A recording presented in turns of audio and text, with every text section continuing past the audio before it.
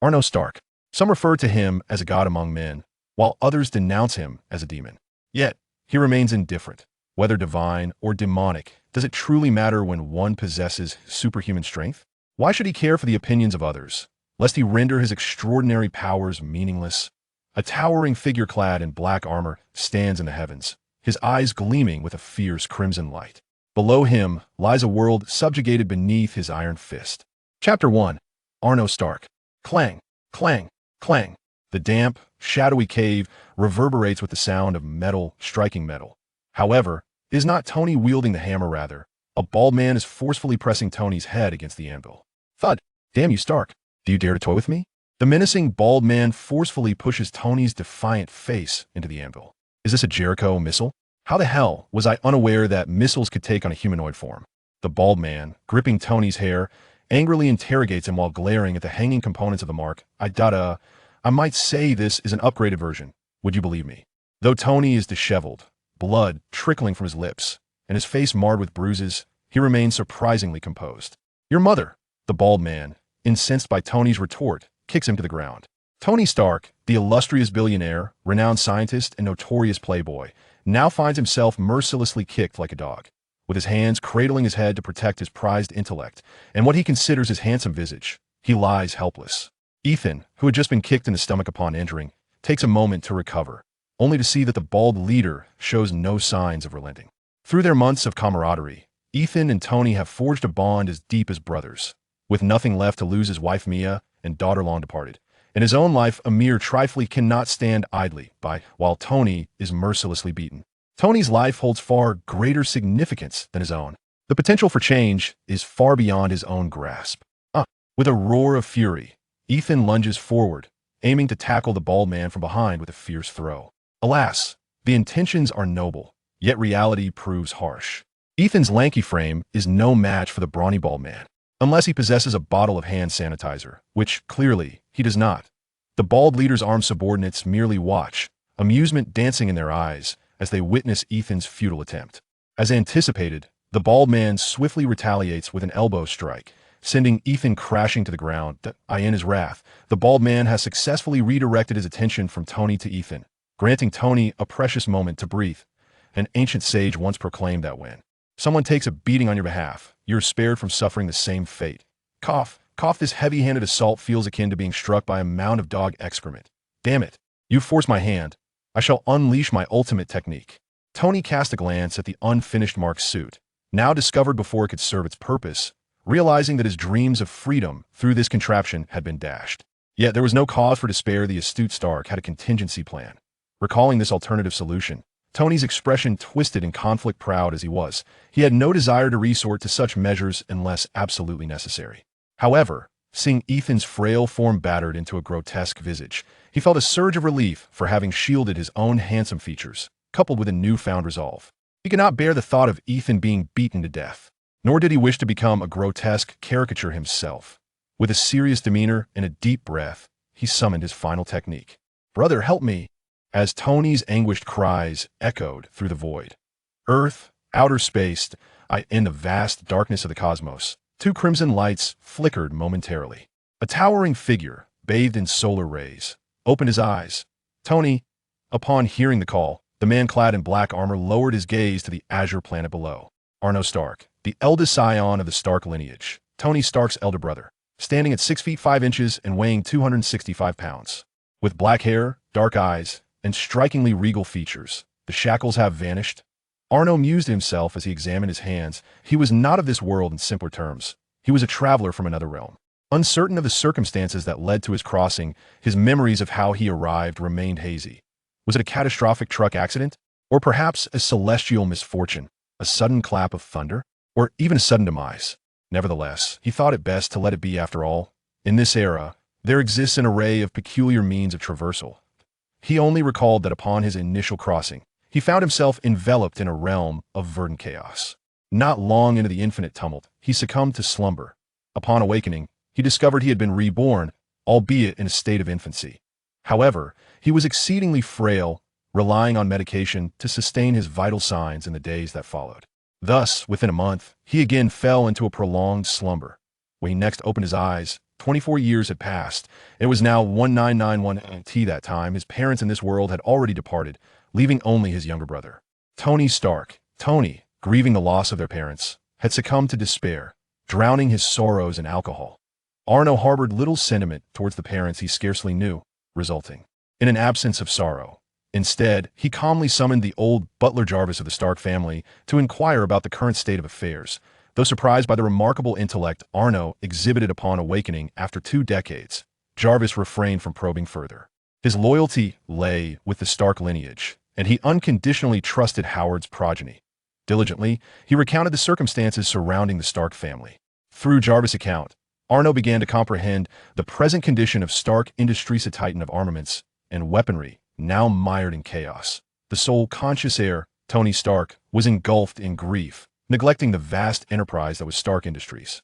Disregarding the distraught Tony, Arno swiftly took the reins of Stark Industries, which had succumbed to a power struggle following Howard Stark's demise. He did not disappoint Jarvis, successfully inheriting the wisdom of his father.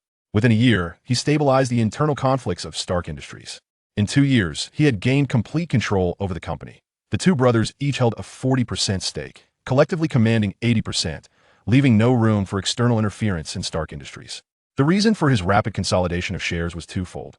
His father, Howard Stark, possessed an overwhelming majority of over 50%, and upon awakening, Arno discovered his unique abilities. Sunlight became his source of strength. The moment he stepped outside, basking in the sun's rays, he realized his potential. Within a day, his physique transcended human limits. After a year, he found himself unfazed by most conventional weaponry. 2 years later, he surmised that nuclear weapons might prove ineffective against him, not due to insufficient damage, but rather because they couldn't possibly hit him. In the second year, he mastered an absolute skill: flight. At speeds exceeding 10 times the speed of sound, no weapon could strike him unless he desired it. It was during this time that he recognized the nature of his awakened power. She was akin to a superhero, or perhaps a being from Krypton, a figure revered as a god among men. That very year, he unleashed his wrath. When lacking strength, one resorts to cunning, but with power at his disposal, he chose to overturn the table. All shareholders entangled in the power struggle following Howard Stark's death were swiftly crushed by his hand, and it was done with unabashed transparency. There was neither assassination nor concealment before all shareholders and military representatives. At the shareholders' meeting, Arno meticulously eliminated those traitors. Under the scrutiny of the military, he similarly dispatched their representatives and obliterated several military bases of the United States. Consequently, the shares of those shareholders were naturally assumed by Arno Stark. The remaining shareholders, having survived, dared not voice any dissent. Moreover, the American side expressed unwavering support for Stark Industries, consistently standing as the most steadfast ally of the Stark family, endorsing all decisions made by Arno Stark, the primary heir of Howard Stark. The guiding principle was one rooted in sincerity. Chapter 2. At this juncture, amidst unanimous approval and without a single dissenting voice, Stark Industries was restored to its former harmony under Arno's stewardship. In the third year, after Tony's recovery, Arno bestowed upon him half of the shares and subsequently relinquished complete control of Stark Industries to him.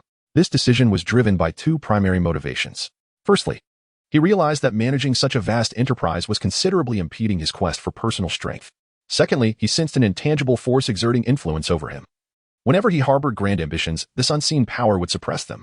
For instance, thoughts of eliminating the president to assume the office himself or directly conquering a nation were met with resistance from this force. Frustrated by these constraints, he resolved to disengage from such trivial matters and instead bask in the sun. He believed that once he attained a certain level of power, this intangible force would no longer bind him. Consequently, after passing the reins to Tony, he often vanished for months, spending his days in the cosmos, directly confronting solar rays to rapidly enhance his strength. Gradually, he faded from the public eye. Now, it had been several months since his last return to Earth, and years since he had appeared in public. Each return was merely a brief visit home to see Tony. Until now, with Tony's desperate call for help, he discovered that the invisible shackles binding him had vanished. Although the reason for this disappearance remained a mystery, it signified one crucial truth. He was free to act as he wished. He, the superhuman, could do whatever he desired. The recollection seemed prolonged, yet for Arno, it was but a fleeting moment. He gazed down at Earth, his crimson eyes ablaze with a fierce intent to kill. I may have been absent for a few years, but I am not dead. How dare anyone target the Stark family? A cruel smile curved his lips. It seemed that during his absence, some had forgotten his existence and his methods. Boom. A shadow sliced through the void as Arno vanished. Help! Today, even if you scream until your throat is raw, no one can rescue you. The bald man halted his assault on Ethan and turned, revealing a disdainful grin at Tony's plea for aid. He then gestured with his right hand, and one of his subordinates promptly presented him with a glowing red iron rod. Although you still hold some value, I do not wish to end your life so swiftly, but affording you an unforgettable experience would not be amiss. The bald man, wielding the searing iron rod, wore a sinister smile. In a word, tomorrow you must deliver the Jericho missile to me, or else. The bald man remained silent, while Tony's lips twitched uncontrollably. A sense of unease washed over him. The rod, in all its redness, appeared anything but innocent. However, at this moment, he remained utterly unfazed, directly responding with an international gesture. Go home and play with your stick, you scoundrel. Though the bald man was merely a background character unworthy of a name, he still held on to his dignity. After all, he was the leader of a certain terror faction. Being humiliated in such a manner by his own captive ignited a fury within him.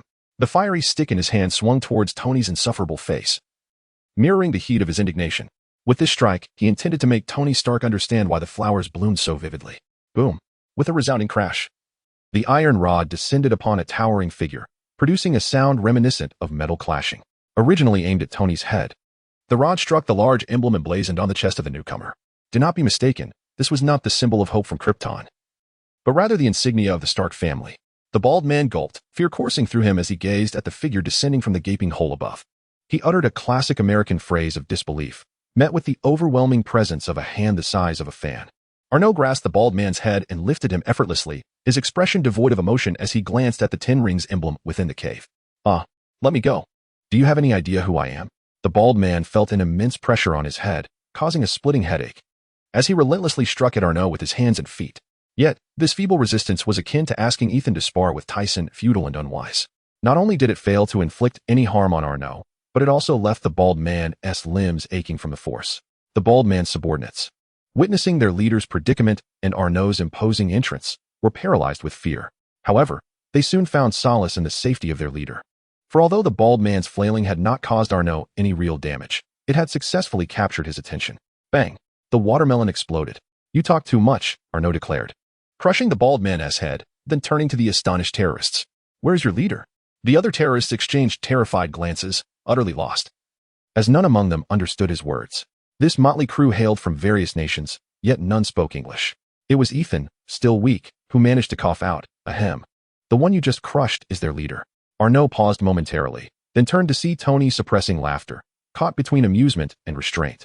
Recognizing the need to assert his authority as the elder brother, Arno pronounced, then you are of no further use.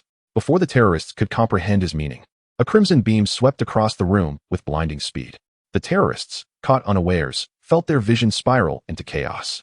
Soon, several dismembered bodies stood upright within the cavern, and they then comprehended that they had been severed in half. Remarkably, those bisected individuals had yet to succumb to death. The cave was suddenly filled with wails of despair. Ethan touched his bald head, which had grown overheated from the laser sweep, his eyes widening in terror. Fortunately, he had fallen to the ground. Had he been but a centimeter closer, he would have found himself learning the art of shadow duplication alongside the terrorists. With a sizzling sound, another searing beam swept through, abruptly silencing the cries echoing in the cave. Turning to witness Tony's frozen expression, Arno's lips curled into a barely perceptible smile. What was happening? Tony was well aware of what Arno referred to. A few months prior, he had traveled to Afghanistan to demonstrate the new Jericho missile, only to be ambushed on the return journey, with the assailants wielding weapons produced by Stark Industries. Tony glanced at the firearms discarded by the terrorists. Arno cast a fleeting glance, then directed his gaze toward the cave's entrance. The thick layers of rock could not obstruct Arno's sight. He pierced through the cavern's walls to observe an array of Stark-branded weaponry outside.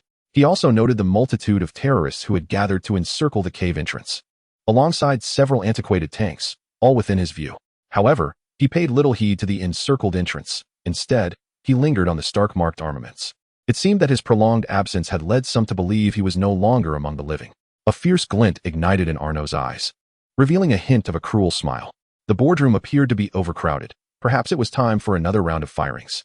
Tony, observing his brother's expression, couldn't suppress a shiver. It seemed that misfortune awaited others. Although Arno had been purging Stark Industries for the past 2 years while Tony remained mired in grief, this did not imply that he was oblivious to the events unfolding. In truth, he was acutely aware of the bloodbath in the boardroom, the violent reclaiming of shares, and the destruction of military bases. He understood it all too well. Chapter 3. The Iron Body, the God among men initially. Upon learning of the actions taken by his brother, who had just awakened, Tony was struck with shock and a whirlwind of emotions. Born into a family of arms dealers, he nonetheless possessed an intrinsic inclination towards order and goodness. Ultimately, after enduring a protracted internal struggle lasting 2.5 months, he chose to believe in and support the only family member he had left. He emerged from the shadows, intent on re-establishing his presence, hoping for a meaningful reunion with his brother to jointly uphold Stark Industries. However, barely had he resurfaced when Arno thrust a substantial burden upon him. Although Arno had stabilized Stark Industries through ruthless means, at that moment, Tony harbored no intention of competing with his brother for control of the company. He genuinely does not wish to inherit the family business. His only desire is to live a tranquil life as a wealthy second-generation heir. What could be more delightful than leisurely lounging with models and engaging in research? However, before the anticipated reunion of his brothers could even commence, Tony found himself compelled to assume control of Stark Industries entirely. His elder brother often vanished for at least a month at a time, leaving him fatigued and overwhelmed. Fortunately, he considered himself sufficiently astute, having recruited a remarkably capable assistant and delegated much of the company's operations to his father's friend, Uncle Stain, who was also a shareholder, one of the few individuals he could trust. Moreover, since Arno had failed to eliminate Obadiah, this only deepened Tony's trust in him. "What's this? You intend to linger here for dinner before departing?" Arno interjected, glancing at Tony, who was lost in thought. "Ah, no thanks. I suspect the dinner they've left for me consists solely of peanuts."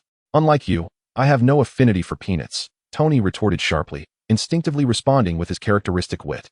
Realizing his words, he quickly covered his mouth upon noticing Arno's half-smiling expression. "Oh, it seems this lesson has not imparted upon you the wisdom of trouble springs from the mouth. Of course, the only ones who comprehend my words are Ethan and the bald man you crushed, and judging by their situation, it does not appear that trouble has sprung from my lips," Arno replied, uninterested in further conversation. "Do you still desire this?" Arno inquired, eyeing the unassembled rudimentary armor. "This is merely a simplified version crafted in the cave. Upon my return, I shall create a new generation of armor." This set, the crimson glow enveloped the armor, and within 10 seconds, it was reduced to a pool of molten metal. "It can serve as a memento," Tony remarked, staring blankly at the liquefied mark eye. I hadn't finished speaking. "This is undoubtedly retaliation," Tony shouted in exasperation, but Arno merely smiled in silence and turned to walk toward the cave's entrance. Tony stood there, consumed by impotent rage for a moment before helping the battle-worn Ethan follow suit. "Tony, we can no longer see your brother. Shouldn't we hurry?" Ethan, supported by Tony, trudged along slowly, anxious as Arno's figure faded from sight. Initially startled by Arno's entrance and methods, Ethan also felt an unparalleled sense of security in his presence. Thus, his sudden absence left him unsettled. "No, at this pace, the timing is just right," Tony stated cryptically, prompting Ethan to pause in confusion. Boom, boom, boom, rat-a-tat-tat. Suddenly, the cave shook as violent explosions and gunfire erupted from outside. "Ah!" followed by a chorus of screams filled the air. Ethan was drenched in cold sweat, finally comprehending the meaning behind Tony's words about the perfect timing. Outside the cave, the yellow sand danced with a gentle breeze, dispersing the black smoke and the stench of blood. The black cloak flapped ominously in the wind. Arno's towering figure hovered in the air, the crimson glow in his eyes gradually extinguishing, replaced by the grim reflection of a landscape strewn with corpses and pools of blood. At that moment, Tony supported Ethan as they emerged, feeling a profound shock at the scene before them, despite having unwavering confidence in his elder brother. The ground was littered with the severed limbs of terrorists and the metallic debris of tanks and armored vehicles. The fresh blood still clinging to the fragments indicated that, under his brother's fierce gaze, these tanks and armored vehicles were as fragile as paper. Tony couldn't help but marvel at this incredible power, igniting within him an even greater fervor for the creation of his iron suit. His elder brother possessed a body of steel and laser beams. Thus, he too must not fall behind. Lacking innate talent, he resolved to forge his own iron frame. If his brother was a god among men, then he would be the architect of divinity. With fervent eyes, Tony brimmed with confidence in his forthcoming creation, one that would undoubtedly alter the world's very landscape. While Tony's ambition soared, Ethan remained stoic, not due to any formidable mental fortitude, but rather because his head was still swollen and bruised, rendering his expression unreadable. Arno gradually descended, casting a disapproving glance at Tony. As Tony looked on in confusion, Arno unleashed a searing gaze into the cave, incinerating the blueprints of Mark I, which had previously imprisoned Tony. How careless! Such things should never be left behind. Realizing the implications, Tony sheepishly scratched his head. Ahem. Well, with you around, I feel reassured. Arno, surprised, looked at Tony, who was known for his sharp tongue and prideful demeanor, now uttering such words. All right, just be more cautious next time. Let us return. We need to remove the shrapnel from your chest tomorrow. Arno pointed at the reactor in Tony's chest. Tony's expression shifted, yet he feigned nonchalance, saying, All right, you caught me. But the shrapnel is close to my heart. With our current technology, the success rate should be low. I think it looks pretty cool to wear this thing. Just listen to me. Prepare for the surgery tomorrow. I have 2 friends who are experts in this field, Arno replied, lifting Tony with one hand and Ethan with the other. Amid Ethan's bewilderment and Tony's resigned gaze, the 3 of them slowly ascended into the sky. Tony, feeling utterly exasperated, exclaimed, Hey, can we not wait for rescue? Must you insist on dragging me back? This makes me and Ethan appear like mere chicks in your grasp. The delay in rescue was frustrating. He had numerous matters to attend to. Arno ascended with the 2 of them to a considerable height, his eyes ablaze with a fierce red glow, obliterating the surrounding Stark Industries armaments with his searing gaze before soaring into the distance. At the Malibu seaside villa, 3 figures descended before an entrance adorned with a sci-fi aesthetic. Shet, the sensation of free flight is truly exhilarating. It would be even more splendid if I could pilot the skies myself, Tony remarked, his face alight with excitement. Though he was aware of his brother's ability to fly, this was his inaugural experience of being carried through the air. The thrill of soaring captivated him, igniting a fervent desire to create the next generation of Iron Man suits to fulfill his dream of flying. Arno, supporting the weak-legged Ethan, teased, I should have tossed you aside mid-flight to let you relish the sensation of free flight for yourself. Tony raised an eyebrow. Oh, then you should have dropped me at a burger joint. I could really go for a cheeseburger right about now. Chapter 4. Fortune favors the unfortunate. Could I enter first? I could use a glass of water. Ethan interrupted their banter with a trembling hand raised. After the recent high-speed flight, his stomach was churning violently. Arno paused his exchange with Tony, casting a glance at Ethan, who appeared pale and bruised. He mused that had it not been for Ethan's peculiar biological makeup, the speed they had flown back would have rendered him more than just queasy. It would have ignited a fiery explosion within him. With one hand supporting Ethan, Arno moved forward. The glass doors slid open automatically, accompanied by a magnetic mechanical voice. Welcome home, young master, second young master, and Mr. Ethan. Lastly, Mr. Stark. We are delighted to see you return safely. Arno regarded this with indifference. It was Tony's creation, an intelligent butler named after their late housekeeper, J.A.R.V.I.S. Was it merely an illusion, or did J.A.R.V.I.S.'s voice carry a hint of emotional resonance? Tony raised an eyebrow, intrigued yet hesitant to voice his thoughts. Just as he had named J.A.R.V.I.S., symbolizing unwavering loyalty to the Stark family, he held a steadfast belief in the intelligence of his systems, akin to the confidence he had in himself. Arno poured a glass of water for Ethan and advised Tony, do not disclose your return just yet. Wait until I uncover who leaked your whereabouts and resolve the matter before re-emerging. Tony nodded, not one to act foolishly. Only a select few insiders were privy to his route, compounded by the presence of Stark Industries weapons in the hands of terrorists. It was evident that there was a traitor within Stark Industries. Returning to the forefront now only serves to allow those who conspire against him to retreat into the shadows. Had it not been for Arno, Tony might have ventured to investigate on his own, making exposure inevitable. Yet, with an elder brother present, why not simply relax? After all, it was in this very manner that he triumphed years ago, was it not? Why not indulge in this ease once more? With a powerful ally at his side, he could afford to be capricious. Suddenly, a thought struck Tony. His expression turned somewhat bashful as he hesitated before inquiring, May I inform Pepper? Arno smiled, his demeanor suggesting he had long suspected a deeper connection between the two. Certainly, I shall call her over. I happen to require her assistance with a matter. With that, he dialed her number, summoning Pepper to the villa. Though surprised to receive a call from the largest shareholder she had scarcely seen in recent years, Pepper did not hesitate to come, especially considering Arno was Tony's brother. She arrived at the villa promptly. As she stepped out of the car, her weary countenance fell upon the imposing figure looming at the entrance. At that moment, Arno had changed out of his battle attire, donning a deep blue suit. A flutter of anxiety quickened her heartbeat. His presence was overwhelmingly oppressive. Yet, mustering her courage, she approached and said through clenched teeth, Mr. Stark, is your summons related to Tony's disappearance? I did consider notifying you, but your call could not be connected. If this leads to my dismissal, I bear no resentment. But I implore you to allow me to complete the search for Tony before terminating my employment. I have engaged several reliable teams. Please, do not abandon hope for Tony. Having uttered her plea in one breath, she found herself drenched in sweat.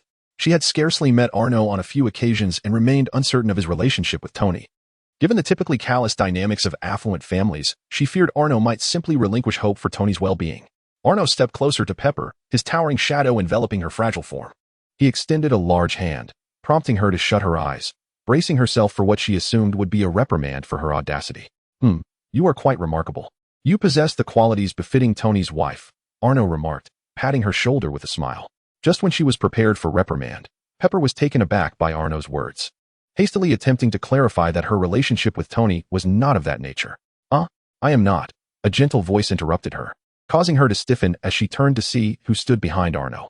It was the person she had yearned for over the past few months. Tony.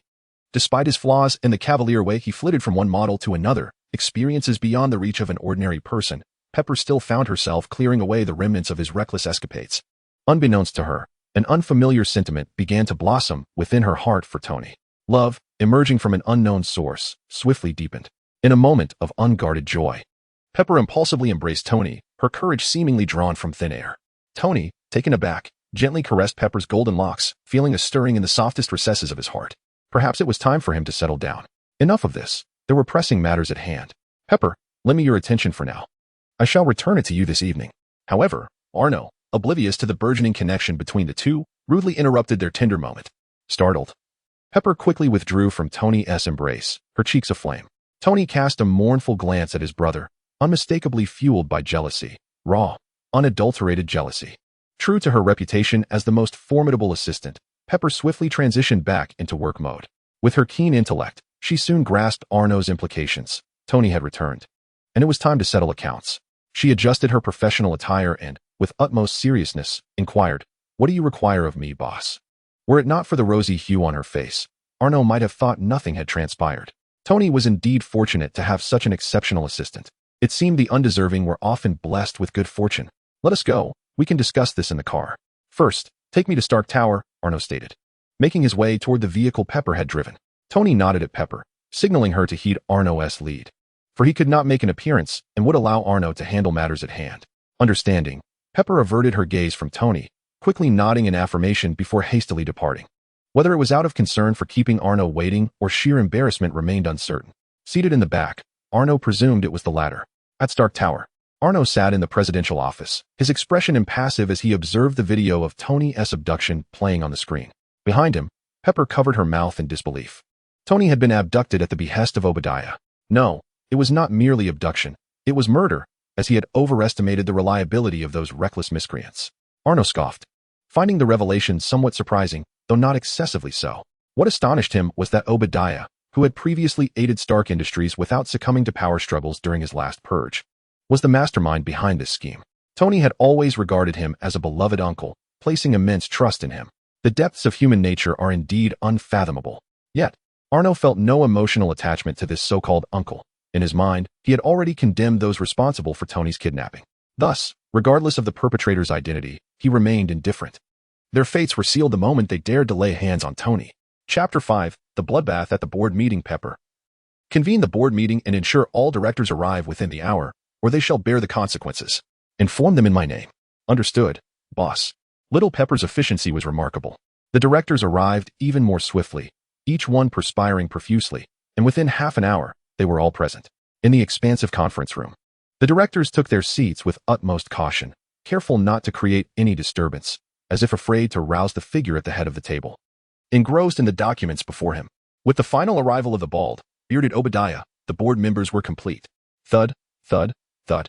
Arno, still examining the documents in hand, tapped his fingers rhythmically on the table, the sharp sound resonating like the tolling of death's bell at the gates of hell. Each director felt the weight of the oppressive aura that little Pepper had previously endured. No, to be precise, it was not merely oppression, it was fear. After all, every living soul present had survived the bloody massacre over a decade prior, fully aware of the true terror that lurked behind Stark Industries. Arno ceased his tapping, placed the documents down, and raised his gaze to the assembly, a dangerous smile gracing his lips. "Do you know why I summoned you here today?" The atmosphere plummeted several degrees, and involuntary shivers coursed through the directors. The last time Arno had smiled in such a manner, more than half of the board members had vanished, physically disappeared. "Oh, no one wishes to speak, do they? Then allow me to nominate personally. Alfred, what an intriguing name. Are you the butler for Batman?" Arno stood and strolled leisurely to the back of a silver-haired, balding director, resting his hands upon the man's shoulders and speaking in a low, ominous tone. Alfred hastily attempted to rise in loyalty, but Arno restrained him, rendering him motionless. And no, I am absolutely loyal to Stark Industries. I am entirely devoted to you.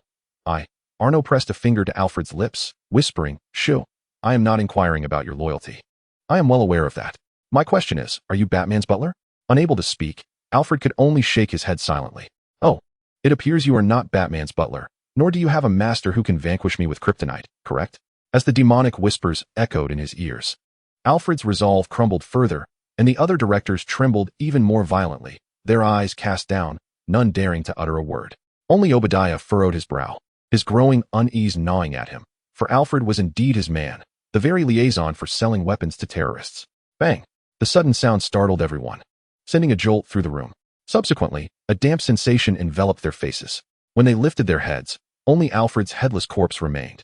His head lay like a blooming lycoris radiata upon the conference table, while each individual's visage bore the petals of the flower.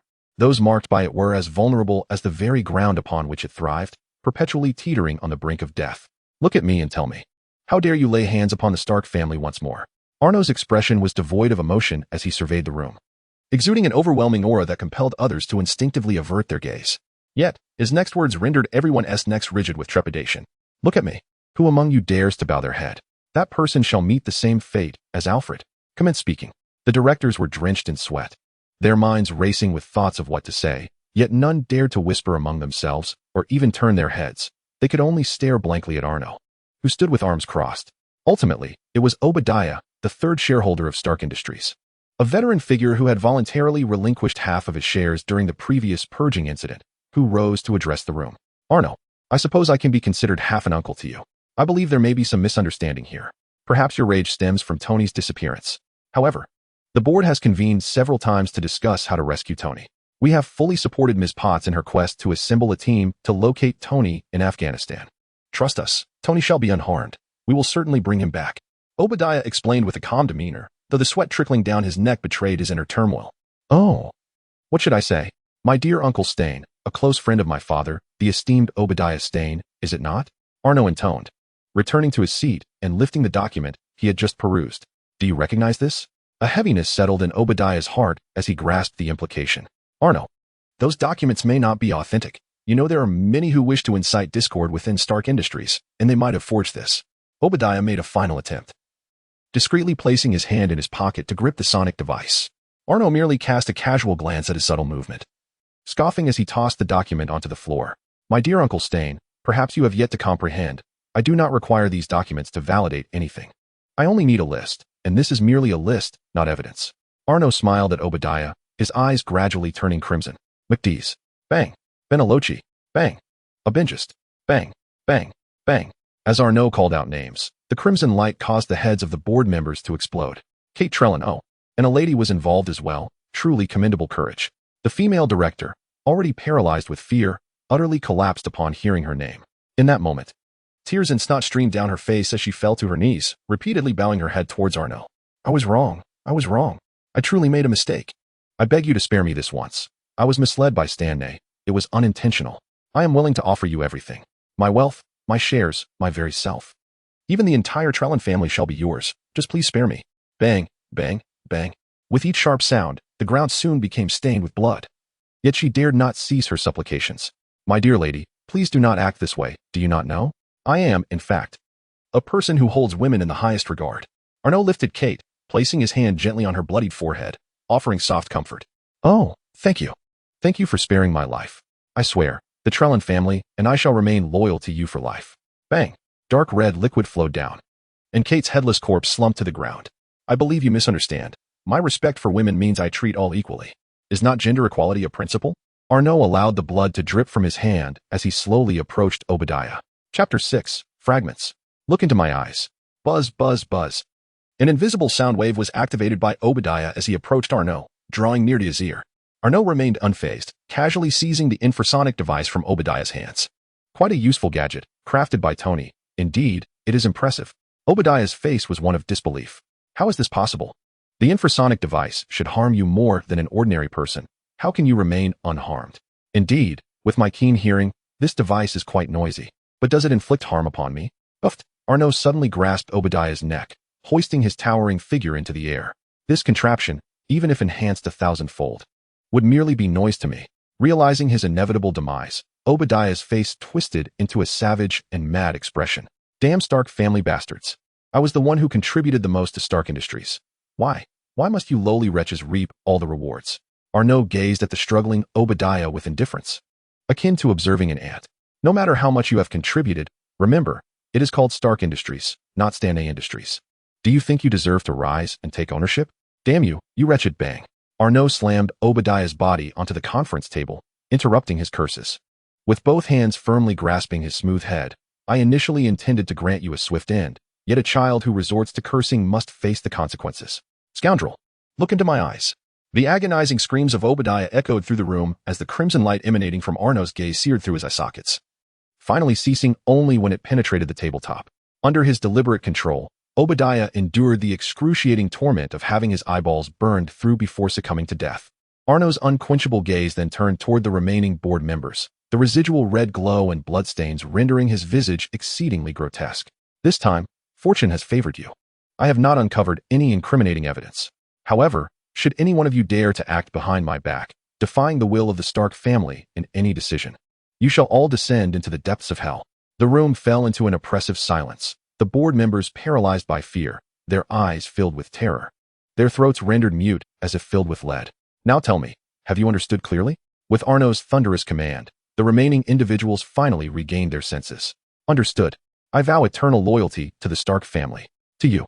As the first individual proclaimed their oath aloud, the others hastily followed suit. Excellent. Now, military representatives.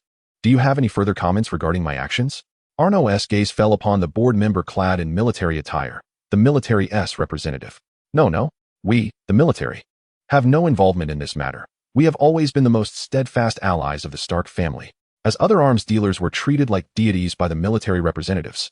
This one stood up in a panic, much like a schoolboy called upon by the teacher, even saluting. Haha, I am not your superior. There is no need for salutes. So put your hand down, Arnaud jested. Yet, not a single person dared to laugh. They all shrank back, their necks withdrawn in trepidation. Well then, today's meeting has concluded successfully. I hope you all will work diligently moving forward, elevating Stark Industries to new heights. You may disperse, Arnaud said with a smile as he opened the door to the conference room and stepped out. Instantly, the sound of trembling legs crumpling to the floor filled the room. Oh my goodness, what happened? Are you injured? Pepper, stationed not far from the door, was taken aback upon seeing Arnaud emerge covered in blood. His current appearance was truly terrifying, bloodstains marring his body and face, his deep blue suit nearly transformed into a deep crimson. It must be said, the soundproofing of the Stark Tower conference room is remarkably effective. After notifying the board members to convene, Pepper was responsible for welcoming each of them at the door while Arnaud entered. Once all the board members were inside, her rank did not permit her entry, so she remained outside, completely unaware of the commotion within and what had transpired. Pepper, from now on, feel free to call me Arnaud. I am unscathed. This is not my blood. Please summon the security team to tidy up the conference room. I shall take a shower. With that, Arnaud made his way towards Tony's exclusive penthouse elevator. Pepper gazed at Arnaud's retreating figure, hesitating momentarily before ultimately deciding against speaking up.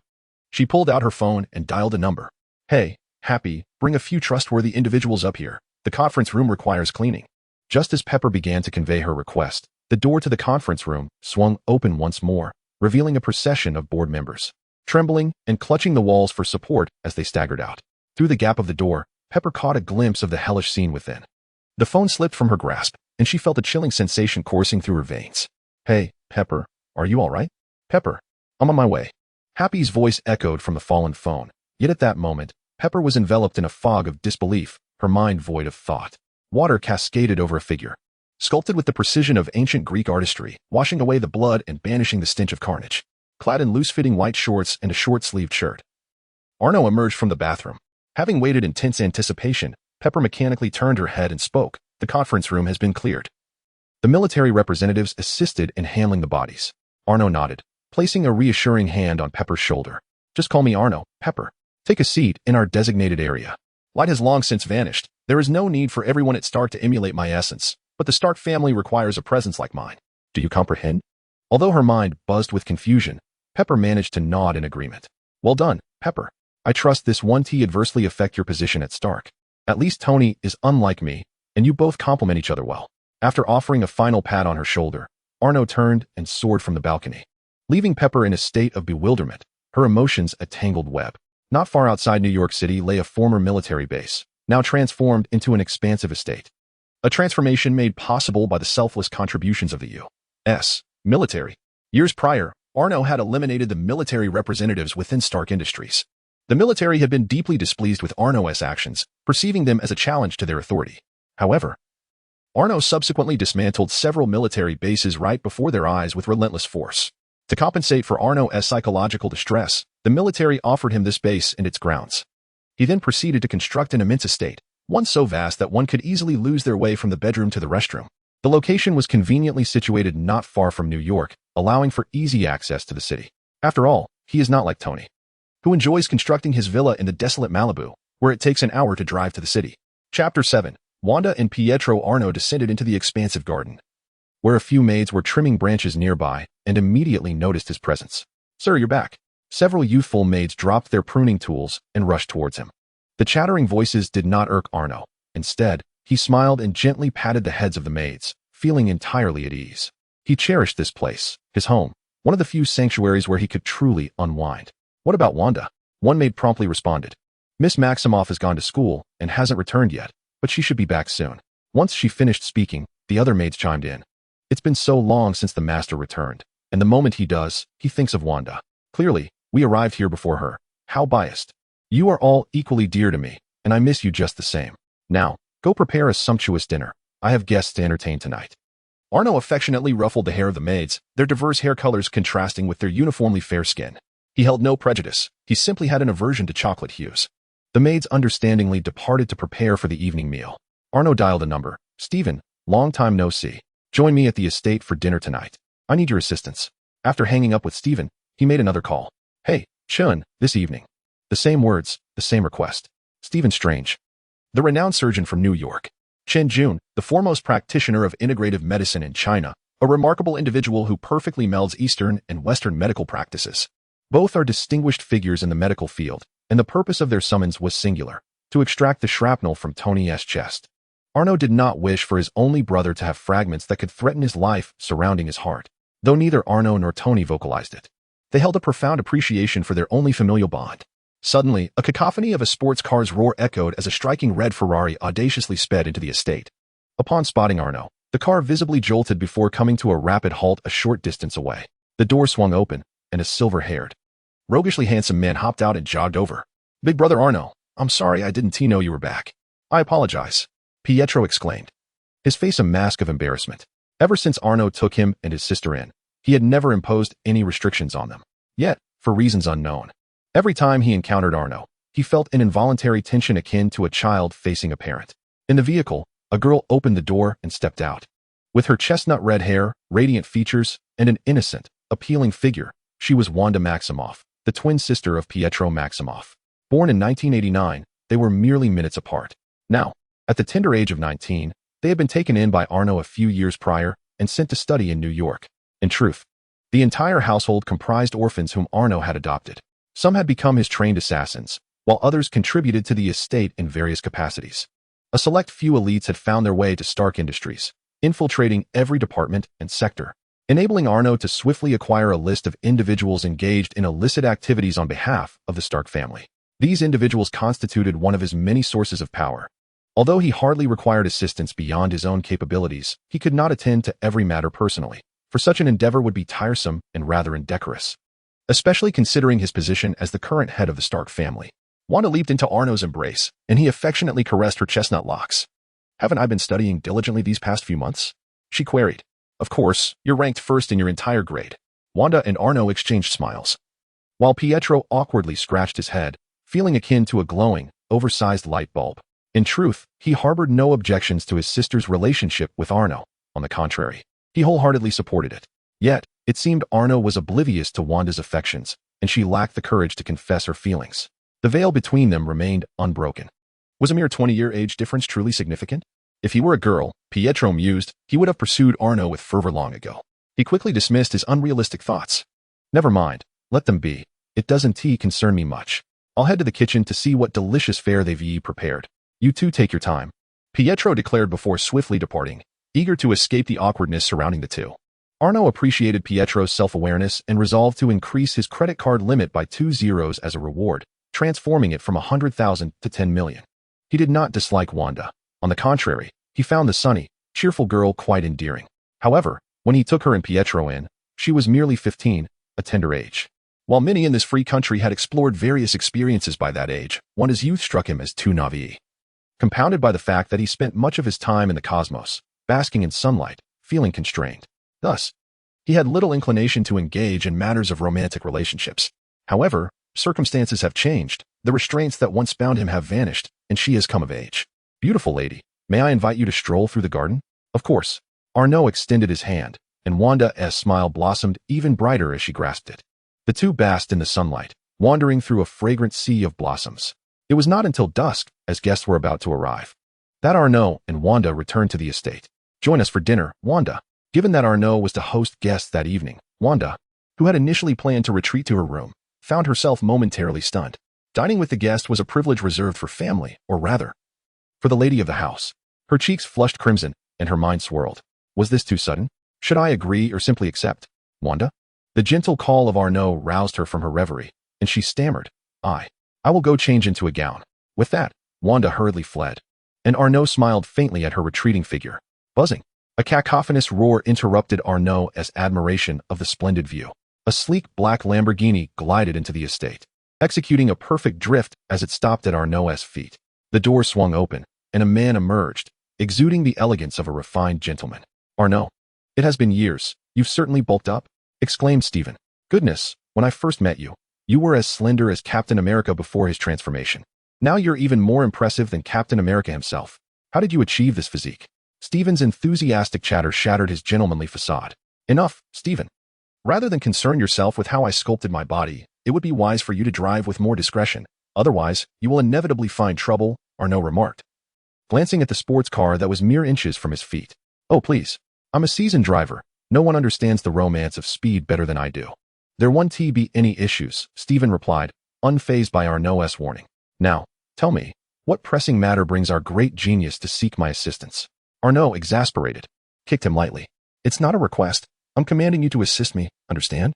Whatever you say, Chief Executive, Stephen retorted, dismissing the banter. Here.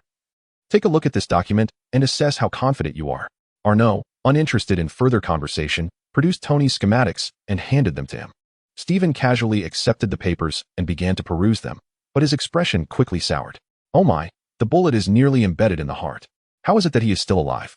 He exclaimed, noting the apparatus that had secured the projectile. But you know as well as I do. This is not a long-term solution. Stephen massaged his temples, feeling a throbbing headache. To be honest, were it not for your request for assistance, I would not have dared to even glance at such a treacherous operation. In my view, it is a certain death sentence, and a failure would tarnish my impeccable success rate in this field. Arno interrupted ruthlessly. Enough with the preamble. Can you save him, or not? Although the odds of survival were slim, I could offer you a chance. Observing Arno's impassive demeanor, who was not amused by his own humor, Stephen resignedly raised his hands. All right, truth be told, even if I were to take the lead, the survival rate would barely exceed 50%. Arno's brows furrowed. 50%? How does that differ from a death sentence?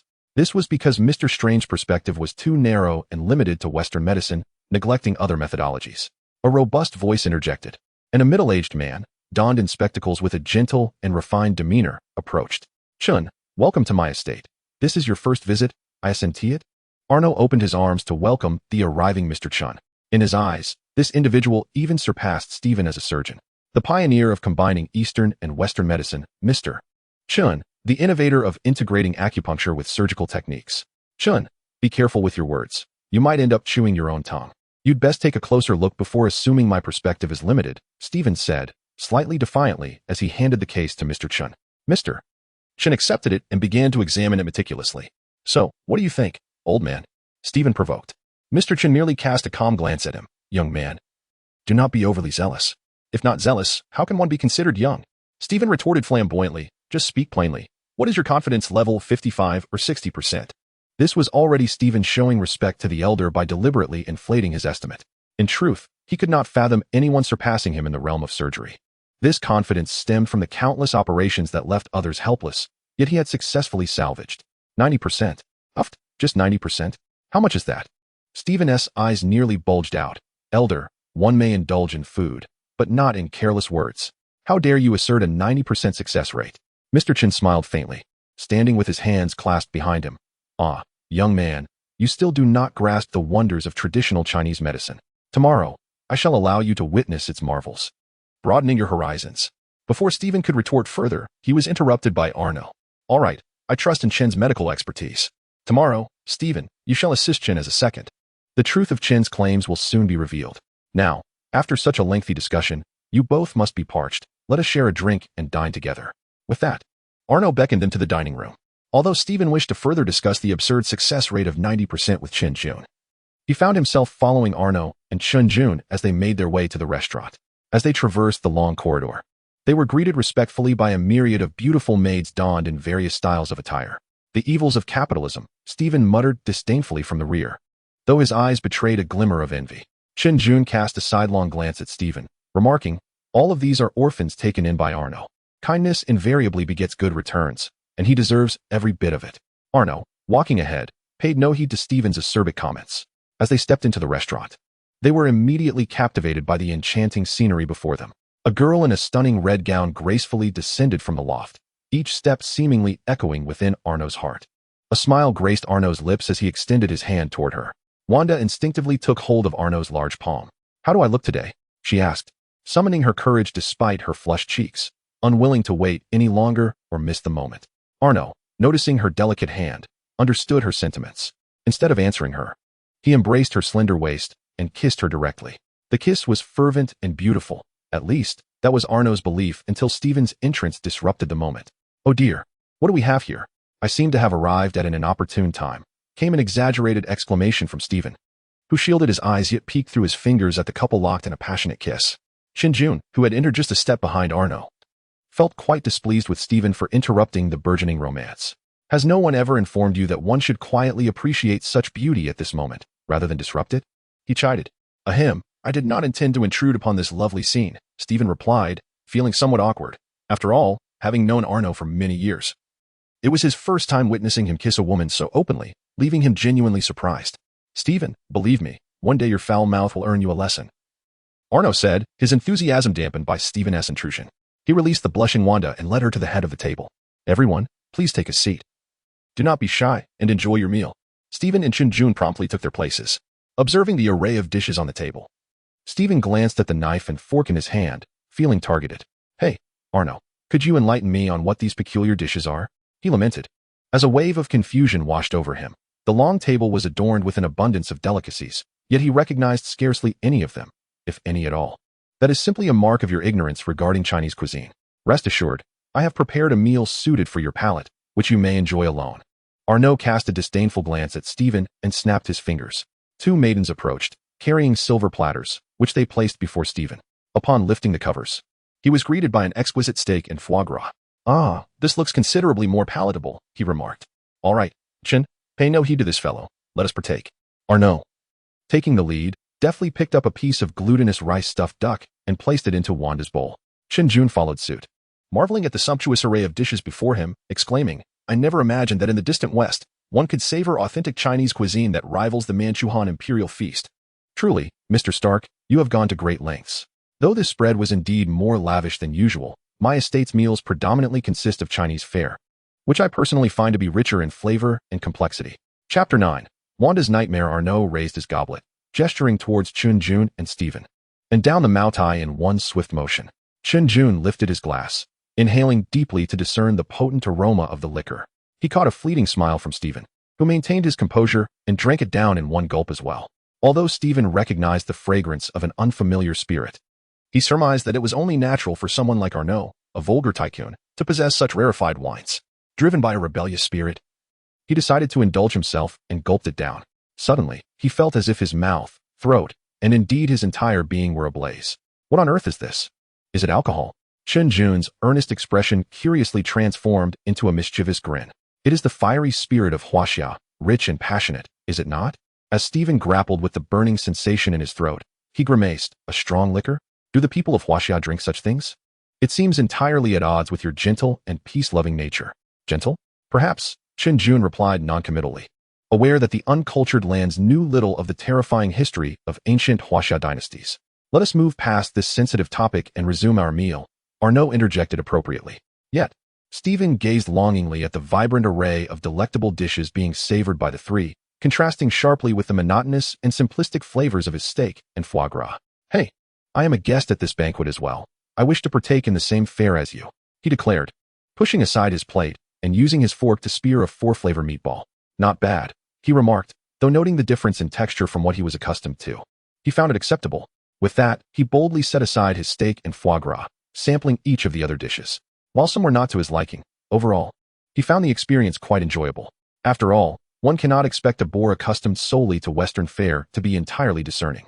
One can certainly grow accustomed to consuming all manner of fine cuisine. Arnaud exchanged a knowing smile with Shinjun, as it became apparent that Stephen had opened a new door of opportunity.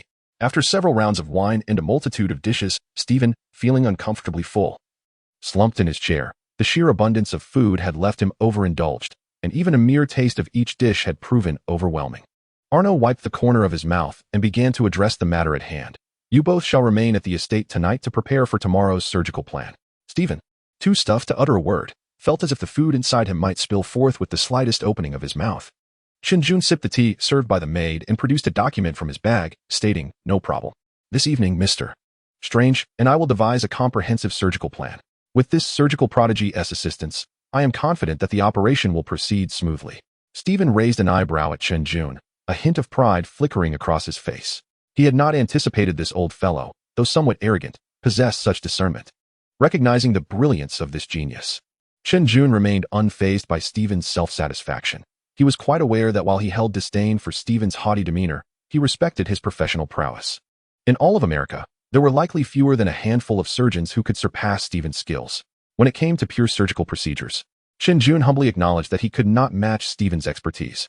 However, he possessed his own exceptional skills, rooted in the ancient medical traditions of Huaxia, a heritage spanning 5 millennia, incomparable to a nation merely over 2 centuries old. Well, I entrust my brother to your capable hands, Arnaud declared, exhibiting little concern regarding the impending surgery. This was not solely due to his faith in Shinjun and Stephen's medical abilities. He himself was proficient in surgery and would be present throughout the procedure to mitigate any unforeseen complications. Though he had spent a day learning the entire surgical process and how to handle various contingencies from Stephen, he remained a non-specialist. Thus, he had wisely invited these 2 professionals to assist, while he would serve as the final safeguard, ensuring that with his keen observation and swift hands, even in the event of failure, he could promptly intervene to save Tony's life. Arnaud gestured, and 2 maids promptly approached. Please escort our esteemed guests to the conference hall. No one is to disturb them without their permission. Yes, sir, they responded. Arnaud turned to Shinjun and Stephen. Focus on preparing for the surgery. Should you require anything, feel free to instruct them. They will remain at the conference hall door. Shinjun and Stephen nodded in acknowledgement. One maid respectfully gestured for them to proceed and led the way, with Shinjun taking the lead. Stephen, feeling overly full, was assisted by another maid as he followed behind. Wanda, who had been quietly sitting beside Arnaud, curiously inquired once Arnaud had finished conversing with the 2. Arnaud, do you have a brother? Arnaud was taken aback, suddenly recalling that he had never informed Wanda and Pietro of his true identity over the years. This oversight was not entirely his fault. In fact, apart from those who worked at Stark Industries, most residents of the manor were unaware of his true lineage. He had taken in orphans from various regions, providing them with a life free from want and a quality education, which fostered their absolute trust in him. Rarely did anyone think to inquire about his full name. When Arnaud adopted these children, he instructed them to refer to him simply as Arnaud or Sir. Consequently, over time, the inhabitants of the manor either called him Sir or Brother Arnaud, with very few knowing his complete name. With a playful tone, Arnaud remarked, "It seems I have neglected to mention my full name to you. If you marry into the family, you will need to change your surname. It would be quite amusing if you were unsure what to call yourself." Upon hearing this, Wanda's complexion visibly transformed from pale to a deep crimson. Hey Arnaud, what are you talking about? Marrying? Wanda felt her face flush intensely, her mind swirling in confusion. After mustering the courage to confess her feelings to Arnaud and preparing herself to be his girlfriend, his mention of marriage completely flustered her. Despite her overwhelming shyness, a smile of joy crept onto her lips, and she found herself unconsciously pondering what names their future children might bear. Noticing Wanda's bashful demeanor as she nearly shrank beneath the chair, Arnaud chuckled heartily. How adorable. My full name is Arnold Stark, the current head of the Stark family. Soon, you shall become the lady of the Stark household, Wanda Stark. How does that sound? Quite lovely, I believe. Wanda's shy smile froze, and her face drained of color, becoming pallid.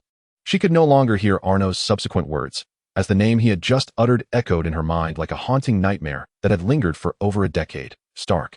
Arno Stark. How could this be? Suddenly, a thunderous roar resonated from the dark night outside, accompanied by a flash of crimson lightning. Arno furrowed his brow, sensing an unusual scarlet hue in the sky. Realizing something was amiss, his superhuman senses quickly detected a change in Wanda beside him. He observed her ashen face, her vacant eyes, and, most alarmingly, deep red energy swirling around her, continuously emanating from her being. Chapter 10. Delving into the illusion, Wanda's past the crimson energy spread rapidly, manifesting as a mist that expanded from Wanda's surroundings.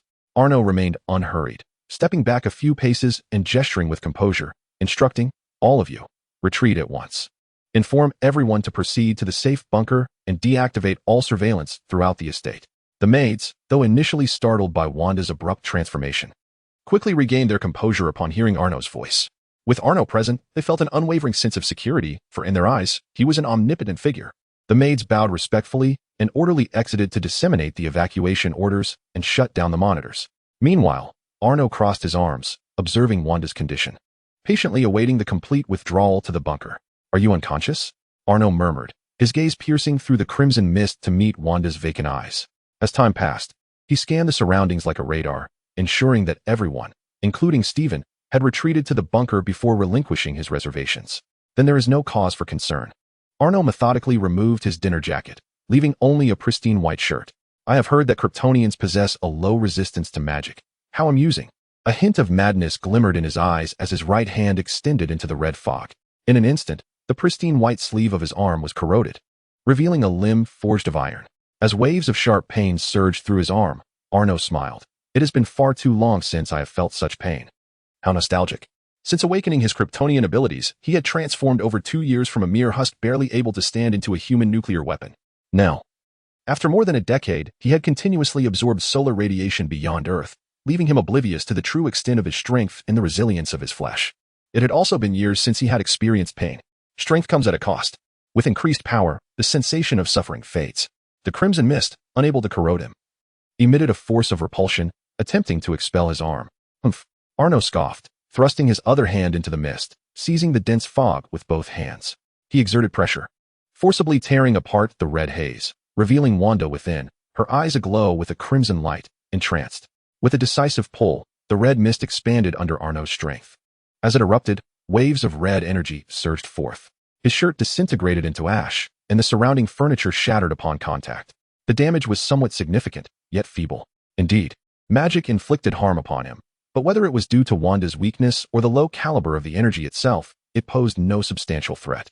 Arno shook his head in disappointment, expecting to inflict some harm, but to his dismay, he had not even broken the skin. The chaotic force inquired, "Do you heed the words of others?"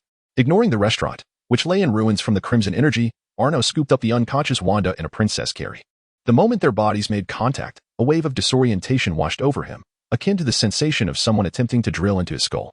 Unfortunately for the drill, it encountered the indomitable Arno, forged from titanium alloy. No matter how forcefully it was applied, it could not penetrate his mind. However, as he gazed into Wanda's still glowing red eyes, Arno pondered deeply. It was imperative to uncover the source of Wanda's powers and why they had spiraled out of control. Arno cleared his mind, only to find his vision obscured by a crimson mist. Unbeknownst to him, at that very moment, Pietro in the bunker suddenly succumbed to unconsciousness. Stephen and Chin rushed to check on him. When Arno regained his sight, he found himself in an ancient town, surrounded by battalions that resembled rebel forces rushing forward. Glancing down at his bare upper body, Arno willed a gray suit to manifest upon him. Indeed, it was an illusion, as expected, for he possessed no ability to conjure items in reality. "Hey, who are you? Raise your hands." A commanding shout erupted behind him. Turning around, he found a squad of rebels had approached, one even brandishing a gun almost touching his forehead. Arno marveled at the high level of autonomy within this illusion. The realism it exhibited upon awakening suggested that Wanda's powers were far more formidable than he had presumed. Then came a sharp crack from his forehead. Arno and the rebel stood in stunned silence, exchanging incredulous glances. "I didn't utter a word, and yet you strike me?" The rebel, equally bewildered, thought, "You don't speak. So who should I strike?" But why did the impact leave him in pain, while the man before him appeared unscathed? Before he could comprehend the situation, his vision was engulfed in red. Arno's eyes glowed with crimson light as the headless corpse of the rebel before him slowly crumpled to the ground. The other rebels, witnessing this, raised their weapons and fired. Bang, bang, bang. The bullets struck, and while they could not be said to be entirely ineffectual, their impact merely grazed his clothing. Arno furrowed his brow at the bullet holes in his suit. Had his biological shield failed? The red glow in his eyes began to dim, as if the thermal vision was also losing its efficacy. Did Wanda's power seek to bind his abilities? Such audacity was truly misguided. Buzz! A searing beam, several times thicker than usual, erupted from his eyes, resembling two scorching rays as wide as Arno's head. The rebel forces before him, along with the building ahead, were utterly obliterated. The cataclysmic devastation was terrifying. The constraining force that had once held him captive evaporated in an instant, relinquishing its grasp on his power. Unperturbed by the ruins around him, which wailed in despair from the onslaught of his fiery gaze, Arno sensed an imperative and soared in a particular direction. Shortly thereafter, he arrived at a quaint attic. Peering inside, he beheld an antiquated living room occupied by a family of four, 2 adults and 2 children. Amidst the chaos of gunfire surrounding them, the family exhibited a palpable trepidation, yet they continued to pray and shared a warm dinner together. Following the meal, the fatherly figure, seemingly concerned about the fear gripping his children, offered them some comforting words. He retrieved a DVD and, under the eager gaze of his children, began to play it. The 2 children, filled with excitement, perched in front of the television, animatedly discussing the unfolding storyline. Meanwhile, their father sat on the sofa behind them, nestled with his wife, both of them smiling as they watched their children enjoy the moment. Despite the monochrome and mundane visuals, the family savored every second. Perhaps this DVD was their sole solace amidst the chaos of the world. Witnessing this scene, Arno sighed, having surmised the reality of the situation. Suddenly, a piercing sound shattered the air. A missile whizzed past him, plummeting directly towards this cozy abode. To his eyes, the missile's speed appeared almost suspended in time. The inscription of Stark Industries emblazoned on its surface came into focus. So that was it. No wonder Wanda had succumbed to chaos upon hearing Stark's name. Arno could effortlessly intercept the missile, preventing this tragedy from unfolding. Yet, he chose not to intervene. This was merely an illusion. Even if he halted it, the painful memories would still linger in Wanda's heart. To tamper with fate would only ensnare her further in despair. Chapter 11. The deity beneath the sun. His aim was to unravel Wanda's emotional turmoil, rather than merely offering her a fleeting escape from her painful recollections. As the violent flames engulfed the modest living room, Arno's face was illuminated by the orange glow. The flames cascaded over him, leaving him unscathed. Even his clothing bore merely a few bullet holes from the rebel attack. In stark contrast, the family within that small home lacked his indomitable resilience and biological fortitude. The missile struck precisely where the parents had been seated on the sofa. That once warm family abode was no more, replaced instead by a desolate ruin and the charred remains of 2 lifeless bodies. 2 children, uncertain whether it was fortune or some other fate, were hurled by the shockwave, sustaining only minor injuries. They had little time to mourn as the harsh wail of air raid sirens and the violent sounds of explosions echoed outside. Stripped of their parents' protection, young Wanda found herself engulfed in confusion and fear. It was only when Pietro lifted her from the ground that they took refuge together beneath a pile of rubble, their sole sanctuary being the space beneath a bed. They clasped each other's hands tightly, their eyes brimming with terror. Misfortunes are seldom solitary. Calamity never spares those who elicit pity. A missile emblazoned with the Stark Industries insignia landed perilously close to the siblings. Whether this was luck or misfortune remained ambiguous. The missile did not detonate immediately, yet the ominous red light that emanated from it resembled the scythe of death, inching ever closer. The anticipation of death is far more harrowing than death itself. They were utterly trapped, the only escape route ahead blocked by the missile and debris.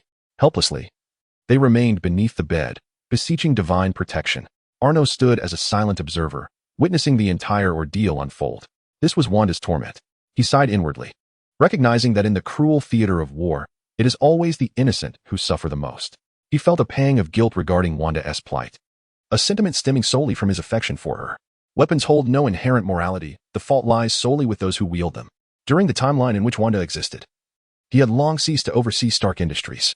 Much of his time was spent basking in the sun beyond Earth, while Tony was at the helm of Stark Industries. Tony, being disinclined towards management, had largely delegated the arms export business to Obadiah. It was likely that this batch of weapons had been sold to the insurgents by Obadiah. Beep, beep, beep. Amidst the ominous beeping of the missile, little Wanda relinquished her prayers to the impotent deity. A flicker of crimson light sparked in her eyes as her hand slowly reached toward the missile. A barely perceptible surge of energy infiltrated the missile, and moments later, the red glow dissipated. Arno peered through the Missile-S interior, observing that its original structure had been forcibly altered, rendering it ineffective.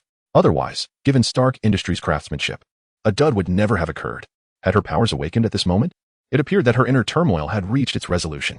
It was time for him to make his entrance. Arno walked toward the small shelter, effortlessly parting the massive debris that lay before him as if it were mere foam. He approached the two who were still enveloped in fear, too afraid to emerge. The light before them was suddenly obscured, prompting them to look up. A tall figure, silhouetted against the blaze outside, obscured their view of the newcomer's face. In the eyes of the siblings, he extended his generous palm, appearing before them like a divine being. Will you come with me? The brother and sister gazed in a daze at the towering figure draped in a halo of holy light, ultimately reaching out with their small hands. In a flash of crimson light, the siblings found themselves transformed into 15-year-olds. The desolation around them had vanished, replaced by a dilapidated rooftop. The boy and girl sat in the worn shelter atop the rooftop, staring blankly at the imposing man illuminated by the sun. This ramshackle abode served as their temporary home, an unbearable refuge in the biting winter and stifling summer, unworthy even for the most destitute wanderers. Living here was akin to enduring torment. Lying on a park bench would be far more comfortable. Yet for the boy, such discomfort was a trivial concern. He was indifferent. But his sister could not spend the night in the perilous park. At 15, while other children his age frolicked carefreely in school, he had already shouldered the responsibilities of a man, contemplating the well-being and safety of his sister. However, as undocumented residents without stable housing, they found themselves unhireable. In this wretched country, lacking a home rendered one incapable of securing legitimate employment, a truly absurd predicament. Thus, the boy had no choice but to survive through under-the-table work and sporadic donations of food and supplies from kind-hearted individuals. Despite his youth, the boy sported a shock of silver hair, a fade of streetwise bravado concealing his fragile inner self. His face bore the marks of a scuffle over unpaid wages, while his left hand clutched a bag of donated bread. The girl, with her chestnut-red hair, tattered clothing, and unadorned visage, could not hide her inherent beauty. Aware that her allure, in the absence of any backing, would only invite unnecessary troubles for her brother, she chose to remain obediently indoors. Will you come with me? The siblings, having roamed for over a decade, stood transfixed before the man who extended his hand to them for the first time under the sun. Without hesitation, they placed their hands in his outstretched palm. This marked the first encounter between Arno, Wanda, and Pietro. As the red light enveloped everything, Wanda opened her eyes to find herself cradled in Arno's sturdy embrace. Arno, Wanda gazed at his handsome face with a mixture of emotions. Arno tenderly stroked her hair and spoke softly. Wanda, weapons bear no right or wrong. Only people do. Even without Stark's missiles, there would be others from Hammer Industries. And as long as there are those who wish to wage war, conflict will inevitably arise. Wanda's expression was still somewhat troubled. But if Stark Industries hadn't sold missiles to the rebels, those missiles might not have landed in our home. Arno shook his head. You are correct. There is indeed that possibility. However, I have some good news for you. This afternoon, I eliminated the individual who was involved in selling weapons to the rebels. Consider it a form of retribution for you. Wanda stared blankly at Arno, bewildered. But isn't the president your brother, Tony Stark? Did you really kill him? Arno chuckled as he playfully tapped Wanda's forehead. What are you thinking? Tony would never sell weapons to terrorists. That was all orchestrated by Obadiah Stane, the third shareholder of Stark Industries, without his knowledge. I believe you're already aware of the news regarding Tony's uncertain fate in Afghanistan. I returned to rescue Tony and to purge the traitors within Stark Industries, including Obadiah, who was responsible for supplying weapons to the rebels back then. Chapter 12. The red spandex pervert. As a longtime object of her hatred, Tony Stark had always captured her attention. When the news of Tony's ambush in Afghanistan broke, she felt a fleeting sense of joy, nearly popping a bottle of champagne in celebration, believing that fate had finally intervened. However, after hearing Arno's words, confusion washed over her. Did this mean she had been harboring animosity toward the wrong person for over a decade? She recognized that Arno spoke the truth. He had never concealed his uniqueness from those at the estate, and she was aware that he had spent extended periods harnessing solar energy beyond Earth. He had never shown any inclination to hide or lie. Yet, given her previous status and identity, she had no means of knowing that Tony Stark had an older brother, who was the true authority at Stark Industries. Thus, she had consistently directed her hatred toward the openly visible president of Stark Industries, Tony Stark, believing him to be the culprit responsible for her parents' demise, with the conviction that she would someday avenge her parents. She and her brother had struggled for over a decade in this harsh world. It was only after they were taken in by Arno, who bestowed upon them unprecedented respect and a new life, that this belief began to fade, for they did not wish to burden Arno with their troubles. In their eyes, Stark Industries loomed as an insurmountable behemoth. Although Arno possessed tremendous capabilities, they were reluctant to add to his burdens. Now, however, they discovered that the true master of Stark Industries had always been their brother Arno, who had led them out of darkness. Furthermore, Tony Stark was also a victim, entirely unaware of the arms dealings, and had nearly lost his life due to betrayal from within his own company in Afghanistan. Had it not been for Arno's timely return to rescue Tony, he might have met a dire fate. The true enemies were the traitors within the company that Arno was now set to eliminate. Arno invited two surgeons not merely for social pleasantries, but to perform surgery on Tony, who had miraculously survived the attack in Afghanistan. Now, having uncovered the truth and comprehended the entire situation, a long-cherished vendetta has finally been avenged. Yet, Wanda's heart feels empty, engulfed in a surreal sense of disconnection. Although the Stark family were not the instigators, and Arno was blissfully unaware of the circumstances, she finds it challenging to completely relinquish the past, maintaining a facade of normalcy in her interactions with Arno. Gently, Arno kissed Wanda's forehead and released her from his embrace. It's all right. I understand that this revelation is difficult to process. You need not share your thoughts with me just yet. Return home and rest well tonight. We shall discuss it tomorrow. He then glanced towards the side entrance of the dining hall. Pietro, I trust you have heard everything. You two should take your time to gather your thoughts. Now, take your sister home and ensure she gets the rest she needs. Pietro entered the doorway, his gaze cast downwards, shrouding his emotions in mystery. Without uttering a word, he transformed into a silvery blur and whisked Wanda away. Arno sighed, hoping the siblings would find clarity in their reflections as he observed their retreating figures, murmuring to himself. On the rooftop of Stark Tower, a peculiar figure clad in a tight red suit, adorned with pink headphones, swayed to the whimsical tunes of Peppa Pig, dangling their legs in midair. With a carefree demeanor, they hummed along while perusing documents in hand. Suddenly, the oddity pivoted to face the void. Wow, look who is back to peruse this incredibly fascinating book again, they exclaimed. What? You inquire about my activities? That is classified information. I cannot divulge. The figure's expressions fluctuated between playful and grave. All right, fine. I'll share. This is a secret script outline given to me by the author. Surprised, aren't you? Want to know how I persuaded the author for this script? Come closer, I'll whisper it to you. Of course, I'm just pulling your leg. Huh. You fell for it, didn't you silly goose? The figure, now known as Wade, erupted into laughter, pointing at the emptiness around. Oh no, don't scroll away. Please, I implore you, don't leave. Otherwise, the author might think I'm unpopular and could very well write me out of existence. Let me reveal something. I'm actually on a hit list. Suddenly, a serious expression crossed Wade's face as he gazed into the void. How odd, despite wearing a mask. You can still perceive the depth of my expressions. Deadpool. A crow soared through the night, carrying with it a whisper of awkwardness. Forget about the applause you cannot provide. Otherwise, I am certain that my stunning line would have elicited your cheers at this very moment. Now, without further ado, let us examine our objectives for today. Wade produced 2 documents as the dog stealthily approached the void. Allow me to share a secret. These 2 tasks were assigned months ago, but these 2 fellows were unable to locate anyone, which caused the delay, not at all due to my indulgence in a lavish spa treatment at the neighboring set. Ahem. Let us proceed to the main topic. Tony Stark has been missing in Afghanistan for several months, and I have no desire to assassinate a man encased in iron in a place where one is bound to catch a bullet. So, let us see who makes their entrance next.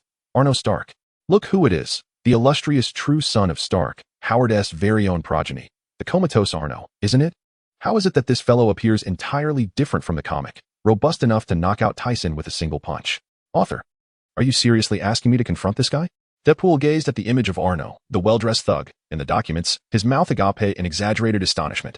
What to do? What to do? He looks incredibly formidable. I am utterly anxious. Deadpool stood up, covering his mouth, pacing back and forth in a nervous manner. Just when one might think he was contemplating a strategy, he abruptly halted, peering between his legs and drawing 2 large-caliber Desert Eagles from his waist, striking a pose as if preparing to soar like a great bird. In a bizarre stance, he declared, just kidding. Under my 50 caliber bullets. Even an elephant would have to perform a pole dance to escape. I am guaranteed to win. The night was cold as the wind, much like the pretentious Wade himself. Alas, there were no spectators to appreciate his flamboyant display, not in this world, at least. Well then, good night everyone. I shall return home to indulge in some beauty sleep. Do look forward to my daring escapade into the Batcave tomorrow to capture the Stark heir. Love you all. Deadpool blew a kiss, took a step back, and executed a stylish leap from Stark Tower. Boom. Amidst the thunderous sound of a heavy object hitting the ground and an even more piercing scream from a woman, Wade slept soundly. Chapter 13. The Crumbling Deadpool. That night, the liberated city of New York remained peaceful. Aside from certain masked vigilantes darting through the night, along with hundreds of gun-related incidents and nocturnal addicts, everything else was tranquil. In this atmosphere of freedom and serenity, the night faded and the sun rose. Ordinary citizens could step out of their homes, savor a cup of coffee, and embrace a new day of the corporate grind. Stark Manor, too, gradually awakened with the warmth of the morning sun. The maids, adorned with joyful smiles, began to prepare breakfast. In the vast garden, a figure clad in a white training outfit gracefully practiced Tai Chi. Applause echoed, and Arnaud, dressed simply in black shorts and a white t-shirt, approached with clapping hands. Qin's Tai Chi was quite impressive. As Qin concluded his practice and stood upright, he gazed at the tall figure, simply attired yet exuding an imposing presence akin to a solitary mountain peak, and offered a faint smile. Mr. Stark, are you also interested in the martial arts of China? I have had the fortune to learn some authentic techniques, and if you are intrigued, I would be delighted to impart them to you. He held a favorable impression of the arms magnate before him, who, despite being born into wealth, possessed a compassionate heart and demonstrated a profound respect for Chinese culture. Thus he felt no hesitation in sharing his skills. Arnaud cast a surprised glance at Qin, not expecting to find an ordinary doctor with such unexpected depth. However, he shook his head in response. No, thank you. While the martial arts of China are admirable, they offer little benefit to me. That is rather unfortunate. I observe that you possess considerable talent, and training could yield substantial results, Qin remarked, not pressing further, believing Arnaud's reluctance stemmed from his status, which seemingly exempted him from physical exertion. Arnaud remained silent, aware that, given his strength, the advantages of martial arts or any combat skills had diminished considerably for him. He merely needed to master basic fighting techniques, as his sheer power rendered any martial skill trivial. Qin, how did your preparations with Stephen go yesterday? Transitioning to more serious matters, Qin's expression turned earnest. We are well prepared. There should be no issues. Stephen is indeed a surgical genius. With our collaboration, I would say there is a 99% success rate. He paused, adding, now we just await Stephen's awakening and the arrival of the patient to commence the surgery. Arnaud nodded in satisfaction. A 99% success rate was acceptable in his eyes. He believed any surgery with less than 90% success was tantamount to a death sentence, and he would not allow Tony to proceed under such circumstances. A 99% rate, however, posed minimal risk. Arnaud retrieved his phone and dialed Tony. After a long moment, he heard the familiar tones of an unanswered call. He paused before trying again, only to hear the same response. Turning his gaze into the distance, he spotted Tony hammering away in the basement of his villa, while his phone remained upstairs in the bedroom. Excellent. Let him prepare for tomorrow's surgery, having completely forgotten about it. He then dialed Pepper's number. Arnaud, is there something you need? Pepper, en route to Tony's villa, answered the call while driving. Arnaud listened to the now calm tone of Pepper, recognizing that she had surmounted her psychological barrier. Truly, what remarkable luck Tony has.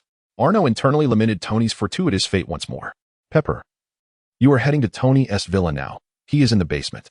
Upon your arrival, instruct him to come to my estate immediately to prepare for the surgery. Tell him that if he does not arrive within 2 hours, I shall revert his creations back to mere scrap. Pepper felt a surge of anxiety at the mention of surgery.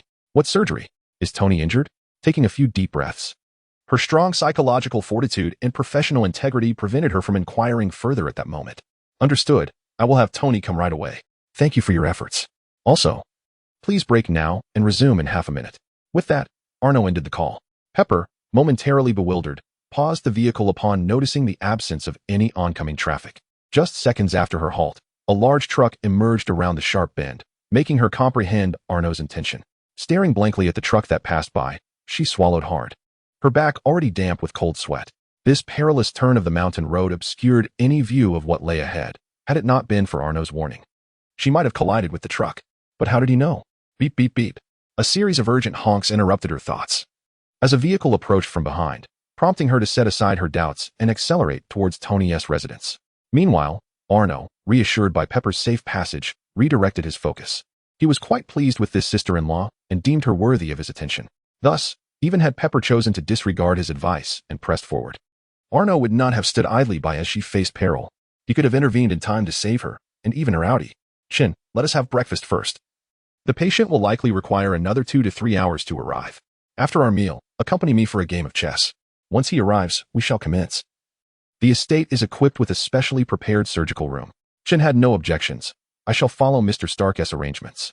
The restaurant in the building from yesterday was still in disarray due to Wanda's antics, and was being tidied up. Thus, the two conversed as they made their way to another dining area. While Arnaud enjoyed a pleasant discussion on the other side, Depool was exclaiming in frustration. Are you telling me your car is out of gas, and I now have to walk 10 kilometers to Stark's estate? The figure clad in a tight red suit grabbed the seemingly earnest Indian driver by the collar. The Indian gentleman cast a glance at Deadpool's dual katanas and handgun, skillfully raising his hands in surrender. "Ah, my apologies, sir. I was robbed of all my money during my last fare last night, and thus I lacked funds for fuel. I intended to use the earnings from my first ride today for gas, but I did not foresee that your destination would be so far. Goodness. Yet we are barely 10 kilometers out of the city. How is that far?" The robber from yesterday had also siphoned most of the fuel from his vehicle. Deadpool, at a loss for words, regarded this unfortunate soul. "Kid, in America, if you are a driver, you ought to be armed. Who else should you rob if not you? Remember to bring a gun next time. Damn it." With that, Deadpool unceremoniously tossed the Indian gentleman into a yellow taxi and stormed down the highway, muttering under his breath for self-comfort. Consider it a morning stroll. After all, that breakfast made by that blind old lady gave me indigestion. This is merely a morning jog to settle my stomach. The Indian gentleman, observing Deadpool angrily kicking stones by the roadside, timidly spoke up, "Sir." Deadpool whirled around, brandishing his knife in fury. "Shut your mouth. Showing you mercy today is merely a sign of my good mood. If you utter another word, I shall stuff you into the rear end of an Indian lizard." Chapter 14. The frustrated Deadpool. The Indian gentleman, upon hearing this, promptly covered his mouth. After all, he was of mixed heritage, not a purebred, and had no desire for any intimate encounters with reptiles. He grumbled incessantly until they had walked 10 kilometers, at which point Deadpool suddenly turned in terror. "Oh no, my weapon bag." He crouched down, cradling his head in despair, suddenly realizing he had forgotten his beloved weapon pouch. It may have appeared to be merely a bag of arms, but it represented more than just the gear needed to assault Stark Manor. It contained all his possessions. Now, with everything lost, he was left with merely 2 handguns and 2 blades. Sorrow enveloped him swiftly, yet it dissipated even more quickly. In a matter of moments, he stood up as if nothing had happened, fingers pinching a small yellow flower plucked from the roadside. "In memory of my departed loved ones. May that Indian lizard treat you well. Otherwise, I swear I shall plunge his head into the Ganges to show him what it means to be drenched in filth." After mourning his lost companions, Deadpool continued his journey with a nonchalant stride. This godforsaken place, after 2 hours of walking, he hadn't seen a single vehicle. Buzzing. No sooner had he thought this than a supercar raced by like a silver lightning bolt, its speed nearly blowing off his mask. "Damn it. Are you in such a hurry to deliver warmth to God? I better not encounter you again. I've memorized your license plate." Deadpool clutched his beloved red mask, sending a friendly greeting to the receding sports car. "Oh heavens, Tony, slow down. You nearly ran someone over just now." Little Pepper gripped the handrail tightly, her heart racing as she glanced at the dashboard that was already in overdrive. "Fear not. I am in control. I won't collide with that Disney clown. But if I do not hasten, Arno will indeed turn my Mark II into molten metal." Tony, with an air of calm, maneuvered the steering wheel with one hand while the other indulged in a cheeseburger purchased along the way. Amidst the roar of the sports car, Arno and Shinjun paused their game of chess to observe the vehicle entering the estate. Nearby, Stephen, who was rubbing his stomach due to the lavish breakfast, also turned his gaze. Suddenly, a thunderous sound echoed from the sky as the patient made a dazzling entrance. The car door swung open, and Tony, along with the weak-kneed Little Pepper, stepped out. Tony removed his sunglasses and cheekily winked at the trio, proclaiming, "So, the protagonist hasn't arrived late, has he?" Arno glanced at his watch. 10 minutes late. "But considering you are about to endure a month of suffering, I shall let it slide this time." Tony pouted, remaining silent. Though he had been spared, it did little to uplift his spirits. He was well aware of Arno's implication. Even if the surgery went smoothly, the gaping hole in his chest would not heal overnight, and the forthcoming recovery period would be quite arduous. To achieve swift recovery, it would require the successful development of the still conceptual nanomedicine technology. Contemplating this, an idea sparked in Tony's mind. Combining nanotechnology with the Mark suit would undoubtedly yield fascinating results. He was abruptly interrupted by Arno. "Now, let us remove that glaring bulb from your chest. Is this the doctor you found for me?" The little mustached fellow looked somewhat familiar. Tony mused as he assessed Shinjun and Stephen thoughtfully. Stephen, with a hint of sarcasm, remarked, "Ah, it's perfectly normal for the illustrious playboy not to remember an insignificant figure like me. After all, had I been embracing 2 supermodels at the gala like you, I would hardly recall anyone else present." Tony raised an eyebrow at the mustache man. "Oh, are you, Sherlock, mocking me?" Arno, exasperated, rubbed his forehead. "All right, Tony, enough. Today, Stephen is your assistant physician. Your life is in his hands. So can you manage to control that foul mouth of yours?" Shinjun's gentle voice soothed the atmosphere. "Gentlemen, now that the patient has arrived, let us proceed swiftly. After all, this surgery is not a trivial matter." "Indeed, let us move to the medical room," Arno nodded, leading the way. Dubbed a medical room, it resembled a small hospital instead. A standalone 5-story villa had been transformed into the estate's exclusive medical facility. Repurposed from a previous military base clinic, it was equipped with comprehensive facilities. What a hospital possessed, the villa also had, and what was absent in the hospital, the villa still provided. Once again, I express my gratitude for the generosity of the Americans. In the spacious operating room, Tony lay on the bed, having removed his clothing. Accompanying Chin-Jun and Stephen, who were already clad in surgical attire, were 5 professionals assisting in the procedure. Outside the expansive bulletproof glass window, Arno and Pepper were observing the individuals who were already succumbing to anesthesia. The medical villa had entered a state of lockdown, forbidding anyone from approaching or causing disturbances. Arno spoke calmly, and the maid behind him nodded slightly before retreating. Arno, will Tony be all right? Pepper inquired anxiously, her gaze fixed on Tony, who was gradually losing consciousness. Rest assured, the success rate is 99%. The remaining 1% poses no worry, as I shall intervene, Arno responded with poise.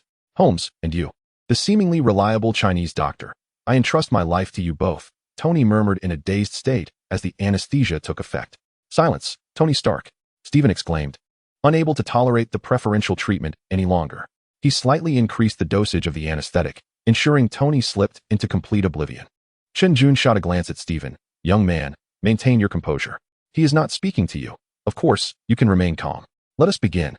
Stephen rolled his eyes at him, activating the magnetic suction above as he commenced the removal of the arc reactor from Tony's chest. Meanwhile, after nearly 3 hours of exertion, the mercenary, no, Deadpool, finally laid eyes upon his target's destination, Stark Manor.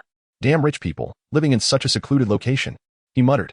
Once I eliminate you, I shall set this place ablaze, and let this manor accompany you to the underworld. As Deadpool approached the manor, he could not help but reflect upon the towering walls, adorned with menacing electric fencing. What in the world? Is this a manor or a military base? Is such fortification truly necessary? He scoffed, amusement mingling with irritation. If his weapons hadn't been left in the taxi, he would have surely blown the wretched walls to smithereens.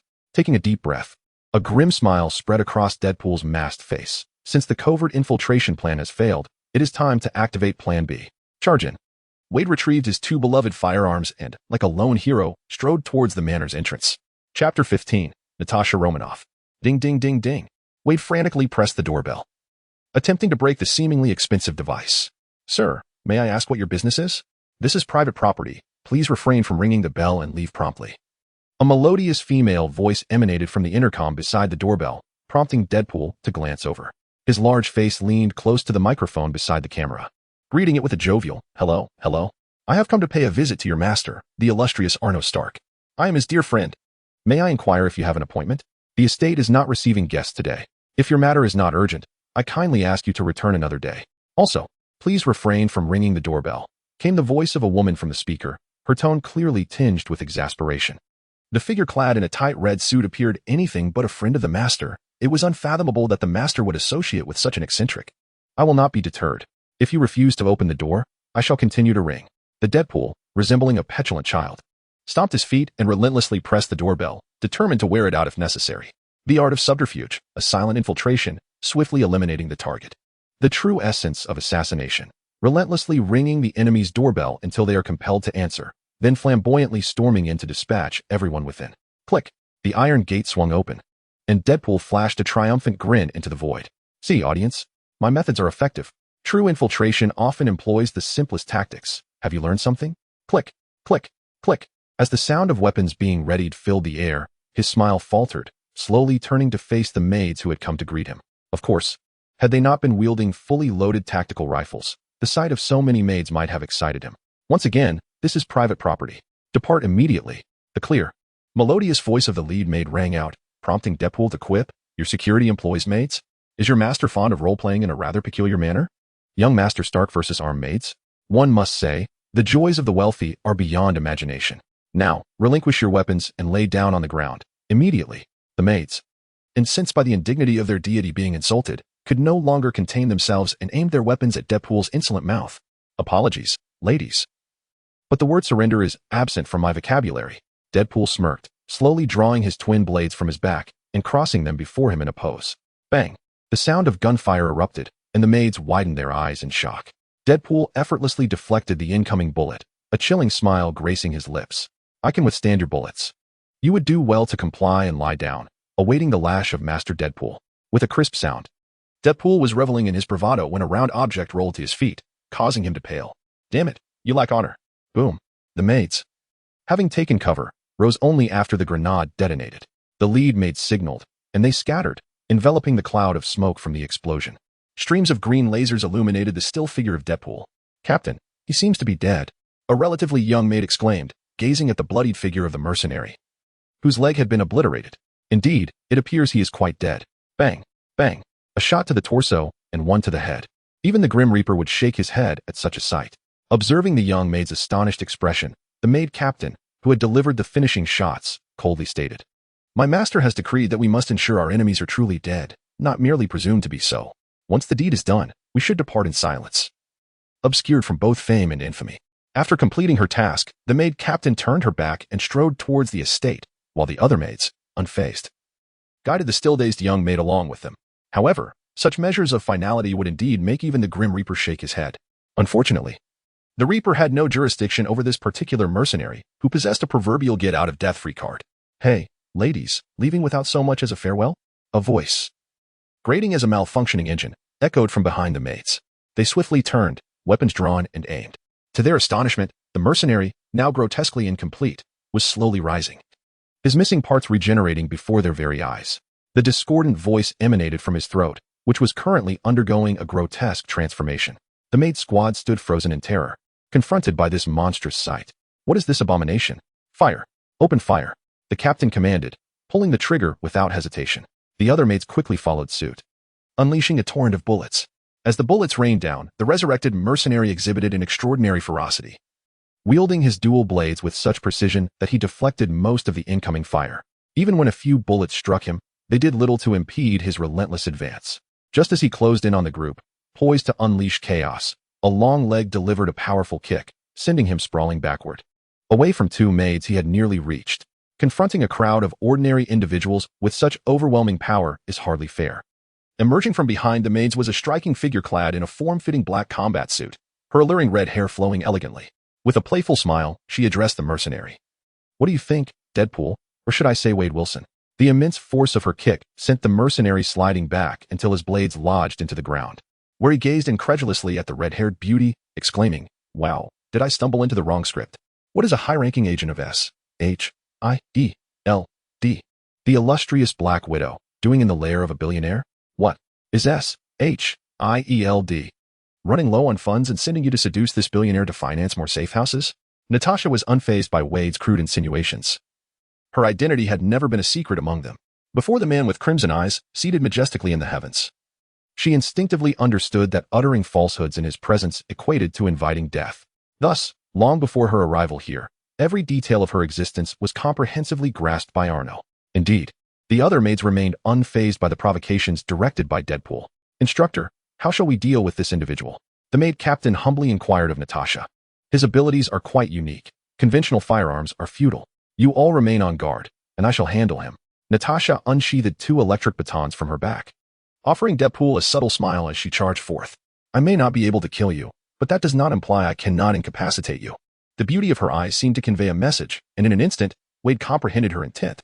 A noble man should not engage in combat with a woman. Yet who could blame him for being the villain? With gleaming blades in hand, Deadpool surged towards Natasha, unwilling to back down. Chapter 16, Deadpool vs. Black Widow. Arno observed the comedic skirmish outside the manor with keen interest, having no intention of intervening personally. If Natasha Romanoff, the chief combat instructor of the estate, could not subdue this jester clad in red spandex, then it was time for her to resign. When she infiltrated his manor, it was her combat prowess and lack of malicious intent that spared her life. The reason he was assured of her benign nature lay in the benevolent glow of his scarlet gaze, under which Natasha candidly revealed her identity and the purpose of her intrusion. A level 7 operative from the Department of Homeland Strategic Defense and Logistics. She was the Black Widow, Natasha Romanoff. Yet, her incursion into Stark Manor was not due to any assignment from her agency. Rather, she had inadvertently uncovered numerous missing orphan girls across the globe, tracing her way to Stark Manor through the clues she had gathered. During her investigation of the manor's records, her superior had sternly warned her against pursuing the matter further and advised her to avoid provoking Arnold Stark. Clearly, she had chosen to disregard that counsel. The motives behind her defiance likely intertwined with her own tumultuous past. The sight of these missing girls evoked memories of a place that filled her with dread, the Red Room. Only those who had endured its cruel training and torment could fathom the terror it inflicted. She could not permit other young girls, reminiscent of her own youth, to suffer the same fate. Moreover, even if Arno's intentions in abducting those girls were not aimed at turning them into assassins, Natasha surmised that his motives were far from benevolent. After all, what good intentions could a billionaire harbor when taking a substantial number of orphans? Regardless of the motivations that propelled her, Natasha found herself with an undeniable reason to venture forth. Thus, she resolutely made her way to the perilous den that the director had expressly cautioned her against. Unsurprisingly, the outcome left her utterly astonished. Not long after she infiltrated the premises, she was seized by a towering figure that descended from above, gripping her throat. To her further astonishment, she soon discovered that the girls she believed to be enduring unspeakable torment were, in truth, thriving in happiness within the estate. The seemingly aberrant Arnold Stark never coerced the girls into actions they were reluctant to undertake. Instead, for those who had yet to reach adulthood, Arnold would utilize his connections to ensure they received an education. Upon reaching maturity, they were free to choose whether to depart or remain within the estate to work. Unsurprisingly, most of the girls returned after graduation, for the manor had long since become their home. Even those who ventured out to pursue careers often did so due to their exceptional talents. Arnold, wishing not to stifle their potential, arranged for them to showcase their abilities on grand stages. He liberated them from their former struggles, providing them with a quality education and a life filled with beauty and freedom. Consequently, the girls held Arnold in profound admiration and affection. To the maids of the estate, Arnold represented their deity and faith. When Natasha first learned of these revelations from the girls, she felt a fleeting disorientation. A thought flickered through her mind. Had she encountered Arnold in her youth, her life might have taken an entirely different trajectory. Subsequently, in an effort to atone for her unauthorized intrusion into Stark Manor and driven by an inexplicable envy towards the place, she chose to remain as a combat instructor. Memories flowed like a stream. Natasha's dual batons clashed against Deadpool's twin blades, emitting sparks. Although Deadpool's technique was vicious and lethal, Natasha was no novice. Her exceptional skills and the enhanced physique gained from the Red Room allowed her to dominate in close combat, particularly when wielding the electric baton. She held an advantage over Deadpool's long swords. Natasha seized the initiative. The adage defense, if prolonged, is destined to falter rang true. After successfully blocking an oncoming strike from Natasha's electric baton, Deadpool suddenly tilted his head to evade. A projectile, crackling with electrical energy, narrowly grazed his nose, scorching his red mask. A hidden weapon? What a formidable woman. In his attempt to evade the electric projectile launched from Natasha's arm, Deadpool inadvertently exposed a minor opening. Natasha seized the moment, cranking the electric baton to its maximum. The electrified tip struck Deadpool's blade just as he could not react in time, sending him into a frenzy akin to a pole dancer performing to an electrifying beat. Yet, merely relying on such tactics cannot directly subdue Deadpool, given his astonishing regenerative abilities. Natasha's intent was not to defeat Deadpool in that moment, but rather to create an opportunity for her next move. The alluring shadow coiled around Deadpool's form, akin to a serpent, executing a perfect rear-naked choke, just as he was momentarily incapacitated by the electric shock. With a decisive crunch, Natasha tightened her grip, seizing the advantage without mercy. Her arm, constricting around Deadpool's neck, unleashed its full strength, swiftly severing his windpipe before he could fully recover. In a fluid motion, she rolled to her feet, retrieving the long blade that had fallen to the ground during the scuffle, and executed a seamless strike. Whoosh! Crack! A sizable head tumbled to the floor. With an air of elegance, Natasha stepped forward, lifting Deadpool's head and removing his mask, gazing upon his visage reminiscent of something deep-fried. She smiled slightly. Stop pretending. You are not so easily vanquished. Suddenly, the grotesque face in her grasp blinked open. Truly, you are the Black Widow. You show no mercy. We have fought side by side on several occasions, yet you are so heartless. Natasha raised an eyebrow and scoffed. If you mean your incessant meddling during my missions is teamwork, then I would rather have operated without your interference. Ahem. That was an accident, but I was personally hired by your dear director to partner with you, so I cannot be entirely blamed, can I? Besides, I am practically half a member of S.H.I.E.L.D. We are comrades. Could you kindly return my head to my body? Without hands. I cannot even manage that myself. How pitiable. Deadpool's head looked at Natasha with an air of helplessness. Unfortunately, his appearance was so grotesque that it evoked not sympathy, but a sense of nausea in Natasha. Oh, right, I nearly forgot about your body, Natasha remarked with a sly smile, causing Deadpool's heart to skip a beat. What are you planning? Surely, you do not intend to do something wicked to my body. Deadpool's face was flushed with embarrassment as he gazed at Natasha. Natasha's lips twitched, reluctantly acknowledging that she had, on this occasion, been outwitted in verbal sparring. Yet, She dismissed the notion that he was anything more than a mutated, wrinkled dog in her eyes. Ignoring Deadpool further, she beckoned the vigilant maidens nearby, summoning one to approach. Bring forth the gasoline barrels. We shall prepare a fiery bath for Mr. Wilson. With 2 large barrels of gasoline poured over him, Deadpool's body instantly glistened. One hand grasping Deadpool's head, Natasha produced a cigarette with the other, and a maid promptly lit it for her. Deadpool's eyelids twitched uncontrollably. Could we perhaps negotiate? I could provide you with my employer's information if you would spare my delicate physique. Natasha took a deep drag from her cigarette, exhaling the smoke directly into Deadpool's face, narrowing her eyes. You see, women tend to hold grudges. I've longed to incinerate you, so relish your fiery bath. Wait, at least take off my battle suit. It's the only one I have. Alas, women sometimes lack keen hearing, as was the case now.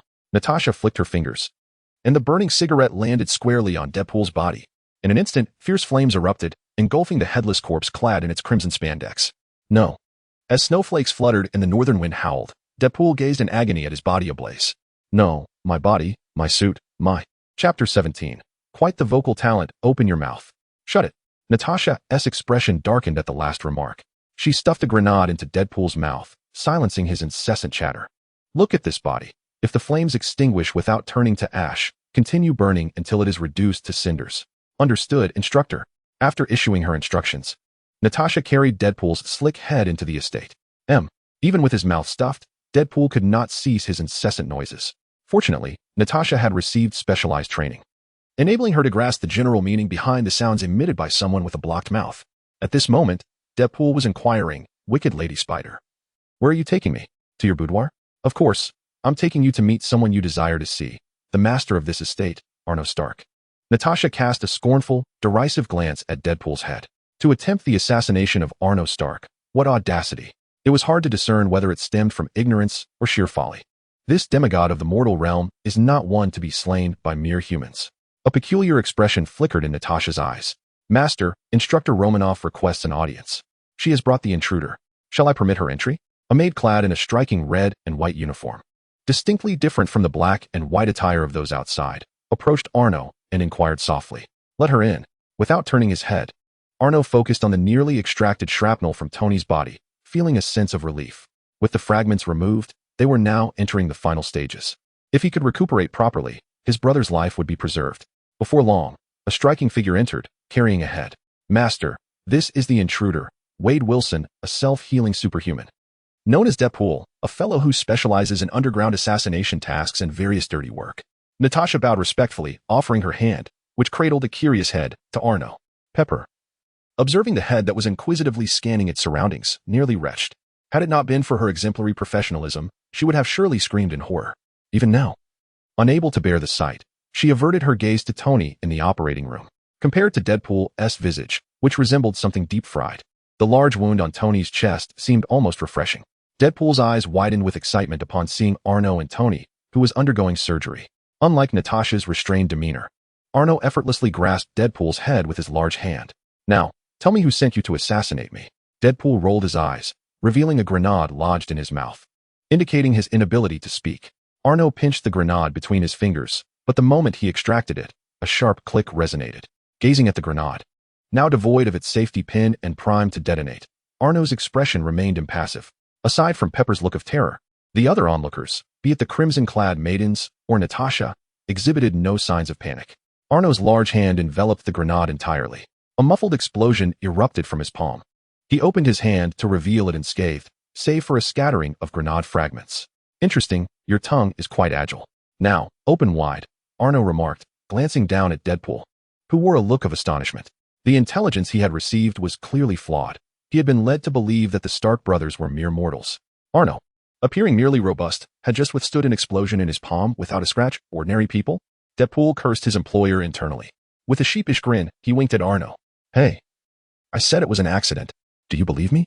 Arno remained silent, raising a finger adorned with the fragments towards Deadpool. The latter's expression shifted to one of shock. Are you implying that you intend to? Oh my, I didn't expect you to have such a penchant for this. You'd better be gentle. Arno's finger hesitated momentarily, the smile fading from his face. He then flicked his finger, and in an instant, Deadpool's lips, along with his teeth, were obliterated. Arno forcefully shoved the remnants into Deadpool's unwilling mouth, subsequently clamping his jaw shut. I'll give you one last chance. Who hired you?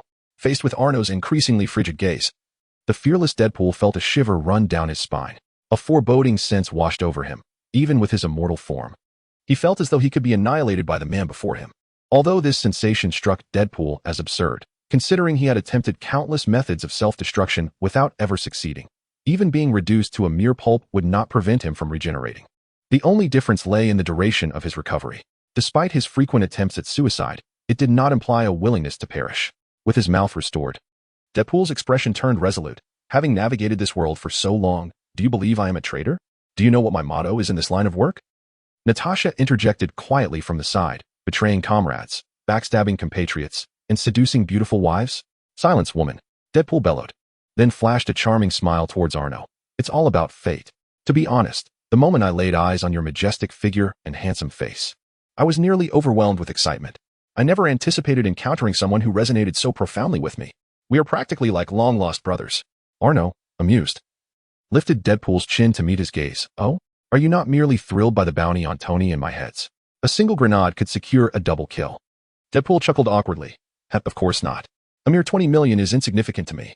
Do you really think Tony and I are worth just 10 million each? How amusing. While he was not surprised that someone had hired an assassin to target himself and Tony, the meager bounty felt somewhat insulting. Enough of this idle chatter. Speak of your employer. Deadpool appeared quite eager.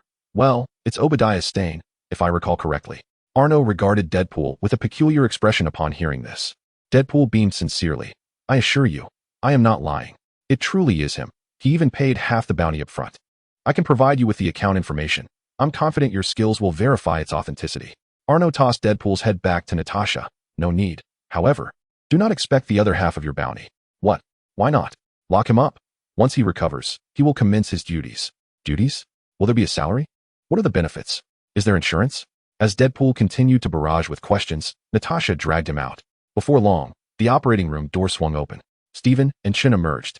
Having successfully completed the procedure, all that remained was a period of proper recovery. Chapter 18. The ambush duo. Steven removed his mask and flashed a triumphant smile at Arno. Arno reciprocated with a grin. Thank you both for your assistance. I owe you a favor. Should you ever require help, do not hesitate to ask. Steven and Chun could not help but smile at this, for a favor from the Stark heir was no ordinary boon.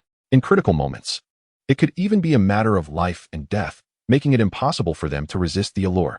What they were unaware of was that this favor held far greater significance than they could ever fathom.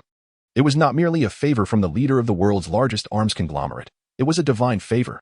Qin Jun recognized that his presence was no longer needed. And with a sense of propriety, he remarked, since the operation has been completed, Steven and I shall not intrude upon your reunion any longer. We bid you farewell. Arno nodded in response to Qin Jun's words, fully aware that he had hastily summoned the two, thus consuming a considerable amount of their time. As elite surgeons of the highest caliber, their patients awaited their expertise, often scheduling surgeries well into the following year. The fact that they had arrived at his request was already a significant gesture. Without proper appointments, even Tony would find it challenging to summon such esteemed physicians. Very well. I shall not detain you any further. Clea, please see them out, Arno instructed. As the crimson-clad maid escorted them away, he chose not to disturb the unconscious Tony, but instead furrowed his brow, gazing toward the north. Pepper, remain here and keep watch over Tony. I have matters to attend to. Before Pepper could respond, Arno vanished from sight. Far to the north, at the border of Sokovia, a man and a woman, both battered and bruised, supported one another as they fled. The whir of helicopters echoed ominously behind them, accompanied by the rapid approach of numerous armored vehicles. Wanda, you must go on without me. I am a burden in this condition. Seek out Brother Arno at the manor. He will surely protect you, Pietro shouted, clutching his thigh that had been pierced by a trap, as he urged Wanda, who stood defiantly before him, her eyes resolute. No, I will not abandon you. Just as you have never considered leaving me behind, Wanda declared, her gaze fixed unwaveringly ahead. Before them loomed a multitude of fully armed combatants, weapons drawn, advancing relentlessly toward the siblings. Above, armed helicopters circled ominously, encircling them on all sides, rendering escape nearly impossible. To understand why Pietro and Wanda were being pursued, one must trace back to their departure from the manor the previous day. In a flash of speed, Pietro had taken Wanda back to their homeland, Sokovia, a place that had once been their cherished home, now transformed beyond recognition after more than a decade. The site of their former residence had been replaced by a newly constructed building, appearing far superior to their previous abode. The inhabitants of the area seemed to live far more contentedly than they had in their time, for at least there was no war. The two stood atop what once was their home, leaning against one another, momentarily lost in thought as they gazed upon the peaceful Sokovia that lay before them. Wanda gazed at the carefree children playing on the street and murmured, "Pietro, look, it seems the people of Sokovia have forgotten the wars of the past. Do they not harbor any hatred? Once, as a child, her greatest longing had been to frolic outside with her brother, free from the constant dread of gunfire. Yet, nearly a decade had passed. How could they not resent? They loathed the war and the demons who had robbed them of their loved ones. It was this very hatred that had driven her and her brother to abandon their homeland in pursuit of vengeance. However, they soon discovered that their perceived enemies were far too formidable. Two orphan souls standing against the titan that was Stark Industries were akin to ants attempting to shake a tree. Adding to their despair, in a nation that professed freedom and equality, mere survival proved a monumental challenge, let alone exacting revenge on the country's foremost arms dealer. Yet, amidst the despair, hope quietly emerged. The duality of destruction and redemption unexpectedly stemmed from Stark. Pietro smiled with a sense of relief. They hate, but they understand that hatred will not bring them revenge. Unlike us, they have chosen to accept reality. Wanda, Brother Arno is right. Weapons are neither right nor wrong. It is the instigators of war and those who wield them that are at fault. While the presence of Stark Industries arms in the hands of rebels can be attributed to Tony Stark's mismanagement, ultimately, it was not his intention. And he has paid the price for his negligence.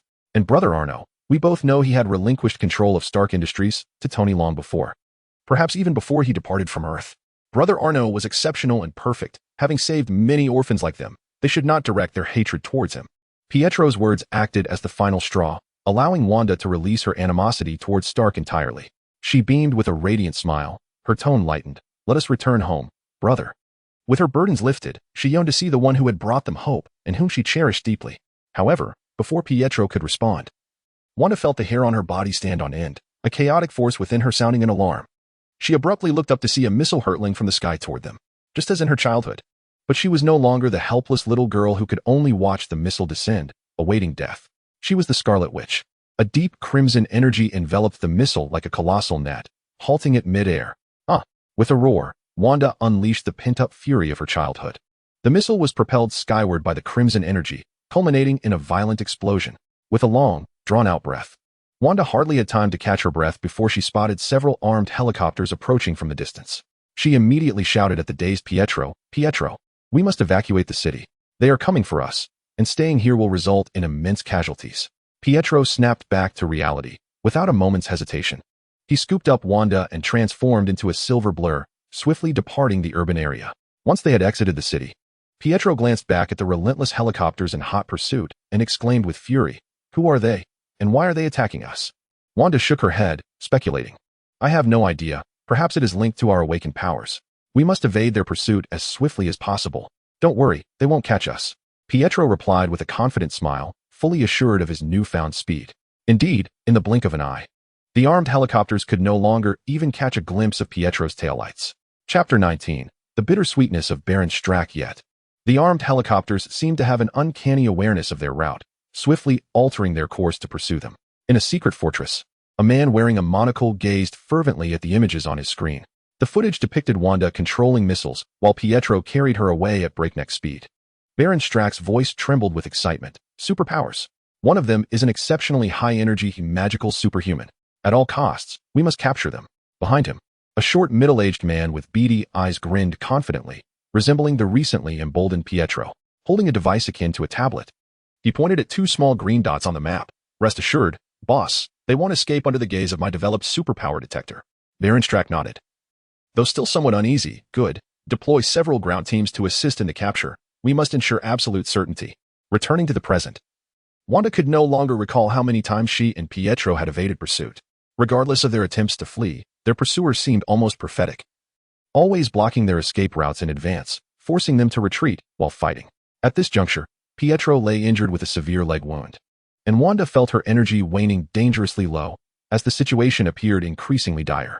Despite her hands flickering with chaotic power and her head throbbing from exhaustion, she resolutely positioned herself before the incapacitated Pietro, prepared to face the multitude of armored vehicles and armed personnel closing in from all sides. In the face of such dire circumstances, Wanda felt an unexpected absence of fear, her heart instead brimming with longing and regret, both stemming from a single individual. "Brother Arno, we shall meet again in the next life." Her eyes ignited with a crimson glow, and the chaotic energy within her surged as she prepared to make a final stand. She sensed that, Aside from the energies she could command, there existed within her a formidable force that eluded her control. Yet, the inability to harness it did not preclude her from utilizing it. She could forcibly detonate that powerful energy with the last vestiges of her strength, albeit at the cost of her own life. Nevertheless, even in death, she vowed to take these people with her to the grave. The crimson radiance surrounding Wanda grew increasingly frenzied. Just as the chaotic energy within her simmered to the brink of explosion, a warm hand clasped her wrist from behind. There is no need for another life. In this one, you are already mine. The chaotic crimson energy recoiled upon encountering Arno, akin to a mouse confronted by a cat, swiftly retreating back into Wanda's being. It was evident that it recognized the formidable entity that had effortlessly broken free from its confines in the last illusion. Arnold Stark, the deity in Wanda and Pietro's eyes, now stood as a demonic figure before the Hydra forces. Hearing that reassuring voice from behind, Wanda, having reached her limits, could no longer endure. She closed her eyes and leaned against the broad chest of the one behind her, succumbing to unconsciousness. Arno tenderly caressed Wanda's slumbering face and gently laid her beside the agitated Pietro. Slowly turning, his dark cloak billowed without wind, and his indifferent black eyes gradually ignited with a crimson hue. You wretches, tell me, who gave you the audacity to lay hands on my people? With just a whisper. The atmosphere seemed to still. Despite being outnumbered, the Hydra soldiers felt their hearts momentarily falter beneath the weight of his blood-red gaze. A figure resembling a captain raised his hand to issue the command to fire, but before he could utter a single word, he was cleaved in two by a red laser. The order became unnecessary as the entire Hydra contingent unleashed a torrent of gunfire upon Arno. The cacophony of gunshots and explosions erupted, reverberating deafeningly in the air. Arno's towering form shielded Pietro and Wanda from the onslaught, unflinching against what were mere trifling attacks. The crimson light in his eyes began to boil, his searing gaze sweeping outward in a fan-like arc. The red beams, akin to sharpened blades, surged forth from the smoke of gunfire, cleaving through armored personnel and heavily fortified vehicles alike. Before this laser, everything seemed as fragile as paper, effortlessly severed. Accompanied by countless agonizing screams, Baron Strack, monitoring the scene from the ancient castle, stared in bewilderment at the man who had suddenly appeared on the screen, ruthlessly decimating the majority of his elite Hydra squad. What in the world is this terrifying power? Yet, almost immediately, his gaze turned more fervent and greedy, his heart yearning to possess this newly emerged superpowered individual. He dispatched all his teams, determined to capture him. If he could secure this power, he would ascend as the most formidable leader of Hydra, the true head. Strack, perpetually overshadowed by Pierce and Madame Viper, was teetering on the brink of madness. Pierce had his Winter Soldier, and Madame Viper wielded her superhuman abilities. Strack, on the other hand, possessed neither special powers nor unique talents. Merely a cadre of ordinary Hydra members. He was desperate to acquire a powerful, superpowered ally of his own, which had driven him to hunt down superhumans across the globe. However, he could not act with the same impunity in every country as he did in Sokovia. In those powerful nations, such arrogance would have led to his swift eradication. Moreover, capturing formidable superhumans was no simple task, and thus far, he had only managed to capture a handful of inept superpowered individuals. Like a fool who could sprout spikes all over his body and fancied himself the greatest of all. It wasn't until Wanda and Quicksilver, two individuals with immense potential, intruded upon his territory that hope rekindled within him. The arrival of Arno poured gasoline upon this flickering hope, igniting it into a roaring flame. But just as this blaze began to burn, a cold splash of water extinguished it. Boss, perhaps you should reconsider. I sense that this superpowered individual is rather unusual. He seems excessively powerful, Dr. Small Eyes whispered cautiously from behind. In his frenzied state, Baron Strack dismissed the warning, ready to unleash his fury, only to be interrupted by a shattered tablet striking his face. The energy index of my superpower detector skyrocketed upon that person's appearance, ultimately causing it to explode. Strack fell into silence, casting a glance at the screen, where his forces were nearly obliterated. Eventually, reason triumphed over impulse. Clearly, even if he sent all remaining personnel, it would merely serve as a means to deliver food to his adversary. Chapter 20. Strack severing ties for survival. Pierce, enraged, he severed all signals to the dispatch teams, issuing a final command for them to launch a suicidal assault. Baron Strack waved his hand, feeling a twinge of pain as he gave the order. After all, that represented half of his assets, and now, to declare them lost was akin to a wound in his heart. Yet, with his regained composure, he understood that he must sever ties promptly to survive. With the power exhibited by the figure in the scene, should he discover his true self, the strength within his grasp would be utterly insufficient to withstand him. As long as the Green Mountains remain, there will be no worry for firewood. What must be severed shall be severed. There will be ample opportunities in the future. Upon receiving the command, the doctor behind him swiftly began inputting instructions into the computer. Meanwhile, the remnants of the Hydra squad received the final order from their leader: fight to the death. They instantly realized they had been forsaken. Yet fear did not flicker in their eyes. All for Hydra. Long live Hydra. With a collective low growl, their gazes ignited with madness. The combatants unleashed grenades and charged towards Arno. Armed helicopters, having exhausted their ammunition, came crashing directly at him. Armored vehicles surged forward, firing their machine guns indiscriminately. Hydra, you say? Arno's ears perked up as he whispered a phrase. Having acquired the information he sought, there was no need to spare these individuals. After all, they were clearly victims of profound brainwashing, more thoroughly indoctrinated than those in a pyramid scheme. Even if captured alive, they would yield no useful intelligence. Yet, they could hardly fathom that amidst the clamor of artillery, Arno could still discern their hushed murmurs. He braced himself against a suicide bomber helicopter hurtling towards him. In the terrified gaze of the pilot, his fingers pierced through the thick armor of the cockpit. Arno wielded the helicopter like a colossal hammer, smashing it down upon several suicide bombers. Boom. The bombers were reduced to mere pulp, yet the grenades in their hands detonated, along with Arno's massive helicopter. Only the skeletal frame remained. He nonchalantly tossed the remnants, obliterating an oncoming armed helicopter. His body slowly ascended, gazing indifferently at the ants below. The farce was about to conclude. With a twist of his head, a crimson radiance engulfed the sky, sweeping across the heavens and earth. In less than 10 seconds, fireballs cascaded from the sky. The ground was littered with shattered corpses and debris from armored vehicles. As the red glow in Arno's eyes gradually extinguished, it settled before the astonished Pietro. At this moment, Pietro wished to awaken his foolish sister, to show her the miraculous scene and the divine stature of Arno. The elite forces that had relentlessly pursued him and his sister were as easily dispatched as swatting a swarm of mosquitoes before his elder brother, Arno. He had anticipated that Arno would be formidable. After all, who could traverse beyond Earth without strength? Yet, he never imagined he would be this powerful. Come, let us return home. As Pietro gazed at Arno's outstretched hand, he found himself momentarily transported back in time to a few years prior, when he and his sister first grasped that warm hand. A smile graced Pietro's lips as he reached for Arno's large hand, only to grasp at empty air. Arno effortlessly lifted the unconscious Wanda, cradling her against his arm. Observing Pietro's hand frozen in midair, Arno revealed a barely perceptible, mischievous smile. How old must one be to still require such guidance? How embarrassing. Amidst Pietro's flushed countenance, Arno chuckled with delight. You threw a tantrum and ran off so far. I cannot bear to reprimand Wanda, but if you persist, dinner may not be as enjoyable. With a buoyant spirit, Arno seized Pietro by the collar of his shirt and, without warning, took flight, instantly breaking the sound barrier, accelerating to 100 kilometers per hour in a mere 0.01 seconds. A piercing scream erupted from Pietro as he soared through the air. Meanwhile, in the SHIELD headquarters, atop the Triquarters building, the office of the former director, now Minister of the World Security Council, lay in disarray. Alexander Pierce, consumed by fury, overturned his desk, sending computers and documents scattering across the floor. Each piece of data and every scattered file contained information potent enough to send a shiver down the spine of an ordinary person. Yet, his mind was clouded solely by rage and fear. That fool Strack.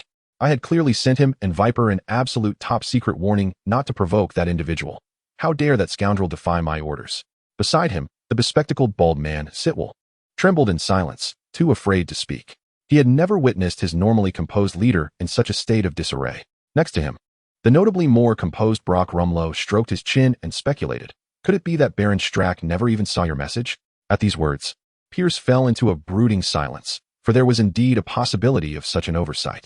Although Hydra persisted in its existence, having grown stronger while lurking in the shadows, it did not signify that their internal factions were entirely united. In fact, following the disappearance of Red Skull, Hydra had fractured into 3 distinct factions: the externally free-operating Baron Strack, the formidable Madam Viper, who commanded numerous superpowered beings, and his own SHIELD, the most powerful faction of Hydra, whether in the shadows or in the light. SHIELD's identity afforded his faction an unparalleled advantage, allowing them to flourish beyond measure. Although the 3 parties ostensibly function as a single organization, progressing together and assisting one another beneath the surface, none of them yield to the others. Nonetheless, they all remain part of Hydra. However, it is the foolish Strucker who now risks not just his own faction, but potentially the entire Hydra being dragged down into annihilation. In his unique position, he is more acutely aware than anyone of Arno's terrifying power. Over a decade ago, Arno's formidable abilities led S.H.I.E.L.D. to classify him as a level 10 top-secret dossier, an entity to be avoided at all costs. This was merely 2 years after Arno's awakening. In the years since, satellites have occasionally captured images of Arno basking in the sun in space. Who knows how powerful he has become now? He lacks kryptonite. How dare he provoke this ancestor? Even if he possessed kryptonite, Arno is not Clark. He did not grow up on a simple farm. He was raised in a family of arms dealers. Pierce's composure is beginning to fray, yet he strives to maintain the calm expected of a leader. Suddenly, the diminutive bald man with great wisdom, Sitwell, has a flash of inspiration. Sir, why don't we extend an olive branch to AR? A punch to his stomach from Crossbones interrupts him just in time. With a nonchalant tone, Crossbones retracts his fist. Have you forgotten? We cannot speak that name. Sitwell realizes his mistake as he catches a glimpse of Pierce's icy gaze upon him. A bead of cold sweat trickles down his forehead as he casts a grateful look towards Crossbones. Crossbones smirks, noting that despite being struck, they ought to be thankful to them. Chapter 21. Why not befriend the unbeatable? Pierce's voice is frigid. Sitwell, you had better provide me with a satisfactory answer, or I shall assign you to Madame Viper. Instantly, a vision of a seductive figure with golden hair and green attire flashes in Sitwell's mind, sending a shiver down his spine. He would rather die than serve that venomous woman. Sir, I believe that since we have no chance of victory against him, we should consider preemptively extending goodwill. For instance, we could offer him useful items or assist him with certain troubles, thereby demonstrating our benevolence. Based on over a decade of analysis, he does not embody the archetype of a superhero driven by absolute justice. If we establish a favorable relationship with him in advance, even if he discovers that Strucker's men acted against him, as long as we distance ourselves from Baron Strucker, he should not impose excessive difficulties upon us, right? Sitwell breathlessly concludes, anxiously observing Pierce, fervently hoping that his answer will satisfy him. After all, this was merely a fleeting idea of his, not particularly sophisticated, and one that even a fool could conceive. Pierce stared blankly at the little bald man before him. For over a decade, he had regarded Arnold Stark with a mixture of trepidation and fear. His power was formidable, and his abilities were particularly effective against Hydra, an organization lurking in the shadows. The might of a god, reminiscent of comic book heroes, allowed him to eavesdrop on the entire world. This meant that, should he desire, he could uncover every Hydra member hiding in the dark. After all, Hydra operatives were fond of proclaiming their motto, Hail Hydra, during their clandestine activities. This was a chant that could not alter. Even their leader could only manage to have his subordinates whisper it discreetly, unlike the foolish minions of Strucker, who blasted it out loud. However, even the faintest whisper would be rendered inconspicuous in the presence of someone capable of hearing the voices of the world. Of course, Pierce could not be entirely certain that Arno's powers were identical to those of the Superman depicted in comics. Yet he dared not gamble on it. The abilities Arno had already displayed bore an uncanny resemblance to those of the comic book hero: a steel physique, superhuman strength, super speed, the ability to fly, and heat vision. Most alarmingly, Arnold Stark drew strength from solar rays, which made Pierce wary of the possibility that he possessed both super hearing and super sight, two capabilities that filled him with dread. Thus, he had long ago deemed Arnold Stark an entity that Hydra must never provoke. He even forbade his subordinates from uttering the name, fearing that it might reach Arno's ears. After years of living in constant apprehension, when asked why he did not seek to befriend him, Pierce fell silent. Should he admit that he had never considered such a simple and direct approach? After a prolonged silence, filled with mixed emotions, Pierce waved his hand. You may leave. From now on, sever all ties with Strucker's faction and gradually delineate ourselves from them. Understood.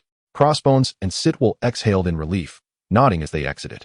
They recognized that Pierce's anger had subsided for the day, especially Sitwell, who, upon leaving, took a deep breath, wiping the cold sweat from his brow. Feeling as though he had narrowly escaped death, he gratefully turned to Crossbones. Thank you for today. I owe you a significant favor. Had you not interrupted me with that punch, Pierce would have surely killed me. Crossbones cast a disdainful glance at him, stating, I merely wish to avoid the folly of your ignorance leading the entire Hydra to its demise. With that, Crossbones stepped into the open elevator, disregarding the ashen-faced Seatville, and promptly pressed the button to close the doors. He had always harbored a disdain for those inept in combat yet eager to dictate from the sidelines. Damn it. Bang. Once the elevator descended, Seatville could no longer contain his fury, delivering a furious punch against the closed doors. However, in mere moments, the elevator door remained unscathed, leaving Seatville grimacing in pain, clutching his injured fist. It was evident that Crossbones' assessment was indeed correct. At Stark Manor, Arno gently descended with the sleeping beauty cradled in one arm, while with the other, he carelessly discarded the feeble Pietro onto the ground. Unceremoniously, Pietro laid down where he fell, lamenting, "I'm still an injured party. Is it truly fair for you, Arno, to prioritize beauty over friendship?" Arno looked down at him, responding coolly, "You dare speak? A bunch of worthless fools have reduced you to this state. With your speed, you could have dispatched them all with a mere knife. You deserve to have your leg pierced. What's the use of such swiftness if it leads to this? Furthermore, once you recover, I shall hold you accountable for taking Wanda to Sokovia without proper protection, leaving her to safeguard you instead." With that, he disregarded the incapacitated Pietro, carrying Wanda into the medical villa. Pietro reached out helplessly towards Arno's retreating figure, exclaiming, "Oh no, I can't walk. Am I truly expected to crawl inside?" His pleas were not in vain. The golden-haired maid emerged from the villa, approaching Pietro and extending her hand towards him. "Kia, you are truly the best." Pietro smiled charmingly at the beautiful girl before extending his hand, only to grasp at thin air. Kia seized his collar, effortlessly lifting him and carrying him towards the villa. "Hey, not again." Pietro covered his face, embarrassed at the prospect of the maids witnessing his humiliation. "Wow. Oh my, what have I discovered? Am I seeing things? Arno is actually holding a woman?" Tony, seated in his wheelchair, twisted around to emit an exaggerated cry towards Pepper, who was pushing him. Despite Tony's theatrical tone, the astonishment in his eyes was genuine. While Arno had had several girlfriends, Tony had never before witnessed his brother embrace a woman in public. "My girlfriend, Wanda. My future wife, just like your Pepper," Arno stated candidly. Tony was momentarily taken aback, his teasing smile freezing on his face.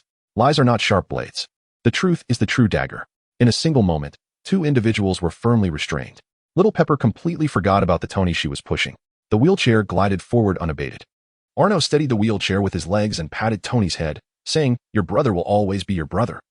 You're still a bit too inexperienced to engage in verbal sparring with me," handing the wheelchair over to the flushed Little Pepper.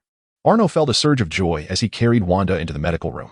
Chapter 22. Tony's resolve. My younger brother, he has no shortage of female admirers, with girlfriends counted by the day. Yet, when faced with genuine affection, he appears utterly timid, lacking even the boldness of a high school student. In the lengthy corridor, only the awkward atmosphere lingered between Tony and Little Pepper. Both were at a loss for words, and silence enveloped them. Fortunately, the tension was soon broken by the sound of approaching footsteps. Pietro was brought in by the red-clad maid, Katia. The two injured individuals, one seated, the other suspended, found their gazes locked. Pietro stared intently at Tony, his breath quickening. Tony, bewildered, felt a twinge of annoyance at Pietro's intense gaze. "What is up, buddy? Why are you looking at me like that? Did I date your girlfriend or something?" After a moment of internal struggle, Pietro took a deep breath to quell his urge to physically confront the man before him. "Tony Stark, you should leave this estate as soon as possible. Otherwise, I cannot guarantee that you won't find yourself permanently confined to a wheelchair." Tony glanced at the gaping wound in Pietro's leg and scoffed, "Given your current state, perhaps you should be the one considering the possibility of being permanently wheelchair-bound, silver-haired boy. I've already made my peace with you, but my sister may not feel the same."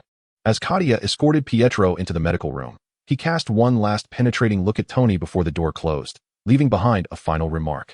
Tony turned to the tightly shut door, furrowing his brow. He pressed a concealed button on the armrest of the wheelchair, and instantly, a blue virtual projection materialized before him. "Jarvis, retrieve information on that silver-haired fellow. I need to understand why he harbors such animosity towards me." "Understood, sir. I am currently conducting the search." Typically, if he encountered someone like Pietro, who exhibited a hint of hostility, Tony would disregard them entirely. After all, countless individuals were envious or resentful of him. If he were to investigate every person who held a grudge against him, he would need to forego sleep entirely. However, this silver-haired individual was different. He belonged to Arno's estate. Within Arno's estate, there existed but one type of person, kin, or rather, family. Here, it was less a mansion of a wealthy man and more a vast familial gathering. From the esteemed red-clad butler to the humble kitchen staff, each individual was meticulously gathered by Arno from the outside world. Each one of them was an orphan, devoid of support. While they often expressed their deep respect towards Arno, who provided them with a fulfilling life, he never regarded them as mere servants. In the estate, each person enjoyed their freedom. This place was a home for them all. At times, he found himself envious of his elder brother for possessing such a warm abode. Yet, his disposition prevented him from nurturing a familial atmosphere akin to Arno's. After all, he was a tech enthusiast who, apart from the nightlife, preferred solitude to engage in research. It was precisely this that fueled Tony's determination to uncover the reason behind the silver-haired young man's faint animosity towards him. He could not allow a potential threat, harboring resentment against the Stark family, to linger in Arno's vicinity. "Sir, here's the information gathered regarding Pietro Maximoff. Vivid images and data unfolded before Tony's eyes. A Sokovian? An orphan, smuggled in from afar, surviving through menial labor until his disappearance 4 years ago, and he had a sister. Tony paused, recognizing that the sister referenced in the documents was the very girl Arno had just carried inside. Naturally, Arno, who had a penchant for collecting orphan little girls, would not overlook the boy's sister. However, this information seemed futile. Jarvis, search their records for any connections to Stark. Instantly, the display narrowed down to a single page. The Maximoff siblings' parents had perished in the 1999 rebel uprising. There was merely a succinct line of text accompanied by a black and white photograph, a missile standing amidst ruins, with a label indicating it was manufactured by Stark Industries. Pepper, standing behind Tony, was equally taken aback by the revelation. "Oh my, Tony, that child's parents." Tony's initial joy, having had the bullet fragments removed from his chest and on the verge of returning to normalcy, was abruptly overshadowed by a heavy weight. He touched his chest. Although the fragments were no longer there, he felt as though his heart had grown heavier, burdened by a new sensation, responsibility. Tony's gaze gradually firmed. Although he had miraculously survived the Stark-made missile, countless others were fated to die at the hands of the weaponry he had created. In that moment, he resolved to eradicate all Stark Industries weapons that had fallen into the hands of terrorists. He would take action himself, although he believed Arno would handle these matters if informed. It was his own mismanagement that had allowed Stark Industries weapons to end up in the hands of those who would misuse them. Arno entrusted the company to himself, yet he failed to manage it effectively. This is his responsibility. Therefore, he must resolve these matters personally. He cannot allow more children, like the Maximoff siblings, to lose their loved ones due to the weapons he has created. The prerequisite for all of this is to complete the second generation of the Mark project. Pepper, return to the villa, but your injury is not yet healed. You should remain at the estate to recuperate. No, we must go back immediately. Ultimately, Pepper could not withstand Tony's resolute gaze and reluctantly pushed him into the car. As the sports car sped away, Arno stood silently at the hospital window, watching Tony's retreating figure. Grow up, Tony. Go forth and act. Whatever you accomplish, do not worry. Even if you err, it matters not. I will intervene. Arno shifted his gaze to Wanda, who lay asleep on the bed, her brow furrowed. The doctor had already diagnosed her condition as mere exhaustion, with no significant issues. She would experience headaches for a time and simply needed rest. Yet, she hardly appeared untroubled. Arno grasped Wanda's hand, and indeed, a faint energy was pulsating beneath her skin. Was this the power Wanda had intended to unleash? Arno pondered. When he arrived, the formidable energy within her, on the verge of explosion, was evidently beyond her control. This force felt more like an entity with its own consciousness residing within Wanda, of which she could only command a fraction. In times when Wanda was energized, her consciousness could dominate. However, once her available energy was depleted and she fell unconscious, the dormant force within her began to seek control. Strangely, this energy seemed to fear her, becoming subdued in her presence. This was good news. At least he need not worry about her losing control while he was by her side. Wanda was just awakening. There was ample time. Once she gradually mastered this energy completely, there would be no problems. Do not fear. I shall take care of everything. Arno gently smoothed Wanda's brow. Sunlight streamed through the window, enveloping them in a golden embrace. Everything appeared picturesque. Oh woo. If only one could exclude the wretched scream from Pietro in the adjoining room, it might have been even better. Chapter 23. The press conference time flew swiftly. A month later, according to insiders, Stark Industries had suffered its 15th attack in the past 10 days due to poorly managed weapons falling into the hands of terrorists. The assailant not only obliterated numerous weapons held by terrorists, but also liberated countless civilians held captive by them. This attacker was inadvertently captured by survivors on camera, revealing him to be a striking crimson robot. The appearance of this image sparked widespread discussion and intrigue, leading the public to affectionately refer to the golden red automaton as Iron Man. The serendipitous arrival of such a high-tech robot at the strongholds of terrorists armed with Stark Industries weaponry invites boundless speculation. Today, the current president of Stark Industries, Tony Stark, will also attend the press conference, and we anticipate he will provide us with a satisfactory explanation. Let us await the revelations with bated breath. A blonde beauty stands before the Stark press conference, broadcasting live on the imminent hot topic of discussion. Buzzing. Once again, the familiar roar of sports cars fills the air as a silver Audi R8 makes a flamboyant entrance, executing a near 360-degree drift before halting at the roadside. The reporters, akin to cats catching a whiff of fish, sprint towards the R8 at breakneck speed. It is well known that Tony Stark has an affinity for the Audi R8. Given that this is yet another Stark Industries press conference, such a grand entrance can only be attributed to one individual, Tony Stark.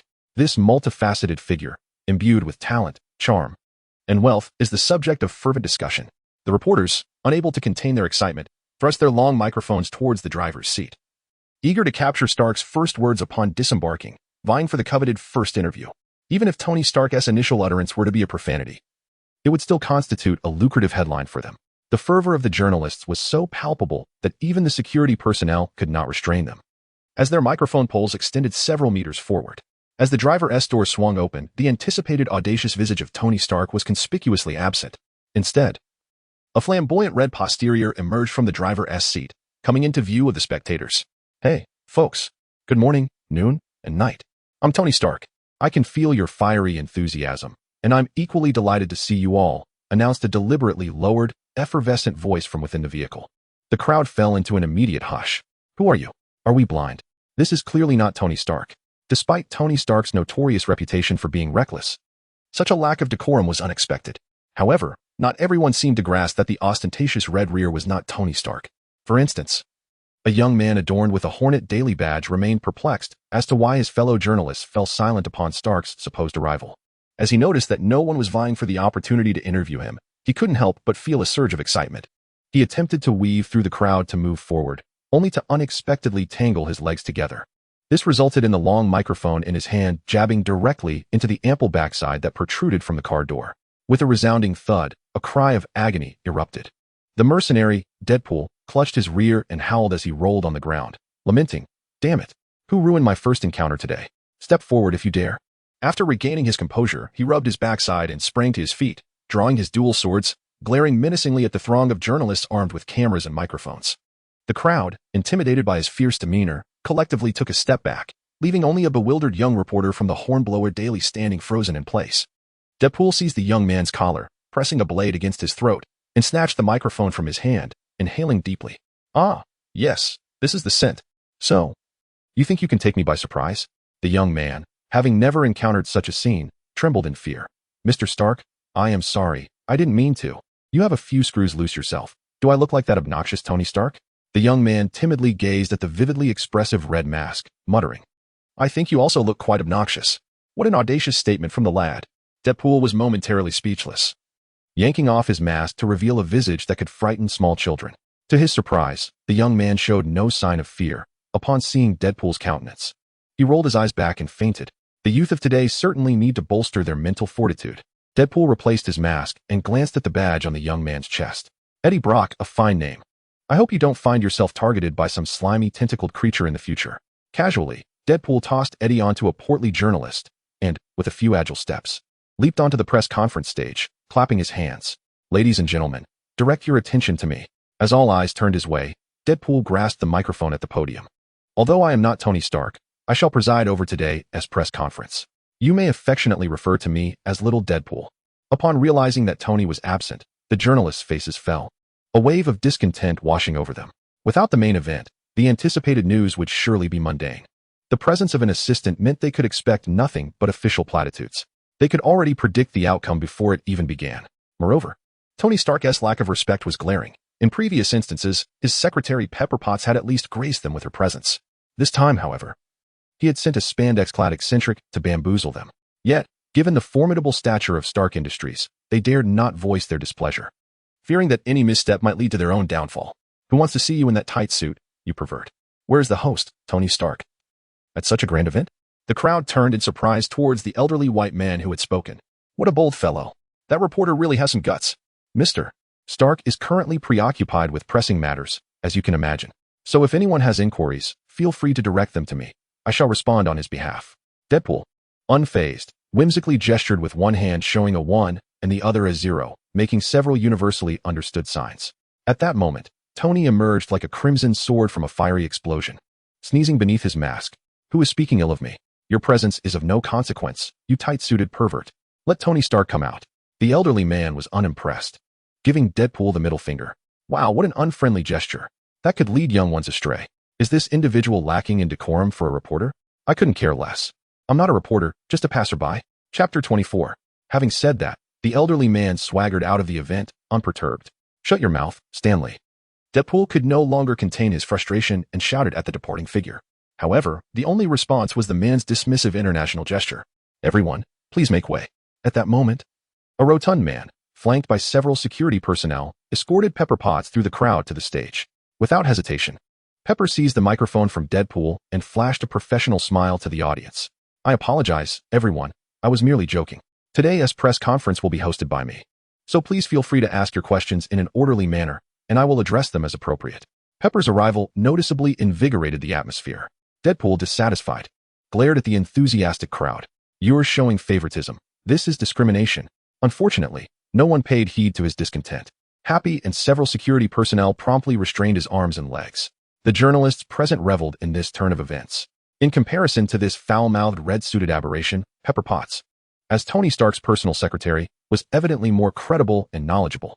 The first to report, a blonde journalist, posed the initial question. Ms. Potts, is it true that Stark Industries' weapons have appeared in the hands of terrorists, as circulated online? Pepper paused, her grip on the microphone faltering slightly before she spoke slowly. Yes, it is true. On behalf of Mr. Stark, I would like to express my apologies to those affected by this situation. It is indeed a result of our negligence. In response, Mr. Stark has established a disaster relief department, where all victims or their families can come to Stark Tower or contact us online to verify and receive the corresponding compensation. I understand that this cannot alter the past. Whether you continue to harbor resentment towards us or express your anger is your choice. However, while the deceased are gone, the living must strive to carry on. Though I do not wish to delve into my inner feelings, both Mr. Stark and I hope that this compensation can provide some material solace. In closing, I extend my sincerest apologies. With that, Pepper Potts bowed deeply before the cameras of the reporters. This segment was broadcast live by numerous television stations, enveloping the venue in an eerie silence. No one anticipated that Stark Industries would so openly acknowledge the situation. They had expected the company to offer various justifications to exonerate itself. Ms. Potts, might there be any underlying details regarding the circumstances that led to the weapon leak from Stark Industries? Inquired a blonde reporter. As the other journalists absorbed her audacity, they cast her resentful glances. She had monopolized 2 questions. Yet, they had only just been stunned by Pepper's words. Standing tall, Pepper retrieved a document, only to tear it up and cast it aside. Although individuals sought to prevent unnecessary panic by providing me with a polished statement, the truth remains. The weapons appearing in the hands of terrorists were not due to espionage or other external factors, but rather the result of Stark Industries board members colluding to sell them to terrorists. Led by the third stakeholder, Obadiah Stane, half of the board was complicit. Not only will they face termination, but they will also be held accountable by Stark Industries. As she concluded, a complex expression crossed Pepper's face. While they would be dismissed, it would be a complete expulsion from the company. The accountability would merely involve converting their shares into monetary compensation for the disaster relief department. In the audience, Coulson glanced at the shredded document, his expression one of resignation. This was the meticulously crafted statement that had taken me an entire day and night to prepare. Yet, he dared not express any dissatisfaction, as the director had emphatically instructed him to avoid provoking Stark Industries further. The last agent who acted so recklessly was still languishing in servitude. Regarding Iron Man, who has repeatedly dismantled numerous terrorist bases, how does Stark Industries perceive him? At last, the other reporters seized their opportunity to inquire about the most discussed figure of the moment. Pepper, regaining her composure, replied, as for Iron Man, my understanding aligns with what everyone else knows. In my personal view, he embodies righteousness, yet Stark Industries refrains from issuing any official commentary on the matter. However, concerning the terrorist bases that Iron Man strikes, each one is equipped with weaponry manufactured by Stark Industries. What explanation does the Stark Group have for this? Can we speculate that Iron Man is, in fact, the latest robotic creation of Stark Industries, designed specifically to eradicate and retaliate against terrorists armed with Stark weapons? Why did Mr. Tony Stark not attend this gathering? Does he share a close relationship with Iron Man? Or could he indeed be the very creator of Iron Man? If this robot is indeed a product of Stark Industries, will it subsequently be incorporated into your arms trade? As the topic of Iron Man ignited fervent discussion, the journalists present could no longer adhere to any semblance of order. Questions erupted in a cacophony, each one exclusively concerning Iron Man. Pepper Potts stood before the tumultuous scene, her expression inscrutable. She was well aware that Tony was Iron Man, and that Iron Man was not merely a robot. It was a suit of armor personally piloted by Tony himself. Since Tony's return, even while recovering from surgery, he had tirelessly been designing his Mark II. After nearly 20 sleepless days, he finally completed Mark II. Despite her vehement opposition and his still healing injuries, Tony donned the cold armor and thus began his quest for vengeance. She raised her wrist, tapping lightly, and a map materialized. A small red dot on the map was rapidly approaching her location. Ladies and gentlemen, regarding Iron Man, I cannot provide answers, but someone can. Though her tone was calm, it silenced the room instantly.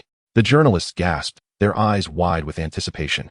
Sensing a story that could ignite global headlines, Pepper stepped back slightly and raised her hand. Let us welcome Iron Man himself to address this matter. With a thud, a figure clad in red and gold descended rapidly from the sky onto the stage. Oh my goodness, the superhero has landed. Look, the superhero has landed. Deadpool in the audience clapped vigorously beside Happy, exclaiming in excitement. Damn it, I swear if you touch me again, I'll smash your face with my shoes that haven't been washed in 10 years. Happy replied with annoyance. He was already irked by this individual who had usurped his role as Tony's personal bodyguard. Yet, he had no time for petty grievances as his attention was riveted on the armored figure on stage. A foreboding sense of dread creeping over him as he realized he had completely lost his protective function. Amidst the audience's astonished gasps, Iron Man slowly rose. The steel mask lifted, revealing Tony's resolute face. Chapter 25, The Surge of Forces.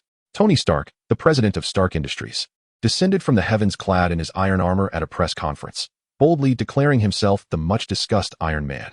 He proclaimed that this suit was born of vengeance and justice. He vowed that should even a single bullet from Stark Industries' weaponry fall into the hands of terrorists, he would utterly obliterate the corresponding terrorist faction. Those daring enough to challenge him should try, for he stands by his word. Moreover, Tony Stark announced that the iron armor would never be included in Stark Industries' list of arms for sale. Iron Man is he. And he is the one and only Iron Man. In a dimly lit room, a rugged man with unkempt hair sat motionless on the edge of his bed, fixated on the news on the television. On the bed lay an elderly man, breathing weakly, who cast a glance at the spirited Tony on the screen before painfully turning his gaze toward the solitary silhouette of his son by the bedside.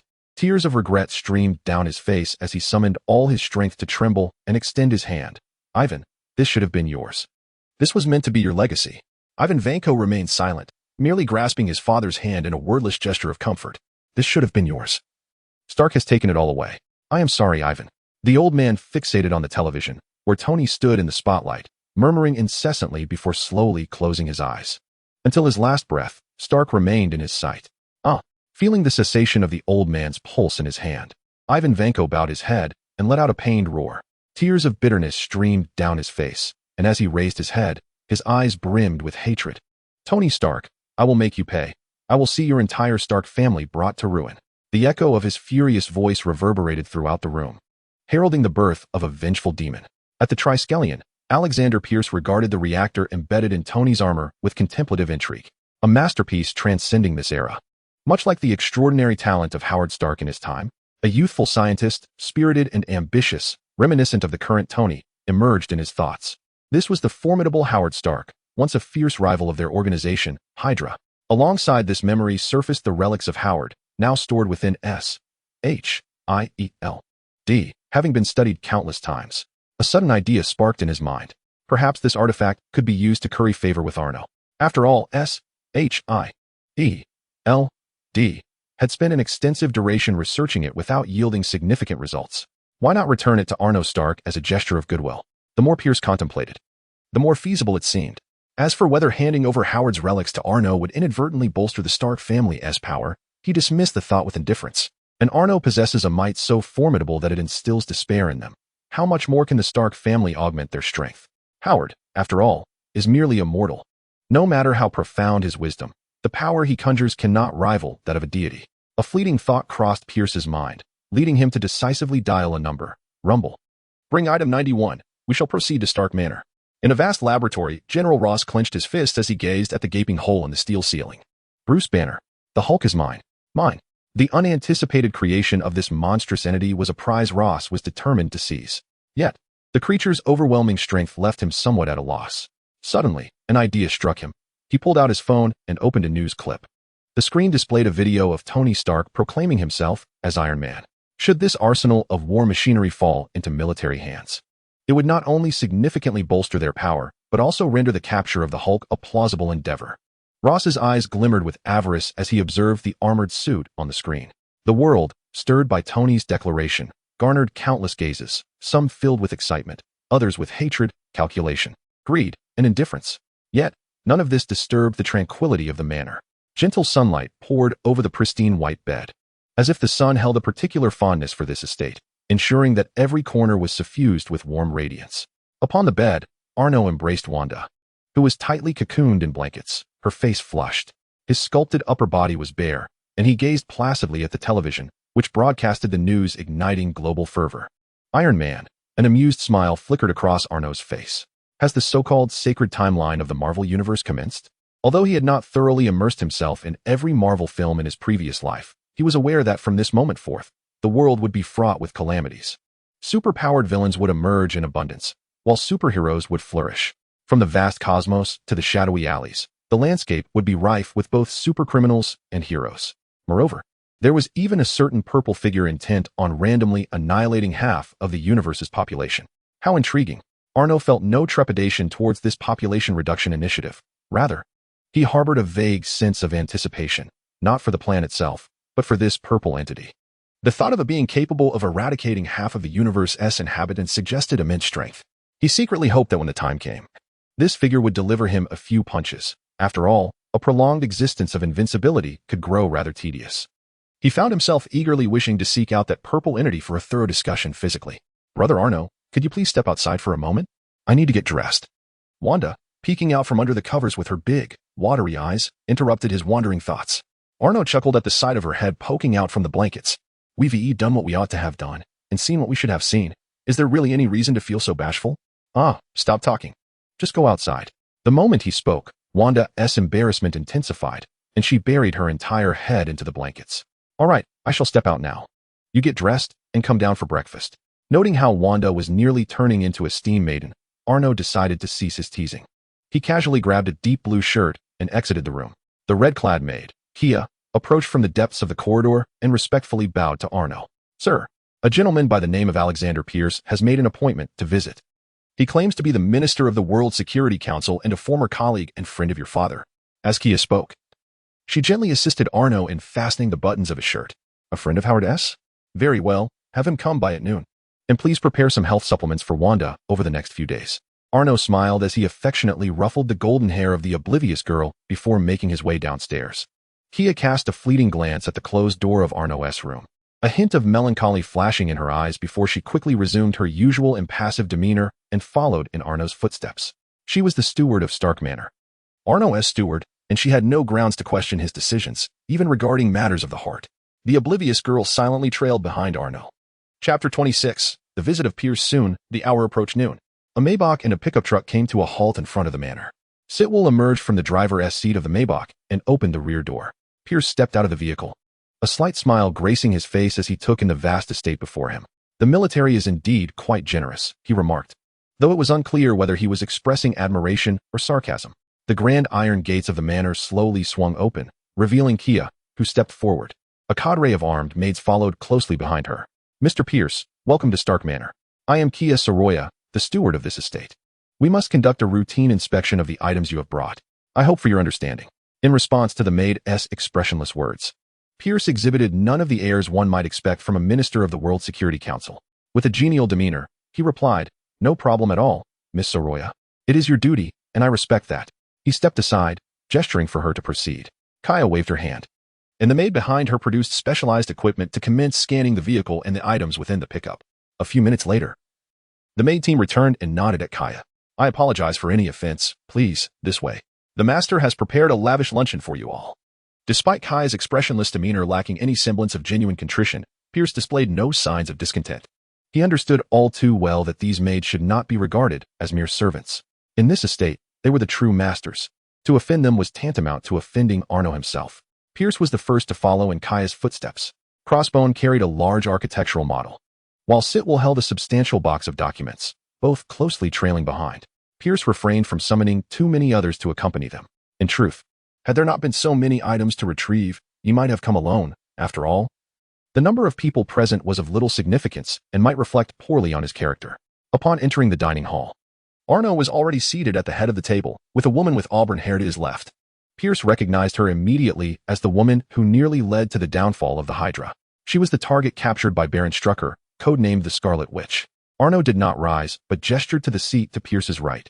Please, take a seat, Mr. Minister from the World Security Council. Maintaining a neutral expression, Pierce sat down, a warm smile gracing his face. You may call me Pierce, Arno, if I may. By all means. At this, Pierce's smile broadened, and after settling in, he continued, You may not be aware of this, but I am a longtime friend of your father, Howard Stark, and we were comrades in arms. As he spoke, Pierce allowed a nostalgic smile to surface, seemingly reminiscing about days gone by. Howard's comrade? Arno regarded Pierce with keen interest, unaware that his father, who left behind a vast fortune, had served in the military. Perhaps you were unaware, but Howard was not only a remarkable scientist and businessman. He also joined a clandestine organization. Arno raised an eyebrow. Oh? What secret organization? A global supernatural enforcement agency, formerly known as the Strategic Homeland Intervention, Enforcement, and Logistics Division. The name was indeed lengthy and unwieldy, perhaps to deter memorization? Haha, I share your sentiment. I shall mention it to Fury and suggest a simpler name. Well then, let us discuss this organization, Arno said as he and Pierce exchanged a few pleasantries before delving into serious matters. Pierce solemnly remarked, "You may have heard of this organization. It was established during World War II to combat the notoriously infamous Hydra. Your father was among those who joined, or rather, co-founded the Department of Strategic Defense, Attack, and Logistics. Captain America, Steve Rogers, the legendary Agent Peggy Carter, and your father, the brilliant scientist Howard Stark, are all considered its founders. Speaking of which, your father was not only my friend, but also a mentor who guided me during that time." Arno cast a deep glance at him. "Oh? Were you not the minister of the World Security Council? Did you not once join this long-named department?" Unfazed, Pierce smiled gently. "I had the fortune to serve as its director. However, with age comes decline, prompting me to step back and assume a more leisurely role as a minister." Arno nodded, choosing not to elaborate further as he turned his gaze toward the two individuals standing rigidly, one cradling a model and the other holding a box. "You need not be so tense. Set down your burdens and join us for a meal." Crossbones offered a polite smile to Arno, nodding as he gently leaned the model against the wall. As he passed the still stiff Sitwell, he discreetly kicked him. Sitwell, coming to his senses, suppressed his racing heart and placed the box down, awkwardly joining Crossbones at the table. Faced with Arno, Sitwell realized he was more anxious than he had anticipated. In the presence of this demigod, he feared that any misstep might reveal too much, and the more he feared, the tenser he became. Arno paid no heed to the small, bald man whose heart thumped like a drum in his ears, dismissing it as mere nervousness stemming from his awareness of Arno's past strength. "Kia, let us have the dishes served," Arno commanded, and an array of plates was promptly brought in.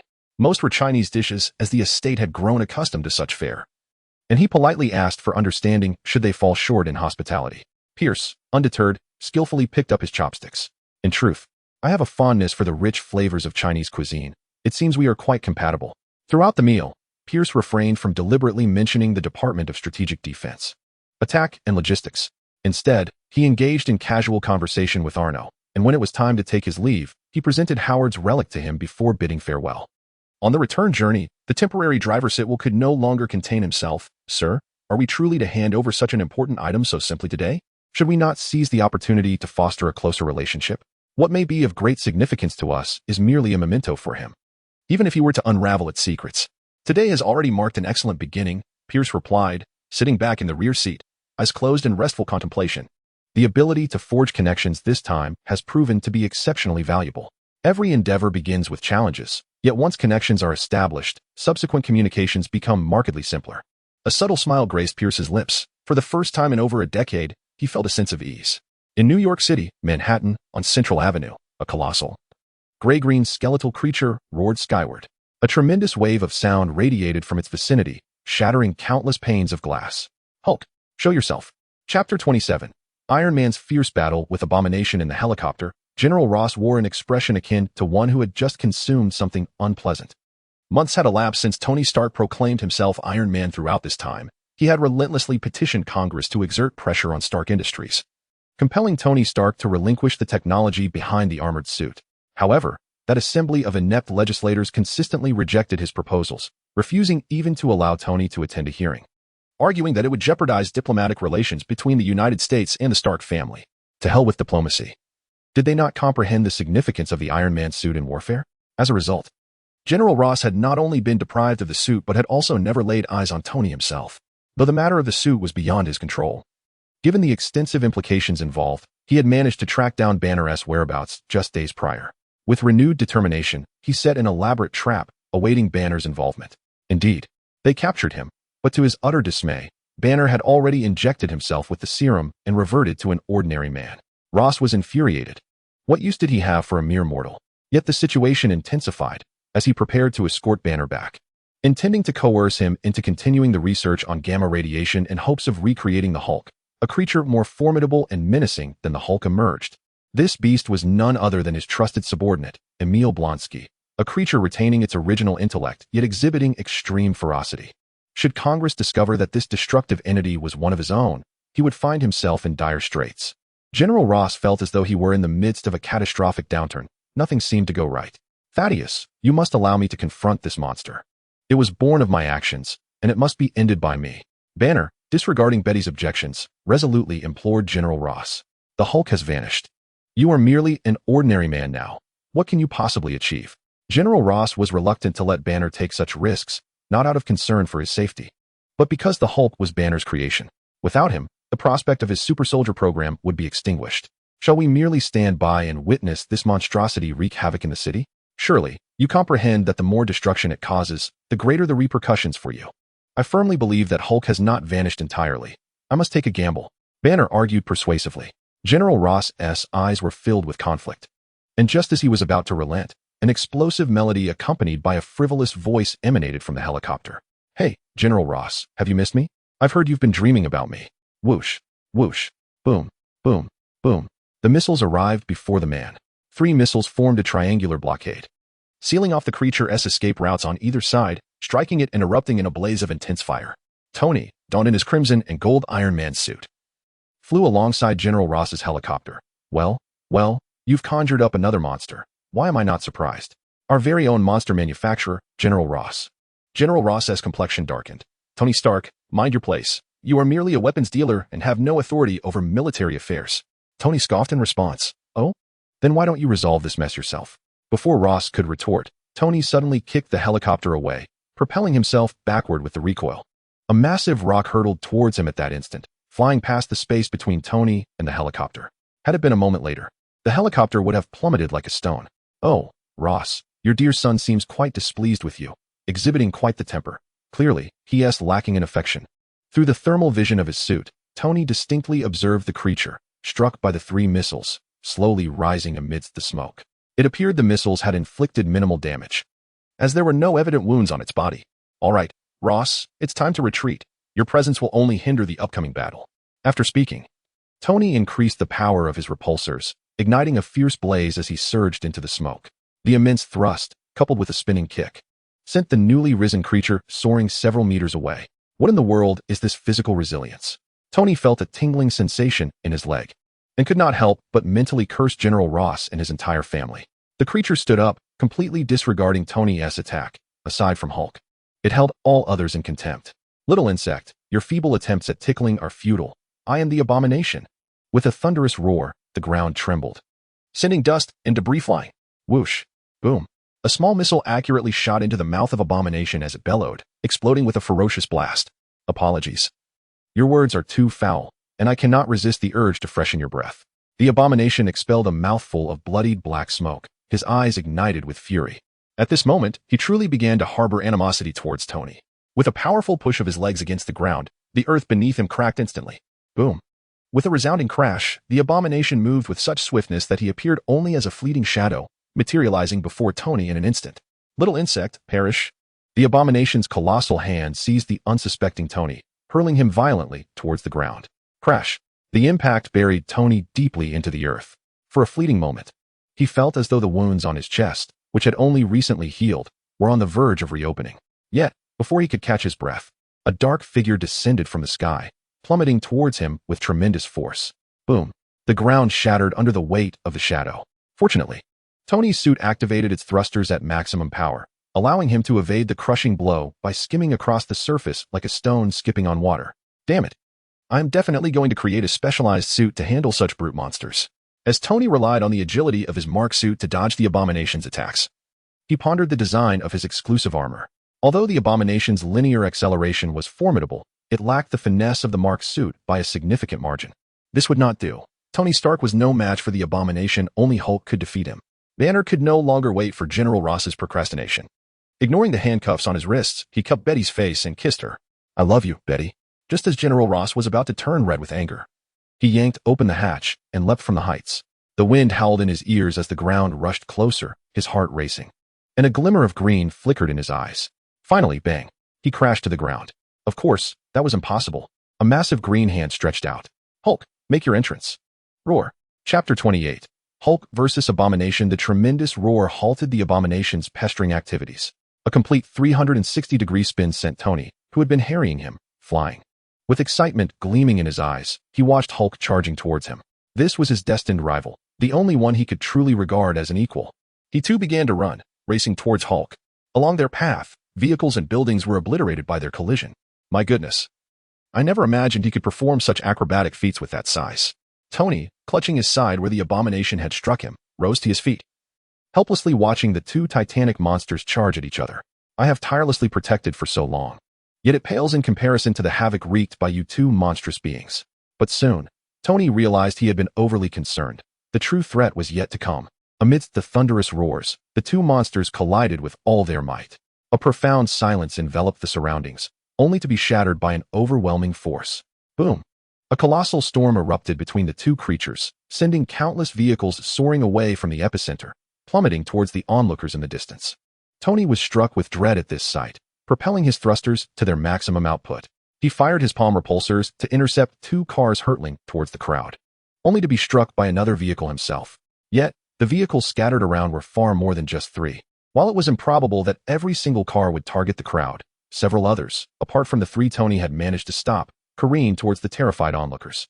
By the time Tony contemplated any further interception, it was already too late. In an instant, crimson chaos erupted. However, this crimson was not the splatter of blood, but rather a deep red energy that halted the vehicles mid-air. Following this, a silver blur darted through the vicinity, swiftly relocating every single person to a safer distance. A silver figure swept by, and Pietro suddenly appeared before Tony, teasingly remarking, "What's the matter, old man? Not moving as swiftly as usual? Do you need a hand?" Tony recognized Pietro, and it was precisely because of this young man and his sister that he had resolved to destroy all Stark weapons in the hands of terrorists. With a hint of remorse in his gaze, Tony said, "Kid, I deeply regret what happened to your parents." Pietro paused, then smiled with a sense of relief. "It's not easy to hear you, so prideful, utter an apology. Let us reconcile." He extended his hand to Tony, who exhaled a sigh of relief and reached for Pietro's hand, only to grasp nothing but air. "At your age, you should get up by yourself," Pietro remarked, crossing his arms and displaying a mischievous grin reminiscent of Arno's. Finally, it was his turn to witness someone else falter in this regard. Meanwhile, Wanda set down the vehicles, gazing intently at Tony for a prolonged moment. Ultimately, the chaotic energy materialized in her hands as she ascended to a 5-story building. Arno stood atop the rooftop with his hands clasped behind his back, observing the ferocious battle between the two monsters with great interest. Impressive strength, somewhat lacking in speed, and woefully inadequate in agility, Arno assessed internally. "Do you require assistance?" Wanda inquired, her complexion pale as she observed the titanic clash. "No. Your current level of awakening is insufficient to contend with such monsters. Your physical form is too frail, and Pietro is no different. You, along with Pietro and Tony, should evacuate the surrounding crowd, as the impact zone may soon expand. Ensure they retreat to a safer distance, but disregard those who refuse to leave." Arno harbored little compassion. His interest lay more with the two monstrous beings before him than with saving lives. Had it not been for Wanda witnessing the devastation caused by these creatures on the news and feeling compelled to intervene, he might have remained indifferent to the situation. After all, New York City thrived in its usual peace and joy. Crime was a constant presence, and he had no time to rescue people daily. However, the presence of Hulk and Abomination was indeed an unexpected delight, providing him with a sense of purpose for his visit. Perhaps these two monsters would allow him to stretch his limbs. Wanda, filled with concern, cautioned him, "Be careful. If you cannot prevail, flee. You can fly, and they cannot reach you." "I understand. Go now," Arno replied, gently patting Wanda's head with a nonchalant smile. "Defeated? Not a chance. I am the strongest." As Wanda took to the skies, Arno did not linger as a mere spectator, slowly ascending into the air. It appeared that Hulk was struggling, as Abomination began to overpower him. Indeed, the injected serum had placed Hulk at a disadvantage. His spirit waned with each blow. Although the serum had not entirely eradicated the Hulk factor from Dr. Banner's body, it exerted a certain suppressive influence. "Hulk, you have weakened. Are you not angry enough?" Abomination taunted, standing over Hulk to prevent him from rising, yet his satisfaction was incomplete. He desired a fully empowered Hulk, not this feeble version. He craved to defeat Hulk in his prime. With a savage glint in his eyes, Abomination set his sights on General Ross, who was reluctantly departing in a helicopter. "Hulk, you lack motivation. Allow me to provide some. Your little girlfriend is aboard that helicopter, isn't she?" Abomination seized Hulk by the hair, forcing him to face the helicopter, while plucking a lamppost from the ground. I will make you witness the death of your beloved right before your eyes. Let your fury ignite, Hulk. Hulk roared in anger. But in his weakened state, he had no hope of escaping the might of Abomination. Sensing Hulk's growing strength in his grasp, Abomination grinned. That's it. Continue to seethe with rage.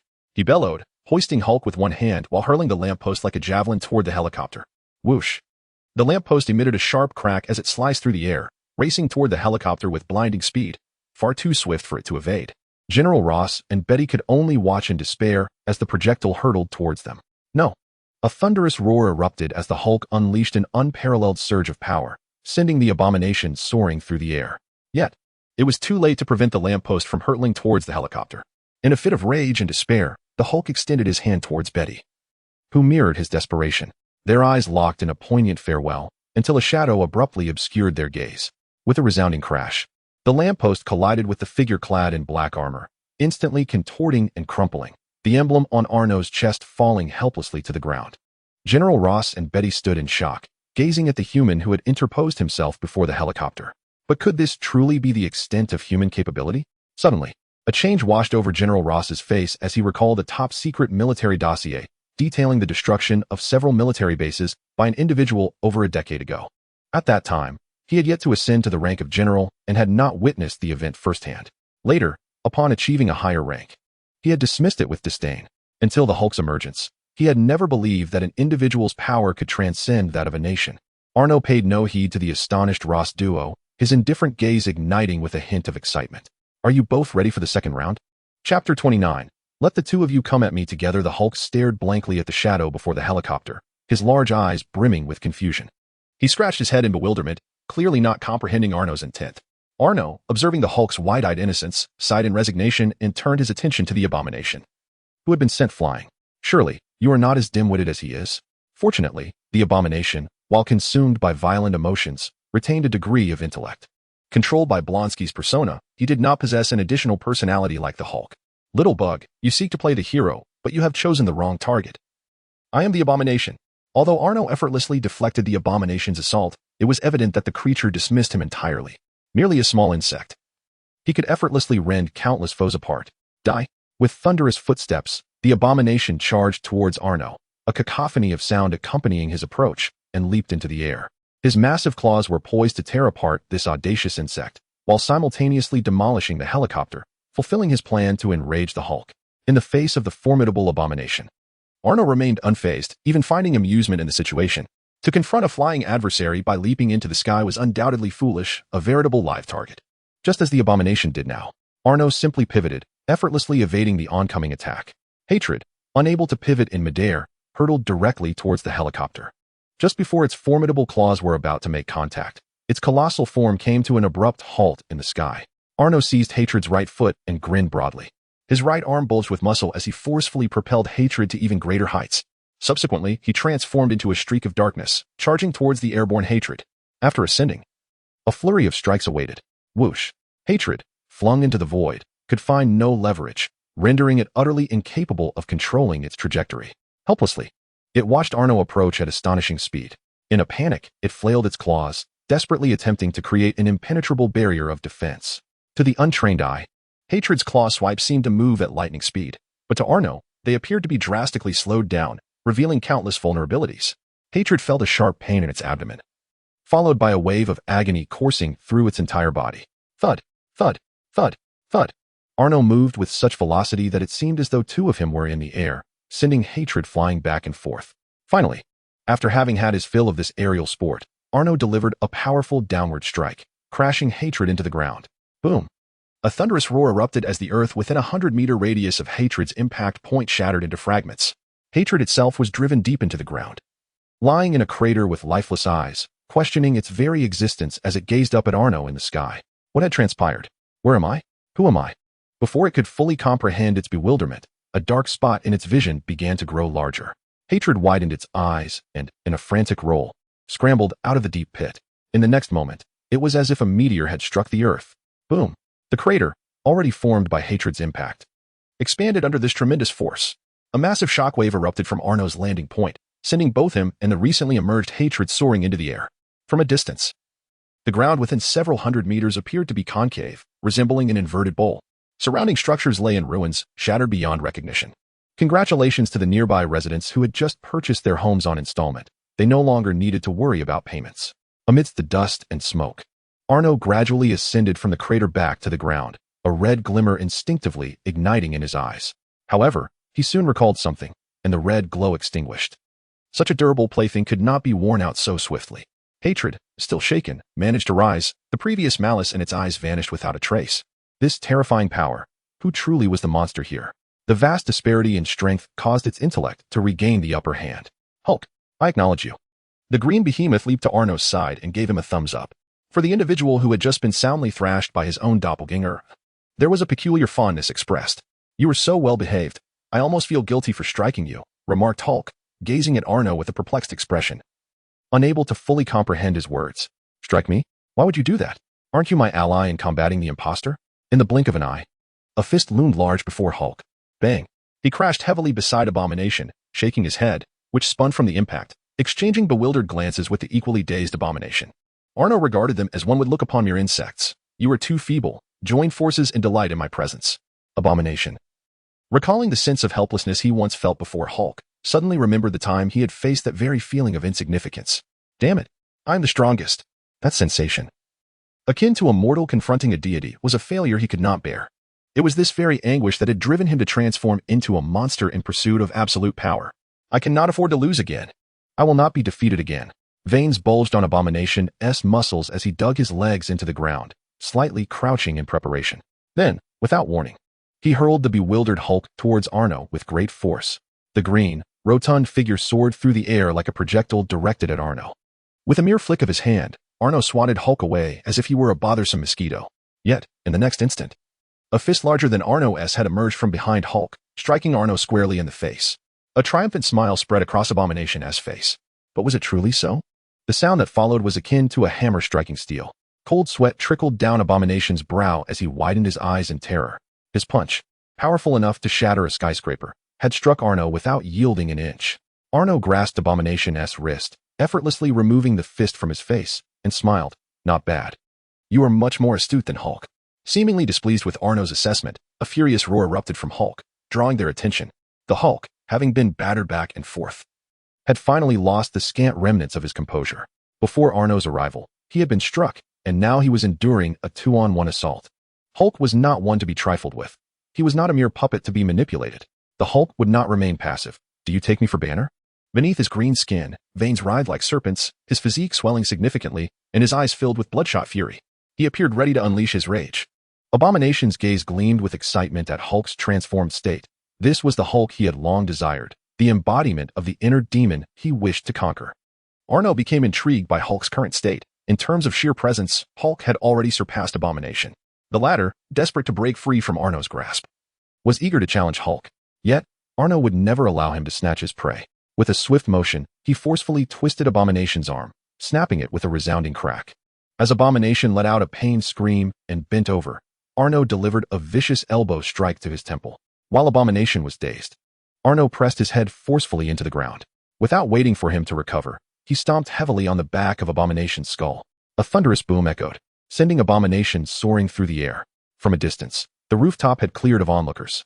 Tony, observing the scene, couldn't he help but express his astonishment, exclaiming, "Goodness, that was brutal. All those moves are outright illegal." Pietro and Wanda nodded in agreement. Deadpool, standing alongside them, remarked, "Indeed. The dark tone here feels like it's come straight from a parallel universe." Tony and the others nodded in acknowledgement, then suddenly turned to Deadpool in shock. "When did you get here?" Deadpool shrugged nonchalantly. "Come on, did you forget? I'm your personal bodyguard. Wherever you are, I am." Tony gestured to his armored suit and then to Deadpool's shabby costume, retorting, "Do I look like someone who needs protection? And are you sure that outfit can keep me safe?" "Well, I don't care. Arno said that beneath that steel shell of yours, you're still incredibly vulnerable. He is paying me 10 million a year to ensure your safety, and I mean right up close." Deadpool emphasized the last part, playfully sticking out his posterior to form a heart shape towards Tony. Tony felt a wave of nausea wash over him as he glanced at his red armor, then back at Deadpool's tight red suit. For the first time, he pondered whether it was time to change the color of his Mark series. This weirdo was tarnishing the hue, making him feel slightly queasy. "Then don't follow me anymore. Go back to the mansion, and I'll still give you 10 million every year." Deadpool replied leisurely, "No can do. Arno also mentioned that for every time I save you from a fatal blow, I get an extra 10 million. Plus, if I dare return, he'll let me experience the thrill of flying heads again. Tony could no longer contain himself, unleashing a string of expletives at Deadpool. Thanks. How can you curse so poorly? Deadpool retorted defiantly. Meanwhile, Wanda and Pietro covered their faces, utterly embarrassed by the lack of decorum displayed by the two. A resounding thud interrupted the magical duel between Tony and Deadpool. A tremendous gust of wind surged towards them. In a swift reaction, Tony's leg armor unfurled its supports, anchoring his legs firmly to the ground.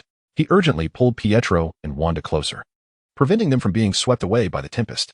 However, Deadpool was not so fortunate. With only 2 hands at his disposal, Tony could not secure a third person. Even if he could, he might have hesitated to assist the repugnant figure of Deadpool. With a long, mournful cry, Deadpool was gradually carried away by the wind.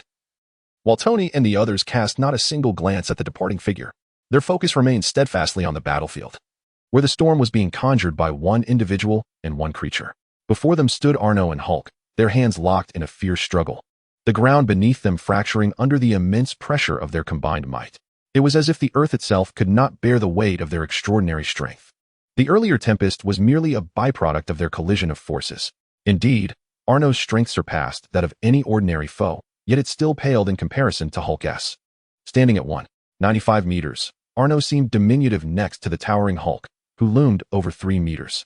Yet in the realm of the supernatural, size is seldom a definitive measure of power. As Arno lifted himself off the ground, he began to rise above Hulk, casting a condescending glance down at him. Hulk, evidently displeased with being looked down upon by someone he deemed smaller, exerted all his strength in an attempt to drag Arno back down. However, even with all his might, Arno remained impervious in midair. Observing Hulk's face reddening with exertion, Arno felt a twinge of sympathy. In light of the effort this child was putting forth, perhaps he could allow him a moment of triumph. With that thought, Arno relented to Hulk's downward pull and was drawn closer. But just as Hulk began to revel in his success, Arno suddenly thrust his head forward, delivering a fierce headbutt to Hulk's cranium. The impact reverberated with a dull thud as Hulk toppled to the ground, a large bump forming on his forehead. Yet, rather than succumbing to unconsciousness, Hulk's fury only intensified, augmenting his strength. With a furious roar, he raised his massive hand and seized Arno, forcefully slamming him to the earth. Then, with unbridled rage, he unleashed a barrage of punches, executing a Hulk-inspired display of brute force.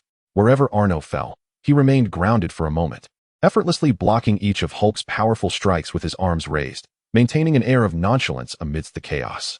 The force was adequate. It was just right for self-massage. Yet, the flaws were numerous, resembling the erratic punches of a child. There was a complete absence of skill, relying solely on brute strength to achieve miracles. Arno felt a tinge of disappointment. It seemed that the Hulk and his counterpart could not provide him with a proper battle. Not only was their strength insufficient, but their intellect was lacking as well. With this realization, he decided to bring the encounter to a close. Suddenly, his hands precisely grasped the Hulk's wildly swinging fists. Instantly, the Hulk felt a piercing pain radiate through his wrists. Arno levitated slowly, twisting the Hulk's wrist until he was compelled to kneel on one knee. He regarded the kneeling Hulk with indifference, much like a king surveying his subjects who have surrendered. Though the Hulk was brutish, he was not entirely dim-witted. Yet, his pride was overwhelming. Disregarding the pain in his wrist and the imminent risk of it breaking, he grimaced and forced himself to stand. The sight of the Hulk, contorted with pain yet stubbornly defiant, stirred a sense of compassion within Arno. He resembled a child who appeared somewhat simple-minded, merely wishing to stand. What fault did he possess? With this guilt weighing on him, Arno resolved to alleviate the Hulk's suffering. Good night, Hulk. After bidding him good night, Arno delivered a powerful punch to the Hulk's forehead, intending to test his self-invented hypnosis technique. However, at that moment, the Hulk opened his mouth to roar. Roar. The ensuing sounds of impact were distinctly different. A thud, a bang, and a crack. Observing the Hulk descend into an infantile slumber, albeit with shattered teeth scattered about, Arno fell into contemplation. The Hulk had not intended to break his own teeth. Well, with the Hulk's regenerative abilities, his teeth should regrow. Should, at least. As he watched the Hulk gradually shrink back to his normal human form, uncertainty crept in. The whirring of helicopter blades approached, and General Ross leapt from the aircraft. Numerous military vehicles surrounded the area, with a multitude of soldiers encircling him. General Ross strode forward, chest out, adopting the haughty demeanor he typically reserved for arms dealers. In a commanding tone, he addressed Arno. You must be Arnold Stark. Thank you for assisting the military in subduing these 2 creatures. However, due to their classified nature, I must take them back for personal confinement. Oh, and you, as a party involved, will also need to accompany us for further investigation. Without waiting for Arno's response, he gestured for his men to escort the recovering Blonsky and Banner away. In his view, these arms dealers were merely dogs kept by the military. It was absurd to expect a dog to consent to its master's commands. Chapter 31. General Ross, the architect of his own misery, confronted by the arrogant General Ross. Arno displayed no signs of discontent. Ignoring the soldiers approaching him, he slowly stepped before General Ross, patted him on the shoulder, and flashed a radiant smile. Truly a general, with such imposing authority and commendable courage. Suddenly, several soldiers advancing towards Banner and Blonsky were abruptly severed in two by a beam of crimson laser. General Ross, taken aback by this scene, instinctively sought to retreat. However, the hand upon his shoulder felt as though it bore the weight of 1,000 pounds, rendering him immobile. Furious, he directed a heated inquiry at Arno, whose eyes glimmered with menace. What are you doing? Do you realize you are opposing the entire United States? Oh, is that so? Then how fortunate for me. But do you truly believe you have the authority to stand against the entirety of America? Arno scoffed, his disdain for the impotent and enraged general palpable. The president himself dared not raise his voice in his presence, let alone this mere two-star general. This utter disregard for his status incensed General Ross to the core. You fool. Do you genuinely believe no one can rein you in? Do not forget that Stark Industries relies on the military for its very existence. General Ross presented what he assumed to be a trump card against these arms dealers. Unfortunately for him, he had miscalculated. While other arms dealers might have flinched, Arno remained unfazed, even unable to stifle a laugh. Huh, you jest. Stark Industries relies on the military? Have you not grasped the true hierarchy here? General Ross, seething with rage, retorted, you are challenging the authority of the military. With a swift motion, Arno violently tore off General Ross's shoulder along with his right arm, abruptly silencing him. Authority? Does your authority hold any weight now? Understand this. It is the military that needs Stark Industries, not the other way around. With a muffled groan, General Ross collapsed to the ground. The pain radiating from his arm caused cold sweat to bead upon his brow, his face turning an ashen shade. Yet he gritted his teeth, refusing to cry out. Arno, with a cold smile, casually tossed the severed arm onto General Ross, leaning down to pat his aging face. Indeed, no one can control me. Perhaps you should create a few more monsters to test your mettle. These two were far too weak. The smile on Arno's lips appeared to Ross as that of a demon. Another searing beam of light erupted forth. All soldiers who attempted to rescue General Ross were torn apart by the crimson glow. Arno grasped General Ross's head, presenting the bloodied visage of the general to the multitude of soldiers. Come forth, and let your leader rescue you. Arno's tone was not harsh, but rather gentle. Yet the lingering crimson glow in his eyes made it abundantly clear to all present that any attempt to advance would lead them to a fate akin to the mangled remains before them. Nonetheless, some among them were loyal soldiers who had followed General Ross for many years. Rather than face death, they yearned to save their commander. Unable to fire upon Arno while General Ross was at his side, they stealthily placed their hands upon their sabers, stirring restlessly. Arno observed this all with a knowing smile. General Ross, regaining his breath, managed to raise his pained head, beads of sweat trickling down, and commanded, everyone, remain in position. No one is to advance a single step without my orders. Arno shook his head in disappointment. What a pity. You have dampened the enthusiasm of the young men. Through gritted teeth, General Ross retorted, what do you intend to do? What do I intend to do? Is it not you who should be asking that? They are my spoils. Who gave you the audacity to dictate my actions? You wish for me to return with you to assist in your inquiry? I dare you to ask your superiors if they would accept that. Arno then cast him to the ground without a second thought. General Ross felt darkness envelop him. The significant blood loss combined with the fall nearly sent him to his demise. These two monsters are now under my command, yet you are their progenitor. Hence the losses they cause shall be repaid by you, Arno remarked slowly, inflicting one final psychological blow upon the nearly lifeless General Ross. Ross coughed up blood, his hands gripping the earth desperately as he lowered his head in silence. A mocking sneer escaped Arno's lips, accompanied by the sound of rushing air as he vanished without a trace. Along with him disappeared the unconscious Banner and Blonsky. Once Arno had departed, General Ross finally lifted his eyes, now filled with venomous hatred. Arnold Stark, I wish for you and those beside you to meet a wretched end. High above in the clouds, Arno, who had been prepared to depart, paused. From his vantage point above, he regarded General Ross's eyes, brimming with animosity, as his indifferent black irises ignited with a crimson glow. With a crackle, a surge of red light descended, instantly shattering General Ross's head into pieces. The splatter of blood and brain matter sprayed onto the soldiers who rushed to assist him. I had initially intended to let you off lightly, hoping you could provide me with some amusement in the form of detestable Hulk-like creations in the future. After all, This world is rather dull at this stage and requires some self-generated entertainment. To raise a tiger is to invite peril? Then I hope this tiger will unleash a tempest of chaos. Otherwise, it would be far too mundane. But why must your words be so foul? Indeed. Arno cast a cold glance at the headless corpse of General Ross before vanishing into the clouds. He departed, having found no amusement in the scene, returning home instead. Behind him, a voice emerged, startling the three who were still observing the distant spectacle of the general's body being removed. Tony and Pietro were the first to react, turning back, having already witnessed Arno's ruthless methods. Although they were taken aback by Arno's indiscriminate slaughter of military personnel, they quickly regained their composure. However, Wanda was different. It was the first time she had seen the being she revered as a godlike source of warmth and sunshine reveal such a bloody facet of himself. What's wrong? Are you frightened? Arno casually tossed Banner and Blonsky to the ground and approached, gently stroking Wanda's hair. Wanda shook her head, burying her face in his chest, murmuring, "No. No matter how you change, I and everyone at the estate will always stand by your side." Arno embraced Wanda tightly, a sincere warm smile gracing his lips. "Rest assured, I have never changed. To you and everyone at the estate, I remain your ordinary family member." Pietro watched the scene with an amused smile, feeling a sense of joy for Wanda finding her belonging, especially with Arno as her companion. He mused that he would soon be Arno's brother-in-law. Should he start calling Arno brother-in-law now? Lost in his daydreams, Pietro was interrupted by Tony, who exclaimed, "All right, what are you two doing here sharing sweet nothings? Save that for your home and your bed." Tony clearly had no desire to partake in their sentimental exchange, cutting in on the tender moment between Arno and Wanda, as well as Pietro's reverie. "By the way, I know Bruce Banner. He's a decent scientist, but he doesn't belong with you. Hand him over to me. I will take care of him."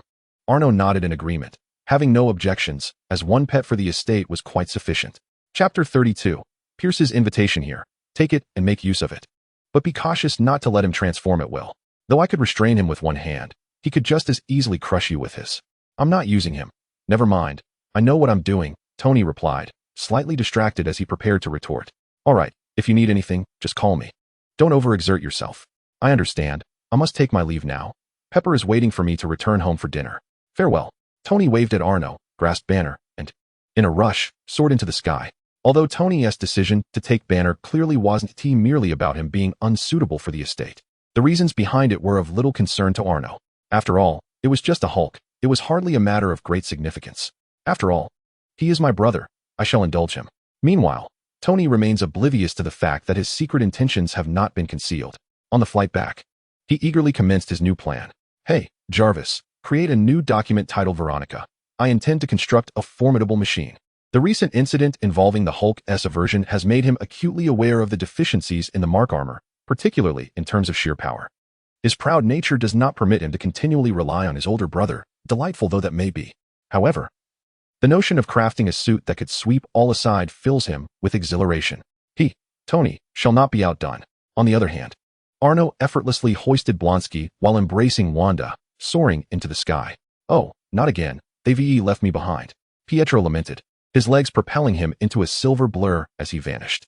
Shortly after their departure, a blood-red hand emerged from the edge of the rooftop. Deadpool painstakingly climbed up to the high platform, exhausted and gasping for breath. "Don't worry about me, guys. A mere fall from a dozen stories results only in a few shattered bones. I'm perfectly fine." The rooftop fell silent, a few crows flying overhead.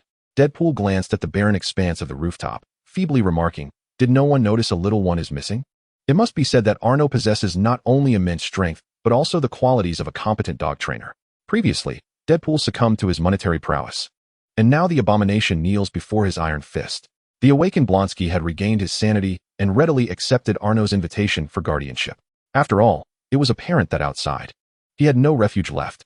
Besides Arno, the only alternative was a fate of flight akin to Banner's. Moreover, the conditions offered by Arno were quite appealing. An annual salary of 10 million, with all meals and accommodations covered. Although there were no holidays, freedom was not restricted. He merely needed to report in advance if he wished to venture out. The job itself was simple, to guard and protect. A role akin to that of a high-end community security guard. Of course, the most significant reason for accepting this position was the glint of red light in Arno's eyes as he made the offer. Should he refuse, he would not be employed here. Rather, he would be destined for the afterlife. Even without the threat from Arno, he found the arrangement quite agreeable. Arno's effortless dominance had imparted to him the understanding that there are always greater forces beyond one's comprehension. The Hulk, whom he once regarded as invincible, was easily vanquished by Arnold. Thus, his obsession with defeating the Hulk had become utterly meaningless. In simpler terms, he has adopted a laid-back attitude. Like now, he has been working at the estate for several months and has begun to relish this leisurely lifestyle. Each day, he reclines at the entrance, sipping on refreshing juice, closing his eyes and welcoming another splendid day. "Brownsky, keep an eye on the house. I shall step out for a moment." His voice echoed, but his figure remained unseen. Unperturbed, Brownsky gestured to the shadow in the air.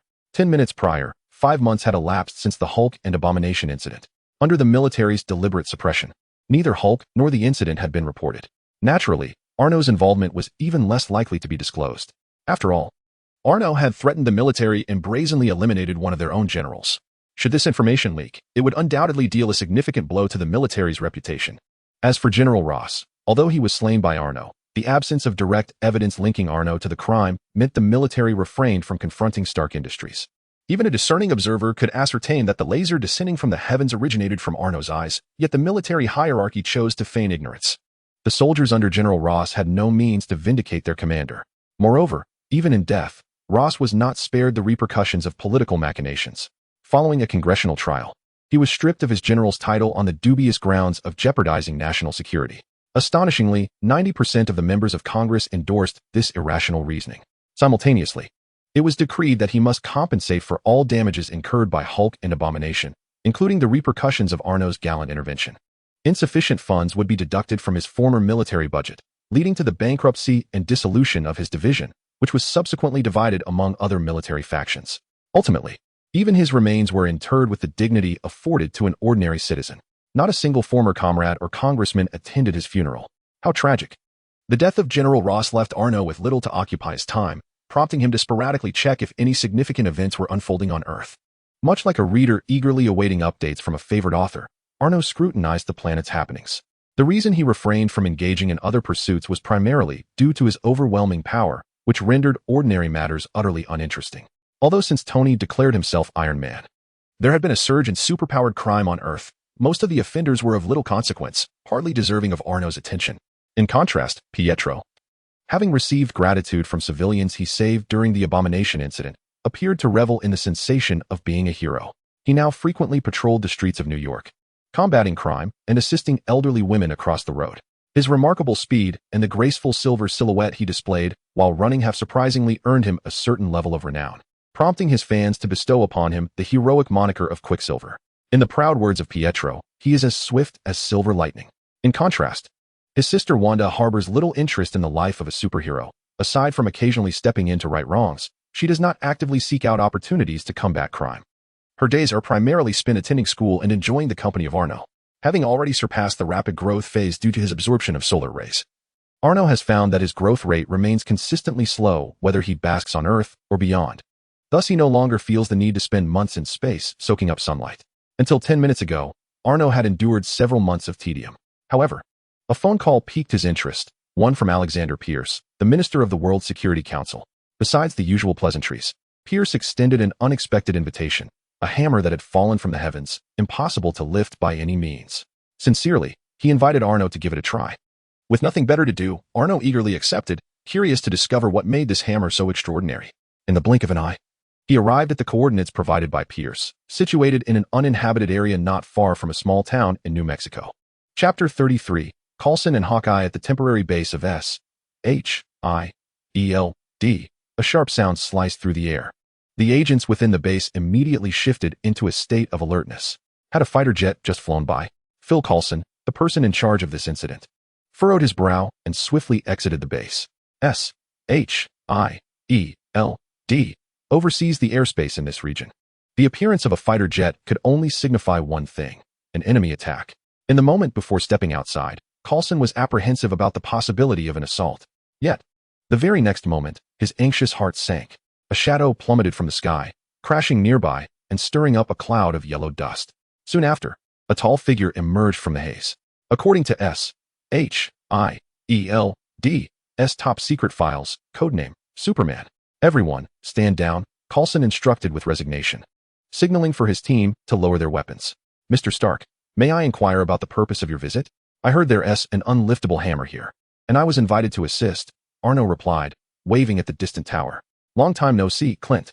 The man at the tower, bow in hand, reciprocated the gesture. Hey, Arno, after I finish my shift, you must join me for a drink. There's a fantastic tavern in the nearby town. Arno gestured back to him. Clint Barton, codename Hawkeye. A level 7 combat agent of S.H.I.E.L.D., was also a close friend of the former level 7 agent, Black Widow, Natasha Romanoff. During the years Natasha worked at the estate, Barton would occasionally visit her, which is how Arno became acquainted with him over the years. Initially, Barton was somewhat displeased with Arno for compelling Natasha to work, but upon arriving at the estate, he discovered that Natasha was far happier than during her time with S.H.I.E.L.D., even earning a salary that was beyond his aspirations. This realization left him silent, even contemplating the possibility of working at Arno's estate himself. After all, 2 years of labor could lead to financial independence, which seemed preferable to the backbreaking work he endured at S.H.I.E.L.D.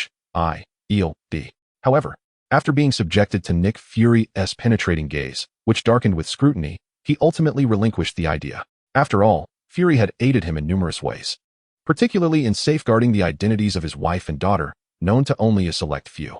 Barton sighed, leaning despondently against the railing of the high tower. The idyllic life seemed unattainable, leaving him to continue his arduous work merely to scrape by. As for his lackadaisical work ethic and whether it would be noticed by the formidable Fury, he mused, good luck trying to manage a superhero. His exceptional eyesight allowed him to recognize Arno in the sky, causing him to lower his bow and arrow with ease. This was not only due to their friendship, but also because the multifunctional bow in his hands appeared as a mere toy before Arno, unless he possessed kryptonite arrows. Yet, Barton had always harbored doubts about the efficacy of kryptonite against Superman in reality. After all, if he were Superman, he could devise 100 ways to evade the influence of kryptonite. Once Coulson waited patiently for Arno and Barton to finish their conversation, he smiled and interjected. While I cannot prevent your entry, I must inquire as to who invited you to assist us. Coulson's tone was gentle as he stepped aside at the entrance of the base, signaling that his inquiry was merely a formality. One could enter regardless of their response. Before Arno could reply, a bald figure suddenly emerged from the crowd. Mr. Stark, welcome. I am Sitwell. I sincerely apologize for my tardiness. Minister Pierce just informed me of your arrival, and I did not anticipate you would arrive so swiftly. The second-in-command for this incident, Agent Sitwell, was visibly flustered as he rushed to explain himself to Arno, fearful of inciting his displeasure. Arno chuckled and patted his shoulder. It's all right. My hasty arrival has caused a misunderstanding. Relax, I remember you. You were quite anxious the last time when you accompanied Pierce. See, his usual demeanor was quite sunny, warm, and approachable, far from the terrifying persona some had described. Thank you for your understanding. Sitwell exhaled deeply before explaining to Coulson beside him, Mr. Stark is the special assistant invited by Secretary Pierce. He has the authority to participate in the research and utilize that unclaimed hammer. Understood, Mr. Stark. Please follow me. I shall show you the base and the hammer. Coulson nodded, refraining from further inquiries, and invited Arno into the base. He had merely posed the question symbolically. Even if Arno had come uninvited, he would have had no recourse. Since he was invited by Secretary Pierce, there was even less cause for concern. After all, strictly speaking, Pierce was essentially his superior's superior, and as a mere level 7 agent, he had no right to question the matter. Arno nodded, hands clasped behind him, and walked into the makeshift base amidst the throng of onlookers. The base was not particularly impressive, merely a series of steel frameworks erected into a cylindrical tent. Eventually, they arrived at the center of the base, a square outdoor enclosure. The enclosure was quite sparse, containing only one object, a hammer. Coulson called the researchers conducting tests around the hammer to step aside and led Arno forward to introduce it, saying, "This is the immovable hammer. Its structure cannot be scanned. The material does not belong to any substance on Earth, and our methods are unable to extract even a trace of powder from it. It is indestructible." Arno tilted his head, observing the hammer with an intrigued smile. How fascinating that he could not penetrate the internal structure of this hammer. It was not merely an issue of materials like lead. Rather, something peculiar within the hammer obstructed his vision. It seemed more akin to magic far more potent than Wanda's current abilities, for her magic did not hinder his sight. "Everyone, please step back," Arno gestured. Before Coulson could respond, Sitwell immediately commanded, "All personnel, exit the area and await outside." The surrounding agents hesitated, glancing at Coulson. Although Sitwell was the second-in-command at the base, they were still obligated to heed his orders. However, Coulson, as the primary authority, was present if they obeyed Sitwell. What if Coulson later reported unfavorably about them in his action report? Sir, should we have them all withdraw? After all, with so many present, an incident could lead to unnecessary casualties. Sitwell awkwardly smiled at Coulson, suddenly realizing he had momentarily forgotten his superior's presence in his eagerness to impress Arno. Coulson narrowed his eyes slightly at him and ordered, "Everyone, exit immediately. No one is permitted to re-enter without my command." The agents around them felt as if granted a reprieve and quickly retreated. Arnold paid no heed to the petty antics of Coulson and Sitwell. He merely sensed the potential for unforeseen events and, in a good mood, offered a gentle reminder. Whether they ventured outside or not was of little consequence to him. He was indifferent. Approaching the hammer, he scrutinized it.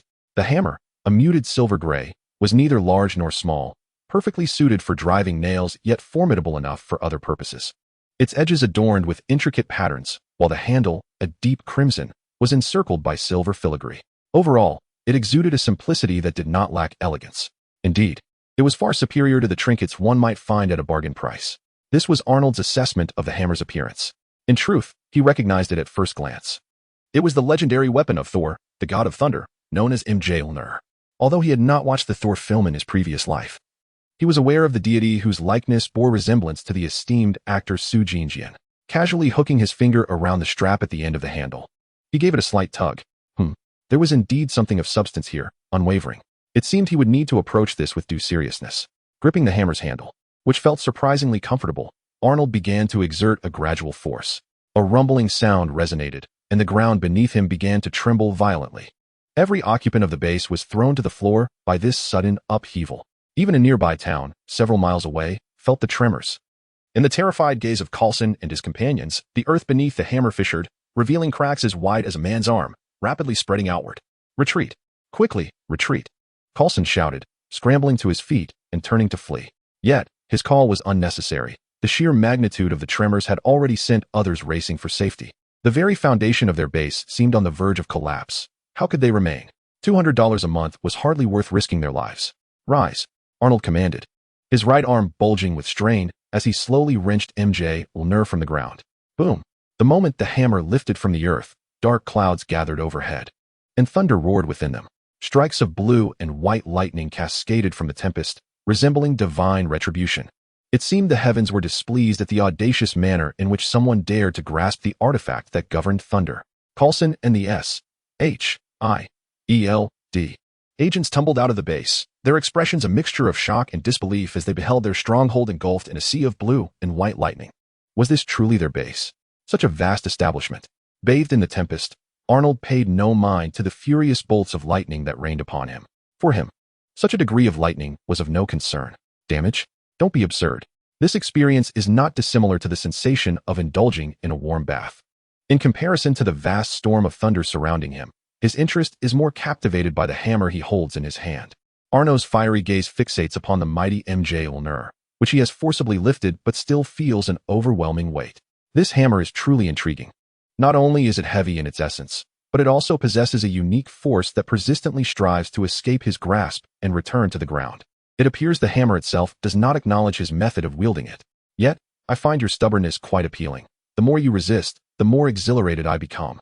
With resolute strength, he continues to lift the hammer, his muscles straining against the confines of his dark battle garb. Yet he steadfastly brings Mjolnir before his eyes. A broad grin of excitement spreads across Arno's face. "Little hammer, you seem rather defiant. But it matters not. How does it feel to be forcefully seized?" Provoked, Mjolnir unleashes a more ferocious surge of electricity, attempting to break free from Arno's grip. The surface of the hammer is adorned with a triumvirate of runes that flicker into existence, emanating a terrifying aura. This presence sends a shiver down his spine. The rune's master is likely no weaker than he is now. Quite remarkable, but you shall always remain a mere tool, not your master. With his other hand now gripping the hammer's handle, an overwhelming force erupts, and he lifts Mjolnir high above his head. A cracking sound reverberates in Arno's ears, as if something upon the hammer has shattered. Following this sound of fragmentation, the weight of Mjolnir diminishes significantly. Thunder rumbles. Instantly, a colossal bolt of lightning envelopes Arno entirely.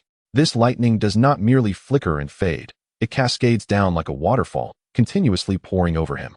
Yet, this seemingly violent storm inflicts no harm. Instead, it seeks to merge with him, to become one with his being. Is this the power of the Thunder God? As Arno absorbs the information flooding his mind, he raises an eyebrow, then relaxes, allowing the power of thunder to flow into his body. Not far from this locale, in a small town, there suddenly turns his gaze towards the distance. What is it? Jane looks at the man who had been proudly proclaiming his identity as the god of thunder, perplexed. Mjolnir. It is the essence of Mjolnir. Thor's excitement directs him towards a specific direction, but in the next moment, his smile freezes on his face. The area he observes is suddenly shrouded in dark clouds, with lightning cascading relentlessly. Yet, this is not the main concern. The most significant aspect is a mighty bolt of lightning descending, revealing a figure wielding a hammer amidst the storm. This scene feels eerily familiar. Is it not reminiscent of the moment he received his own legacy? No. How could this be? Who has taken my Mjolnir? Thor dashed frantically toward the direction of the thunder. Although Jane was perplexed, the extraordinary spectacle in the distance compelled her, along with Dr. Eric and his assistant Daisy, to follow in their vehicle, inadvertently bringing the frenzied Thor along with them. In the realm of the gods, Asgard, Odin, who had been slumbering deeply within the palace, suddenly opened his single eye. He slowly rose and gazed towards Earth. It is that young lad from Midgard who has altered destiny. How quickly he has matured to this extent, he mused, a hint of resignation in his tone. However, this is the trial I prepared for Thor. Your actions may shatter his confidence completely. He rubbed his temples in distress. Well, let the youth create their own chaos. Perhaps this will allow Thor to eventually relinquish Mjolnir and truly become the god of thunder. Contemplating this, Odin revealed a mischievous smile. Yet, young one from Midgard, the weapons of the gods are not so easily wielded. Let me add a touch of difficulty. A golden light flashed from Odin's single eye. Meanwhile, upon the throne of the palace, Loki, wielding Gungnir, remained oblivious to the golden glimmer that momentarily illuminated the artifact of the king of the gods in his grasp. Done. Time for slumber. Odin smiled contentedly before retreating once more into his Odin sleep. At that moment, Loki sensed the awakening of Thor's divine power. His expression darkened as he tightened his grip on Gungnir. Could it be that Thor has reclaimed Mjolnir so swiftly? Is Odin merely pretending to strip him of his powers?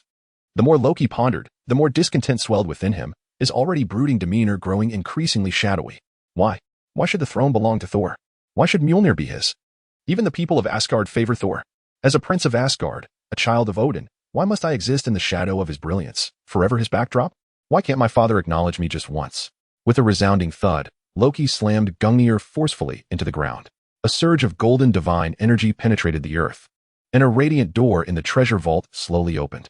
Through Gungnir, Loki established a connection with the destroyer, his voice trembling with rage as he commanded from afar. Now, go and eliminate my foolish brother. Ensure he never returns.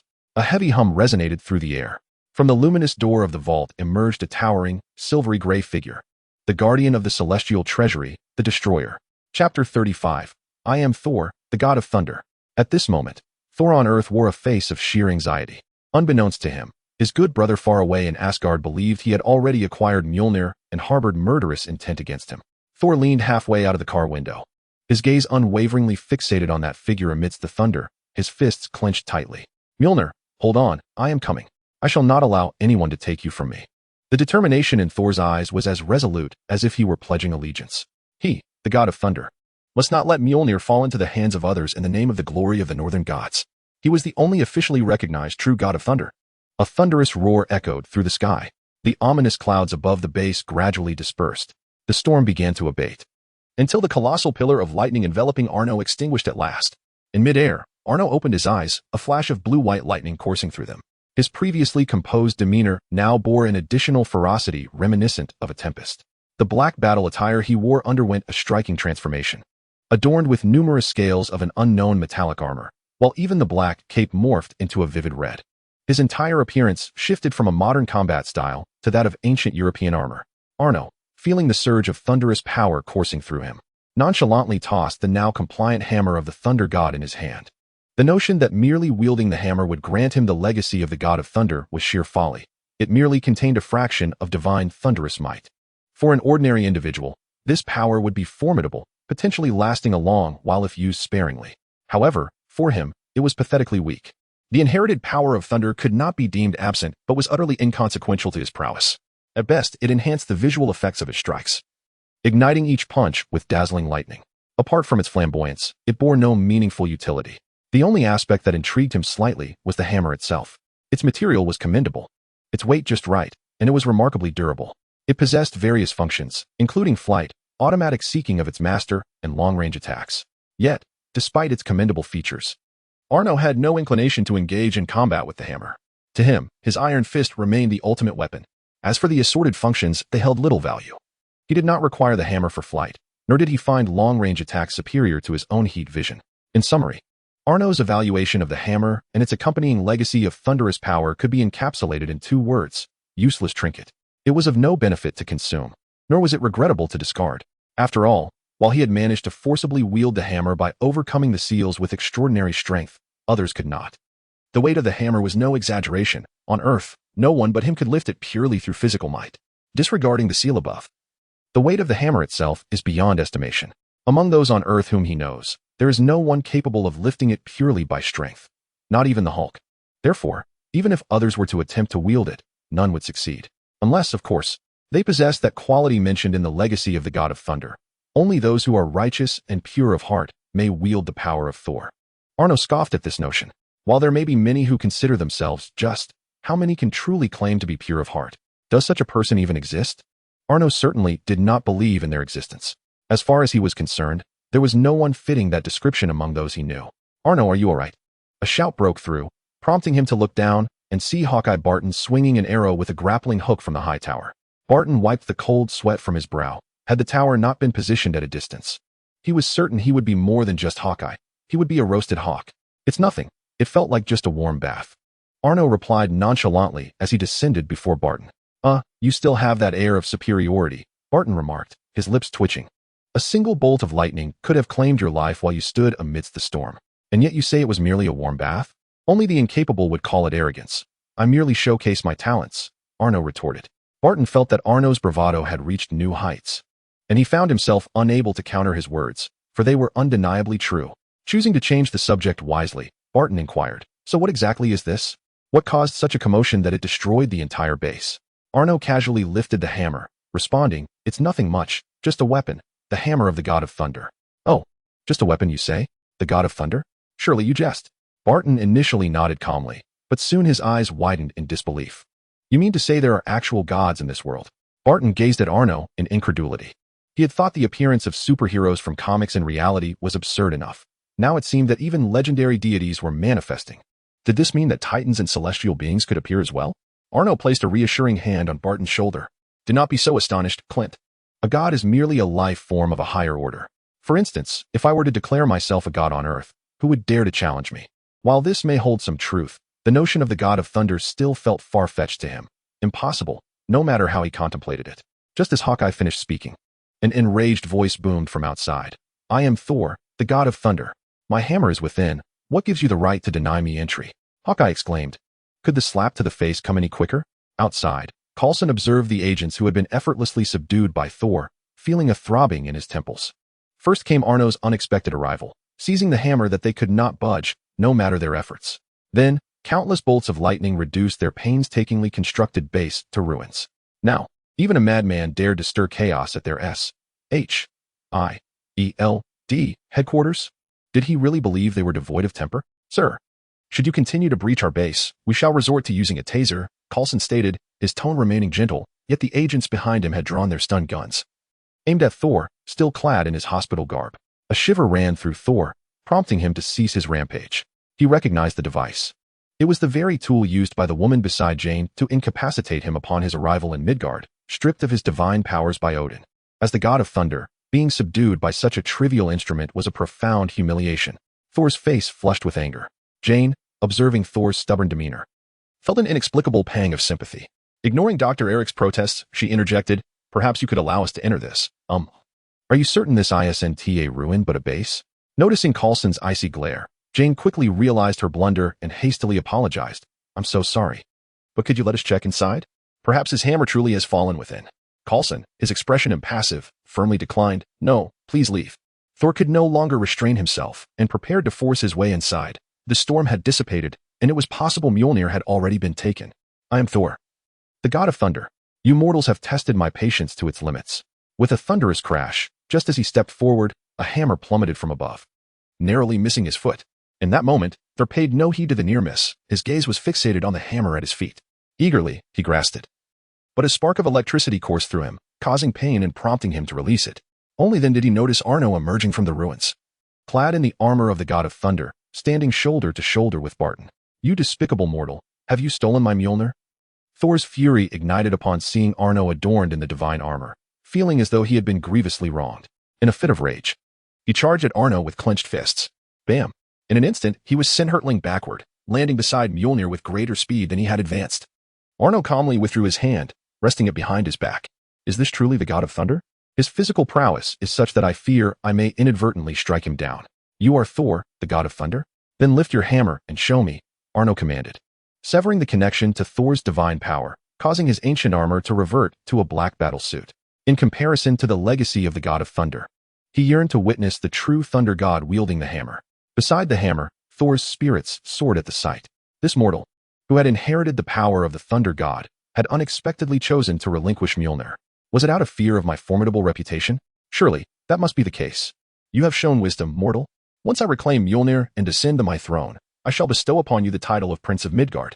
With this declaration, Thor gazed confidently at his steadfast companion, who had fought alongside him through countless battles, a surge of warmth filling his heart. Soon, he would regain his divine power, recover Mjolnir, and once again be the invincible Thor.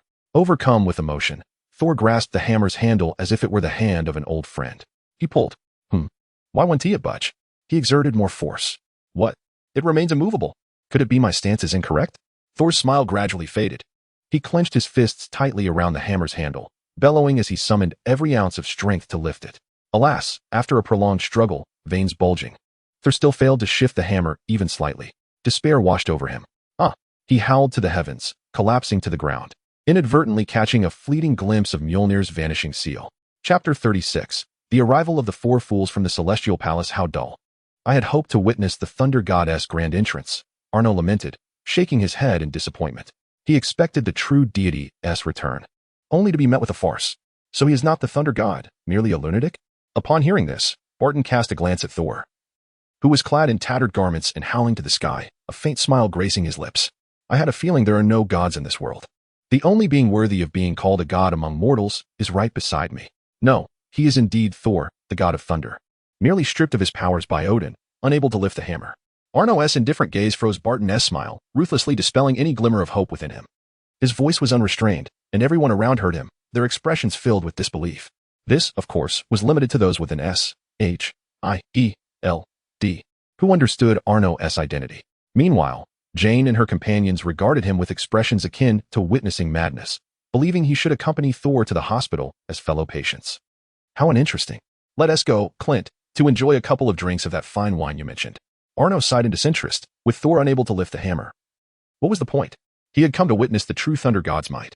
Now that Thor was incapacitated, it seemed the grandeur of the thunder god would remain unseen for the time being. Just as he turned to join Barton for a drink, he suddenly glanced skyward.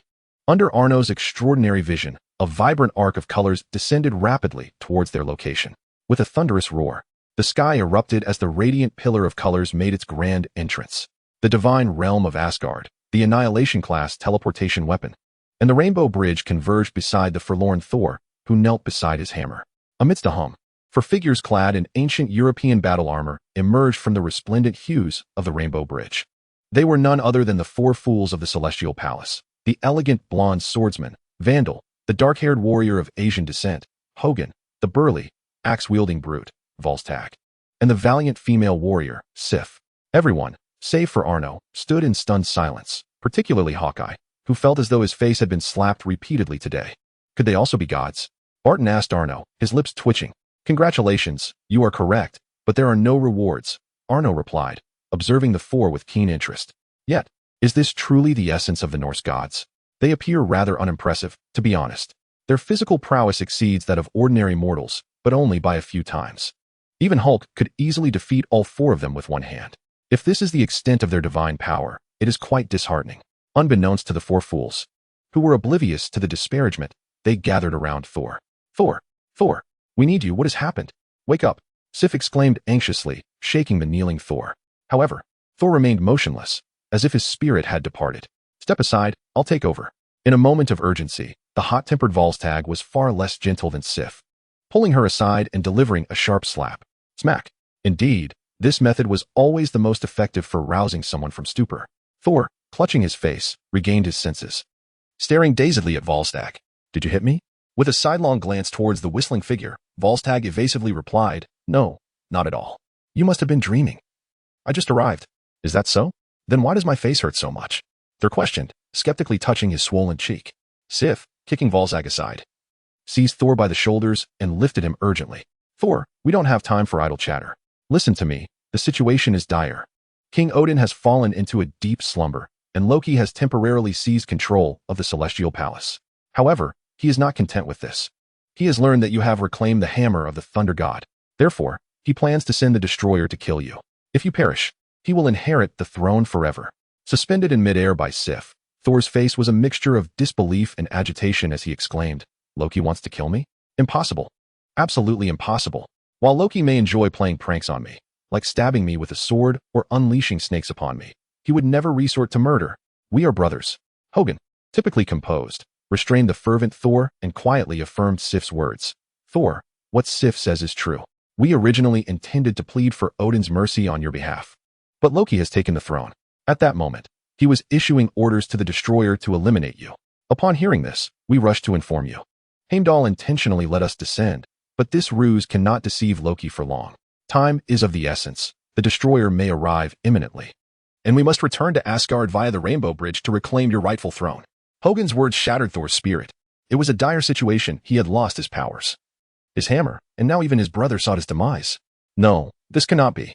Thor sank to the ground, despondent. How could it be that he and Loki, who shared such a strong bond, had come to this? Why was this happening? Vandal, who had remained silent until now, spoke up. There is no time for sorrow. You are Thor, the god of thunder. Gather yourself. We must return and reclaim your throne at once. Yet, Thor did not rally at this encouragement. Instead, he cast a forlorn glance at his hammer lying on the ground. No, I have not regained my powers. Father still has not forgiven me, and Mjolnir has chosen another. I am unworthy to contest for the throne. Now it was the warriors of the Valkyrie who were left in shock. Sif was the first to regain her composure. Her affection for Thor as a person eclipsed even his identity as the god of thunder. Witnessing Thor's despondent state tugged at her heartstrings, and she prepared to offer him comfort. Suddenly, with a thunderous crash, another rainbow bridge descended, heralding the arrival of a colossal figure. The very sound of its landing indicated the presence of a formidable entity. Sif and the others exchanged alarmed glances. Trouble. Loki's destroyer has arrived. Indeed, a tall, metallic behemoth emerged from the newly opened rainbow bridge. Asgard, the destroyer has made its entrance. The destroyer turned its gaze towards Thor, pausing to regard Sif and the others. I am the true king. You have betrayed your new sovereign. How dare Heimdall allow you to descend without permission? From within the destroyer, Loki's voice, laced with jealousy and rage, echoed forth. Once again, it was the same lament. Why was it that Thor, cast down to the mortal realm, still had so many allies? Why did it seem as if all of Asgard revolved around him? Vostag, known for his candor, exclaimed vehemently, Loki, your intentions are nefarious. How dare you contemplate the murder of your own brother to usurp the throne? You are unworthy of the crown. Unworthy? To hell with you, you fat imbecile. Loki retorted, nearly seething with rage. In his fury, the helmet of the destroyer unfurled, releasing a brilliant beam of yellow light that sent Vostag hurtling through the air, fortuitously towards Arno, who was spectating the altercation. Seeing the hefty figure barreling towards him, the benevolent Arno deftly sidestepped. Boom. Vostag crashed into the ruins behind Arno. The latter gazed at the residual marks of the radiant beam still shimmering in the air and licked his lips in excitement. This phenomenon bore a striking resemblance to his own heat vision. Who was truly the stronger? A crimson glow ignited in Arno's eyes as he resolved to uncover the truth. I ought not to meddle in your familial affairs, but you have encroached upon my territory. Chapter 37. The Destroyer? A fine plaything Loki, noticing Arno's eyes glowing with a fierce red light, dismissed him with contempt, perceiving his authority as affronted. A mere mortal, what significance does a glowing gaze hold? He is nothing more than a mortal whose eyes merely shine. Mortal, you seek your demise. Buzz. The destroyer's yellow beam erupted once more, aimed directly at Arno, intent on obliterating this audacious mortal who dared to blaspheme the divine. Yet, the anticipated scene of the destroyer effortlessly reducing the mortal to ashes did not materialize. Two crimson beams, seemingly diminutive compared to the destroyer's light, stood resolutely against the onslaught. Loki, who controlled the destroyer from afar, was left in stunned disbelief. How could this be? The destroyer is the premier weapon of Asgard. Its divine light can annihilate worlds. Even Thor may falter before it. By what right does this mere mortal withstand such might? Loki's mind swirled with shock and confusion. In an instant, the answer became evident. Boom! A resounding clash of metal echoed, and Loki felt the destroyer he commanded spin wildly out of control. Arno, using his heat vision to counter the destroyer's beam, advanced and delivered a powerful punch. sending it soaring into the distance. He then turned to Barton. Clint, I'll handle this fellow. You and the others should evacuate the nearby townsfolk. We wouldn't want any children caught in the crossfire. Understood. Stay safe, and thank you. Barton nodded in appreciation before turning away, accompanied by Coulson and the S.H.I.E.L.D. agents. Arno was no superhero. He bore no obligation to assist the civilians. That was the duty of S.H.I.E.L.D. In Barton's view, Arno's reminder was more of a friend's concern than a genuine care for the lives of those people. After all, Arno is not depicted as a benevolent figure in the records of S.H.I.E.L.D. Instead, he is characterized by a history steeped in bloodshed and cruelty. Owing Arno a favor, it seems imperative to treat him to a lavish meal. And contemplating Arno's capacity for drink brings a wry smile to Barton's face. These past few months appear to have been in vain. Loki, having just extracted the destroyer from the sands, suddenly finds a fist enlarging in his field of vision. Boom. Once again, he experiences the sensation of soaring through the air, akin to the perspective Thor usually enjoys, albeit to his chagrin. Enough. How dare you treat a deity in such a manner? Loki's furious voice emanates from the destroyer upon landing. In response, Arno descends from the heavens and delivers a punch that embeds the destroyer into the ground. Observing the destroyer, which, despite being entrenched in the earth, remains unscathed, Arno feels a sense of satisfaction. Truly resilient, this contraption serves as an exemplary punching bag. Buzzing sounds erupt as brilliant yellow beams of light continuously shoot forth from the ground, with Loki attempting to seal off Arno's escape route. He succeeds, rendering Arno too weary to evade. It struck. Loki watches as one of the beams engulfs Arno, a thrill coursing through him. This troublesome mortal has finally met his end. After all, he is but a mortal, incapable of contending with the divine. As the beam extinguishes, the destroyer does not even glance at Arno. Believing that being struck by the annihilation beam would reduce him to mere ashes, there could be no other outcome. Rising from the pit, the destroyer prepares to continue its primary mission of slaying Thor. Mr. Punching Bag, the match is far from over. Exiting prematurely is quite unseemly. A faint voice resonates from the sky, causing the destroyer to abruptly lift its gaze in alarm. There stands Arno above, entirely unscathed, not even a tear in his clothing. How is this possible? That was the annihilation beam. It seems you are prepared for a second round. What? Before Loki can react, a gigantic hand occupies his entire field of vision, followed by that loath sensation of soaring once more. This uncontrollable flight evokes memories of the times Thor would take him aloft. Thor always bore an expression that conveyed no need for thanks. Yet he never inquired whether Loki relished such experiences. He does not, but it is futile, for Arno's grip, as unyielding as iron, firmly clutches the destroyer's face and ascends into the sky. No matter how the destroyer retaliates, it cannot shake free from his grasp. Loki perceives the force of the destroyer's struggles, reminiscent of the sensation of striking URU metal with his fist. One word, damnably hard. Even if he cannot fully unleash the destroyer's power, the innate strength it possesses should indeed be cataclysmic. The destroyer, crafted from URU metal and imbued with the power of the gods, was unexpectedly outmatched in hardness by a mere mortal. Could the world become any more absurd? Was he raised on genetically modified corn? Unbeknownst to Arno, who found the destroyer's hammering massage rather pleasant. Far more so than the discomfort of the squishy punches from the abomination, Loki brooded upon his throne.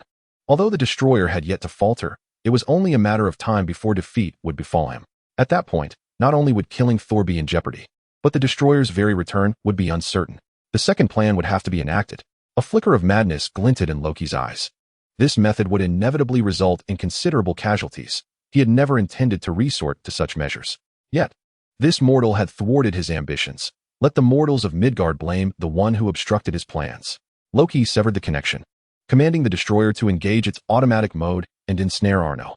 Meanwhile, he would pursue his reckless scheme.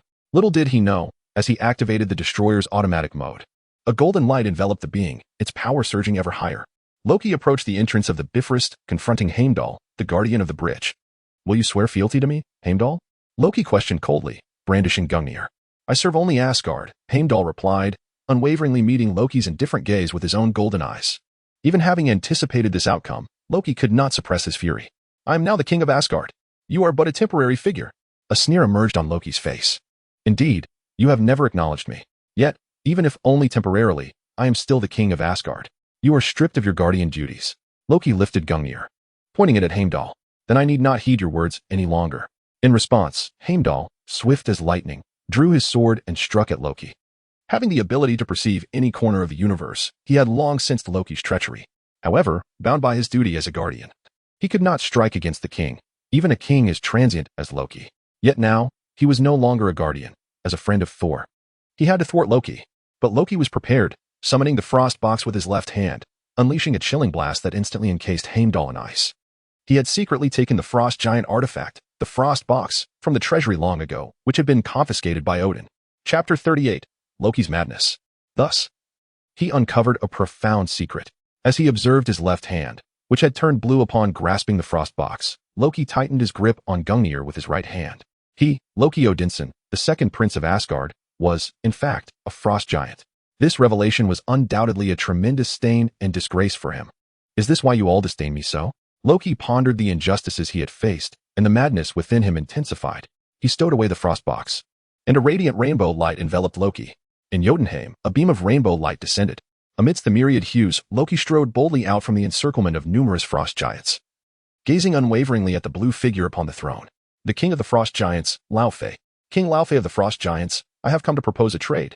Loki slightly bowed, a glint of madness flashing in his eyes. Oh, the young king of Asgard, what trade could you possibly offer me? Laufey regarded the diminutive figure below with a mocking smile, completely dismissing this temporary lord of the divine realm. Hearing Laufey's derisive tone, Loki's lowered head concealed a brewing malice. Let us speak plainly. Odin is currently in a weakened state.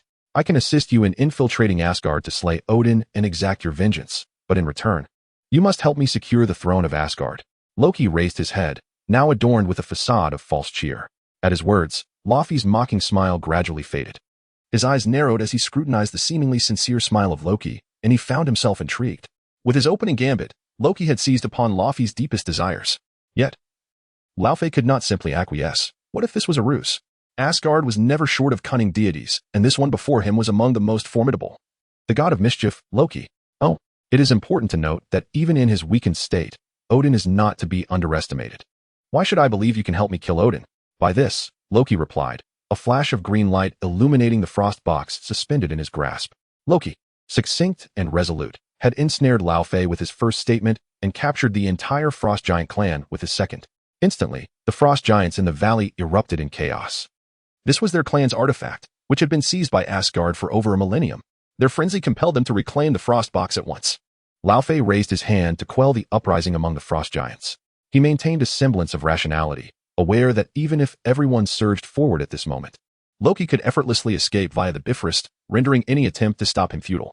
However, his eyes now gleamed with fervor, and the scant reason he possessed was gradually succumbing to the allure of the frost box. Very well, I consent to this transaction. How do you wish for me to assist you? Loki's smile widened in response. I require you to dispatch an army to Midgard to eliminate my brother, Thor, the god of thunder.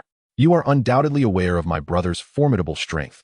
Thus, for the assurance of success, I need you to personally lead the troops to vanquish him. You know that only with his demise can I firmly secure the throne of Asgard. Once he is slain, I shall return the frost box to you. Laufey scrutinized Loki for a moment before finally responding. So be it. Earth, New Mexico. A dark speck appeared in the sky, gradually expanding. A silvery gray silhouette plummeted from the heavens, shattering several buildings before crashing into a gas station, resulting in a catastrophic explosion. Boom. Amidst the intense flames of the gas station, a towering figure slowly rose. Within the inferno, a brilliant beam of light tore through the roaring flames, shooting skyward towards the approaching figure. Simultaneously, a crimson radiance ignited from above, colliding with the bright yellow beam. With a resounding hum, a powerful shockwave erupted from the intersection of the two beams, spreading outward and mercilessly rending the surrounding structures to shreds, as though they were mere paper. Arno's eyes, illuminated by the intense heat vision, turned a fiery red, and his lips curled into an uncontrollable grin. What an impressive toy. It actually grows stronger when I elevate it into the sky. Not only did its strength and speed increase, but its energy beams and various abilities were enhanced across the board. It could even fly. Splendid. It transformed into a more resilient plaything. This was simply marvelous. A punching bag superior to both Hulk and Abomination was born. In his excitement, Arno unconsciously intensified the output of his heat vision, directly pushing back the destroyer's beam and pinning him to the ground. Arno shook his head, blinking through the intense glare, and then he raised his fist, diving towards the destroyer below. Thud! Arno crossed his arms in defense, yet the immense force from the destroyer propelled him backward, leaving a trail of hundreds of meters on the ground. Indeed, Not only had its strength and speed increased, but even its reflexes had sharpened. He had barely charged forward when he was sent flying by a single punch. Impressive, indeed. Arno felt the power coursing through his arms and grinned. It was already far more potent than both Hulk and Abomination, yet this was merely the beginning of the thrill. Arno stepped forward, covering 100 meters in an instant, and crouched before the destroyer. With a sweeping kick, the destroyer was knocked down, and before it could fully descend, a soccer kick connected with its head. A thunderous sound erupted as the destroyer was propelled away by a shockwave. Simultaneously, the 4 valiant warriors of the Celestial Palace, who were assisting Thor in evacuating the surrounding townsfolk, sensed something amiss and turned sharply to the front. A resplendent rainbow bridge, far broader than when they had arrived, descended before them. Following this, towering figures with blue skin and red eyes surged forth from the radiant archway, pouring out in numbers akin to a vast ocean of blue. Oh my goodness! So many frost giants! The 4 warriors from the Celestial Palace were left dumbfounded. One destroyer had already instilled despair within them, but now, with the formidable Midgardian holding it at bay, an overwhelming number of frost giants appeared. They were left trembling, silently pleading for more of those mere mortals from Midgard to come and assist them.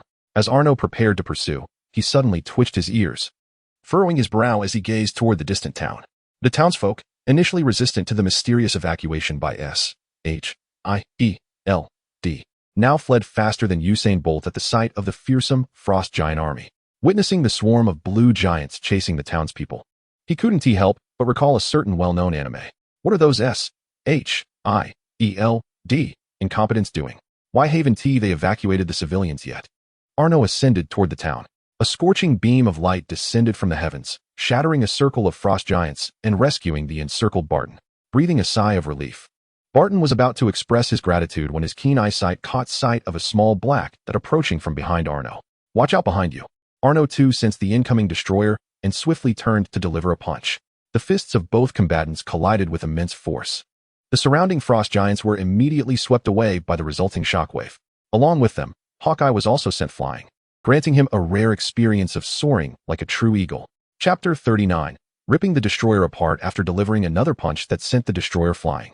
Arno surveyed the grim scene around him, his brow furrowing involuntarily. The town beneath him was overrun by an ever-increasing number of frost giants, rendering S.H.I.E.L.D. agents and local police powerless to resist. In terms of both numbers and individual strength, the two sides were not on the same level. Ordinary people struggled to effectively kill the frost giants even with firearms, and soon found themselves torn to shreds. The local police force has been entirely decimated, and only a few senior agents from S.H.I.E.L.D., including Coulson and the recently liberated Hawkeye, remain to valiantly defend the civilians' retreat from the encroaching frost giants. However, they, along with the remaining townsfolk, find themselves completely surrounded, with no avenues of escape. It is feared that within a mere 10 minutes, the entire town will be utterly annihilated by the frost giant army. Arno seethed with indignation at the chaos unleashed upon his realm. Although he did not consider himself a paragon of virtue, he believed he could impose his will upon those within his territory, but outsiders were another matter entirely. It seemed he had played too long, allowing those from the divine realm to perceive him as a target for their mischief. His eyes ignited with an even more brilliant crimson glow than before, and a cruel smirk twisted upon his lips. No more games. It was time for swift resolution. A beam of destructive energy surged from behind, prompting Arno to unleash a ferocious thermal gaze. The red and bright yellow energy rays collided, but within less than a second, the yellow beam was utterly overwhelmed, and the crimson radiance consumed all vision. The searing thermal gaze bore down upon the destroyer's destructive beam, driving it relentlessly into the ground, the tremendous force forcing it to submit under the onslaught. Only when the upper half of the destroyer was scorched crimson did Arno cease his thermal assault. With a resounding boom, Arno descended with boundless power, slamming his knees forcefully into the chest of the destroyer. The area within a kilometer was instantly obliterated, the ground sinking beneath the impact, causing the town, along with the destroyer, to tremble violently. The destroyer's already crimson chest caved in significantly under the force. Before the destroyer could muster a defense, Arno unleashed a flurry of punches upon it. The indomitable URU metal of the destroyer crumpled under the force of Arno's iron fists, and the ground continued to yield beneath the immense power. The surrounding area, stretching for 10 miles, erupted like a cataclysm, with buildings collapsing and the disaster's reach expanding relentlessly. Fortunately, most of the townspeople had already been slain by the frost giants, sparing them from the ensuing devastation. Instead, the densely packed frost giants, unable to evade or flee, suffered grievously. The focal point, the destroyer, fared the worst, as Arnold's relentless blows pinned it to the ground, rendering it incapable of rising. Desperately, it activated its faceplate again, gathering golden energy to launch Arnold away. However, Arnold coldly scoffed, extending his right hand directly into the energy chamber of the destroyer. Instantly, the searing energy began to scorch his hand. Even steel would vaporize instantly upon contact with this formidable energy, yet Arnold merely felt a slight burning sensation in his hands. Instead of relinquishing his grip due to the searing pain, he thrust his other hand into the faceplate, firmly grasping both sides of the destroyer's armor. Sensing an imminent threat, the destroyer unleashed a torrent of blinding, violent energy, striking Arnold squarely in the face.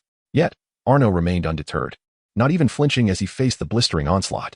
With resolute determination, he exerted his strength, declaring, "Die." With a low growl, he wrenched the destroyer's head apart with sheer force. Witnessing the destroyer lose control, Loki felt a surge of dread wash over him as he beheld the final moments unfold. This cannot be. He must not survive. This being is no mere mortal. He is terrifying. If a creature empowered by the gods could be so easily torn asunder by this Midgardian, then my own destruction would be effortless. Loki's grip on Gungnir trembled as he hastened toward the Bifrost. Just one step away, and my plans will be realized. I cannot falter now. With success, I shall see not only this Midgardian warrior and Thor, but the entire Frost Giant clan vanish into oblivion. I shall emerge as the ultimate victor. Loki's eyes gleamed with madness as he gazed upon the Bifrost. As the radiant beams of destruction dissipated, Arnold rose to embrace the sunlight that bathed him post-battle. Steam rising from his body, still scorched by the destroyer's energy. Under the warm glow, he swiftly recuperated from the energies expended. Lowering his gaze to the destroyer, whose form was nearly torn to the chest, he remarked, "What an evenly matched and exhilarating battle. You truly were formidable." At least, for him, it was indeed remarkable. Never had a creature fought him to such an extent as the destroyer had. "Now, it is your turn, little insects," Arnold proclaimed as he materialized in the sky. Surveying the vast blue sea composed of frost giants that nearly engulfed the entire town below. At the center of this icy expanse lay a minuscule vacuum. Thor Coulson, the four fools of the Asgardian palace, and several S.H.I.E.L.D. agents leaned against a bus. Their eyes filled with despair as they surveyed the relentless tide of frost giants surrounding them. With only a single arrow remaining, Barton sat helplessly atop the bus, its tires pierced by icy shards. The imminent depletion of his arrows signaled the approach of his own demise. "It seems the drink I owe you will never come to pass, Arno." The surviving townsfolk within the bus, faced with such a dire spectacle, shut their eyes tightly, hands clasped in prayer, beseeching the heavens for a glimmer of absurd salvation. Regrettably, there is no deity in the heavens, and the only one who can eternally stand aloft in the sky is but a single individual. The tumultuous roars of the frost giant army suddenly fell silent. "I suggest that you settle your debts promptly." As this unassuming voice echoed in the ears of all present, they opened their prayerful eyes to gaze skyward. A towering figure, draped in a black cloak, brought forth the purest hope. The hearts of all, which had plummeted into despair, were instantly rejuvenated. For the newcomer was invincible. "Arno, you have arrived just in time." Barton exhaled a sigh of relief, casting aside his ever-present bow, and collapsed onto the roof of the vehicle, smiling as he gazed at the figure in the sky who heralded salvation. The bald man on the scene, our Hydra comrade Sitwell, fainted from the overwhelming emotional shift. Coulson's eyes brimmed with admiration as the status of Captain America appeared precarious, nearly transforming into Captain Superman. Thor, the god of thunder, despite being stripped of his divine powers, remained the most spirited among them, exuding vitality. Thor joyfully shouted, "Mighty warrior of Midgard, you are truly remarkable. I swear, I shall crown you as prince." Chapter 40. The dread of the frozen breath Sif and her companions suddenly found themselves reluctant to acknowledge this prince, who appeared as giddy as a fool. Yet, though they were not as exaggerated as Thor, their eyes were filled with reverence for Arno. Asgard has, since time immemorial, revered the strong. Arno merely smiled at their reaction, feeling none of the so-called satisfaction that superheroes often claim after saving lives. He turned his gaze towards the frost giants, who hesitated to approach him. "The farce must come to an end, frost giants. Are you afraid of ice?" The frost giants did not comprehend his words, but they observed the cataclysmic battle between Arno and the destroyer, recognizing him as a powerful figure worthy of their king, Laufey, and thus refrained from acting rashly. Clearly, Arno had no desire to hear their response. As soon as he finished speaking, Arno exhaled a stream of white frost. With the spread of this chilling breath, the innermost circle of frost giants was instantaneously frozen into solid ice, becoming frozen giants. The other frost giants, realizing the peril, hurriedly attempted to retreat. They had charged in with great fervor, and now they fled with equal speed. It seemed that the frost giants were not entirely unafraid of ice. A flicker of curious satisfaction crossed Arno's eyes as he observed this revelation, and he intensified his icy breath. In an instant, the cold enveloped the entire town, freezing tens of thousands of frost giants into magnificent ice sculptures. The survivors, including Coulson, trembled as they beheld this astounding spectacle of frost. You still claim you are not a superhero, yet now you unleash your freezing breath. Not only the survivors, but also Nick Fury and Pierce, far away in the Triarch Wing building, are profoundly shaken by the scene depicted in the satellite imagery. Fury maintains an outward composure, yet his hand instinctively finds its way into his trench coat pocket to grasp an old-fashioned firearm, as if this gesture might offer him a semblance of security. Pierce, with a resigned smile, acknowledges that refraining from probing whether Fury is indeed a superhero and instead opting to cultivate a rapport with him was indeed the wisest choice. The freezing breath now unequivocally defines him as a being of extraordinary power. With an invasion of such numerous extraterrestrial beings, it is evident that SHIELD is not the only organization monitoring the situation from above. The military has also been vigilant, and in fact, their forces have already encircled the town within a 100-mile radius. However, upon discovering that Arno is among them, the military high command has opted to abandon any offensive maneuvers, lest they disrupt the whims of a significant figure. With such a prominent individual in play, what need have they for their military, risking unnecessary casualties? Upon witnessing Arno's freezing breath, the military leaders find little cause for alarm. It is almost comical, as if they believe that without Arnold Stark's freezing breath, they could feel reassured. Regardless of the presence of such a breath, Arno could extinguish their lives with far less effort than squashing an ant. The distinction lies merely in whether they perish by laser, through a single punch, or by freezing. Why not quietly endure and avoid incurring Arno's wrath? One must recall that the last military official who dared to cross Arno now bears the loss of an arm, and his support in Congress has dwindled to nothing. No one dares to stand by him anymore. His future appears undeniably bleak. Let us not delve into the myriad complex emotions harbored by those covertly observing this unfolding drama. The survivors, shivering increasingly with trepidation, are not primarily terrified by Arno's freezing breath, but rather by the unbearable cold. The entire town is encrusted with frost, likely rendering it colder than the Arctic itself. If this continues, it will not be long before they succumb to hypothermia en masse. Arno, too, perceives the rapid decline in their body temperatures, particularly noting Barton, who, clad in a sleeveless combat suit, has arms that have turned a deep shade of purple. Alighting upon the car's roof, Arno effortlessly hoists the exhausted Barton and tosses him into the vehicle through the window. He then glances at Coulson and the others, instructing, "You lot, get inside as well." The agents, nearly frozen stiff, are reduced to silent nods of gratitude toward Arno, hastily lifting the unconscious Sitwell into the car.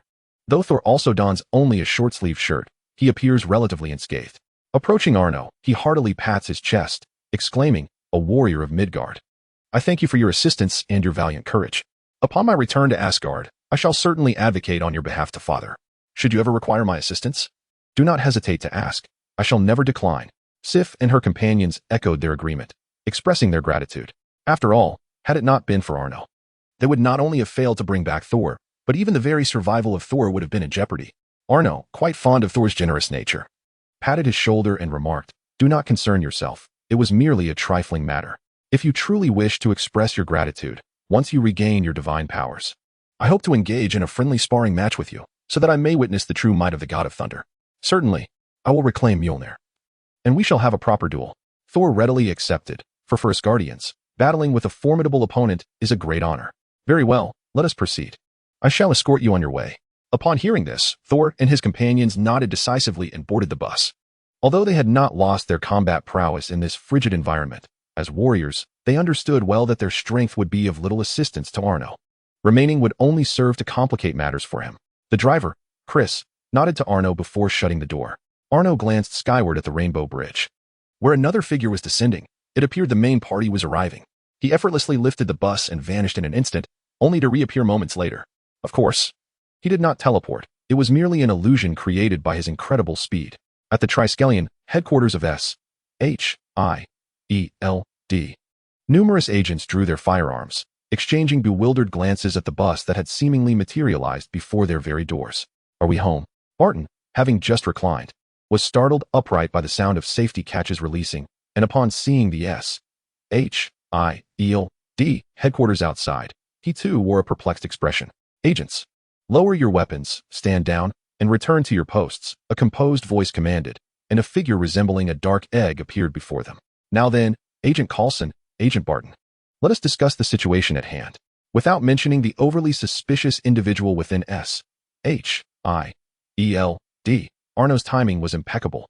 As a tall blue figure was just stepping forth from the Rainbow Bridge, Laufey emerged slowly, arms wide open and eyes closed, prepared to embrace the cheers of his subjects. Yet, the world lay in utter silence, save for the whisper of a cold wind. What? How could Midgard be so frigid, even colder than Jotunheim? Laufey suddenly sensed something amiss. Why was it so quiet? Abruptly opening his eyes, he beheld a shocking scene. As he had surmised, his subjects had indeed occupied the entire town where Thor resided. But why were they all mere ice sculptures? He swiftly turned his gaze toward the conspicuous dark figure amidst the myriad of ice statues. Who are you? Laufey gazed intently at the Midgardians who scrutinized him, his blue sweat first standing on end. Death is imminent. He clearly appeared unremarkable, yet his sixth sense blared a frantic warning of impending doom. You seem no different from an ordinary frost giant, Arno noted, his eyes perceiving Laufey's muscular structure and skeletal frame with remarkable clarity. To him, this so-called king of the frost giants seemed merely a fraction stronger than a typical frost giant, possessing little distinction beyond the energy coursing within him. Is this truly all there is to the legendary king of the frost giants? Laufey, noticing the palpable disappointment etched across Arno's face, felt a surge of anger. Had he encountered this formidable being capable of freezing countless frost giant warriors before his powers had waned with the loss of the frost box, he might have faltered. But the circumstances had shifted. A sardonic smile curled upon Laufey's lips. Midgardian, you shall pay dearly for your ignorance and your disrespect towards the king of the frost giants. The frost box materialized in his grasp. Indeed, Loki had entrusted him with the frost box in order to embolden him to lead an assault on Midgard and eliminate Thor. Although he deemed Loki's actions rather foolish, he recognized that he would still require Loki's assistance in his quest to slay Odin in Asgard, so he refrained from rebuffing him. After all, with the frost box in hand, he felt emboldened to face Odin himself, let alone the mere thunder god Thor. He even contemplated delivering a stunning display to Asgard, demonstrating his impending resurgence by annihilating all who resided in Thor's vicinity, showcasing to the Nine Realms that Asgard was utterly incapable of governing them. Laufey could slay Thor's subjects before him, while Thor himself remained powerless to intervene. Yet, fate had other designs. He had not anticipated that this seemingly unremarkable Midgard would harbor a superlative being capable of freezing legions. The overwhelming pressure radiating from this individual rivaled the oppressive sensation he had once felt from Odin himself. Chapter 41. Laufey.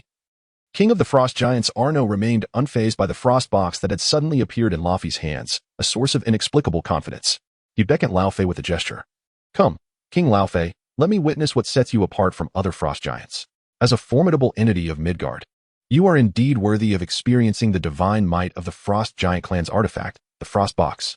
Though Arno maintained an air of nonchalance, Laufey's expression turned grave. Even with the Frost Box at his disposal, he knew he must exert himself to the utmost. His previous encounter with Odin had ended poorly. He could not afford a repeat. The Frost Box unleashed an endless torrent of frigid air, enveloping the entire town in an instant. The already piercing cold transformed into a nightmarish frost-laden hellscape. In the current frigid temperatures, an ordinary person would be instantly frozen solid. However, Arno is no ordinary individual. The cold wave that envelopes him merely adorns his form with a layer of frost, leaving him unscathed. With a mere shudder, the frost cascades down from his body like raindrops. Laufey harbored no illusions that this maneuver could vanquish a being as formidable as Odin. The cold wave served primarily to encase the surroundings in a frost-laden domain advantageous to him, and to conjure a lethal, annihilating strike. Crack, crack, crack. Suddenly, the sound of countless ice shards shattering filled the air. Roar, roar, roar. Immediately following, a cacophony of terrifying, inhuman howls erupted. The frost giants, once frozen and lifeless under Arno's icy breath, were inexplicably liberated from their frozen restraints by the cold wave released by Laufey. Their forms swelled, adorned with ice-blue spines, and massive ice blades sprouted from their arms, rendering them a terrifying visage of war and slaughter. Arno's gaze cut through the ranks of these newly grotesque, towering frost giants. He discerned that they had not truly come back to life. Rather, they were under control and had mutated. Their innards had long succumbed to the fatal chill of his breath, their blood ceased to flow, and their hearts had stilled. They were now mere animated corpses, devoid of life and fear of his freezing tactics. Laufey chuckled coldly, producing a colossal frost giant sword that pointed menacingly at Arno. Go forth, my subjects, and with your final will, rend him asunder and exact your vengeance. The utterance of Laufey acted as a trigger. igniting the fury of thousands of resurrected frost giants as they charged at Arno with a thunderous roar. Each mutated frost giant towered over 3 meters, rivaling the height of abominations. The sight of thousands surging forward was nothing short of breathtaking and awe-inspiring. Even Arno, who initially held little expectation for Luffy, felt a surge of fervor at this spectacle. That was quite a move. However, you mentioned my freezing techniques? That is hardly my forte, Arno declared, his lips curling into a smirk, and his cloak billowed as if stirred by an unseen wind. I prefer the thrill of battle. Boom. With a resounding explosion, a large crater formed where Arno had stood, and he vanished in an instant. He transformed into a streak of white energy, violently weaving through the throng of frost giants. In an ephemeral moment, dismembered bodies flew through the air, and entrails scattered. Arno halted his advance, raising both hands to catch 2 descending ice blades. With a forceful twist, he wrenched the massive ice blades along with the arms of 2 frost giants from their bodies. Holding 2 ice blades, Arno mercilessly cleaved the 2 frost giants, who had lost their arms, in half, granting them their release. With a cruel smile, he propelled himself forward, plunging back into the throng of tens of thousands of frost giants. The blades danced with a flurry of blue afterimages, toppling countless frost giants with sheer power and speed, devoid of any technique. The visible reduction in the ranks of the frost giants was staggering. Luffy's expression darkened. He had severely underestimated the might of this Midgard warrior. To fell tens of thousands of swine would take a year and a half, yet over half of the reinforced frost giants had already perished in mere moments. Such colossal physical strength was undoubtedly beyond even Odin's prowess. He glanced at the frost giant's sword in his hand and cast it aside.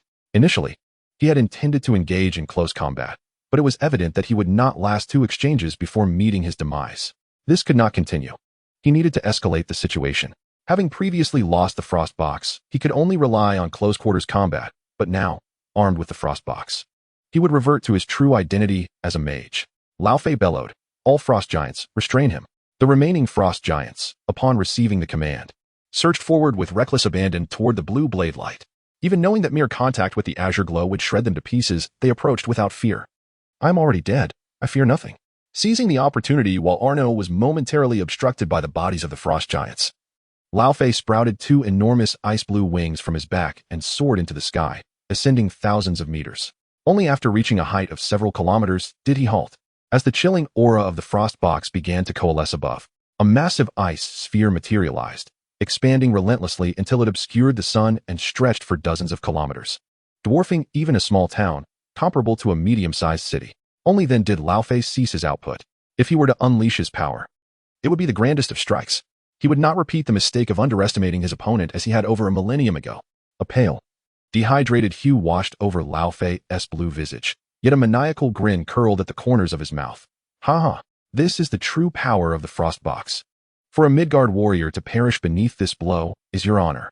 Last time, I was caught off guard by Odin and could not unleash my full might. This time, however, your misfortune becomes my advantage. With a firm grip on the now dimmed frost box, Luffy summoned all his strength and brought it crashing downward into the void. Instantly, the frozen meteors above trembled and began their slow descent toward the earth, following his command. Luffy's eyes blazed with fervor as he beheld the impending cascade of ice-laden meteors. This strike would undoubtedly shake the very foundations of the earth. At this moment, all those watching from around the world felt as though they were plunged into an icy abyss, their blood seeming to freeze, rendering them immobile. It was nothing short of a miracle. Only a deity possesses such cataclysmic power. This colossal frozen meteor, while not ascending to the strength capable of utterly obliterating the surface, would undoubtedly spell disaster for New Mexico and indeed the entire United States upon impact. The high-ranking officials of the military, driven to the brink of frenzy, roared in desperation, launched the nuclear warheads, immediately unleashed them. We must obliterate that frozen meteor. It must not descend. Should it land, the United States would be thrust into chaos. This event could very well lead to national annihilation. Time was of the essence.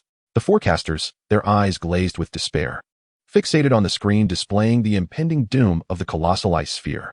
As the ominous mass, shrouded in a veil of atmospheric turbulence, descended towards Arno, the surrounding area dimmed as if swallowed by darkness. Has the moment finally arrived? How could Arno be ensnared by a mere horde of frost giants, even those enhanced? He merely sought to witness the true extent of the so-called frost giant king, Ralphie's ultimate power. Boom! With a sweeping motion of his arm, Arno sent the towering mass of frost giants hurtling through the air as if they were mere rags. He gazed upward at the descending frozen meteor, a satisfied smile gracing his lips. Truly magnificent, You have not disappointed in your title of Frost Giant King, and my wait has not been in vain. Bending his legs slightly, the ground trembled with shifting ice as Arno gathered his strength with fervent intensity. Boom! A thunderous explosion reverberated across the sky, leveling the entire town beneath the tremendous force of his charge. Like a streak of dark energy, Arno unleashed the most potent punch he had ever mustered, aimed squarely at the falling frozen meteor. Chapter 42. The Meteor Falls. Ralphie perishes. A tremendous roar erupted between the two vastly different entities, a blue and a black, each representing absolute destruction. The sonic boom resonated throughout the entirety of New Mexico. In the next instant, crack, crack, crack, countless fissures appeared across the icy surface, rapidly spreading throughout the entire sphere. Amidst the prayers and pleading gazes of thousands, the massive ice meteor, capable of annihilating a nation, shattered into countless fragments in the blink of an eye. Boom. In Ralphie's bloodshot eyes, myriad shards of ice erupted and scattered. Arno's obsidian pupils ignited with a fierce crimson glow as he beheld the immense fragments, now broken yet still raining down. Although these splintered pieces would not cause substantial casualties, the surrounding area would undoubtedly be affected.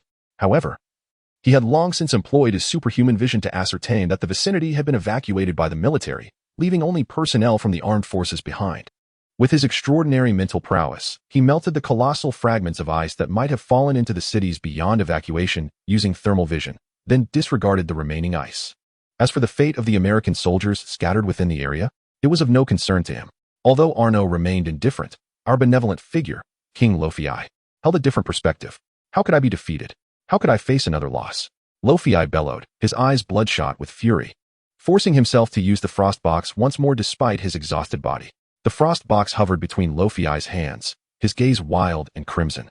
As he pressed his hands towards it from a distance, veins bulged on Lofi's arms as if an invisible force was resisting him. Nevertheless, he paid no heed to the pain. Even as his blood vessels threatened to burst, he pressed down with all his might. Die! Lofi roared, his arms exploding in a violent eruption, blood splattering onto the frost box. As the frost box absorbed the blood, its dim surface illuminated with a blue-white glow. Subsequently, it transformed into a streak of blue light, surging towards Arno at a speed exceeding 10 times the speed of sound. With a sharp snap, Arno raised his hand and caught the incoming frost box. To others, this attack would have been impossible to react to, but he was a Superman. Is this it? All this effort just to throw a brick at me? Arno turned to look at Lofi, who, having lost both arms, was plummeting from the heights, now emaciated. The falling Lofi grinned at him, silently mouthing the words, "You fell for it." In the next moment, the frost box in Arno's grip erupted with a dazzling blue light. Instantly, numerous ice shards that had been shattered by Arno surged from all directions, transforming into blue shadows that collided with him. Arno frowned at the frost box in his hand, realizing that it had now frozen his entire right arm and was exerting a tremendous pulling force, firmly affixed to him, preventing him from discarding it. Arno swung his left fist, shattering several massive ice blocks that approached, but more and more ice shards converged from all around, overwhelming him until he was entirely engulfed. Crackling sounds filled the air as countless ice fragments continued to gather around Arno, ultimately forming a colossal ice meteor suspended in the air. With a thunderous crash, Lofi, having fallen from great heights, coughed up a mouthful of blood mixed with internal organs.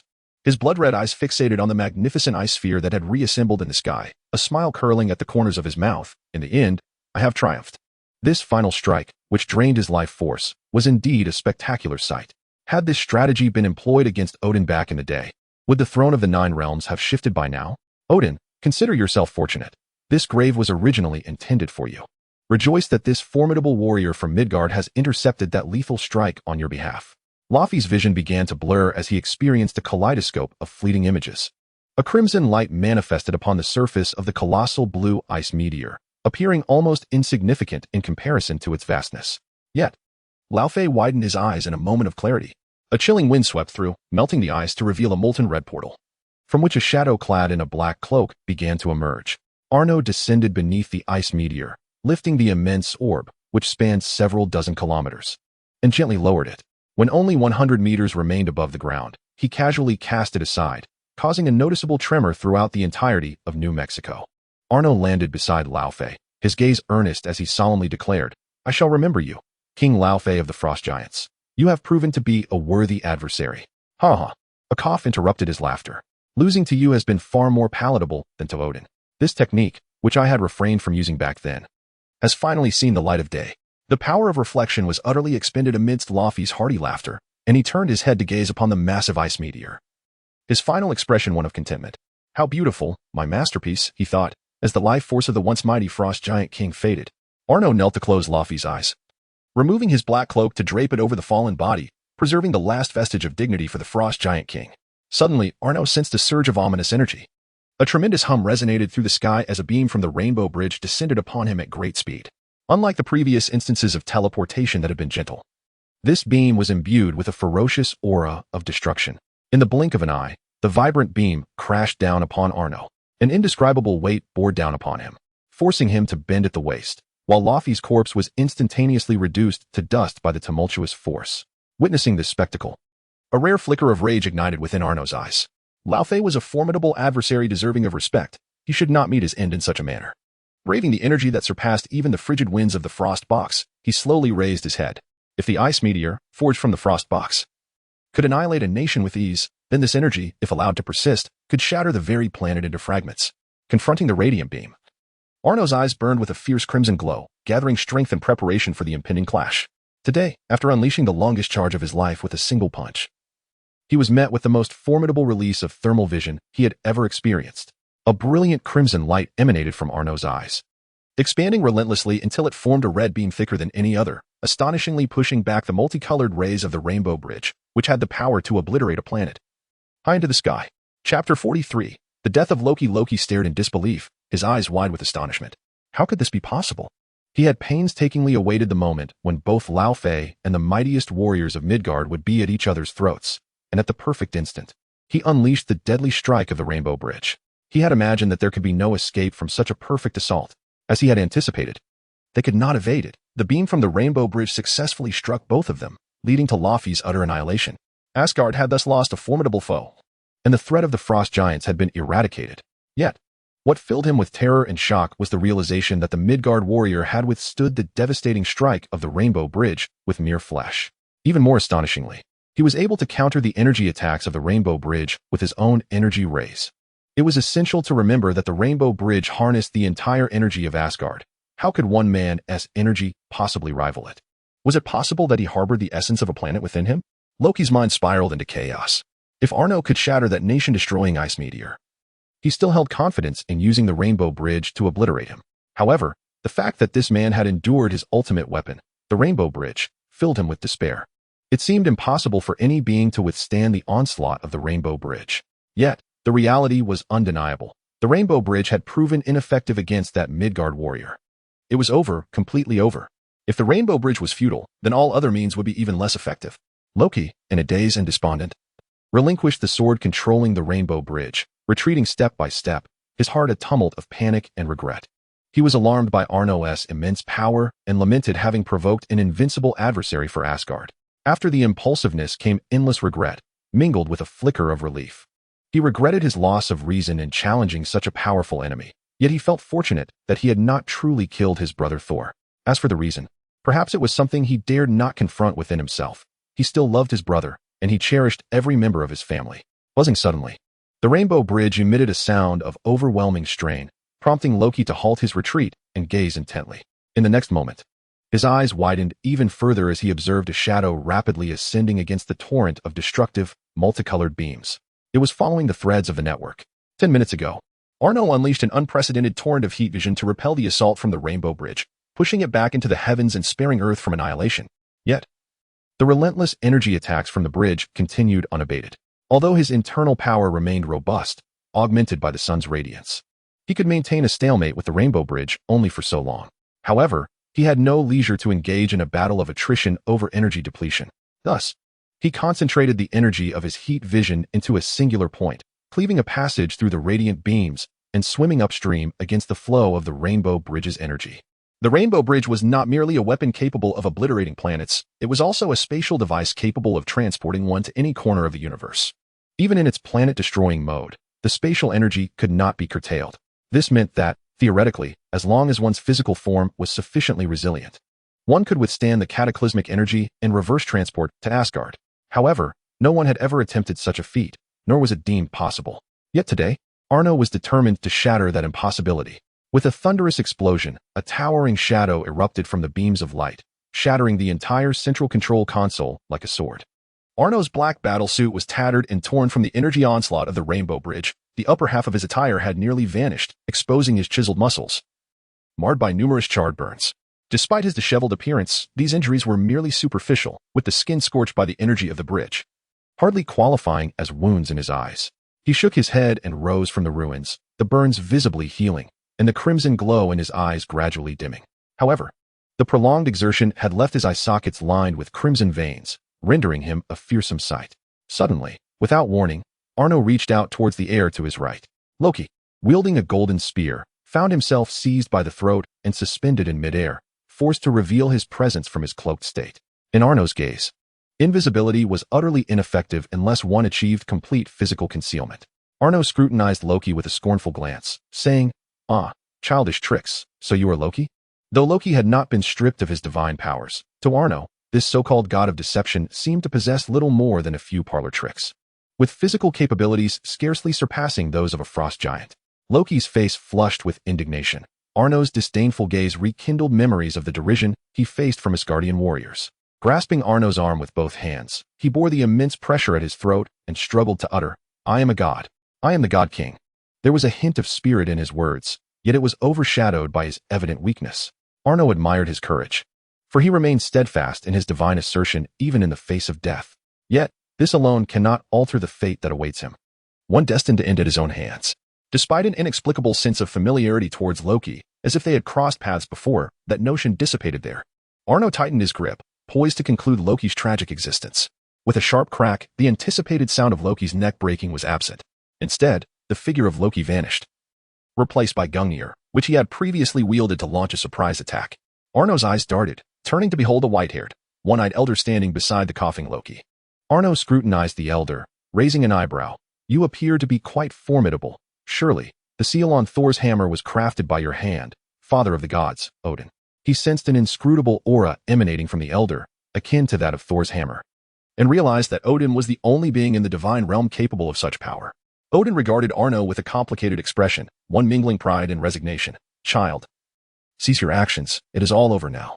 Loki shall face the punishment he deserves." "Punishment?" Arno chuckled softly, casting a dispassionate glance at Odin. "Allow me to take care of it." With a swift motion, Gungnir was hurled by Arno without warning, piercing through Loki's heart in an instant. Loki, in a panic, grasped at his heart, only to find no wound. Arno narrowed his eyes, observing Gungnir now in Odin's grasp. Odin smiled faintly. "To use my weapon to slay my son seems rather implausible. Indeed, your weapon may not suffice, but can you stop me?" Arno levitated slightly, the crimson veins in his eyes igniting once more. Having just emerged from a fierce battle, he felt no fear in confronting Odin. "Stop." Loki raised his trembling hands. Despite the turmoil of fear and unease within, he resolutely stood, meeting Arno's gaze with unwavering determination. Arno noted Loki's newfound resolve with interest. "Oh? Is the king of gods preparing to face me directly, rather than hiding behind your father and weeping?" This time, Loki disregarded Arno's taunting remarks, his eyes glistening with tears as he turned to Odin with a sorrowful tone. "Father, I hope you understand that all I have done is for you, for Asgard. I merely seek your true recognition, even if just once." Odin furrowed his brow, sensing the disquiet in Loki's voice, a twinge of unease stirring within him. "Loki, do not act foolishly. I can handle this." "No, this time it cannot be done. I have caused too great a calamity. Your divine power has reached its limit, and engaging with such a formidable adversary will only hasten your demise. My transgressions must be rectified by me alone." Odin's heart grew increasingly troubled as he reached out for Loki, only to grasp at nothing but a mere illusion. "I have indeed mastered Mother-S illusions quite well." Loki appeared at the edge of the Rainbow Bridge, revealing a faint, elusive smile to Odin before resolutely addressing Arno. "Everything that transpired in Midgard was solely my doing and bears no connection to Asgard. I hope you will not direct your ire towards them." "No, Loki." Odin had already surmised Loki's intentions. In a flash of golden divine energy, he surged towards Loki. "With my death, I shall quell your wrath." Loki cast a lingering glance back at Odin and, with unwavering resolve, leapt from the Rainbow Bridge into the chaotic currents of space. Chapter 44. The unstartling words of Odin. Odin extended his hand in futility, sorrowfully watching as Loki vanished into the turbulent void. Arno descended slowly, the crimson glow in his eyes extinguished, casting a sidelong glance at the seemingly despondent Odin. "Cease your pretense. With your strength, you could have effortlessly prevented his fall. Moreover, your final gesture did not escape my notice." He had seen the almost imperceptible golden light that Odin had infused into Loki, just as he leapt. It was clear that as long as Odin was alive, he could not bring himself to kill Loki, thus he did not stop Loki's desire for death. Odin sighed deeply and shook his head. I never intended to deceive you. I did indeed leave a measure of protection on Loki to ensure he would not perish in the chaotic void. My sorrow stems from the trials that await him. A painful yet necessary path of growth. Oh, Arno replied noncommittally, showing little concern. We grow old, and thus our words may flow more freely. Do not take offense. Odin glanced at the indifferent Arno, deciding not to play on emotions any further. Additionally, I will compensate for the damages Loki has inflicted upon Midgard. At this, Arno perked up. Oh, how do you intend to recompense me? Odin paused, rolling his eyes. It is compensation for the Midgardians who suffered due to this incident. In my view, your gains from this encounter far outweigh your losses, would they not? While the battle had indeed been exhilarating, marking the first time he felt such exhilaration since acquiring superhuman abilities, Arno was not swayed by Odin's rhetoric. He raised his hands in resignation. What gains have I? I merely toiled to protect my earth from the ravages of frost giants and your celestial realm. Odin was somewhat speechless at Arno's audacity, the corners of his mouth twitching slightly. In truth, Midgard, what you now call Earth, should rightfully be considered mine. It is my domain. Odin, having pondered for a moment, remarked, however, if you truly desire it, it matters not. After all, that woman is present, and in truth, I have no authority to interfere with Earth. Arno, contemplative, inquired, that woman? The ancient one. Oh, you are acquainted with her? Odin responded, somewhat astonished, yet quickly regained his composure, adding, but it makes sense. Anything could transpire in your presence. Arno, intrigued, noted, you seem quite familiar with me. From the outset, he had discerned that Odin harbored no animosity towards him. Rather, his gaze and words exuded a benevolent warmth akin to that of an elder. Odin chose not to respond to this query, but instead gestured towards the distant, resplendent Asgard. Behold, it is exquisite here, free from pollution, devoid of war, and absent of hunger. Arno followed Odin's indication, his sight traversing layers of space, revealing the opulent ancient city. Its harmonious citizens, joyful children at play, and the vibrant, life-filled forest and streams. In stark contrast to Earth's myriad conflicts, civil wars, pollution, and fratricidal strife. He could not help but exclaim, indeed, it is as beautiful as the fabled paradise. Odin sighed. Yes, this is Asgard. We have exhausted millennia to realize this dreamlike existence. Alas, alas. What? Arno inquired, intrigued. Alas, according to the original course of fate, its splendor has but a decade remaining before it faces twilight. Even your strength cannot avert this. Arno asked, his tone growing grave. Although he bore no fear of Odin. The thought of a catastrophe that even Odin could not prevent was indeed terrifying. If it were to manifest on Earth, could I withstand it with my current prowess? Odin shook his head and replied calmly, no, I can indeed prevent it, but that would no longer be my destiny. To intervene prematurely would only usher in a more dreadful calamity. And Thor and Loki, as your progeny, cannot avert it? To Arno's query, Odin expressed his frustration. Thor? He possesses courage without wisdom, and he is not yet sufficiently powerful. He relies excessively on his hammer. He is the god of thunder, yet has become merely the god of the hammer. Arno pondered for a moment, recalling Thor's incessant references to Mjolnir, and nodded in agreement.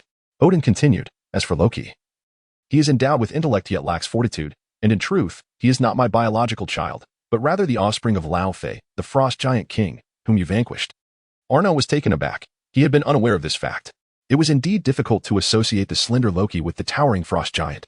Moreover, Loki had previously appeared intent on eliminating both himself and Laufey, even orchestrating a scheme that led to the demise of countless frost giants, nearly extinguishing their capacity for resistance.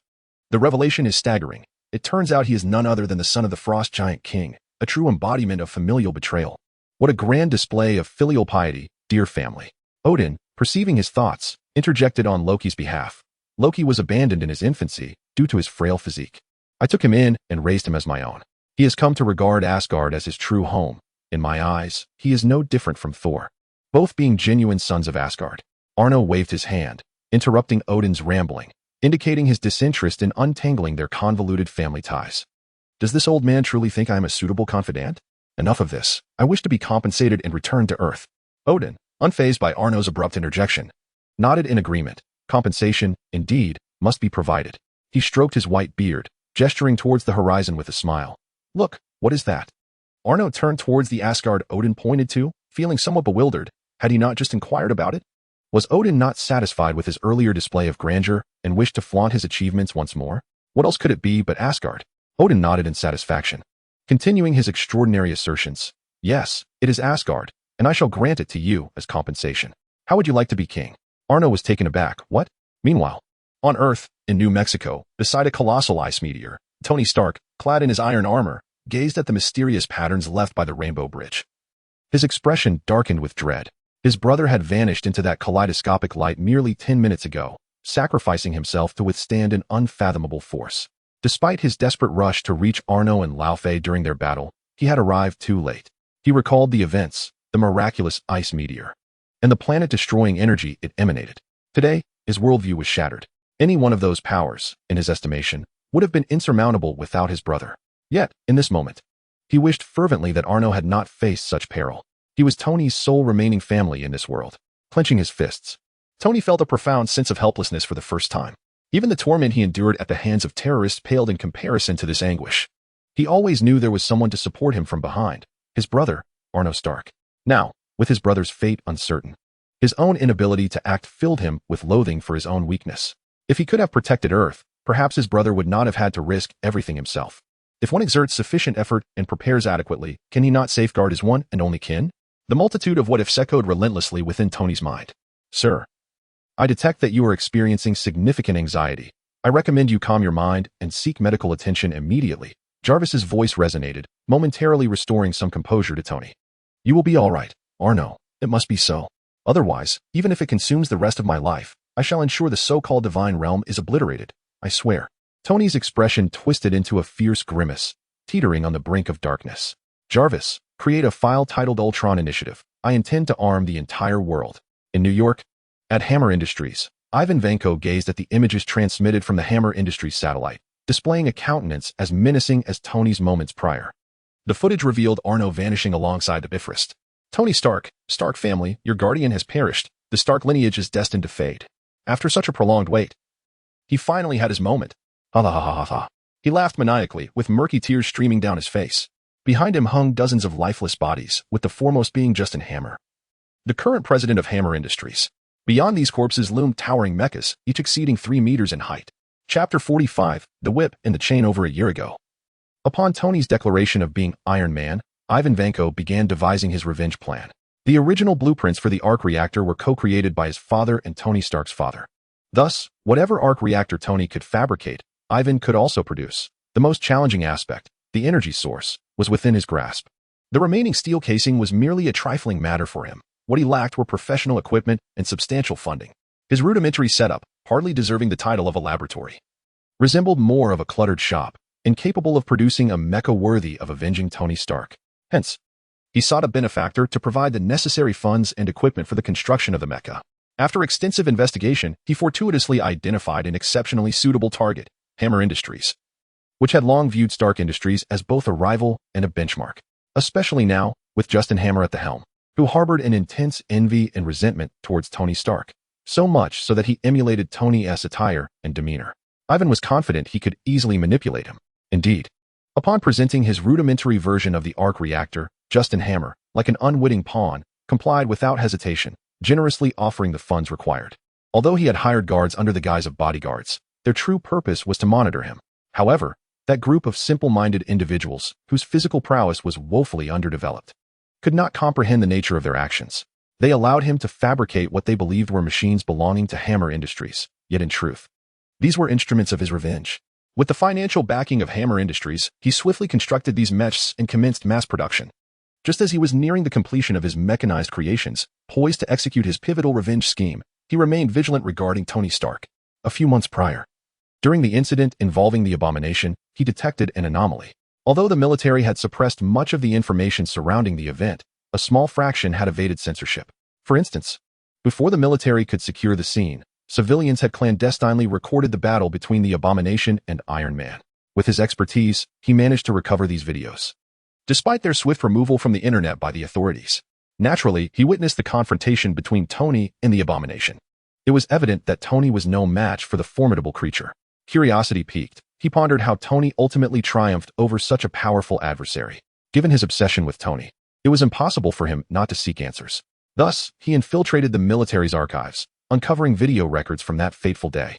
He beheld a formidable green monster and the man who appeared to possess godlike strength. After leveraging Hammer Industries' network to gather information about this man, he was left with but a name, the former president of Stark Industries, Arnold Stark. When he sought further details, every inquiry returned classified results.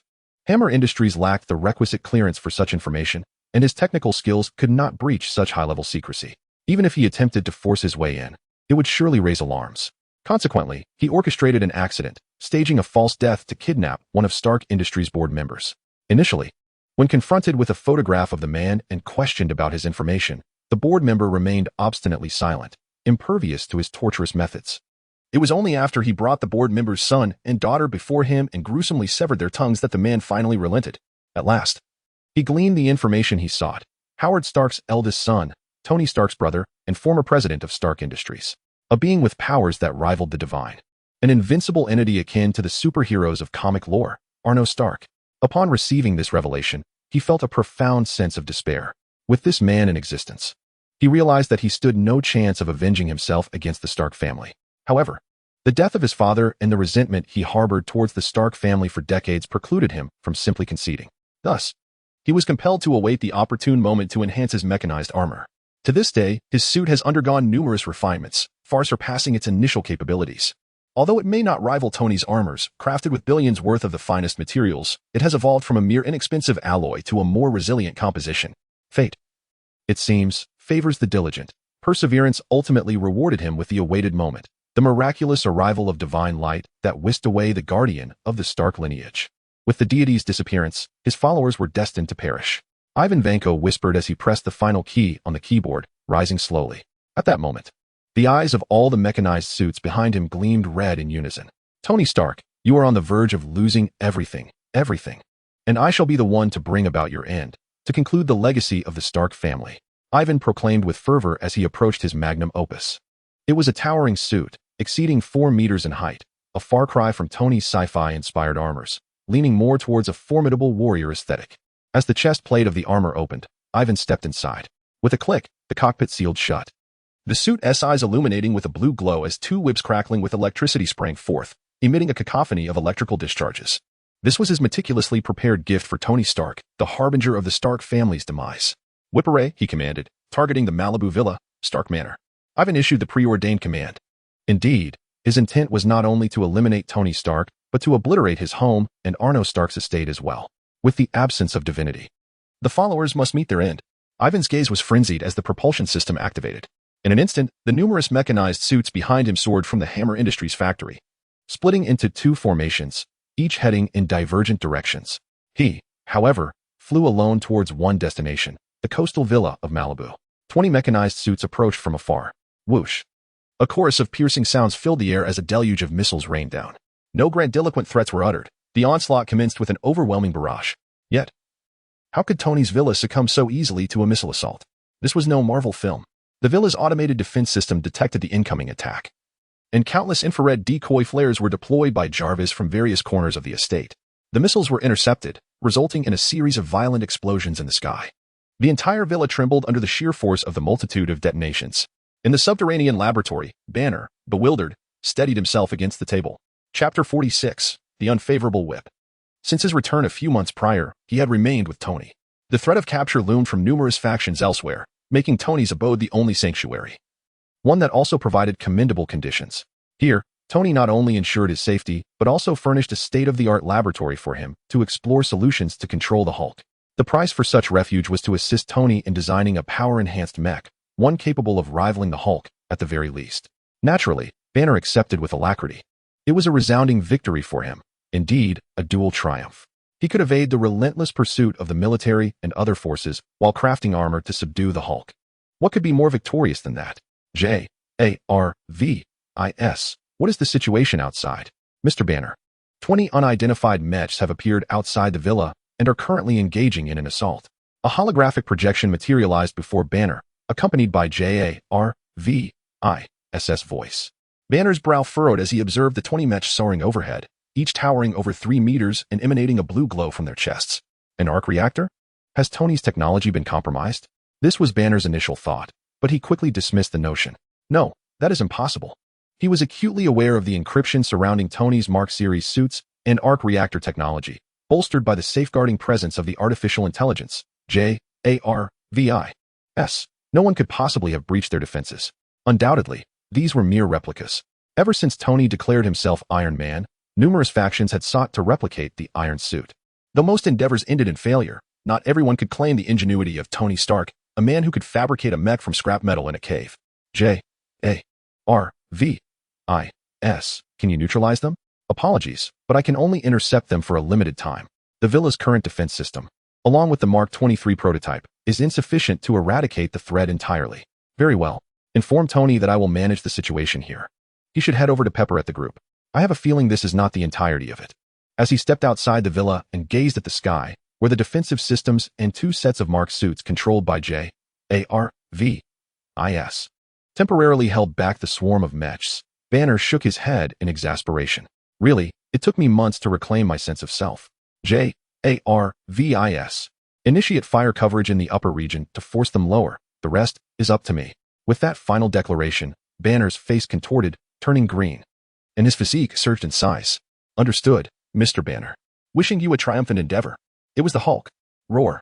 With a thunderous roar, Hulk leaped forth like an immensely powerful bullfrog, pouncing onto a mech with astonishing agility. Yet, Hulk was far more than a mere oversized bullfrog. He was a raging behemoth. Despite Ivan's extensive optimizations in the mech's armored alloy, it was utterly powerless against Hulk's sheer, unyielding strength. Like a frenzied amphibian, he tore the machine beneath him into shreds. Seizing the opportunity before the mech could lose power and crash, he propelled himself off it, launching into the air towards another mech. Who dares claim that one cannot soar? I, Hulk, am invincible in aerial combat. Having been cooped up for months, Hulk was on the verge of madness, now, unleashed. He reveled in the freedom to unleash his fury, yearning for more of these toys to combat. He could scarcely contain his excitement, wanting to bellow. Bring on the Brazilian beauties. Meanwhile, at the seaside villa, with Jarvis providing aerial suppression and Hulk dominating the low altitudes, the tide of battle swiftly stabilized. It seemed inevitable that the 20 incoming mechs would soon be obliterated. In stark contrast, Stark Manor found itself under siege, lacking any automated defense systems.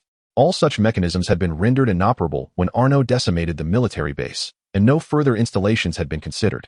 After all, even without him, the estate was not something one could easily subdue. Missiles halted in midair outside the manor, and although Wanda initially felt uncertain amidst the barrage, she steeled herself and prepared to retaliate. However, her apprehension heightened when she heard the crisp sound of footsteps approaching from behind. The red-clad maid emerged from the manor, embodying the role of its steward with unwavering resolve to prevent any wanton destruction. Kaya Saloya, a premier experimental subject from a certain laboratory, possessed enhanced physical capabilities and telekinesis derived from cerebral development. She was among the earliest and most exceptional individuals brought back to the manor by Arno and the sole surviving subject of the Cerebral Enhancement Project. In many respects, she was the second most formidable entity within the estate, surpassed only by Arno himself, even outclassing Wanda. Without any movement, Kaya gazed into the distance at the cluster of mechs. The previously stationary missiles shifted direction in unison with her gaze. Then, with a velocity surpassing their initial approach, they hurtled towards the 20 attacking mechs. The mech's defense systems failed to react in time, and a multitude of missiles struck their reactor cores. Boom. The remnants of 20 mechs scattered across the area, while the red-clad maid cast a fleeting glance at the stunned Wanda before turning to depart. Equally bewildered was Blonsky, who had just transformed into the abomination, bracing himself for battle. Loathing glanced at the radiant Wanda in his hand, and then at the retreating Kia, unable to suppress a sardonic remark. It appears that the estate hardly requires my vigilant watch. With a shake of his head, he dutifully set about clearing the scattered remnants of the mech. Transforming was not an endeavor to be taken lightly. After all, as a security personnel, if he could not safeguard peace, he might as well tidy up the debris. A garbage collector earning $10 million a year, a luxury indeed. While the crisis at the villa and estate had been alleviated, Pepper Potts found herself in less fortunate circumstances. Although she received an urgent evacuation notice from Jarvis, her dedication to the safety of Stark Industries employees compelled her to delay her own departure until all personnel were accounted for. This, without a doubt, was a rather imprudent decision, costing her precious time. Damn! A melodious exclamation in her native tongue erupted behind Pepper, followed by a sharp pain in her backside as she was kicked away. Boom! In the next instant, a colossal mech, towering 4 meters high, descended from the sky, splattering tomato juice everywhere. My heavens! Pepper gasped, covering her mouth and stumbling back in terror before turning to flee. Her reflexes were commendable. At least she was not rendered immobile by fear. Yet, her legs were no match for the mech. The whip-like appendage shot forward, blocking her escape route. A heavy mechanical voice emanated from the mech. Pepper Potts, beloved of Tony Stark. If he returns to find your lifeless body, his expression would surely be most amusing. Ivan Vanko, within the mech, wore a sinister grin. Revenge must begin psychologically. Stark must endure the anguish of losing someone dear, just as he had. Pepper, paralyzed by fear, could only retreat step by step. The mech's whip lashed out, striking the ground with a resounding crack, leaving a charred mark. She gulped nervously. This was no playful jest of Tony's. Should that whip connect, it would not merely leave a bruise, but lead directly to the allure of the afterlife. The whip, reminiscent of a tyrannical boss from a certain island film, was raised high as it cruelly aimed for Pepper's delicate form. Indeed, it was a spectacle one could hardly tear their eyes away from. However, all of this was not a reflection of Pepper's or Ivan's thoughts. Rather, it was the vivid imagination of her temporary bodyguard, the illustrious Deadpool, Wade Wilson. Whoosh! A long blade flew in, pinning the electrified whip against the wall. The tomato-splattered Deadpool, rising from the ground like a zombie, twisted into a standing position. Chapter 47, The Bare-Bottomed Hero vs.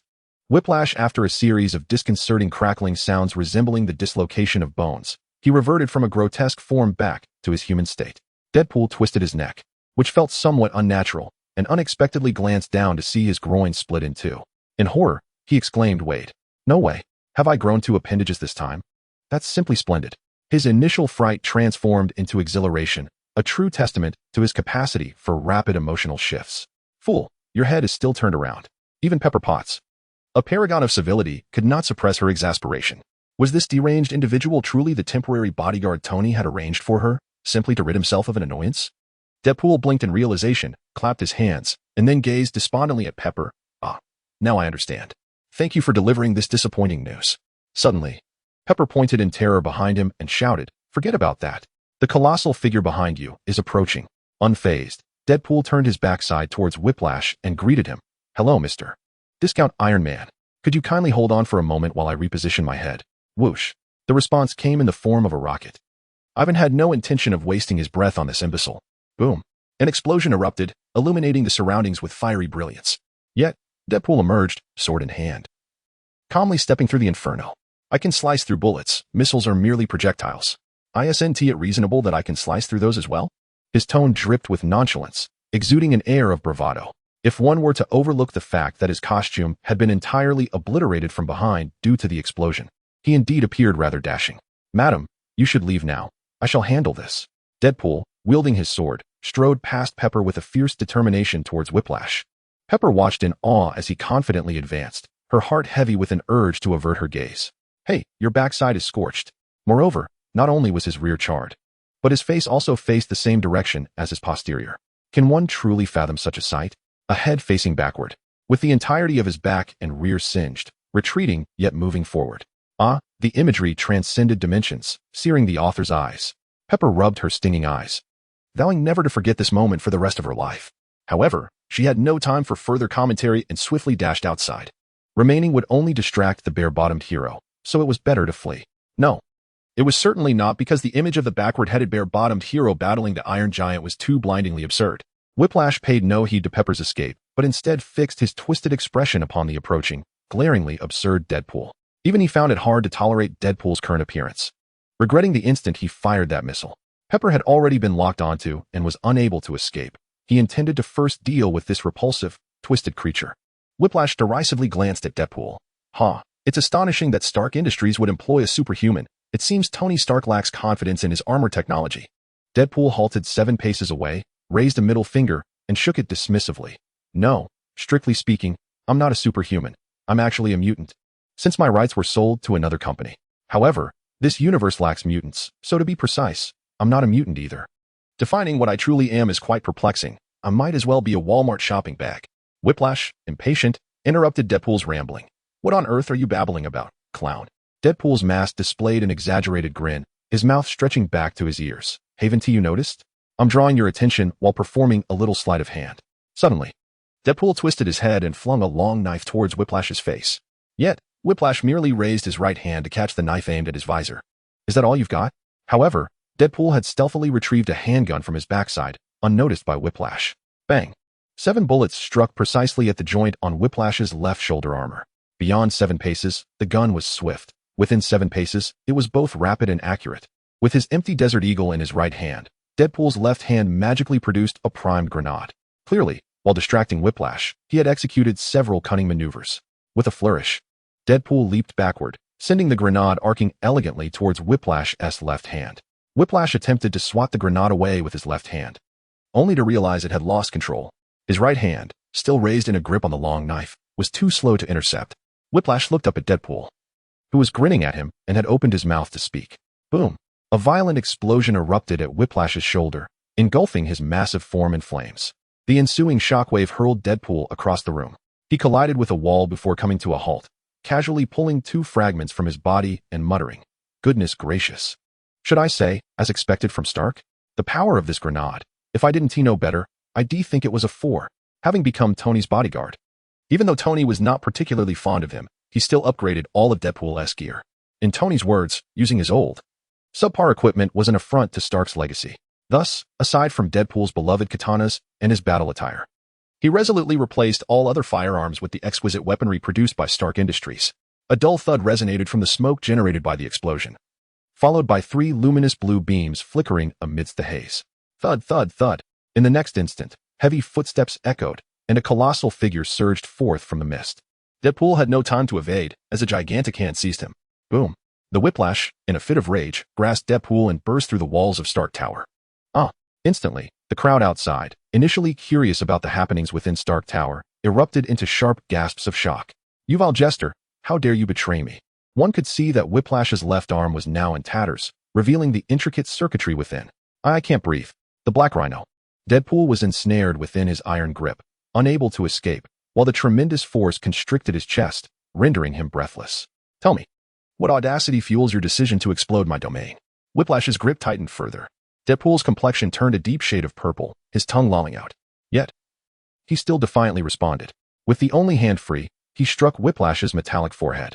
The sound rang crisp, yielding 0 damage, yet delivering a monumental impact. You seek death." Whiplash's mangled left hand seized Deadpool's legs, while his right hand clasped his upper body, applying fierce pressure. Ripping sounds erupted, blood splattered, and entrails flew. The surrounding crowd, now in chaos, gasped in horror, while the faint-hearted fainted on the spot. Whiplash, still unsatisfied, hurled Deadpool's upper body onto the ground. Subsequently, his iron fist, larger than a frying pan, rained down upon Deadpool. Thud, thud, thud. Whiplash continued until Deadpool was reduced to a puddle of mush embedded in the earth, at which point the battle armor system announced the final mech had lost signal. After over a year of meticulous crafting, his 40 mechs had been obliterated in such rapid succession. Even within the armor sensed a foreboding omen. The Stark family appeared to be far more formidable than he had anticipated. Even without their godlike eldest son, they were not to be trifled with. No, this cannot be allowed to stand. At the very least, Tony Stark must feel the agony of losing a loved one. Whiplash set his gaze towards the direction where Pepper had vanished, activating his thrusters in preparation to pursue. Zing! As Whiplash's legs lifted off the ground, a scarlet and white energy forcefully propelled him back down. A golden-red figure soared from the distance, halting midair. It was none other than Tony, clad in the Mark IV armor. "Now, shed your armor and kneel in surrender." A chilling voice emanated from beneath Tony's mask. The visage of Tony within the mask mirrored the icy tone. He was consumed by rage. Arno had vanished due to the onslaught from the divine realm. And now someone dared to provoke him. Did they truly believe they could bully him at will? Whiplash rose, his helmet retracting to reveal Ivan's face, which bore a sinister delight. "Tony Stark, you have finally arrived. I have awaited your presence for so long. I have longed for this day, and everything your father has wrought will be returned to you today." Ivan's excitement was palpable, while Tony's expression was one of impatience. "It matters not who you are now.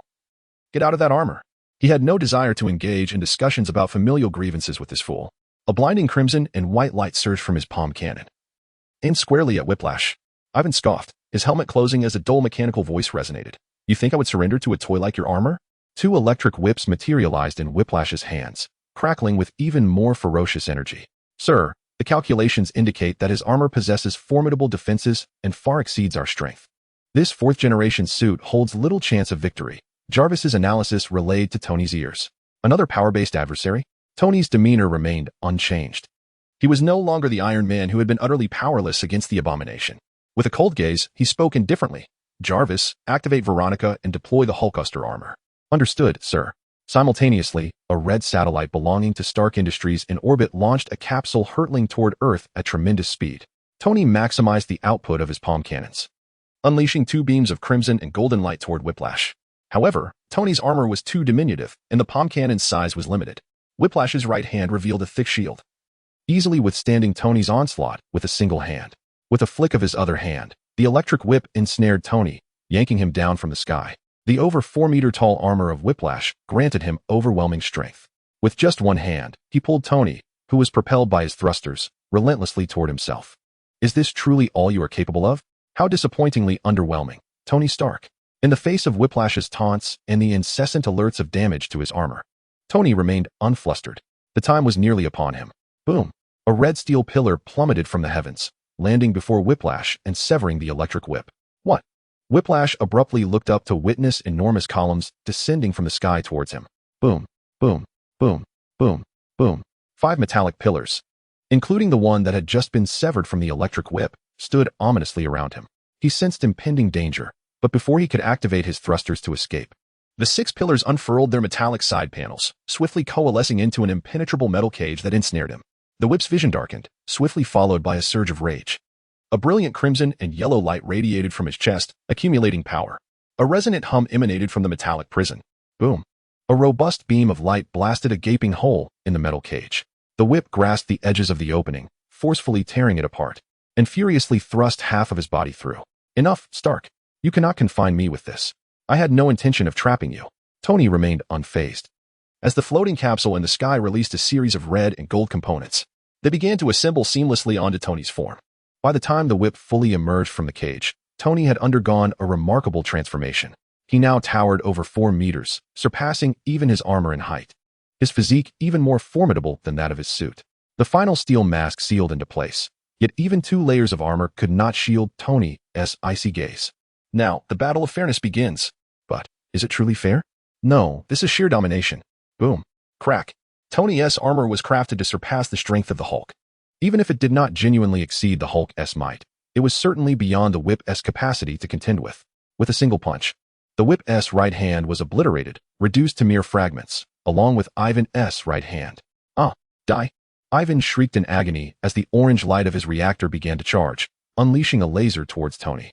Fearlessly, Tony retaliated with a blue laser from his own reactor. The outcome was evident. After a brief stalemate, the energy from the Hulkbuster armor overwhelmingly eclipsed the whip's energy. Boom! The blue light engulfed everything, completely consuming the whip. Tony was not surprised. He had readily discerned that the adversary also utilized an arc reactor. However, his suit was equipped with his latest developed reactor, utilizing the new element derived from Howard's legacy brought back from Arnold.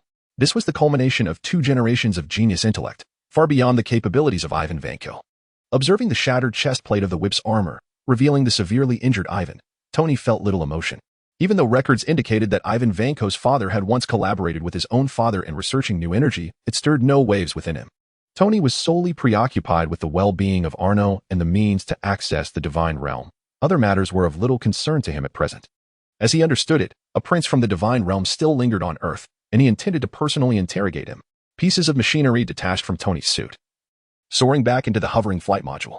He turned to depart, for Ivan Vanko had already been rendered incapacitated, destined to languish in prison for eternity. As for the mercenary Deadpool, he remained unconcerned. During his last visit to the manor, he had witnessed the gruesome sight of Deadpool reduced to nothing but a head, only for him to re-emerge the next day with an absurdly large head atop a child's body. That fellow's regenerative abilities would allow him to fully recover in due time. Mere mortal wounds were trivial in comparison. Tony had no intention of pursuing the matter further.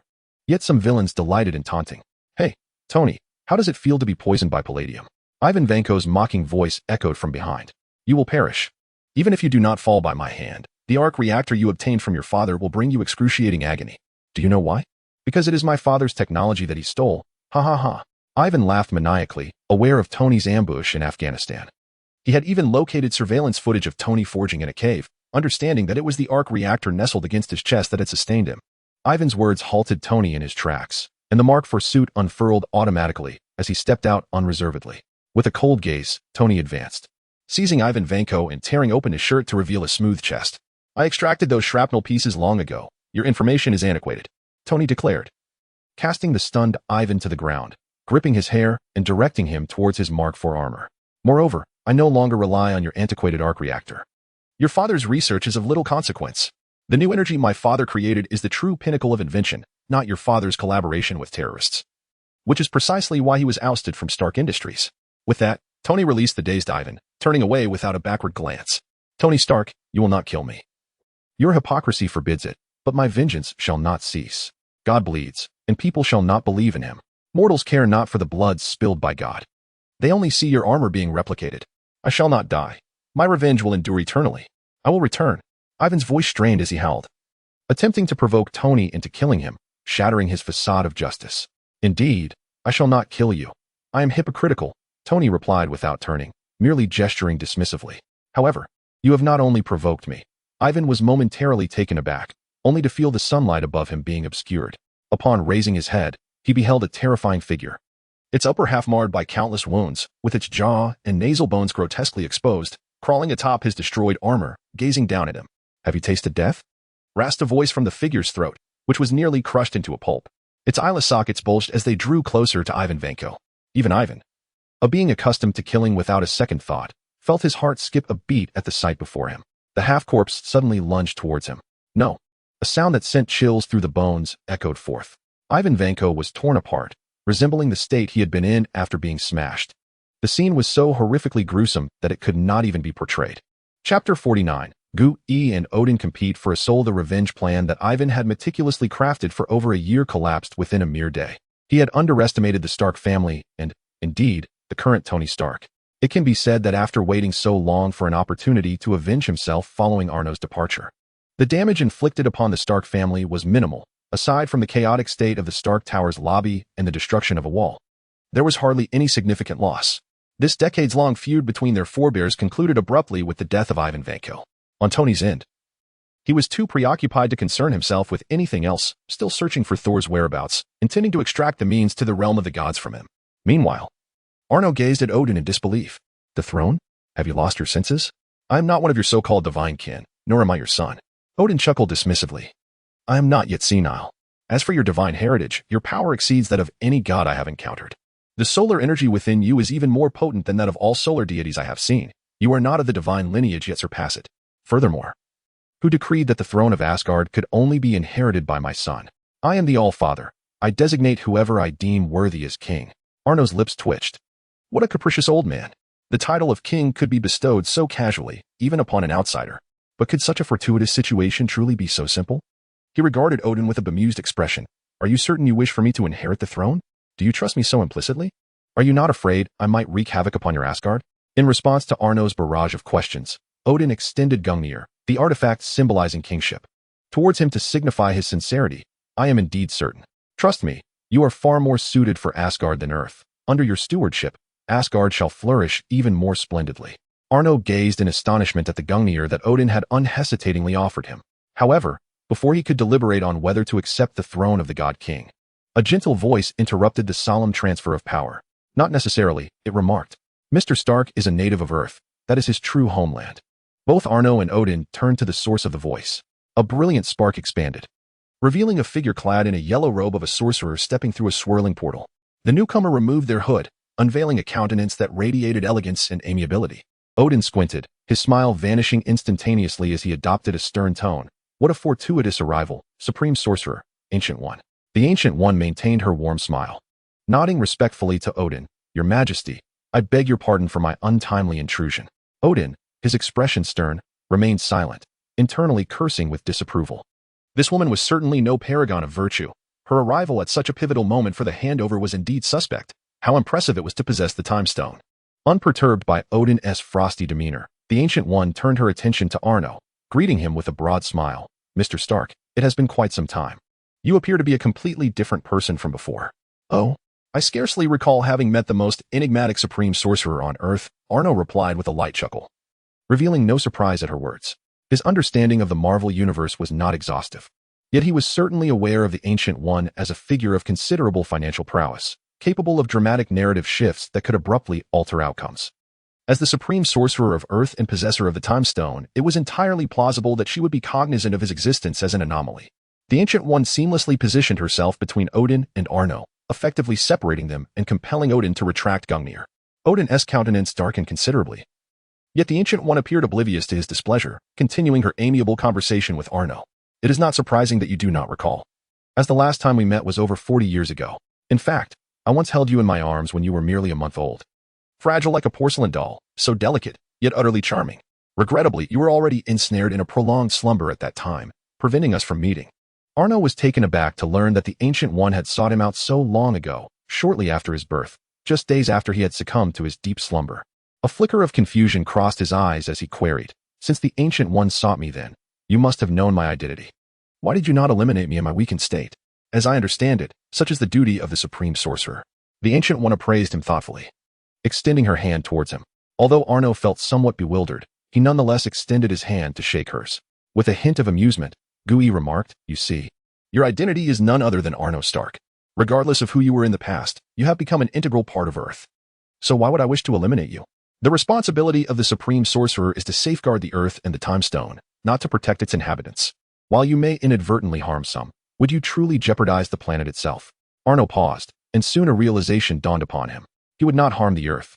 As its steward, who would dare to destroy one's own domain?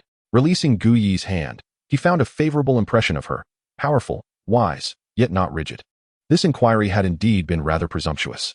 Surely, Gu Yi's presence here was not merely a coincidence, intended to reminisce with Odin, the All-Father. Gu Yi shook her head, stating quite plainly, "Of course not. I have come specifically for you." "Oh, what business does the Supreme Sorceress have with me? Do you wish for me to inherit your esteemed title?" Arno jested lightly, but to his surprise, Gu Yi smiled and nodded. "Indeed, though it is not a throne. I have come to invite you to become the next Supreme Sorcerer." Even Arno was momentarily taken aback, his lips twitching as he responded, "So, you truly have no other heir, and you have come to seek me?" Exchanging glances with Odin, Gui spoke in unison, "We do have candidates, but none are as fitting as you. The future will shine ever more brilliantly because of you." Arno scrutinized the two individuals who were so intently focused on him, contemplating for a long while before finally shaking his head. The positions of All-Father and Supreme Sorcerer are indeed intriguing, but for now, I must decline. Notify me when the time is right. Perhaps I will reconsider when my mood permits. Although Arno's demeanor may have seemed somewhat disrespectful towards the sacred titles of All-Father and Supreme Sorcerer, neither Gu Yi nor Odin expressed any discontent. "Very well, Mr. Stark. Should you ever feel inclined, you are always welcome to visit Kamartosh," Gu Yi said with a gentle smile, then recalled something. "Oh, by the way, Mr. Stark, it would be wise for you to return to Earth promptly. Your brother is quite incensed over your disappearance and is currently planning to confront our prince, demanding the whereabouts of the realm of the gods to settle a score with someone." A slight smirk played on Gu Yi's lips as she cast a knowing glance at Odin, then pointed forward. Instantly, the air around them seemed to solidify, forming a transparent mirror. In the next moment, an image gradually emerged within the mirror. It was Tony bursting into Stark Tower, lifting Thor, who was being warmly welcomed by Nick Fury in the S.H.I.E.L.D. Director's office. Odin's expression darkened, despite having sealed Thor's divine powers, however. Witnessing him being effortlessly lifted by a mere mortal stirred a sense of frustration within me. If Thor were to completely awaken his godly powers without relying on that wretched hammer, he could easily break free from his bindings utilizing his own divine might. Instead, without his hammer, he appeared utterly powerless, defenseless against a mortal's grasp. Chapter 50. Thor, bewildered by Tony's assault, "Could you kindly assist me in opening a portal, Master Ancient One? Otherwise, I fear Odin's son may soon find himself battered like a pig by Tony." Although Arno expressed concern for Thor's potential injuries, a glimmer of amusement danced in his eyes as he observed Tony interrogating Thor with unyielding intensity, clearly pleased with the sight. Indeed, this was the spirited demeanor of his brother. One should not always resort to gentle methods. At times, a firmer approach is necessary. After all, we are arms dealers, not purveyors of cotton, are we not? On Earth, at the Triskelion. With a fiery glare, Tony hoisted Thor effortlessly with one hand and slammed him onto Nick Fury's desk, while his other hand ignited with the energy of his repulsor aimed squarely at Thor's face. "Did you really claim that dazzling beam of light was the star-destroying weapon? The Bifrost from Asgard?" Thor struggled against Tony's iron grip, his complexion reddening under the immense pressure, yet he bravely uttered what he believed to be the truth. "Indeed. The Bifrost is Asgard's most formidable weapon. None can survive its onslaught. That Midgardian warrior certainly deserves respect, but without a doubt, he and Lao Fei were obliterated by the Bifrost." Upon hearing Thor's reiteration of Asgard's weapon striking his brother, Tony could scarcely contain his fury. The repulsor in his hand shimmered with blinding light, primed for discharge. "You insufferable protagonist, I will obliterate that foolish face of yours." At the critical moment of Tony's impending release, Nick Fury, his expression darkened with ire, forcefully shoved Tony aside, causing the repulsor blast to veer off course and strike the wall. "Tony Stark, cease this at once. Do you think I am invisible? This is S-H-I-E-L-D, not your Stark Industries. This is not a place for your reckless antics. Fury pointed a finger at Tony, exuding an intimidating presence, his gaze brimming with authority. Yet, he failed to recognize that he was confronting an enraged Tony, who had little regard for his commands. In retaliation, Tony delivered a powerful punch that sent the authoritative figure sprawling, his eyes aflame with fury. To hell with you. Who do you think you are? When the divine realm strikes, you cower, yet now you side with this divine wretch. Do you truly believe I would hesitate to eliminate you? Nick Fury, shaken but rising, felt as though he glimpsed the torment of his ancestors through Tony's blow. He glared at Tony, but in the next instant, his expression returned to an inscrutable mask, concealing any trace of emotion. He clenched his fists in silence, regaining his composure. Now was not the time to offend the Stark family, even though Thor had proclaimed that no one could survive the onslaught of the Bifrost. However, the images transmitted via satellite suggested that Arno was not reduced to ashes by the beams of the Bifrost. Rather, it appeared as though he had surged upward against the flow of its energy. This was terrifying, an energy capable of annihilating a planet. Yet he was able to withstand its reverse current. Consequently, no earthly weapon could possibly harm him. Therefore, regardless of whether his vision had deceived him, and in the absence of absolute confirmation of Arno's demise, he would not risk offending the Starks. Observing Nick Fury's prudent silence, Tony turned and delivered a powerful punch to Thor's face. Thud! Thor's nose was crooked from the blow, and he lay amidst the shattered remnants of his desk, questioning his existence. In his mortal form, he was nearly sent to meet his grandfather, or by that iron fist. Tony had no intention of letting Thor off easily. He hoisted the bloodied god and demanded, "Tell me how to reach the realm of the gods." I refuse to believe that mere planet-destroying weapons could have claimed his life. Compared to you, a feeble god, he is the true deity. Useless. Even if you reach the realm of the gods, he is already dead. Your journey would be in vain. One must admit, Thor, despite being bloodied, was still bravely speaking the truth. One last time, tell me how to access the realm of the gods. If he is alive, I will bring him back. If he is dead, I will ensure that you gods accompany him in death. Tony's armor revealed a laser cannon, with a beam of infrared light aimed at Thor's forehead. This was the most formidable weapon in his suit, inspired by Arno's thermal vision, capable of slicing through most materials as easily as cutting tofu. This included, of course, Thor's head. All right, Tony, that's enough. Don't kill this hammer-wielding gentleman. A swirling portal slowly opened, and Arno emerged, bare-chested. Instantly, a multitude of gazes filled with varied emotions turned towards him. Tony's surprise. I knew he wouldn't die so easily. Thor's shock. Someone truly withstood the Bifrost assault. And the relief of the egg. Thank goodness I wisely chose not to confront Tony. Before the group could recover from their intense emotions, another voice emanated from the portal. Arno, remember, you are always welcome to visit. Asgard will forever welcome your presence. Just call Heimdall's name, and he will open the Bifrost for you. Odin's voice resonated from the other side of the portal.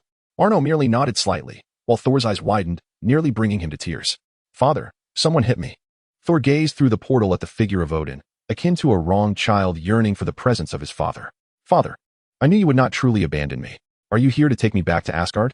To his dismay, Odin merely cast a disdainful glance in his direction, his eyes brimming with contempt. Return to Asgard? First, find the qualities befitting the god of thunder. Ancient One, it has been far too long since we last met. Shall we retire to the Celestial Palace for a cup of tea and a leisurely conversation?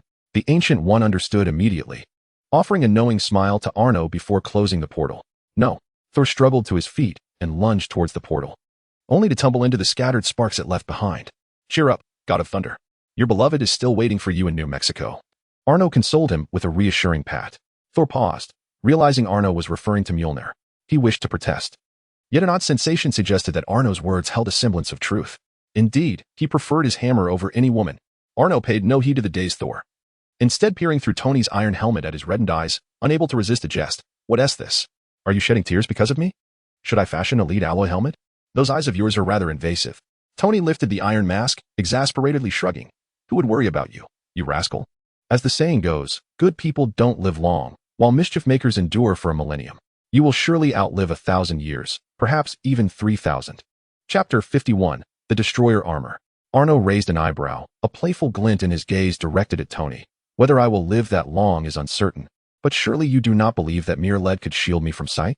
Perhaps you are unaware that just recently, out of sheer boredom, I dismantled several secret bases laced with lead. Care to give it a try? He jested. While lead could indeed obstruct his vision to some extent, it was only effective at a distance. Up close, lead remained transparent, albeit less clearly than other materials. Furthermore, even if he could not see through lead, daring to construct a base of lead beneath his very nose, that would be tantamount to courting death. He was no Clark Kent. Fully aware that most who utilized lead bases harbored ill intentions toward him and were clearly concocting schemes against him, he viewed it as a declaration of war. If you do not employ lead, I shall concern myself with your clandestine projects. But if you do use lead, then I'm afraid you must choose among heat vision, super strength, or icy breath. He often basked in the cosmic sunlight, spending his leisure time occasionally checking for lead-infused bases on Earth, akin to opening a mystery box, unaware of what delightful surprises lay within. Sometimes, what may appear as mere experimental secrets can lead to groundbreaking biological research. For instance, the crimson clad maid, Kia, was extracted from one of the biological facilities tainted with lead. These facilities, without exception, faced his wrath. One by one, he dismantled them, and now, scarcely any new establishment dares to employ lead. Ahem, let us not dwell on that. It was merely a jest, as such matters are perilous. Tony cleared his throat, feeling a wave of relaxation, and suddenly recalled the whip-like entity he encountered today. Moreover, there's another matter at hand. An old grievance from Howard's era has resurfaced, with an individual utilizing Hammer Industries' resources to construct numerous mechs that assaulted my villa and your estate. Fortunately, before any significant damage could occur, Hulk and your estate's personnel swiftly resolved the situation. That individual is likely now perished at the hands of the grotesque fiend you assigned to me. Furthermore, he nearly decimated the leadership of Hammer Industries. We believe we could employ certain tactics to directly acquire the company, potentially yielding substantial profits. Arno nodded nonchalantly. To him, these matters were trivial. With Kia, Enmity, Wanda, and others at the estate, even in his absence, it was not a place easily bullied. As for acquiring Hammer Industries, he held little interest. After all, wealth bore no allure for him. It was merely a string of digits. Even without Stark's influential status, countless individuals would scramble to present opportunities before him if he desired. After all, as the kingpin, collecting protection fees is hardly unreasonable, is it? None would wish to face unforeseen calamities due to unpaid dues, would they? Nevertheless, being the eldest son of the Stark lineage, he lacked financial need. Thus his inherently kind nature prevented him from demanding protection fees. As the two conversed, they ascended through the very window Tony had shattered. Completely disregarding the true occupant of the director's office, Nick Fury, the head of S.H.I.E.L.D. Even Thor paid no heed to the Earthling who had previously warmly welcomed him, instead hastily seeking Jane to return to New Mexico. He was eager to reclaim Mjolnir and prove to his father that he indeed possessed the qualities of the god of thunder. However, one wonders if Odin, upon realizing Thor's single-minded pursuit of his hammer, would hurl Gungnir with pinpoint accuracy, embedding it in his behind. Before long, the director's office was left with Nick Fury alone. His grip tightened around the communicator in his pocket, his expression shifting tumultuously. Today, the office resembled a bustling marketplace, with anyone able to intrude, and crucially, not a soul offered him the respect befitting his role. All of this stemmed from his own inadequacy. In the realms of divinity and the Stark family, he felt unworthy. Without power, there can be no respect. If she were to be summoned back, it would certainly bolster our position. After much internal struggle, Nick Fury ultimately relinquished his communicator and instead retrieved a document. The moment for her return is not yet ripe.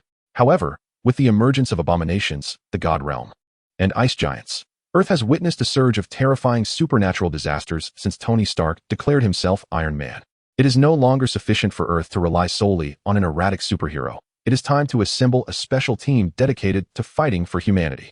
His gaze burned intently at the document in his hand, emblazoned boldly with the words Avengers Initiative. Meanwhile, not to mention the machinations of Egghead concerning his own Avengers plan, Arno had already parted ways with Tony. Tony returned to the company to summon Pepper for a board meeting, initiating plans to acquire Hammer Industries at an incredibly low price. Arno, disinterested in this scheme, made his way back to the estate. Wanda and the inhabitants of the estate breathed a collective sigh of relief upon witnessing Arno descend from the sky, though they regarded Arno as an omnipotent deity. The sight of a city-sized ice sphere and the towering beams of light reaching into the heavens had instilled a sense of unease within them. Indeed, Arno's superhuman presence had made its debut in the public eye, as even the military could not contain the news of such an event. The press, ever hungry for sensational stories, had no shortage of journalists willing to risk their lives to infiltrate restricted areas for a glimpse of the extraordinary. These reporters, undeterred by the peril of being crushed by the ice sphere, provided a clear first-person perspective for the public. As for how they managed to disseminate their findings without being silenced, it was simply implausible for the government to conceal such a monumental invasion. Could anyone genuinely believe that the colossal ice sphere was merely hail, or that the vibrant beams of light were mere auroras, natural phenomena? Furthermore, that ice sphere still loomed in New Mexico, inexplicably refusing to melt. Even missile strikes inflicted limited damage, and any ice that was removed was swiftly restored by an unknown force. This rendered the American forces incapable of eradicating the enormous ice sphere, and its presence would soon make the truth of the invasion known worldwide. Fortunately, the authorities did not impede the major news outlets from reporting on this incident, thus revealing to the public that not only do extraterrestrials exist, but there is also a hero on Earth of comic book proportions. Buzzing as Arno landed, the radiant colors of the Rainbow Bridge enveloped him. However, this time, the radiant colors swiftly dissipated, leaving behind only a silver-gray box with a thoughtful note affixed to it. This is intended to compensate for the attire damaged by the Rainbow Bridge. The material has been transformed by the destroyer you shattered, and the clothing's form is controlled by your thoughts. Additionally, as the destroyer harbors the power of the gods, wearing it will grant certain enhancements. And as long as it is not utterly destroyed, it will automatically repair itself. Lastly, do visit Asgard often. You are always welcome here, as is the throne. Odin. After reading the note, Arno opened the box to reveal a solitary silver-gray ring. He picked it up and tested its firmness, confirming it was indeed of the same quality as the destroyer, crafted from URU, a metal more extraordinary than vibranium. He adorned his right middle finger with the ring, which seamlessly conformed to his skin, neither too tight nor too loose, to the point where he could forget he was wearing it. Then, with a mere thought, the ring enveloped his body in a silver-gray hue, forming a suit of armor. The design resembled that of a conventional superhero costume, yet the material shimmered with a metallic luster. As he envisioned it further, the silver-gray fabric seemed to come alive, transforming into a standard Kryptonian battle suit, akin to the one worn by General Zod in the film Man of Steel. Arno nodded in satisfaction. It was indeed impressive. Next came the enhancement mode mentioned by Odin. He gestured for those around him to step back. Rising approximately 10 meters into the air, he felt it was time to activate the so-called enhancement mode. With a whoosh, a wave of crimson-orange energy erupted from Arno as the silver-gray battle suit began to radiate with fiery glimmers. A surge of intense energy coursed through his body, harmonizing with the solar energy within him. With a simple clench of his fist, a powerful explosion of crimson-orange energy detonated in his palm. Although his inherent strength could easily produce an energy blast, his control would typically prevent such an occurrence. This was a manifestation of a tremendous increase in power. Curiously, it appeared to enhance his strength by approximately 50%, and if he were to amplify the energy output of the suit, the enhancement might be even more formidable. Chapter 52, Destruction Mode and Energy Storage. Though a 50% enhancement may seem modest, it is essential to consider the context. It is a 50% boost to Superman's strength.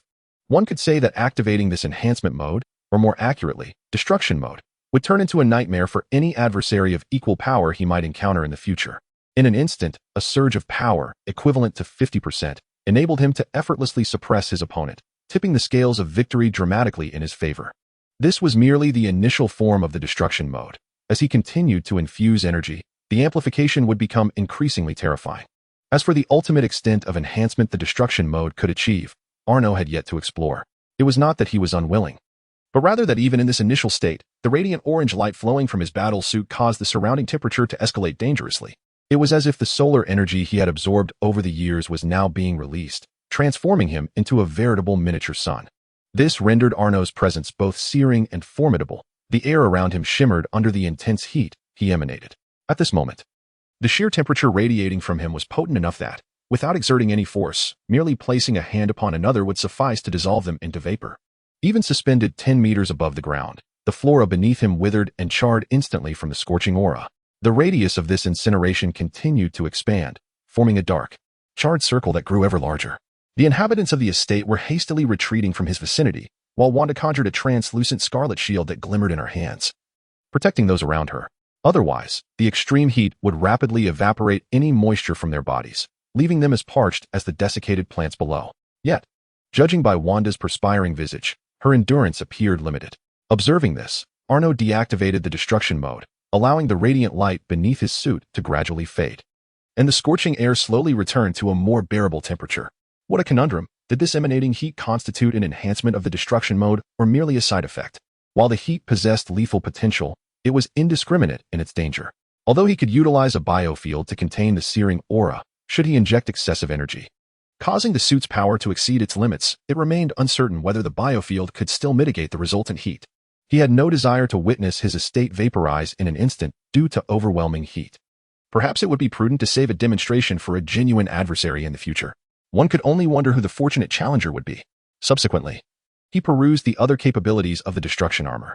Destruction beams, magical resistance, physical resistance, enhanced strength and speed, flight capabilities, and more. Do not inquire how he navigated through these features. It was courtesy of the armor's built-in manual. To his delight, he discovered a particularly intriguing function: energy storage. This suit, upon absorbing its own energy, would retain it within its confines. Even if one ceases to continually inject energy, astonishingly, the battle suit can still utilize all its functions, except for the annihilation mode, without relying on one's own power. For instance, enhancements to strength and speed, energy attacks, and magical resistance can all be employed before the energy is entirely depleted. This naturally leads to the question, if one possesses superhuman strength, what significance does the ability to store energy in the suit hold? The answer lies in the fact that, even in a world where kryptonite truly exists and is effective against him, he can wield the power of the Annihilator suit itself after losing his superhuman abilities. Imagine the scenario. After much effort, the enemy finally manages to approach Arno to deliver a lethal kryptonite attack. Yet, in the next moment, Arno snatches the kryptonite from their hand and crushes it with ease. Just envision the emotions of the adversary in that moment. The good news, kryptonite is effective. The bad news, it is ineffective against the suit. Although the suit would be considerably weaker without the continuous energy infusion from Arno, since its power ultimately derives from him, it serves merely as an auxiliary tool. Akin to a crimson presence, it offers Arno a synergistic effect, where 1 + 1 exceeds 2. Nevertheless, even in this scenario, should he refrain from utilizing his own strength, the power augmented solely by the suit would still equate to that of a typical Hulk. He retains the ability to fly, remains agile, and the Annihilator's destructive beam is preserved, thus providing him with ranged attack capabilities. Moreover, after being re-engineered by Odin, the energy beams of the Annihilation suit are no longer restricted to emanating from the face. They can be unleashed from the hands, feet, or any point on the suit at will. Indeed, if one desires, a cataclysmic energy attack can erupt from his entire body, although this would significantly increase the energy consumption of the suit. Of course, despite all these advantages, the suit does have its drawbacks.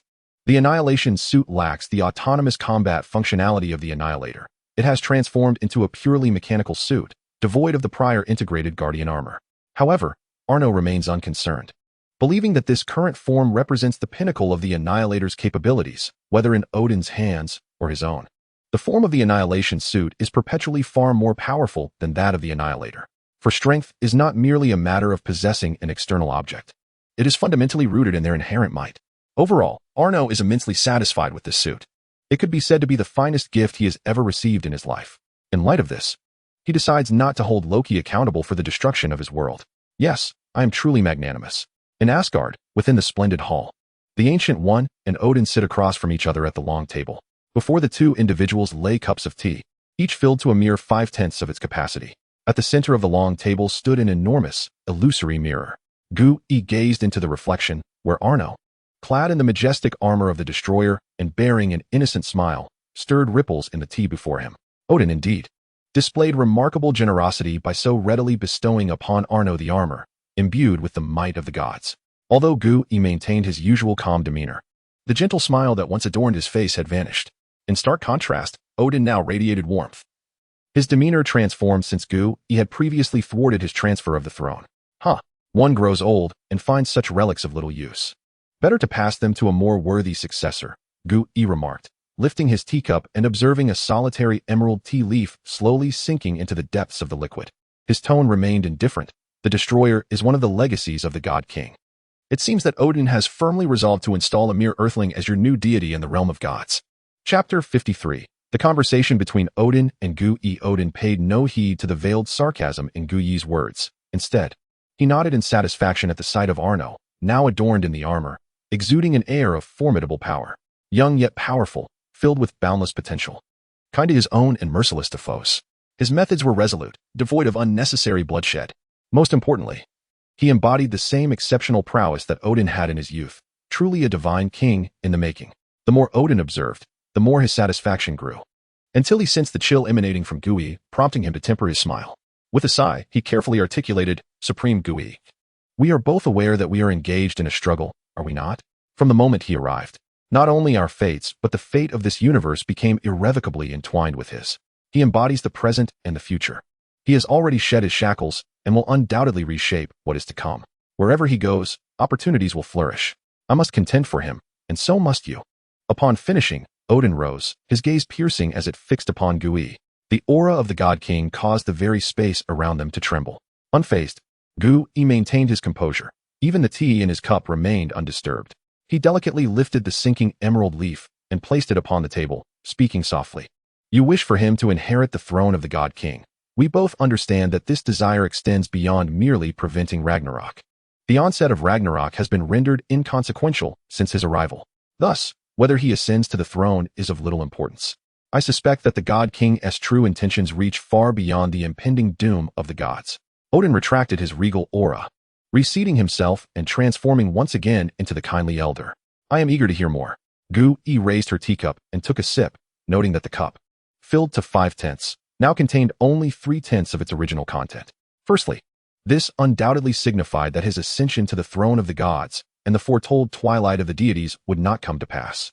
Secondly, his formidable prowess would enable him to command the entirety of the divine realm, rendering even your two sons ineffectual in his presence. Under his leadership, Asgard would undoubtedly flourish with greater brilliance. Thirdly, as long as he remained, future calamities would spare Asgard from suffering, no matter how immense the disasters.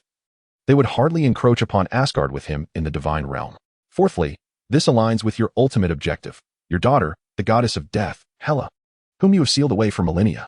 You aim to resolve the inconvenience she poses while firmly anchoring him to the ship of Asgard. Having spoken, Gui set down her teacup and gazed at the seemingly unperturbed Odin. She wondered if her assertions aligned with the thoughts of His Majesty Odin. Though phrased as a question, her tone conveyed a sense of certainty. Odin smiled faintly, neither confirming nor denying. I do not possess the time stone, unlike you. I cannot clearly envision these future scenarios. At my age, I find it difficult to comprehend your words.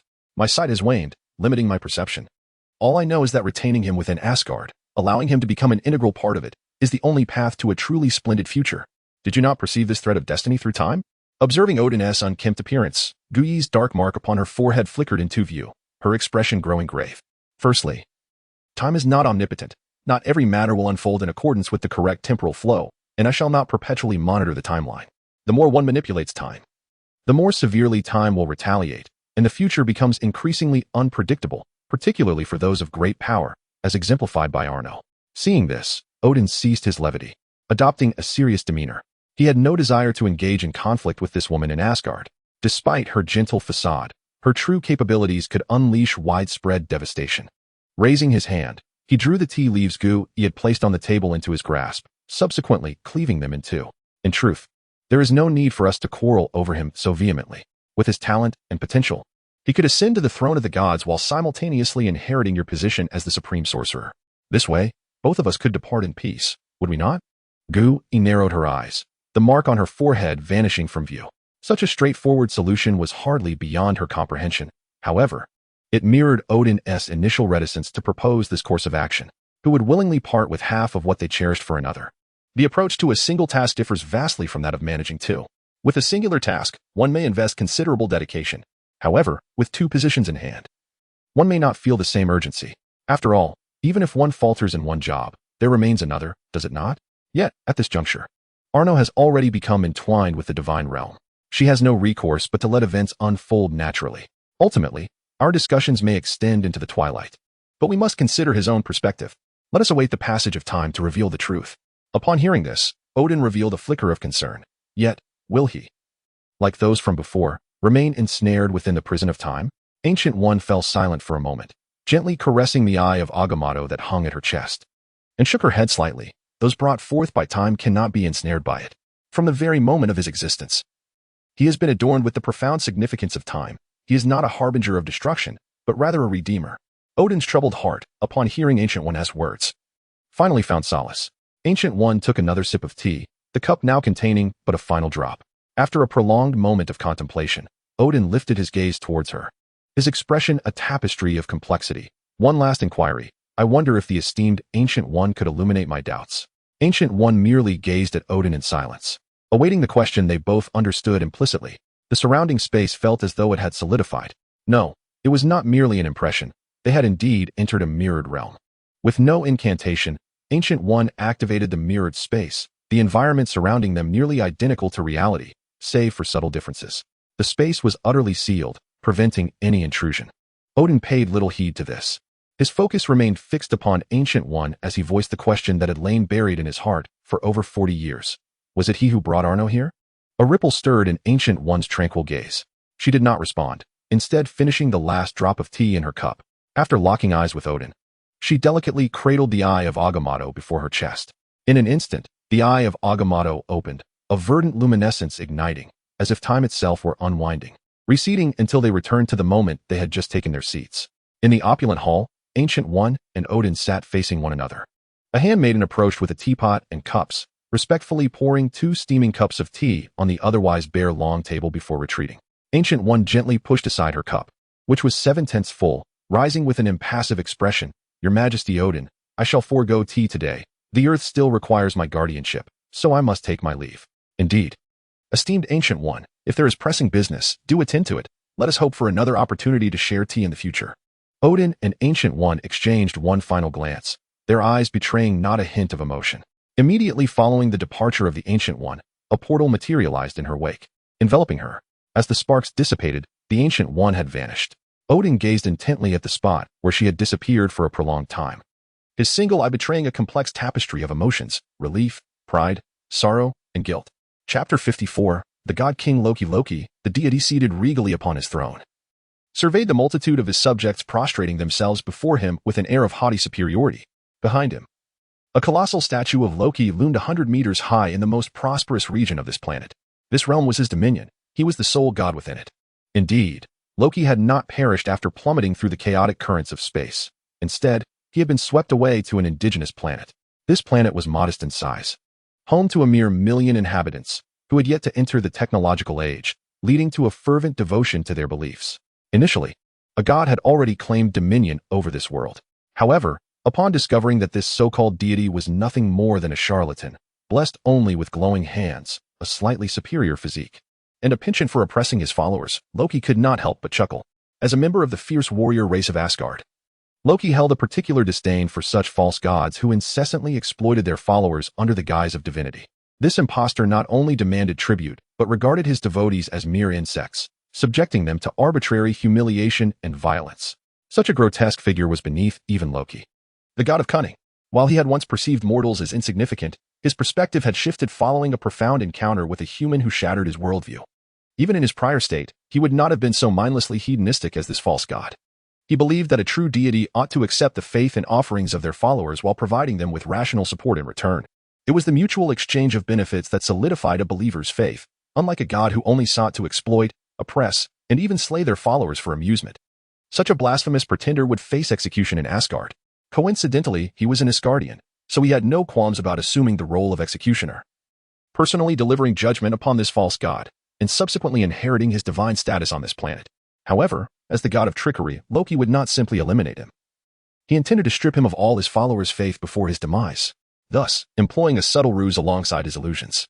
He ensured that the false god beheld only the visions Loki wished him to see, exposing himself indecently before his followers while mocking their perceived inferiority within his own heart. As the faith of the believers on this planet teetered on the brink of collapse, the true god emerged.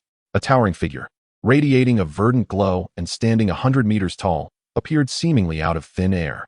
He proclaimed himself the God King, having sensed the plight of the planet's inhabitants, oppressed and tormented by false deities. He, Loki the God King, had come to purge these impostors and deliver the truth. With a mere gesture from his colossal, awe-inspiring form, a vast emerald mirror materialized, reflecting the atrocities and violence inflicted upon the believers by the false gods. In that moment, the followers were consumed by profound disappointment and rage towards the impostor, recklessly charging forward to assault the treacherous being. Yet, a god is not easily vanquished. Once Loki discerned that the fervor of the believers had reached its zenith, his immense hand crushed the feeble false deity, extinguishing its life. The might of Loki was undeniable, transforming the faith of the believers as they fervently knelt before him in adoration. Compared to the corpulent and ineffectual impostor, Loki's handsome and divine form was undeniably more compelling. Of course, the 100-meter stature was but an illusion, and the act of crushing the false god merely a simple thrust of his sword. However, the believers remained oblivious to these truths, only aware of their new god's unparalleled power. Over the ensuing 2 years, Loki indeed refrained from the hedonistic excesses and malevolence exhibited by the false deity. Not only did he employ the relatively simple technologies of Asgard to enhance the lives of the planet's natives, but he also imparted advanced knowledge, opening up broader horizons for their future. It can be said that Loki became the unequivocal deity in the hearts of the planet's inhabitants, not only spiritually but also materially, bestowing upon them gifts that their former god had never provided. To honor him, the believers spontaneously erected a monumental statue, 100 meters high, in the square, meticulously replicating the scene of their salvation. This sense of accomplishment was something Loki had never experienced in Asgard. For an entire month, a smile graced his lips, even invading his dreams at times, eliciting involuntary laughter.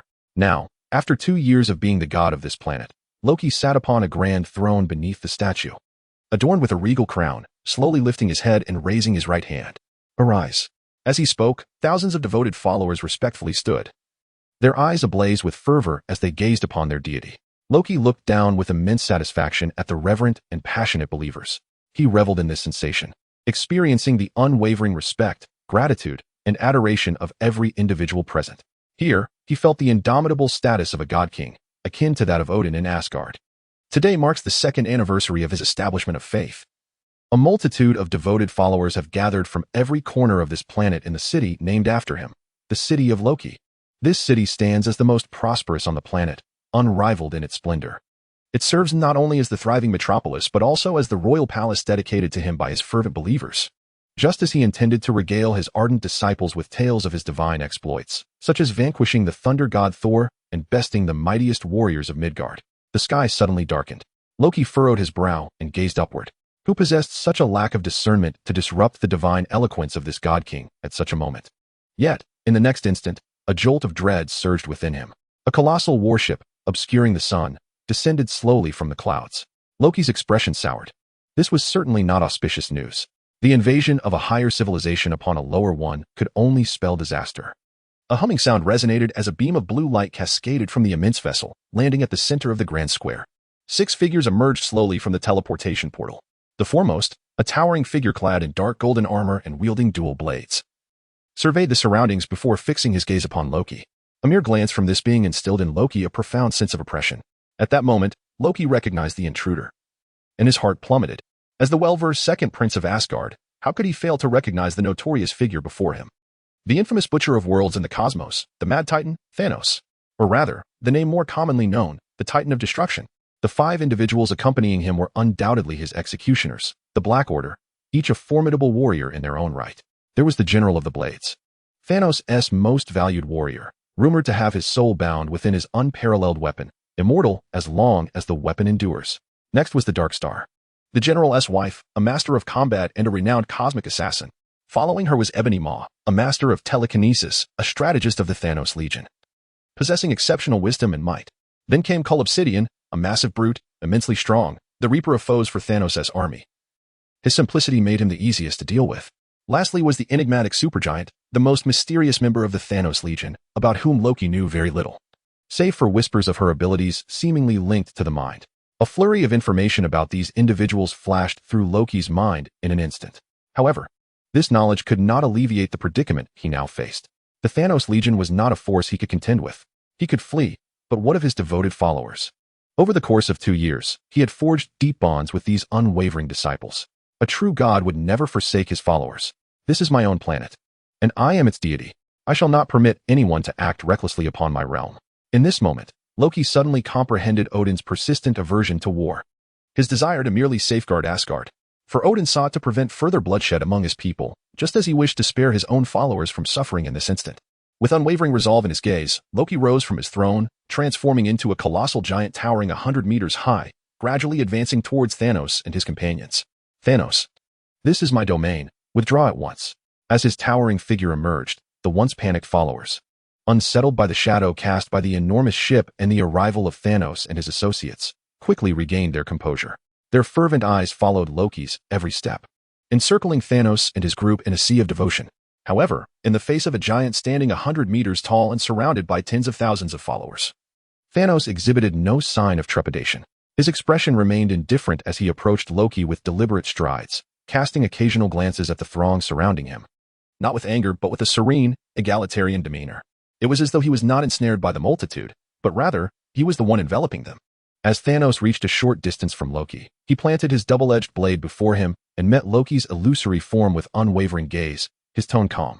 Wherever I tread, half of all beings shall perish. This is necessary for the other half to thrive more abundantly than before. As a king, do you not understand? Half of the population? That implies half of my followers must be slain. Loki replied, his urgency palpable. Thanos, do you even know who I am? I am Loki, the Prince of Asgard. Before Loki could finish, Thanos interjected, Loki Odinson, the second Prince of Asgard, I am indeed aware. Ignoring Loki's astonished expression, Thanos cast a disappointed glance in his direction and continued. It is precisely because you are the second Prince of Asgard that I chose not to hastily transform this planet for the better, opting instead to heed your counsel. However, I now feel that such consideration is unnecessary. Compared to your father Odin, you fall woefully short in every aspect. Loki's countenance darkened further. The realization that his identity was known, yet disregarded meant that invoking Asgard's name would yield no favorable outcome. Nonetheless, he was unwilling to abandon his followers without a fight. Attempting to resist, since you are aware of my father, you must also recognize that he is not an adversary you can provoke. Are you not afraid of retribution from Asgard, from the Allfather himself? Thanos, upon hearing this, merely smiled faintly, his disappointment in Odin's progeny deepening as he silently withdrew his double-edged blade from the ground. I am well aware of Odin's terror, for I have never set foot in his 9 realms. In a certain sense, he is more suited for the task I am currently undertaking. However, it is unfortunate that Thanos, with a tone of admiration, does not conceal his trepidation regarding Odin's formidable strength. After all, this figure could be regarded as his role model. A predecessor who once traversed the cosmos, gathering the Infinity Stones, during which time he claimed many lives, perhaps no less than his own. In some respects, Odin shares similar objectives with him, employing methods far more brutal than the current practice of sparing half. Regrettably, for reasons unknown, Odin chose to abandon the quest for the Infinity Stones, resigning himself to the confines of the 9 realms. Yet, this is of little consequence now, for he shall be the one to reclaim the Infinity Stones and achieve a goal greater than Odin's. Thanos, wielding the tyrant's blade, gazed at Loki, whose countenance was darkened by illusion, mercilessly shattering the last flicker of hope within him. In Odin's prime, I might have relinquished this planet out of respect for his renown. However, as his body ages, he can scarcely endure the surging power anymore. As long as I do not tread upon the 9 realms, he will lack the energy and time to counter my actions. In light of your lineage as Odin's son, I shall spare your life. Depart. Upon concluding his words, Thanos turned apathetically, raising the tyrant's blade high. General Corvus Glaive, receiving the command, elevated his own unparalleled blade, bellowing, attack. In an instant, colossal beams of teleportation descended from the massive ship. No. Loki's pupils constricted. He comprehended the implications all too well. The cosmic butcher's strike would claim half of the population. At that moment, Loki could think of nothing else. A singular thought consumed him. He must thwart Thanos. His twin daggers manifested as he charged towards Thanos' unguarded back. To the onlookers, it appeared as though a towering giant was looming, hands poised with an unmatched force to grasp Thanos, akin to divine retribution. Yet, an illusion remains merely an illusion. Thud. A shadow was propelled backward at breakneck speed, crashing into the leg of the 100-meter-high statue of Loki. In the next moment, the statue, symbolizing Loki's absolute status on this planet, collapsed with a thunderous crash. Thanos merely cast a disdainful glance at the blood upon the tyrant's blade. Out of respect for Odin, I have granted you a chance. Alas, human desires are eternally insatiable. The devotees, witnessing their revered deity being cast aside, were initially stunned, followed swiftly by an overwhelming surge of fury. They seized their weapons and charged towards Thanos and his companions, intent on making these audacious usurpers pay dearly for their affront to their god. However, faced with the throng of devotees surging like a relentless tide, Thanos and his allies remained utterly unperturbed. Thanos directed his blade towards the oncoming worshippers. Roar!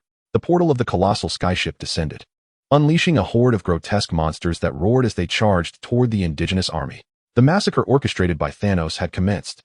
The genetically modified beasts of Thanos' Legion were on an entirely different level compared to the combat capabilities of the planet's natives. Even though Loki had taught them to forge sturdier weapons over the past 2 years, it proved utterly futile.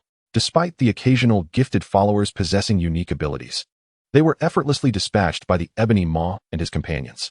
The followers had no chance of resistance. This was nothing short of a slaughter. The ranks of the faithful were annihilated at a visible pace by the monstrous onslaught. From a distance, Loki, enduring excruciating pain as he rose from the rubble, witnessed this scene with fury boiling within. Rationality urged him to flee at once, yet his emotions compelled him to remain. These were his loyal followers. The first true adherents he had garnered in his 1500 years as a deity. He could not abandon them. To save these slaughtered devotees, there was but one course of action: capture the leader. Loki's gaze fell upon Thanos, and his form gradually faded away. Thanos, encircled by the most densely packed followers, was akin to a bulldozer, unstoppable in his path. The tyrant's double-edged sword swung like the scythe of death, reaping countless lives of followers with each motion. Suddenly, a multitude of Lokis armed with spears appeared from every direction, launching attacks from various cunning angles. Any ordinary person would struggle to withstand such a simultaneous assault. However, this did not apply to Thanos. A tedious little trick. Thanos scoffed, and with a single rotation of his blade, a massive shockwave obliterated the surrounding phantoms. Yet, none of these were Loki's true form. Loki descended from the sky, a dagger aimed directly at Thanos' crown. Die. Loki's face twisted into a sinister grin as the dagger neared Thanos' skull. Just as the blade was about to pierce Thanos' crown, a massive purple hand seized his throat. Thanos contemptuously glanced at the dagger inches away, and the hand around Loki's neck tightened gradually. As a sorcerer, why engage in close combat when you should be attacking from a distance? Loki's face flushed crimson as the tremendous pressure constricted his throat, rendering him speechless.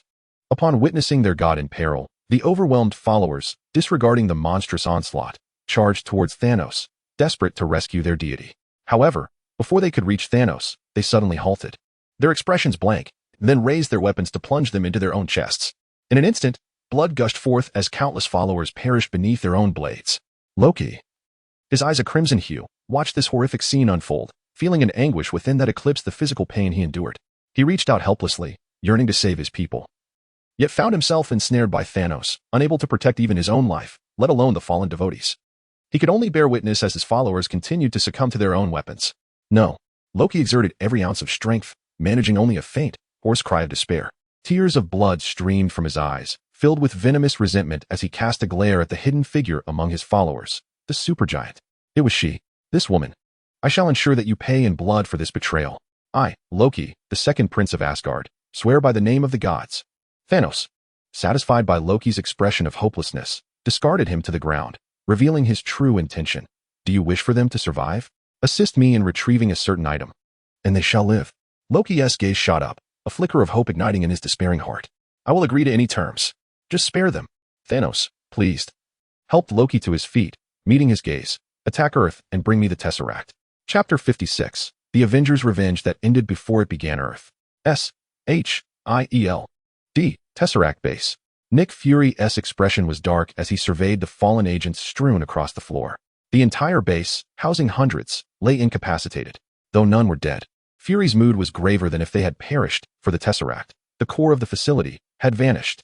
Along with it, the esteemed Dr. Eric Selvig, who oversaw the Tesseract's research, and the combat agent Hawkeye, Clint Barton, who was responsible for its protection, had also disappeared.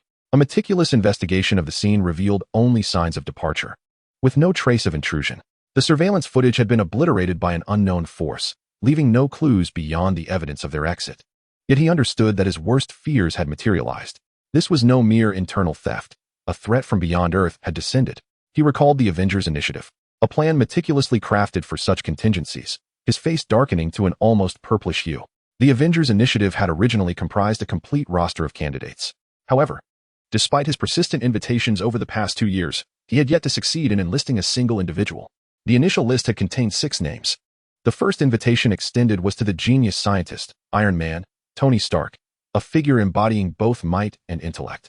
However, upon Tony's realization, he was discreetly informed by Pepper that Tony suggested he purchase more cotton seeds without ever having met him. The second individual is Bruce Banner, whose intellect rivals that of Hawking when he is composed, yet when his rationality falters, he becomes the most formidable being on Earth, second only to Arno. Nevertheless, Pepper conveyed that Dr. Banner expressed contentment with his current work and life, showing no inclination to work clandestinely for a spy organization, especially under the leadership of a rather dubious character. The third is Thor Odinson, the legendary god of thunder and the heir to the throne of Asgard. While his intelligence may not be particularly high, his prowess in battle is unparalleled, making him even more formidable than the Hulk. Thor candidly stated that Odin instructed him to learn the true qualities of a god of thunder from Arno, and he had no time nor desire to engage in trivial games of make-believe alliances, asserting that he would only collaborate with the strongest in the world, deeming himself unworthy. As for Odin's reasoning behind Thor's association with Arno, it stems from Thor's inability to find a means to restore his thunderous powers 2 years prior.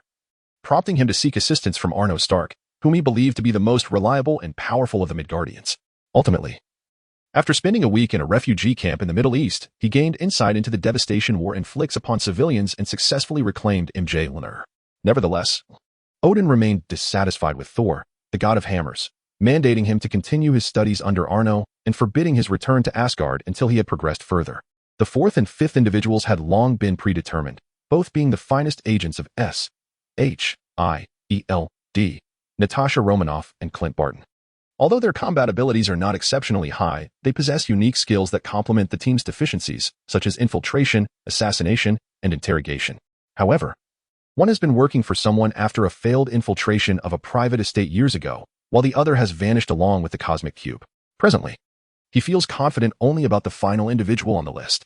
The sixth person is none other than the recently thawed Steve Rogers, widely known as Captain America, a national hero and the world's first superhero, whom he has chosen as the team leader. Yet, with no recruits secured, what use is a captain? Although Captain America once represented the pinnacle of human capability, the times have changed. Advanced technology, mutated creatures, superhuman powers, extraterrestrial invaders, and even legendary gods have emerged, making a single peak human hardly a ripple in this new reality. Nick Fury wearily rubbed his temples, feeling an unprecedented sense of failure swelling within him. His originally envisioned Avengers team had, astonishingly, collapsed before it even began. This marked the first time in his long tenure as the King of Spies that he had experienced such a complete and utter failure. Without the Avengers, how shall we safeguard the Earth against external threats? The answer lies in the absence of their protection. Stark Manor. At this moment, Arno, Tony, Pepper, Banner, Thor, Natasha, Deadpool, Wanda, Quicksilver, and Kia, along with numerous staff members of the estate, gathered in the Grand Hall. Apart from Arno, Banner, Thor, Wanda, and Kia, everyone else held in their hands a vial containing a potion that appeared to flow with molten red lava. Everyone, let us commence. Drink this perfect potion of desperation, and together we shall achieve evolution. As Tony raised the vial, all present, including the superpowered Deadpool, Quicksilver, and Natasha, whose abilities had been enhanced by the Red Room, but were still only 2 or 3 times that of an ordinary person, simultaneously lifted their own potions. Indeed, the potion was an upgraded version of the desperation virus. During a period of ennui over the past 2 years, Arno suddenly recalled that in his previous life, Tony had an adversary in Iron Man 3 who had successfully developed the desperation virus using Tony's equations. Although he had not watched Iron Man 3 in its entirety, he had seen snippets of Tony's extravagant display of iron fireworks worth billions, thus gleaning some knowledge of its plot, which led him to remember the desperation virus. Driven by a benevolent desire for early transcendence, he utilized his super hearing to identify the keyword desperation virus amidst the myriad of voices on Earth. Simultaneously, he discovered Tony's nemesis, Aldrich Killian. Although, according to the timeline, Killian should not seek revenge on Tony for several more years, which would trigger an extravagant display of fireworks. It seemed there was no animosity between him and the Stark family at present. However, Arno was clearly not one to squander opportunities. After all, the funds for Tony's Mark series were drawn from the Stark family's coffers, essentially his own money. Moreover, he was not one to adhere strictly to causality, waiting for years until Killian retaliated before countering. That very morning, he sought out Killian and, before the lunch hour had even passed, orchestrated an elaborate feast. Furthermore, all individuals who had been injected with Killian's inferior desperation virus and possessed criminal records were summoned to join Killian at the feast. Naturally, the formula for the desperation virus was acquired from Dr. Maya, which he promptly confiscated as his private property, one might even say as a trophy. While the desperation virus was far from perfect, rife with instability, and required continual use to maintain its efficacy, its advantages were unmistakable. Firstly, congratulations. You shall never again suffer the loss of limbs. A mere knife on the street will not claim your life, provided, of course, that you are not unfortunate enough to be stabbed and explode. Chapter 57. The group consumes the desperation potion. The desperation virus enables the self-repair of nearly all damaged organs, except for the brain and heart, rendering the regeneration of severed limbs no longer a mere fantasy. Moreover, the physique has been significantly enhanced, comparable to that of the diminutive Captain America, with attacks now imbued with a burning effect. Should fortune favor, one might even awaken advanced fire-breathing skills. The crisis virus, when utilized by the residents of the manor and the ordinary people around, undoubtedly serves as an excellent choice for home and travel necessities. However, if the effects remain as they currently are, it would be wholly insufficient for Arno, who perceives it as merely a semi-finished product. The pros and cons are glaringly evident. The advantages are life-saving, while the drawbacks are lethally perilous. He desires nothing but the best. Thus, he employed his often criticized, seldom used, and nearly rusted super intellect to research and enhance the crisis virus. He eliminated its instability and drug dependency, while simultaneously bolstering abilities and physical constitution across the board.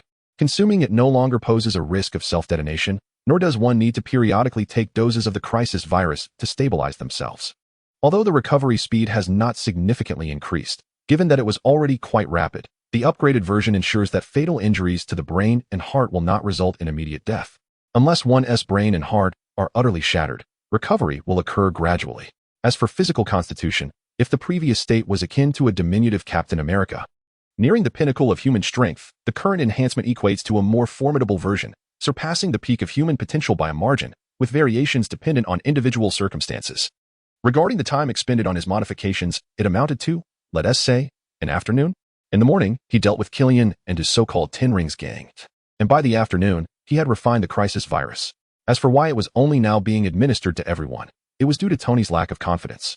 He and Banner conducted several months of research and confirmed its safety post-biological experimentation before presenting this fine concoction to the masses.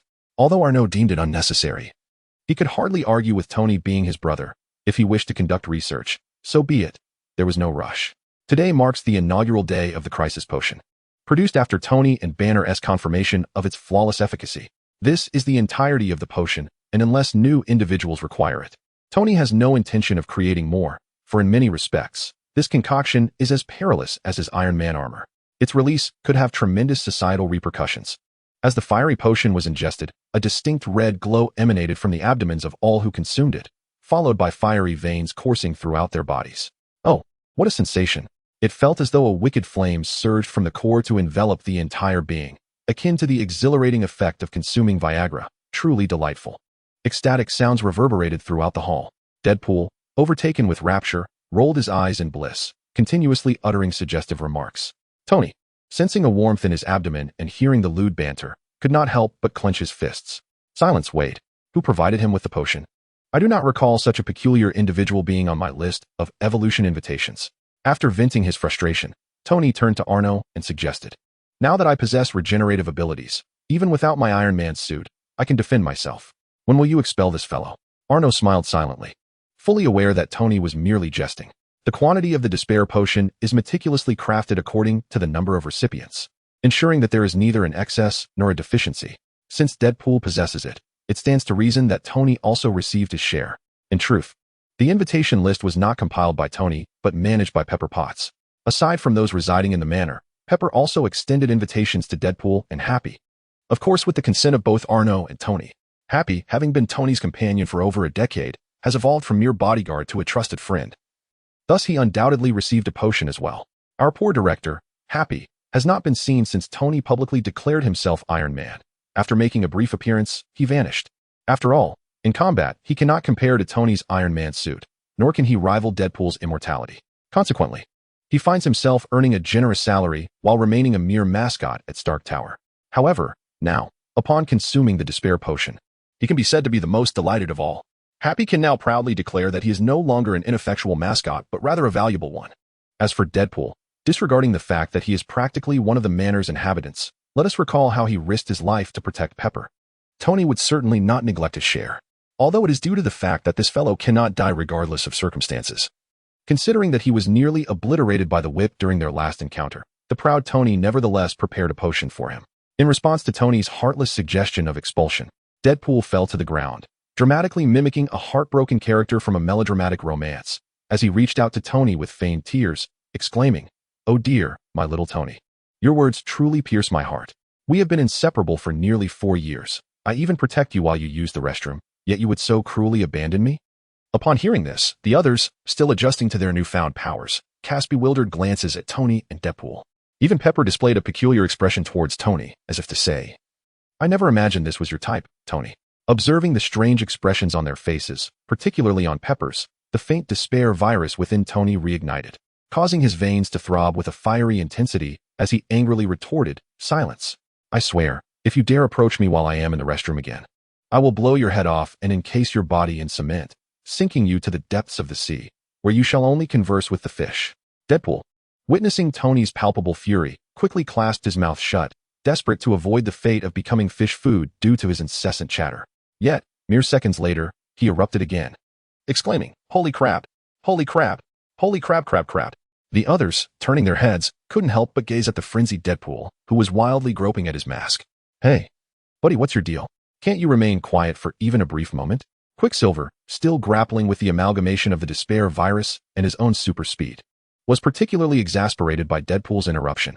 However, for once, Deadpool, who could seamlessly shift conversations from the U.S. president to the death of Qin Shi Huang, oddly ignored Pietro this time. He was fervently rubbing his face, then drew a long knife from behind him, tearing off his mask. In the blade's reflection, Wade beheld a face of breathtaking beauty. "Oh my gosh, I can hardly believe this is real," Wade exclaimed, elated, tossing aside the knife and seizing Tony, planting a fervent kiss on his cheek. "I can't thank you enough, Tony. From this day forth, you are my deity. You magnificent bastard, you've restored my handsome visage." "Ha ha." Tony wriggled free from Wade's embrace, frantically wiping his face with his sleeve, retrieving the fallen knife, ready to dispatch Wade. Banner, who had been documenting data, and Pietro promptly intervened. "Don't be impulsive, Tony. Rashness is the devil's work.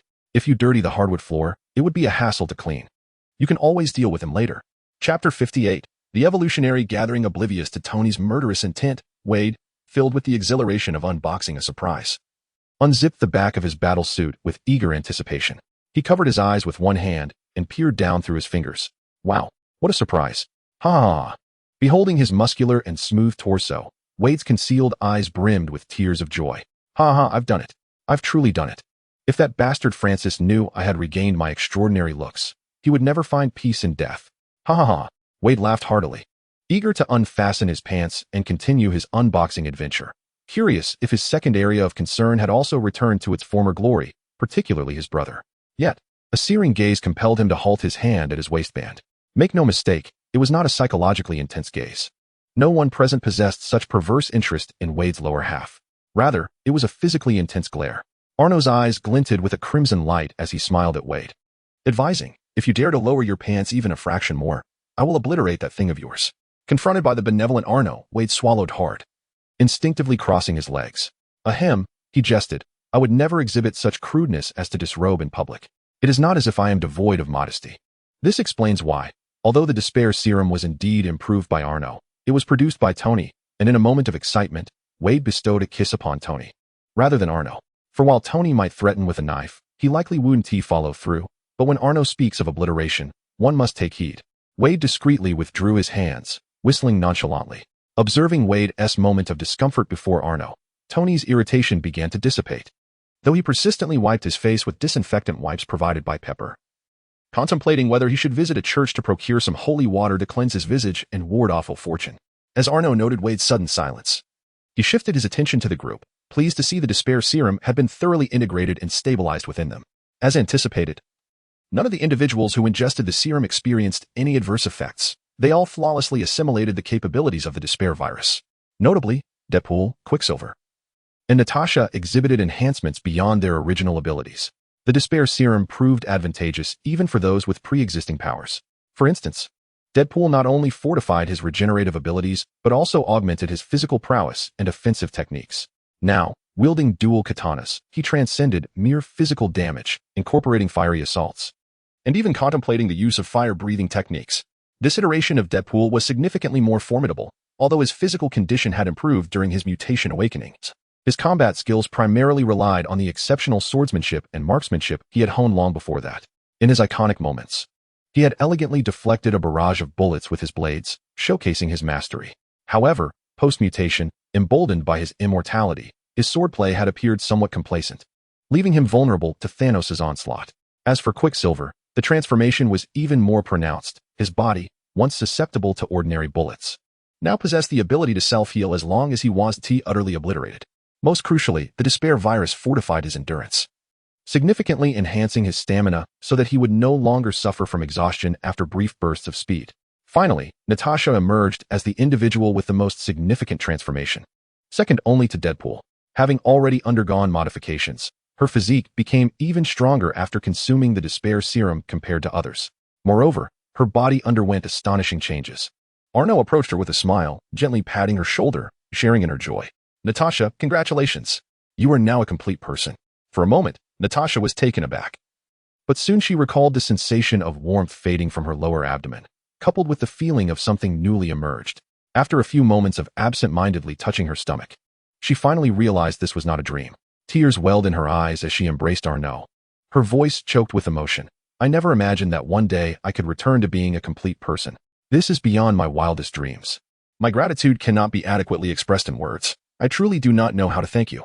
Arnaud gently patted her trembling back, caused by overwhelming excitement, and released her, jokingly saying, how about I pay you a little less, so I can afford to keep our head instructor here at the estate for a few more years? Unable to suppress a smile, Natasha winked at Arnaud. If you don't pay me, I'd gladly work for you for free all my life. They exchanged smiles. But their gaze was interrupted as Wanda stepped between them, positioning herself in front of Arnaud, wearing a forced smile as she congratulated Natasha. Congratulations, Sister Natasha. Thank you. Noticing Wanda as hostile glare, Natasha simply smiled and averted her gaze from Arnaud. Oh, little girl, had I truly wished to compete with you before, you would have never stood a chance. As for now, while Natasha raised a glass of wine and took a sip, her face adorned with an inexplicable smile, Arnaud ruffled Wanda's jealous little head and picked up a glass of wine from the long table, cheerfully declaring, since everyone has received the gifts that Tony and I brought, let the festivities begin. Today in the estate, there are no distinctions between master and servant. Let us all revel together. With Arnaud's words, the crowd erupted in cheers, raising their pre-filled wine glasses in a toast. Let us toast to new beginnings. As they consumed the elixir of desperation, many hearts were unburdened. Wade's anxieties about his appearance, Natasha's insecurities regarding her physical flaws, and the maids in the estate who felt they had been saved by the master yet contributed little in return, all found renewed confidence under the effects of the elixir, and their spirits lightened considerably, including Deadpool, who incessantly called others sister and toasted with everyone, was also welcomed among them. In this relaxed atmosphere, everyone in the estate indulged in joyous celebration, though it was confined to drinking. Arnaud took 2 glasses of wine and approached Kaya, who stood alone at the entrance of the hall, feeling out of place amidst the laughter and revelry of the crowd. Shall we not indulge in a delightful drink together? Chapter 59. The Unexpected Guest, Nick Fury. Kaya glanced around at the jubilant faces of the gathered crowd, her expression stoic as she gently shook her head. As the steward of Stark Manor, I must remain ever vigilant in my duties to serve the master and ensure the safety of the estate. Upon hearing this, Arnaud sighed in resignation. Kaya, due to her past as a test subject, harbored significant personal issues, ailments that no remedy could easily mend. She had no need for such remedies, as her abilities were remarkably advanced. Her healing powers and physical strength far surpassed any concoction, not to mention her formidable telekinetic prowess. Yet, her challenges lay not in her physicality but in her psyche, for the scars of her past were beyond the reach of any elixir. Deep within, she felt an unsettling lack of security, a profound dependence on him, a sentiment he had sensed from the moment he rescued her. This dilemma was not easily solvable. After all, those he had salvaged within the manor were, to some extent, reliant on him, though Kaya's situation was markedly more severe. In her day-to-day life, she rarely engaged with others apart from him, often masking her profound fear of abandonment behind an impassive facade. Arnaud, holding 2 glasses of wine in his left hand, gently tousled her golden hair with his right. Kaya, today the manor is devoid of a steward and servants. You need not worry about the estate's safety. For my sake, allow yourself to be free today and share a toast with me. Kaya gazed at Arnaud, whose presence radiated warmth akin to sunlight, and a faint smile graced her lips as she accepted the wine glass from his hand. All right, as the jovial atmosphere enveloped the crowd, with laughter and heartfelt conversations filling the air, an unexpected visitor arrived at the manor's entrance. Ding dong. The clear sound of the doorbell disrupted the tranquility, rousing the security guard in the 200-square-foot security booth, Blonsky. Like Banner, he required no enhancements from the elixir, thus he had volunteered to man the entrance, ensuring no unwelcome intruders would disturb the gathering. And indeed, an unwelcome presence had arrived. He turned his gaze to the door's surveillance monitor, where a gleaming bald head appeared on the screen. Notably, it was a black bald head that gleamed under the sunlight. Yet, despite the reflective glare, Blonsky, a trusted aide to the former General Ross, swiftly recognized the imposing figure. Nick Fury, the infamous director of S.H.I.E.L.D. At least among the military ranks, the reputation of S.H.I.E.L.D. was far from favorable. No military force appreciated the presence of a global espionage organization wandering freely in their territory, even if this so-called international agency primarily served the interests of America. Bronsky, holding a bottle of wheat juice, approached the iron gate, Yet he did not deign to open it for Nick Fury. Director, it seems you may have arrived at the wrong place. Your name does not appear on today's list of invitees. The veiled insult in Bronxy's words caught Fury's attention, prompting him to narrow his eyes. Since when did a mere gatekeeper presume to speak to him in such a manner? I seek the master of this estate. Surely, I need not confer with a mere watchdog. Fury retorted coldly. With a raised brow, Bronxy responded, Oh, you dare to retort? It appears some individuals in this era have become excessively lofty. How fortunate for you, then, that everyone else in the manor is attending the gathering. Only I can relay your presence. If you have business, you must first address me, the gatekeeper. A sardonic smile crept across Bronxy's face as he added, Of course. You could always attempt to force your way in. Just so you know, I am quite eager for that challenge. His pupils shimmered with a hint of green. Fury clenched his fists but ultimately restrained himself. I have no time for your nonsense. I must speak with Arnold Stark about a matter of global significance. Bronxy rolled his eyes in disbelief. Then simply state your business. Why engage in cryptic riddles? If it truly is of importance, I will relay it. Fury's expression turned grave. What I am about to disclose is of utmost seriousness. I hope you will treat it with the gravity it deserves. Bronxy sipped his wheat juice, wearing an expression akin to a spectator at a circus. Aliens are set to invade Earth. Bronxy erupted into laughter, dismissing Fury's declaration with an international gesture. He paid no heed to the notion of an alien invasion. The gathering was currently home to some of the most formidable individuals on the planet. An extraterrestrial assault would hardly disrupt this assembly. Moreover, was there not an alien prince already present at the festivities? Seems I have arrived at an inopportune moment. A flippant voice chimed from behind Fury. Loki, adorned in a deep green suit and wielding a golden scepter, approached with an elegant gait. Both Fury and Bronxy turned to regard him, instantly recognizing the distinctive aura that accompanied his presence. Bronxy furrowed his brow and inquired, And who might you be? Another agent from a different organization? In his mind, only operatives adorned in such ostentatious attire would dare to present themselves so, especially after the recent arrival of another agent. He instinctively assumed this was yet another operative seeking assistance from their master to confront the impending alien threat. Loki shook his finger dismissively, a smirk gracing his lips. I am not some lowly agent of your Earth. I hail from the realm of gods, the son of Odin, the second prince of Asgard, Loki Odinson. Bronxy paused in astonishment. Asgard, was that not the divine realm where Thor resided? After Thor regained his powers, he had been left by Odin and Arno for further training and had often sought Bronxy out for sparring during his bouts of boredom. Since Bronxy found guarding rather tedious, he had not declined, and thus the two frequently engaged in friendly combat, becoming close companions in the process. They would often gather to share a few drinks, grill some skewers, and brawl to aid digestion. As for why Thor did not seek Arno for practice, the truth was that he had visited on the very first day he reclaimed his hammer. The outcome, one could say, was that Thor slept soundly, much like the time he was brought back, sinking into a slumber akin to that of an infant. Bronxy scrutinized Loki, noting his petite frame and youthful visage, which belied an air of intelligence. He was the antithesis of Thor, whose muscular build and simplicity often resulted in a dulling of his wit. Yet, out of respect for Thor, Bronxy addressed Loki. Loki, is it? Please wait here while I inform the others. Loki, wielding his staff, inclined his head gracefully. I appreciate your assistance, noble guardian. Bronxy could not help but smile at Loki's eloquence, contrasting it sharply with a certain brutish individual. He cast a mocking glance at Nick Fury, entirely oblivious to the fact that his own jibe had provoked Fury's retort. Offering a friendly nod to Loki, Bronxy quickly made his way to relay the message. This left Loki, with a broad smile, standing alongside the scowling Nick Fury at the entrance. This is discrimination, blatant discrimination. Fury's expression darkened as he turned to leave. Loki regarded the retreating figure of Fury with disdain. Who would heed the request of Midgard's mightiest with such arrogance? Even he, a god, dared not act recklessly here. What right did a mere mortal have? It was not until Fury vanished from Loki's sight that he entered a specially armored Chevrolet parked by the roadside. The previously grimace on his face was replaced by an impassive countenance. Loki, the second prince of Asgard, could the recent disappearance of the Space Stone be connected to him? Chapter 60. A wise man knows his place. Nick Fury contemplated quietly, his expression serene. As the director of S.H. I.E.L.D. How could he be unaware of the gathering at the estate today? In fact, it was precisely because of this assembly that he had chosen this moment to arrive. Although he was uncertain of Arno's purpose for convening the gathering, he was well aware that the majority of the members of his Avengers Initiative were presently inside. The Avengers Initiative has now met its demise, leaving Earth vulnerable to extraterrestrial threats. He finds himself utterly incapable of assembling a specialized team to safeguard the planet. However, his impotence does not signify a lack of capability in others. Arnold Stark emerges as the pivotal figure in the formation of this extraordinary team. not solely due to his own formidable prowess, but also because of his ability to rally every individual from the Avengers Initiative. From the mighty Thor of Asgard to the indomitable Hulk of Earth, and even the elite combat agents of S.H.I.E.L.D. all share connections to this remarkable man. Furthermore, beyond Arno himself, his mansion houses several superpowered beings of significant strength, rivaling that of the Hulk, the Abominations, the Swift Quicksilver, the Scarlet Witch Wanda, and that enigmatic butler.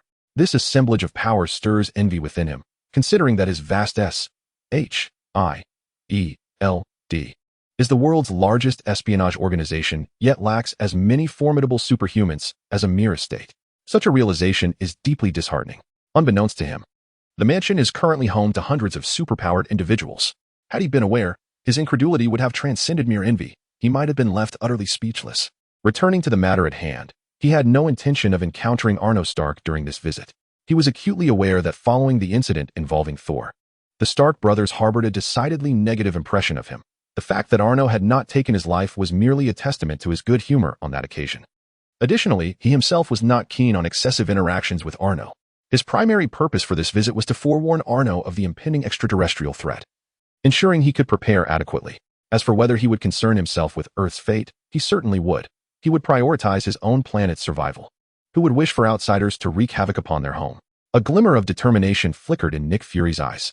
Unexpectedly, this visit bore unforeseen rewards. As he encountered the second prince of Asgard, Loki, the legendary god of mischief and brother to Thor. Given the coincidental disappearance of the Tesseract, Loki's appearance inevitably raised suspicions in Fury regarding his connection to the matter. Yet, he found himself perplexed. If Loki were indeed involved, why would he dare approach Arno? Was it merely to steal the Tesseract, without intentions of a large-scale invasion?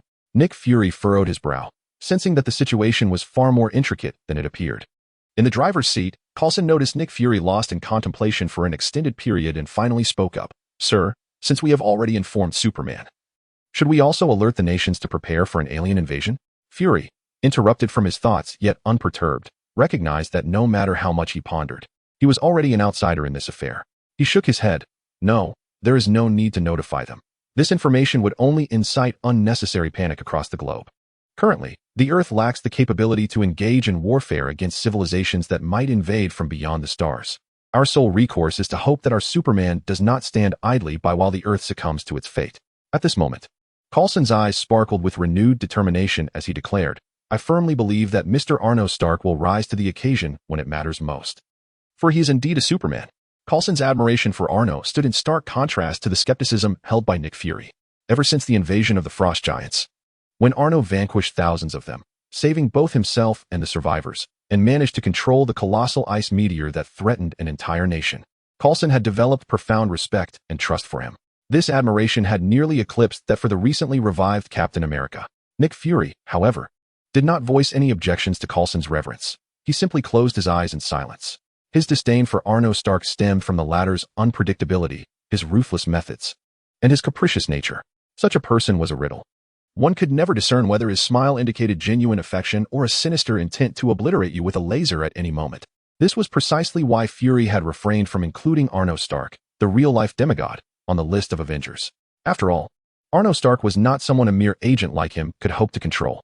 Yet, he had no intention of forcing Coulson to alter his perception of Arno. The S.H.I.E.L.D. could accommodate those who despised Arno, as well as those who were admired by him, such as Coulson.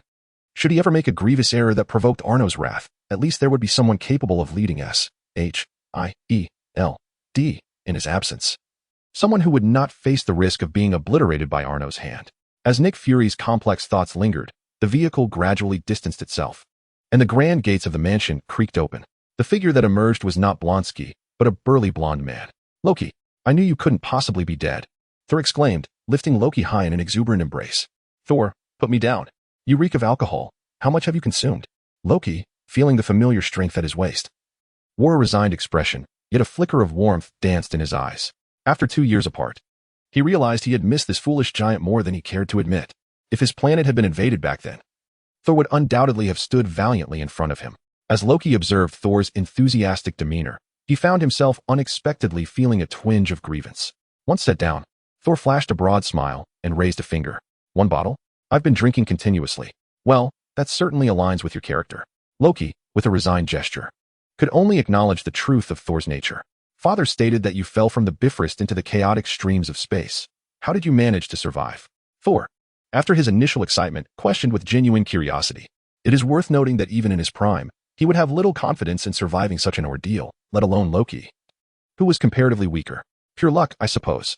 The chaotic streams did not tear me to shreds. Instead, they whisked me away to a primitive planet. As he spoke, the mirth in Loki's eyes faded, replaced by a chilling resolve. Thor, take me to meet that formidable being of Midgard. My primary purpose for this visit is to see him. Without hesitation, Thor nodded. You mean Arno? No problem. I've spoken to him. And he has already agreed to your participation in this gathering. Thor greeted Bronsky, who was enjoying a drink, and then led Loki to a Hummer, setting off toward the venue. The estate, having been converted from a military base, sprawled over a vast area, necessitating the use of vehicles for navigation. A line of Hummers stood neatly at the entrance, keys left in each for easy access. In truth, several vehicles were stationed by every building on the estate for the convenience of its inhabitants. Chapter 61. The Scepter of the Mind and the Cosmic Cube. However, Thor's decision to drive stemmed from respect for Loki, especially after their last encounter with Arno, during which Arno had playfully wielded his hammer against Thor's head while lifting him high into the air. It was then that Thor realized that being hoisted aloft against one's will was not a delightful experience, but rather a painful one. Before long, Thor brought Loki to a two-story building, significantly larger than the other structures on the estate. Upon entering, they were greeted by a lively hall filled with an array of snacks floating amidst red mist, silver figures darting through the haze to devour the treats, and numerous maids applauding, sparks flying from their claps. There was also the sight of the bare-chested Hulk engaging in a drinking contest with Wade. Quite the lively atmosphere, isn't it? Loki remarked, a twitch at the corner of his mouth as he surveyed the display of talents. A sense of bewilderment washed over him, as if he were truly in the realm of mortals. Thor, brimming with pride as though he owned the place, declared, Isn't it splendid? The ambience here is delightful. It feels just like home. Would you care to stay here a while? Before Loki could respond, a large green hand grasped his cloak, pulling him backward. Hulk, his complexion slightly flushed, exclaimed, Thor, come drink with Hulk. Wade, weak. You strong. Thor's expression shifted as he caught a whiff of Hulk's potent alcohol-laden breath. Hulk, how much have you consumed? This is the wine I brought from Asgard. Hulk, heed Thor. Keep drinking. You stay and drink with me. Hulk, with a commanding tone, forcibly dragged Thor towards the table laden with spirits. Loki, I shall seek you out later. For now, engage with Arno. Loki nodded at Thor, feeling an inexplicable sense of trepidation towards Hulk, despite never having encountered him before. Shaking his head to dispel the thought, he reassured himself that Hulk was merely a larger-than-average mortal. There was no reason for fear.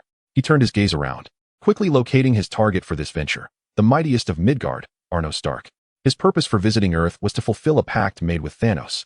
He would deliver the Tesseract to Thanos and launch an assault on Earth in exchange for sparing his planet and its followers. Acquiring the Tesseract had proven rather effortless. Thanks to the formidable assistance of Superstar, Thanos had utilized the spatial abilities of the Tesseract to transport him directly to its location. The base, merely guarded by mortals, posed no threat to him and Superstar. In an instant, Superstar had dominated the minds of all present. Had it not been for Loki's suggestion to eliminate everyone there, Earth would have remained oblivious. Superstar had initially intended for them to turn on one another, just as she had orchestrated among her own followers on her planet. While seizing the Tesseract was simple, the conquest of Earth was far more complex. Although it was a planet inhabited by mere mortals, this did not imply an absence of resistance. The human military was not something he and Superstar could easily subdue, especially with a powerful supernatural entity like Arno in the mix. As for how Superstar had acquired information about Arno, it posed no challenge for one capable of mental manipulation. She had ensnared Hawkeye's mind, uncovering many secrets of Earth, including the existence of the divine being known as Arno.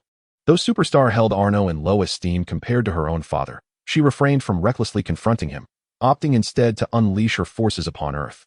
Thus, she and Loki divided their efforts. She, accompanied by Dr. Eric, a researcher of the Tesseract, and Hawkeye, would gather and create materials to open a portal. Meanwhile, Loki was tasked by Superstar to wield the Mind Scepter, reputed to control all living beings, to disrupt the planet's strongest forces, buying her time to activate the portal. As Loki contemplated their objective, a faint smile graced his lips as he approached Arno with the Mind Scepter in hand. At that moment, Arno was listening to Tony discuss his new armor, designed for remote, modular armament. Suddenly, Arno turned his attention towards the approaching Loki, while Tony, noticing this unfamiliar figure at the gathering, halted his explanation of the next suit. Esteemed champion of Midgard, I extend my sincere apologies for my previous reckless and foolish behavior. Loki approached with a bow, his demeanor markedly humble. Oh, is our second prince here solely to offer me an apology? Arno observed Loki's contrition with indifference, casting a fleeting glance at the scepter in Loki's grasp, adorned with a blue gemstone. A mind scepter, perhaps, or a mind gem. While its efficacy against him remained uncertain, he had no intention of testing it. Should Loki harbor any intent to strike, he would not hesitate to swiftly crush his throat. A sudden chill of trepidation washed over Loki, though he could discern nothing amiss. Suppressing the inexplicable fright that arose within him, he offered a faint smile. Of course not. I am here primarily to propose a transaction with the esteemed champion of Midgard. Arno raised an eyebrow, a flicker of interest igniting within him. Oh? Loki gradually extended the mind scepter toward Arno. Subsequently, Arno accepted the scepter from Loki's hand, studying it with curiosity, particularly the mind gem it bore. Oh? You do not intend to use it to control me, but rather entrust it to me? A cold sweat broke out on Loki's back upon hearing Arno's words. He now comprehended the source of his earlier disquiet. Arno was already aware of the scepter's capacity to control minds. Had he intended to wield it against Arno instead of relinquishing it, the consequences would have been dire. Loki swallowed hard, the smile on his face becoming somewhat strained. Arno offered him a glass of wine, a subtle smile gracing his lips. Rest assured, you have made a wise choice. I shall not blow your brains out. Now, what is your proposal? Loki took a sip of the wine, regaining his poised composure, though a profound hatred flickered in his eyes, not directed at Arno. I will disclose the identities and purposes of the invaders who have come to Earth. In return, you must agree to assist me. Arno regarded Loki thoughtfully. In the original tale, Loki had indeed been dispatched by Thanos to assault Earth, yet he was the sole invader prior to the opening of the spatial wormhole. Speak, he urged. Without hesitation, Loki divulged. Firstly, in addition to myself, there is another mind controller involved in this invasion, a superstar. Her mind control is formidable, and you must exercise caution. If you, as the strongest, were to fall under her influence, all would be lost. The mastermind behind the chaos is a being known as Thanos, a notorious butcher of planets in the cosmos. Wherever he goes, half of the living beings on that planet face annihilation, and Earth is no exception to his impending assault. However, their objective extends beyond merely attacking Earth. They seek possession of the Tesseract. The Tesseract, a treasure of space that fell from Asgard to Earth, harbors boundless energy capable of opening portals across infinite distances. Currently, the Tesseract has fallen into the hands of a cosmic giant, yet I remain perplexed as to why he feels compelled to invade Earth. Thanos is well aware that my father still lives. He would never stand idly by while his 9 realms are slaughtered. Thus, obtaining the Tesseract and launching an attack on Earth cannot merely be for the purpose of exterminating half its population. The reasons elude me. As for myself, Thanos has instructed the cosmic giant to relay to me the task of disrupting Earth's strongest forces, specifically using the Mind Stone to incite civil strife among you, thereby granting the cosmic giant the time needed to construct a teleportation device. Arno listened intently to Loki's account, his gaze traversing the vast distance towards Stark Tower. Observing Dr. Eric, who was already assembling the teleportation device, a faint smile crept across Arno's face. How intriguing. It appears the narrative has entirely shifted, with the teleportation device nearing completion much sooner than anticipated. Although he could promptly destroy the device and seize the Tesseract to conclude this invasion, he felt no urgency. He leisurely sipped his drink and regarded Loki with a calm demeanor. So, you've shared your information. What is it that you seek from me? Revenge. I want you to assist me in killing the cosmic giant, Thanos, and his legion. Loki's suppressed hatred erupted with full force. He would not be deceived by Thanos' empty promises that if he aided in the attack on Earth and retrieved the Tesseract, his own planet would be spared. Did Thanos take him for a fool? This butcher of planets has never been known to spare any world. Furthermore, though not half the population, the thousands of devotees who perished in the square did so in vain? No, their God shall avenge them. Chapter 62, Justice League. I am curious as to what compels you, the second prince of Asgard, to seek the assistance of a former enemy in the quest to slay Thanos and the cosmic giant? Arno observed Loki's eyes brimming with hatred. If memory serves correctly, in the original Avengers, Loki willingly conspired with Thanos to invade Earth, aspiring to become its sovereign. Loki paused for a moment before slowly articulating. He and his minions have slain many of my followers on my planet, and now half of the lives on that world rest in his hands. I cannot trust his empty promises that once he obtains the cosmic cube through his invasion of Earth, he will spare my planet. Only his demise will grant me the peace I seek. Furthermore, as a fellow ruler of a planet, I am certain you can comprehend my sentiments. Loki's words initially took him by surprise, then evoked a sense of understanding, and ultimately struck a chord deep within him. A ruler of a planet. Indeed. This young man possesses eloquence and potential. Noticing Arno's approving gaze, Loki smiled slightly and continued, "Moreover, the crux of the matter is this. Assist me. And not only will you wield the scepter that controls all living beings, but the cosmic cube, brimming with boundless energy, will also be yours." Foolishness. If I eliminate the supergiant, the cosmic cube will still belong to me. Precisely. This aligns perfectly with my request. By slaying the supergiant, you will undoubtedly incur Thanos' wrath, and you will eventually confront him. Why not expedite his demise? It is a mutually beneficial scenario, is it not? Loki revealed a triumphant smile. Arno chuckled at Loki's words, raising his glass in acknowledgement. Intriguing. I must admit, you possess quite the persuasive talent. I accept your proposal. This Loki is most fascinating. Entirely different from the impulsive version known for his mischief in the films. Perhaps from the moment he entrusted the Mind Stone to me, he had already resolved to assist. Listening silently from the sidelines, Tony furrowed his brow upon hearing Loki's words. He scrutinized Loki intently before addressing Arno. Arno, the recent years have witnessed an alarming increase in supernatural occurrences and extraterrestrial invasions on Earth, each more significant than the last. We can no longer afford to remain disorganized and rely solely on you to tackle these global crises. We must establish a super league dedicated to Earth, enabling us to manage major supernatural events independently, alongside you. Tony articulated a long-held plan. A super league? It seems you have been contemplating this for some time, Arno remarked, a peculiar expression crossing his face. Is fate indeed steering the Avengers into existence once more, albeit this time under Tony's leadership rather than Nick Fury's? Indeed. During the Frost Giant incident 2 years ago, I conceived the idea of arming the world with armor. However, the execution of such a concept is exceedingly challenging. Beyond the sheer number of armored suits, the volume of information required to monitor global crime in real time is overwhelming. Jarvis is not quite up to the task yet. Hence, I have settled for the notion of forming a super league composed of individuals with special abilities to address the impending significant events on Earth.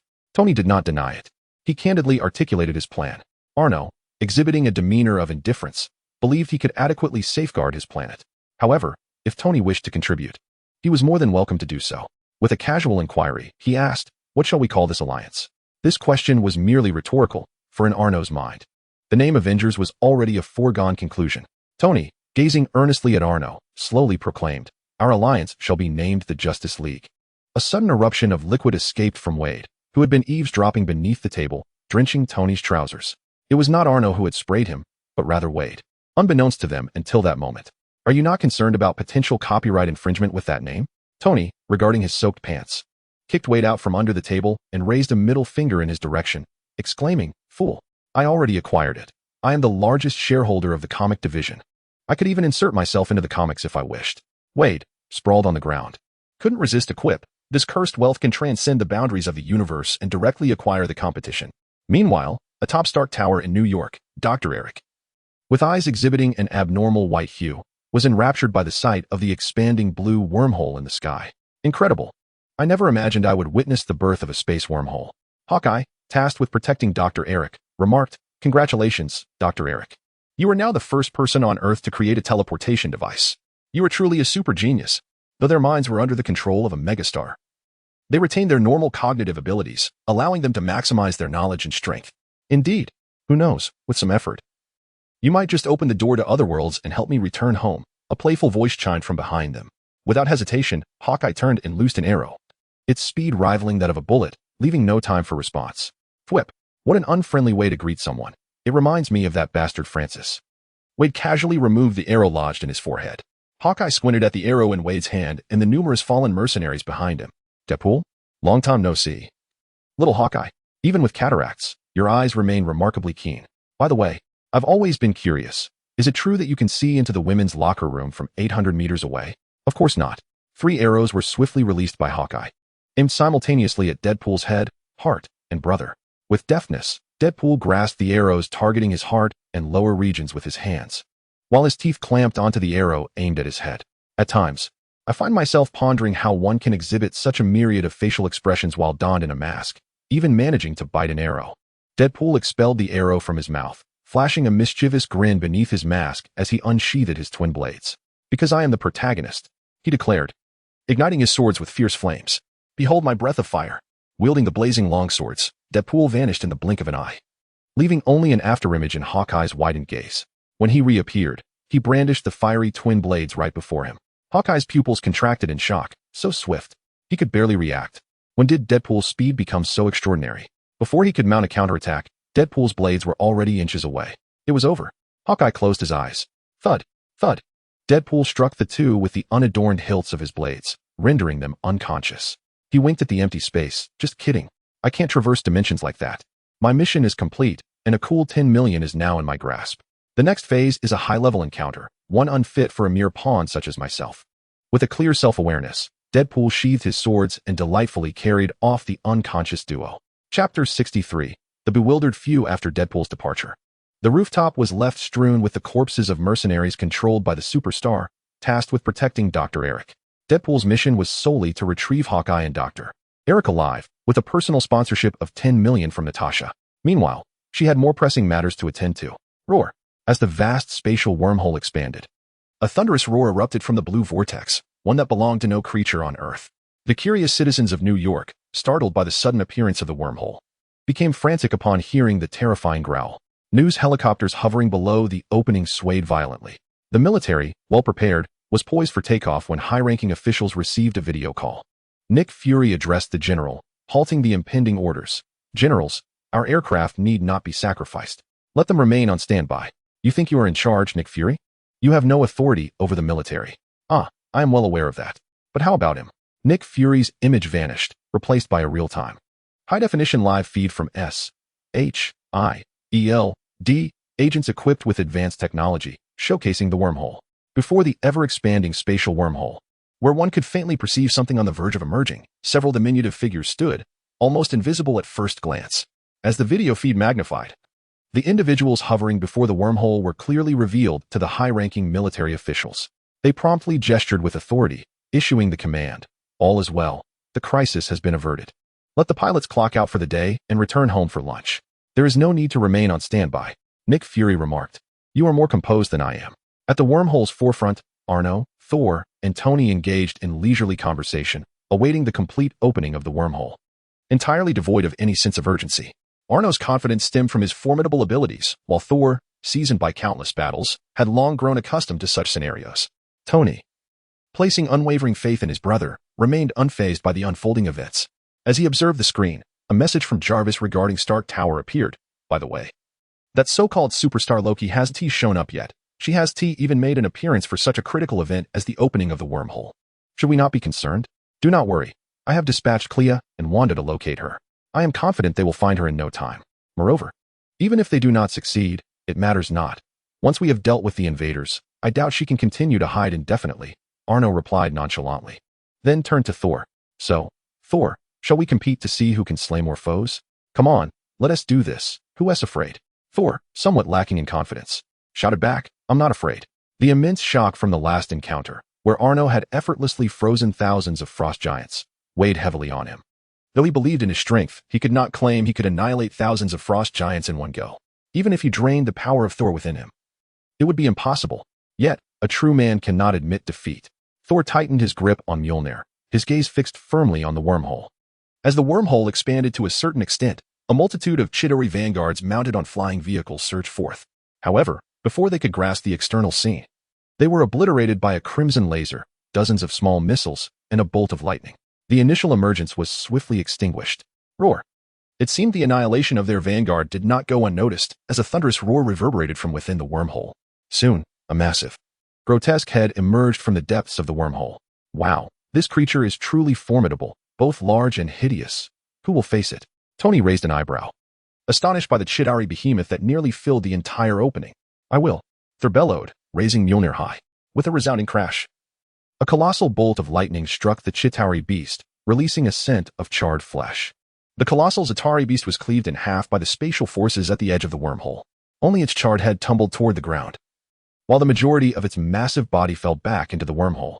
A thunderous roar echoed upon the beast's demise, filled with a profound fury. The situation escalated as two stable wormholes allowed a deluge of Chitauri soldiers to surge forth, reminiscent of a locust swarm.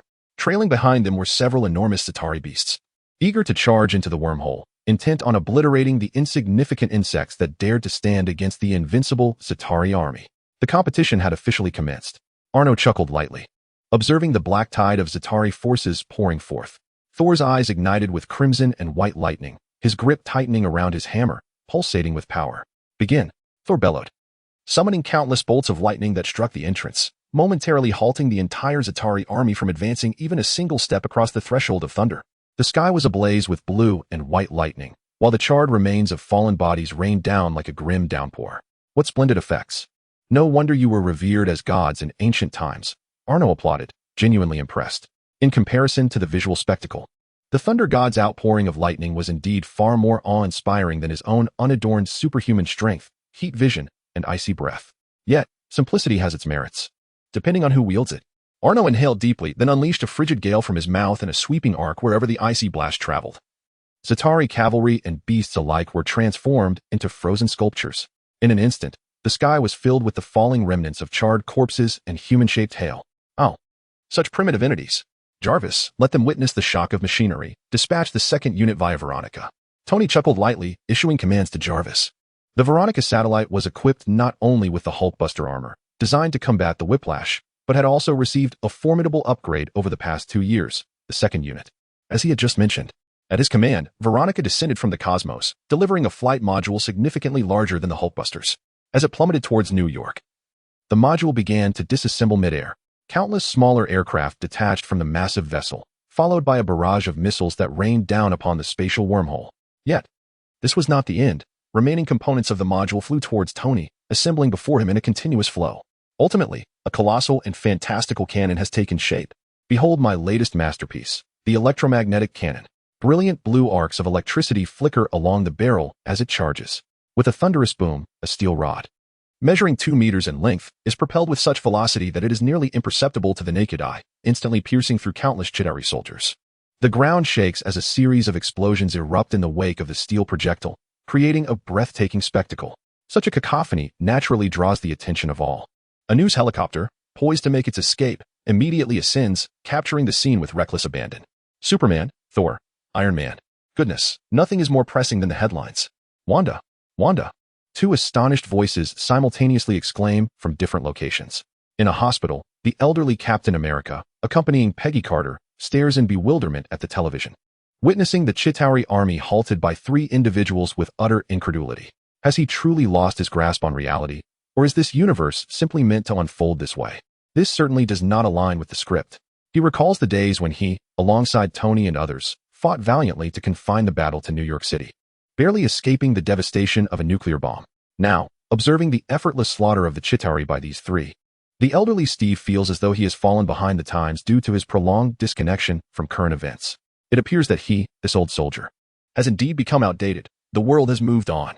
Elsewhere, in a narrow alley, 4 figures clad in white suits gaze in bewilderment at the pristine streets and the bustling crowd capturing photographs of the sky. The nanosuits dissipate, revealing their true identities. Iron Man, Tony Stark, Captain America, Steve Rogers, the Hulk, Bruce Banner, and an ordinary bystander. Steve furrows his brow as he surveys the tidy streets, questioning, have we arrived at the wrong time? Tony shakes his head, his tone resolute. Impossible. The tracking wristband I created is infallible. There can be no fault in my product. Banner, responsible for calibrating the time, scratches his head, uncertainty creeping in. Could it be that I misconfigured the time settings? Meanwhile, the bystander, Scott Lang, also known as Ant-Man, diverts his attention from the wristband, curiously following the gaze of the giant towards the sky. In the next moment, Scott is left speechless, his voice mechanical as he inquires, "Guys, although I didn't participate in the Battle of New York in 2012, is this how it was supposed to look?" As the trio engrossed in researching the hand-positioning wristbands heard the utterance, their hearts sank, and they slowly lifted their gazes towards the sky. "By the gods!" Chapter 64, The Misfortunate Superstar, exclaimed Tony. Unable to contain himself, Steve admonished, "Watch your language." Tony replied, "Oh my goodness, Tony, your counterpart in this universe appears remarkably formidable."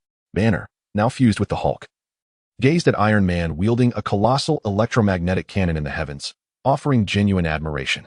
Scott, observing the astonished expressions of the 3, timidly inquired, "This ISNT normal? Is it? I feel this is quite abnormal."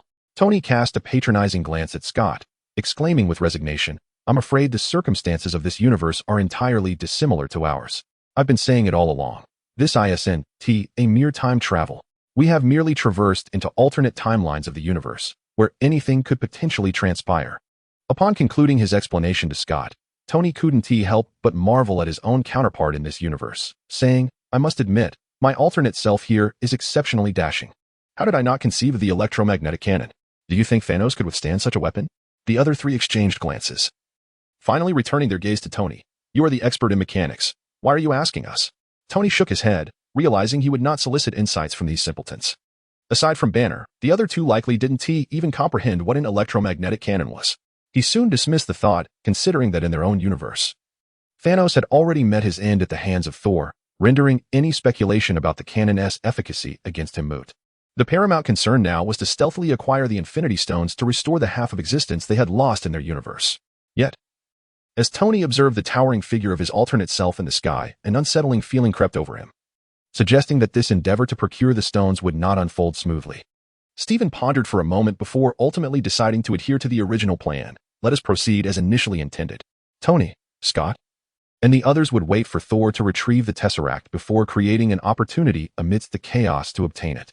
Hulk would venture to New York's Sanctum to borrow the Time Stone from Strange, while he would procure the Mind Stone, which would soon be taken by Hydra. Should any unforeseen events arise along the way, we will adapt accordingly.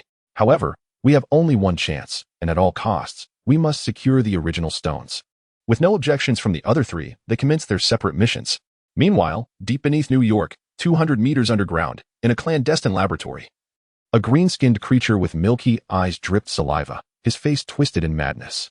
"I did it. I have finally succeeded. Utilizing the boundless energy extracted from the cosmic cube. Serial Steed, the mastermind behind the Invincible Hulk, has finally succeeded in the mass production of a lower-tier version of the Hulk. Although their individual strength pales in comparison to the original Hulk, their sheer numbers and complete subservience to him render them formidable. Furthermore, despite their inferiority, it is no exaggeration to assert that any one of these mini-Hulks could easily overpower Captain America. With a mere thought, this force could enable him to topple an entire nation's regime." Just as he indulged in this daydream, a slender woman emerged from the shadows. Clad in a white hooded battle suit, her skin a ghostly blue and her eyes entirely white, she spoke with a beguiling voice. "Now that we have succeeded, let the children breathe some fresh air." She had long since noticed Loki's eyes filled with hatred, and thus, she harbored no trust in him. If it weren't for her father's inexplicable insistence on bringing Loki along, she would have swiftly dealt with this duplicitous boy adorned with a false smile. Therefore, she would not place her hopes upon Loki. Instead, she intended to create some chaos for the so-called superheroes on Earth herself. A flicker of hesitation crossed Steed's eyes, but he soon nodded in obedience. "Very well, my master. I shall release the children to the surface." He pressed a red button, and the vast underground laboratory erupted with a cacophony of noise. In the experimental pods filled with green liquid, hundreds of individuals injected with Hulk serum opened their eyes, filled with brutal rage, just as Steed prepared to issue the command for them to wreak havoc on the surface. The crisp sound of footsteps resonated once more from the darkness, startling both the Superstar and Steed. This was Steed's secret base, discovered by the Superstar through her formidable telepathic abilities. Here, apart from the two of them, were only those whose minds had been erased, reduced to mindless, violent shells. How could there be anyone else? As her telepathy radiated outward, the Superstar's expression shifted dramatically. Her perception clearly informed her that there was nothing in the direction of the footsteps. Yet this was impossible, as the footsteps were almost upon them. There could only be one explanation. The entity's psychic power was greater than hers, or at the very least, on par. Finally, a figure emerged from the darkness before the eyes of the Superstar and Steed. A golden-haired girl in a red dress appeared, her expression devoid of emotion. Seeing that she was merely an ordinary, even somewhat frail-looking woman, Steed's demeanor turned aggressive. "Who are you to dare come here?" Thud! Before Steed could finish her sentence, her enormous head exploded, showering the nearby Superstar with green blood and brain matter. The supreme villain, the mastermind, has fallen. What? The Superstar felt the warmth on her face, her expression one of disbelief. She had not even sensed it. The mastermind beside her had been executed with a headshot. What a terrifying executioner. Humph. However, this tactic will not work against me. The Superstar scoffed, her mental barrier shielding her from the mind power assault akin to ebony throats that the emotionless girl across from her unleashed. Subsequently, she initiated her mental control, intending to dominate the numerous lower-tier Hulk creations produced by Stern, employing a strategy of overwhelming them to vanquish the woman she greatly feared. Yet, as her mental grip swept through the entire base, she was horrified to discover that not a single Hulk stood awakened. The scene she had just witnessed, activated, was merely an illusion.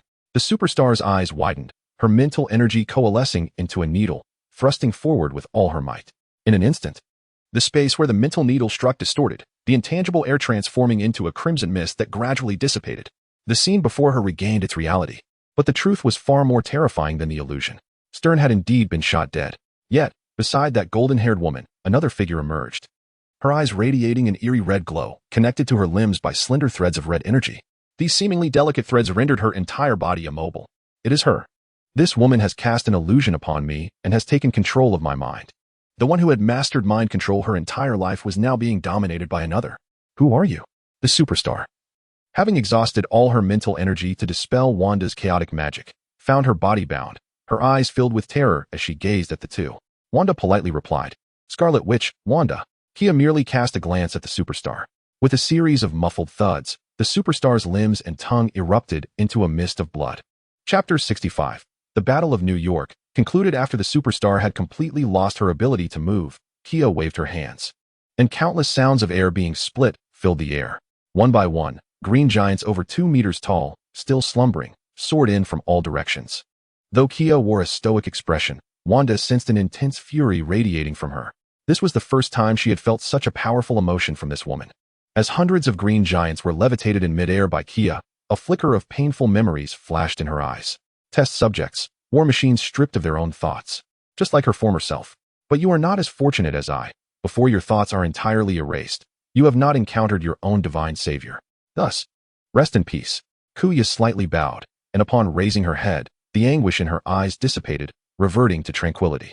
Her right hand slowly formed a loose fist. With her movements, hundreds of floating green giants converged, coalescing into a colossal green mass. Then, with a resounding boom, dark green blood erupted, saturating the entire laboratory. However, as the blood descended, it was thwarted by an invisible barrier that shielded Kuya and Wanda within a meter's radius. Let us depart. Our mission is accomplished. Kuya gently raised her hand, and the dismembered superstar floated beside her as they began to exit. With each step, the viscous green blood instinctively parted, ensuring not a single drop sullied her. Wanda, snapping back from her astonishment, felt a radiant red light emanating from her hands as she swiftly followed Kuya. Yet, confusion lingered in her heart. Wasn't their objective merely to capture the superstar? No one had warned her of such a gruesome spectacle. As the two ascended to the surface via the secret underground passage's elevator, a sudden violent tremor resonated through the depths. Wanda instinctively glanced at Kuya. Kuya, controlling the superstar, utilized her telekinesis to constrict the severed limbs, spilling blood across the floor, her cold voice echoing. Thus, this shall become your grave. This was her sole act of mercy for these test subjects. Above New York, as the trio's contest unfolded, the Chitauri forces emerging from the spatial wormhole dwindled. Arno cast a glance at Kuya and Wanda, who were returning to the manor with the superstar, and smiled with satisfaction. Surely, Loki at the manor would appreciate this gift. Indeed, it was Arno who had dispatched Kuya and Wanda to this clandestine base hidden beneath New York. Although the superstar had employed her psychic abilities to obscure her presence, rendering her elusive for a time, it was impossible to conceal everything. A mere cursory glance was sufficient for Arno to identify this conspicuous underground laboratory, complete with its hundreds of diminutive greens. At such a critical juncture, the emergence of this base was akin to lighting a lantern in a toilet, an invitation to disaster. Regardless of its connection to the superstar, Arno was determined not to let it slip away. Thus, he assigned Kuya and Wanda to investigate, albeit with markedly different tasks. Wanda's mission was merely to attempt locating the superstar, primarily to bolster her courage by shadowing Kuya. In stark contrast, Kuya's directive was singular, to kill. Clearly, Kuya executed her task with aplomb, not only locating the superstar, but also annihilating the modified monstrosities lurking beneath New York, even obliterating the base itself. The task has been accomplished exceedingly well, deserving of high praise. With the discovery of the colossal superstar, the matter should come to a close. Beneath Arno's silver-gray battle attire, a radiant orange glow began to emanate, and the surrounding temperature started to rise. The annihilation mode had entered its initial phase. The colossal superstar had been located. The game was over. Thur secured the entrance, while Tony retrieved the Mind Stone to prepare for closing the wormhole. And I would investigate their mothership. Arno, unimpeded by the need for a biological force field to contain the searing heat radiating from him, commanded with authority before launching himself into the wormhole, a blazing orb akin to a miniature sun, racing towards the Chitauri mothership. Along the way, Chitauri cavalry fell victim to his escalating thermal aura, reduced to ashes without him lifting a finger. Even the Chitauri leviathans were effortlessly pierced. leaving charred, gaping holes in their wake. Before long, he arrived at the Chitauri fleet's mothership, Thanos' Sanctum 1. Yet, regrettably, Thanos was nowhere to be found. Instead, there stood a so-called king of the Chitauri, an obstinate old fool who spewed threats, defiantly proclaiming he would divulge nothing about Thanos' whereabouts, even as he was battered. Ultimately, Arno, growing impatient, crushed him with a single grasp. It was likely that this old man had no inkling of Thanos' location. It would be far more prudent to return to the manor and inquire with his adopted daughter, the colossal superstar, afterward. Whether she would divulge information remained beyond her own discretion. I am confident that whether through Wanda's mental torment or my own physical exertions, or even Wade's dual psychological and physical pressures, the colossal superstar would be compelled to speak. With Thanos absent, lingering here held no purpose. With his eyes ablaze, Arno unleashed a torrent of heat vision that instantly transformed Sanctum 1 into a fiery inferno. In that moment of explosion, the remaining Chitauri forces, as if severed from their command, succumbed to unconsciousness and death. Thor, who had been stationed at the entrance, exhaled a sigh of relief, sheathing his lightning as he descended. For the sake of theatrics, he had almost drained his divine power. Upon seeing Arno emerge from the spatial wormhole, Tony understood that the ordeal was over. He thrust the Mind Stone into the spatial transmission device. As the blue beam of light dissipated, the wormhole gradually contracted and ultimately sealed. Arno descended gently, directly grasping the glowing cosmic cube emanating blue light with his bare hands. The cosmic cube, could it be a space stone? Arno curiously scrutinized the azure cube in his grasp, pondering whether to shatter the outer shell of the space stone. Two mighty heroes, we have once again saved the Earth. Let us raise a glass to celebrate this small victory, Tony declared, retrieving a bottle of wine and 3 glasses from the rooftop bar, pouring for the trio. Upon hearing this, Arno casually tossed the tesseract onto the bar and took a sip of his drink. One drink after another could extend one's life for nearly a century. As the three indulged in their leisurely libations, Arno's ears perked up slightly. Tony, something feels amiss. The Hydra Strike team hasn't come for the Mind Stone, nor has Pierce appeared, hiding behind the wall. Future Tony glanced at the tesseract resting on the table, alongside his own self from this universe, who was toying with the Mind Stone, his heart racing with anticipation. With both stones so tantalizingly close, Future Tony could not afford to squander this splendid opportunity. He whispered, Captain, both stones are within my grasp. I must see if I can seize them simultaneously. Tony, do not act impulsively. However, Future Tony did not wait for Steve to finish and abruptly severed the communication. Thumbelina, do you see that towering man? I discovered through this universe's network that he is my brother in this realm. I will launch you on to my counterpart. And you must disconnect the reactor line from my chest. Meanwhile, while he is preoccupied with saving his universe's self, I shall seize the 2 stones amidst the chaos. Do you understand? Ant-Man, whose shoulders had shrunk to the size of an ant, swallowed nervously. Despite his fear, he mustered his courage and declared, though I sense this is not a wise plan, for hope's sake, I shall risk it. All right, on the count of 3, be ready. 1, 2, 3. Without adhering to the rules of engagement, Future Tony counted to 3 and propelled Ant-Man towards Tony. Ant-Man emitted a sound akin to a mosquito's shriek as he swiftly adjusted his posture midair, diving towards Tony. As he drew closer, both Future Tony and Ant-Man wore expressions of delight. A crisp, melodious splash echoed as Ant-Man executed a flawless dive into a glass of wine. Arno, shaking the glass in his hand, momentarily disoriented the tiny figure submerged in the alcohol. Come out for a drink, Future Tony. Chapter 66. The encounter of 2 Tonys holding the wine glass. Tony pointed at himself in confusion. Me? Before Arno could respond, a familiar voice resonated from behind Tony. No. He is referring to me. Future Tony emerged slowly from behind the wall. Uffed. Tony spewed his drink, eyes wide in disbelief as he stared at Future Tony. Ward, who are you? Future Tony sighed. I am you, a version of you from a parallel universe. Parallel universe? How intriguing. How can you prove it? Tony raised an eyebrow, lifting his right hand towards Future Tony, his palm glowing with a molten red light. As long as this imposter's next response fails to satisfy him, he promises to provide a fiery and enthusiastic pyrotherapy package. Concurrently, the 7 armored suits, previously on standby, aligned their palm cannons towards Future Tony in unison with his movements. Arno, intrigued, leans against the bar, watching the unfolding drama with keen interest. The historic encounter between Tony and Future Tony is an event absent from the original narrative. Future Tony, seemingly unfazed by the 7 suits aimed at him, furrows his brow as he glances at the crimson glow emanating from Tony's arm. The Doomsday Virus. Have you injected the Doomsday Virus? He inquires. Silence. This does not concern you. Tony barks back at Future Tony before turning to the nearby suits. J-A-R-V-I-S.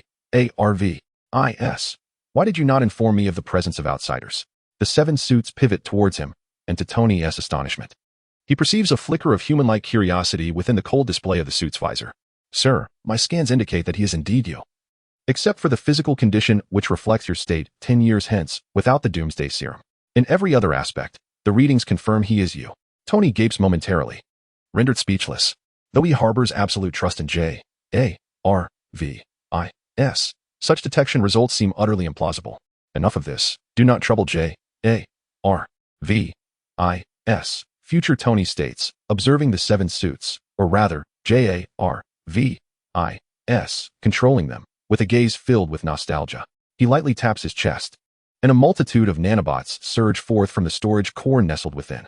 In an instant, a sleek, predominantly red, gold-accented suit of armor materializes around future Tony. A somewhat mechanical voice emanates from the suit. Aside from ourselves, no one else can create such exquisite armor, can they? Tony gazes in astonishment at the nanotech armor enveloping future Tony, eventually exclaiming, "All right, you've convinced me. This magnificent creation could indeed only be crafted by someone of my caliber. So, future me, this is nanomaterial, isn't it? What generation of armor is this?" It is no wonder he readily believes the other, for the nanotech armor that exists solely in his mind could only be produced by his future self. Future Tony, shedding the nanotech armor, smirks with a hint of pride and declares, "Indeed, this is nanometal, version 85, my latest masterpiece." Tony nods in appreciation, pouring a drink for future Tony and offering it to him. "Impressive. It seems that no matter the universe, I am equally a genius. This aligns almost perfectly with my envisioned nanotech armor." Taken aback, future Tony responds, "You already have concepts for nanotech armor?"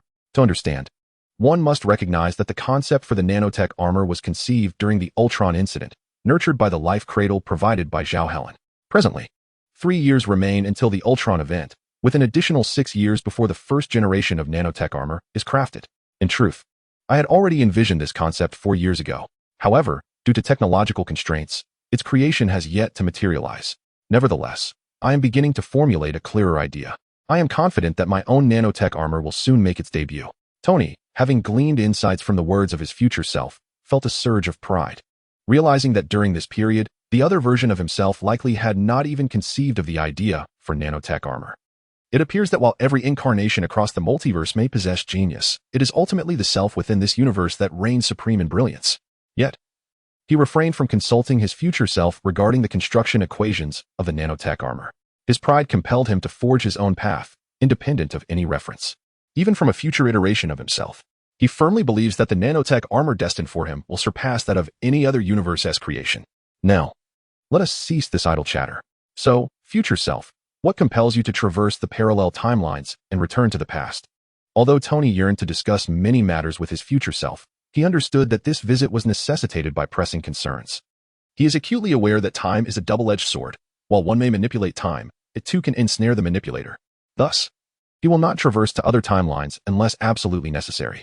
For the scepter in your hand and the cosmic cube beside you. Future Tony gestured towards the Mind Stone scepter held by Tony, casting an odd glance at Arno. It was unexpected to discover that this universe-esque self had a brother, and judging by Arno's ability to seal off a spatial wormhole, it was clear he was no ordinary individual.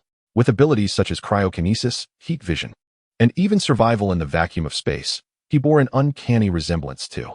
A thunderous explosion abruptly interrupted future Tony's contemplations. "Tony, I'm here to assist you." A burly man wielding a shield burst through the door. Steve examined the two Tonys, while Arno and Thor regarded him with bemusement. Even he, capable of engaging in battle for an entire day, felt a twinge of awkwardness at the harmonious scene. Damn, why is the atmosphere so serene? He had expected a fight. He exchanged a glance with future Tony and whispered, "Tony, what is going on? Where's Scott?" Beside them, oblivious to the unfolding drama. Thor burped loudly, his attention solely fixated on the bottle. "Why are you whispering so sneakily? We can all hear you, can't we? In the future."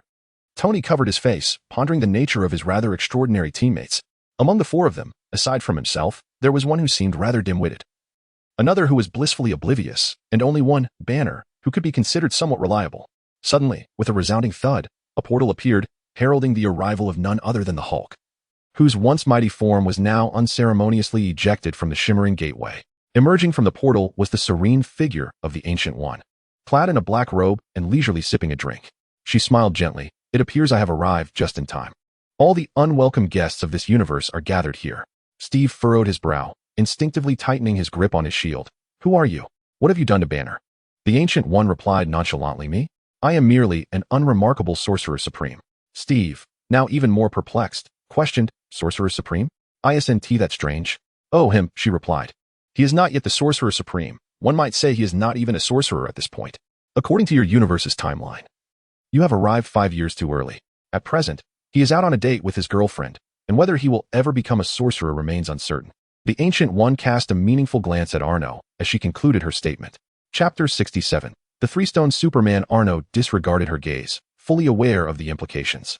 Should he accept the mantle of Sorcerer Supreme, Strange would no longer have a role to play in the future. After all, with a Supreme Superman in existence, who would need a Sorcerer Supreme? Yet, should he ever wish to dabble in the role of Sorcerer Supreme, it was unlikely he would commit to it long-term. Sooner or later, he would choose a successor, and Strange would serve as a competent subordinate. Observing the bewildered Captain America, the inebriated Ant-Man sprawled in his glass, and the unconscious Hulk, future Tony sighed wearily, setting down his drink. He stepped forward and addressed the Ancient One. "We have come primarily for the Mind Stone, the Tesseract, and the Eye of Agamotto that you wear around your neck. We require these 3 artifacts to save our world." At his words, the Ancient One picked up the Eye of Agamotto, shook her head, and gestured toward Arno. "Are you referring to this? Unfortunately, I cannot make that decision. You must consult the current ruler of Earth." Upon hearing this, future Tony rubbed his temples, realizing that the events of this universe were entirely disparate from those of his own. The plan they had devised to borrow the stones was vastly different from the reality here. It seemed that everything was intricately linked to the existence of his counterpart in this universe. He glanced at his own curious self, who was crouching beside the Hulk, feeling a twinge of envy. How fortunate, he mused, that he had recognized the situation from the very beginning. The self of this universe stands in stark contrast to him. Cheerful, optimistic, and devoid of any anxiety, it is a far cry from the increasingly reclusive persona he has adopted since the passing of his parents. The self in this universe is surrounded by loved ones, including a formidable elder brother, allowing him, as the younger sibling, to act without trepidation. He gazes at Arno, who remains engrossed in the performance, and slowly speaks. "Arno, may I call you that?" "Certainly, though I would be delighted if you referred to me as older brother," Arno replies. Future Tony, Arno, observing the incredulous expression on his face, opts to forego further jesting and addresses the matter directly. "I was merely joking. I understand you wish to acquire 3 Infinity Stones to return to your universe and reclaim the lost half of its population. Am I correct?" "How did you know?" Future Tony's pupils dilate in shock. He had never mentioned the Infinite Stones, having only referred to the names of the stone containers. The sheer magnitude of the Infinite Stones' influence led him to wish to keep their existence concealed from this universe's Earth, fearing it might precipitate a catastrophe. Arno lifts the Tesseract, casually shaking it, and muses. Its containers may obscure the narrow perceptions of ordinary individuals, but to true powerhouses, its essence is ever visible. With a snap, Arno crushes the Tesseract in his palm, blue shards cascading from his fingers. As he opens his hand, a solitary gem radiating blue light rests quietly in his palm. Future Tony's lips twitch at this spectacle. Is it possible to be more absurd? Crushing the Tesseract with bare hands and directly holding the Space Stone? Each Infinity Stone is enveloped in potent energy radiation, albeit varying in intensity. Without exception, the energy emitted by all 6 stones is far beyond human tolerance. He estimates that even clad in armor, he would struggle to withstand the power of the stones. The last individual capable of wielding a stone with mere flesh was the very Thanos who nearly plunged them into despair. Yet, Arno seems largely unfazed by this feat. He merely feels a comforting warmth in his palm, a gentle energy seeping from the Space Stone into his being. It is harmless and imbued with a peculiar sense of ease. Moreover, with the Space Stone in hand, he can distinctly perceive even the faintest fluctuations in the surrounding space. He senses that, should he desire, he could instantly traverse to any location he wishes. The power of space, perhaps? Arno muses softly, gazing at the Space Stone in his palm. Then, he turns his attention to the Mind Scepter held by Tony, pondering what effects the Mind Stone might possess. "Hand me the Mind Scepter," he requests. Though Tony felt a sense of awe at the blue glowing space gem in Arno's possession, he obediently surrendered the scepter to him. Employing the same tactic once more, Arno crushed the blue crystal embedded in the Mind Scepter with 2 fingers, revealing its true form, a yellow glowing gem, the Mind Stone. As he grasped the Mind Stone in one hand, a surge of bright yellow energy coursed through his entire being. His super intellect seemed to sharpen, and his heightened senses of sight and hearing expanded effortlessly. Sounds and images from around the world flooded into Arno's mind almost instantaneously. However, unlike before, he experienced none of the overwhelming sensation of having his brain inundated with countless pieces of information. Now, Even if the entirety of the world's sights and sounds entered his consciousness simultaneously, his mind remained clear. Moreover, he no longer needed to sift through the information he wished to perceive, with merely a thought. The desired images would filter into his mind while dismissing those he did not wish to see. His auditory and visual perceptions had broadened significantly, extending beyond the confines of Earth.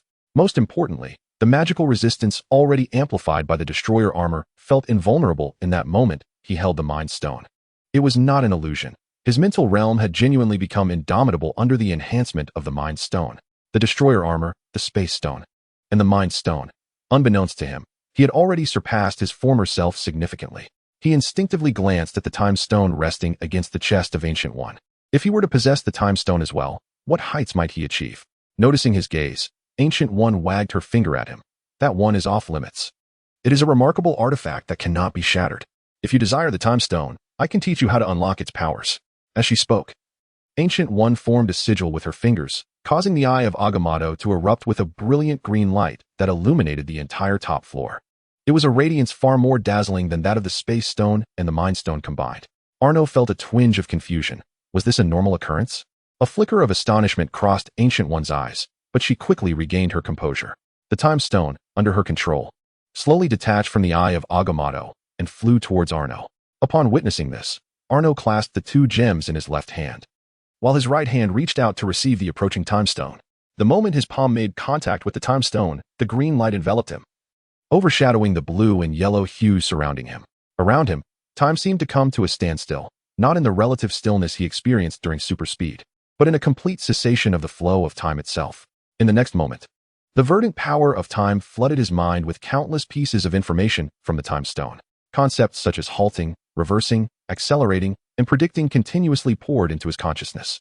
Amidst a sea of green information, a hazy figure entwined with numerous dark green lines emerged in Arno's mind. Chapter 68. The infinite gem integrated into the soul. Arno gazed at his somewhat ethereal hands, a touch of astonishment crossing his features. This sensation, akin to entering Wanda's illusionary realm, was it a manifestation of his soul?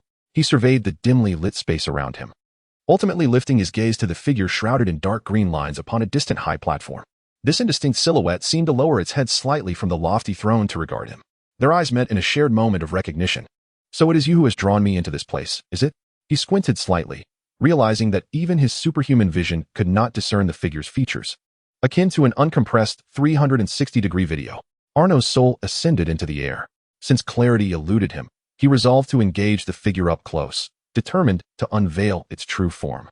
However, before Arno could approach and initiate a duel, the figure made the first move. He raised his right hand, 3 infinity stones hovering above it. With a gentle flick of a finger, he propelled one of the stones toward Arno, striking him squarely on the forehead. The Mind Stone surged into his brain, unleashing a fierce mental tempest that swept through his consciousness. Yellow light erupted from Arno's soul. Yet, rather than inflicting pain, he felt his mental prowess escalating, flooded with an unprecedented sense of comfort. It seemed as though his mental strength was aligning harmoniously with his physical power. If his previous strength was defined by one measure, his mental strength now, following the Tempest passage, had successfully ascended to a new level. Furthermore, this enhancement was ongoing, and he was confident that it would not be long before his mental strength matched his physical might. The mind was no longer his Achilles heel. Moreover, this augmentation of mental power was not a fleeting phenomenon. Whereas he could temporarily amplify his mental capabilities upon first acquiring the Mind Stone, it had now fused with him, providing a permanent enhancement to his mental faculties.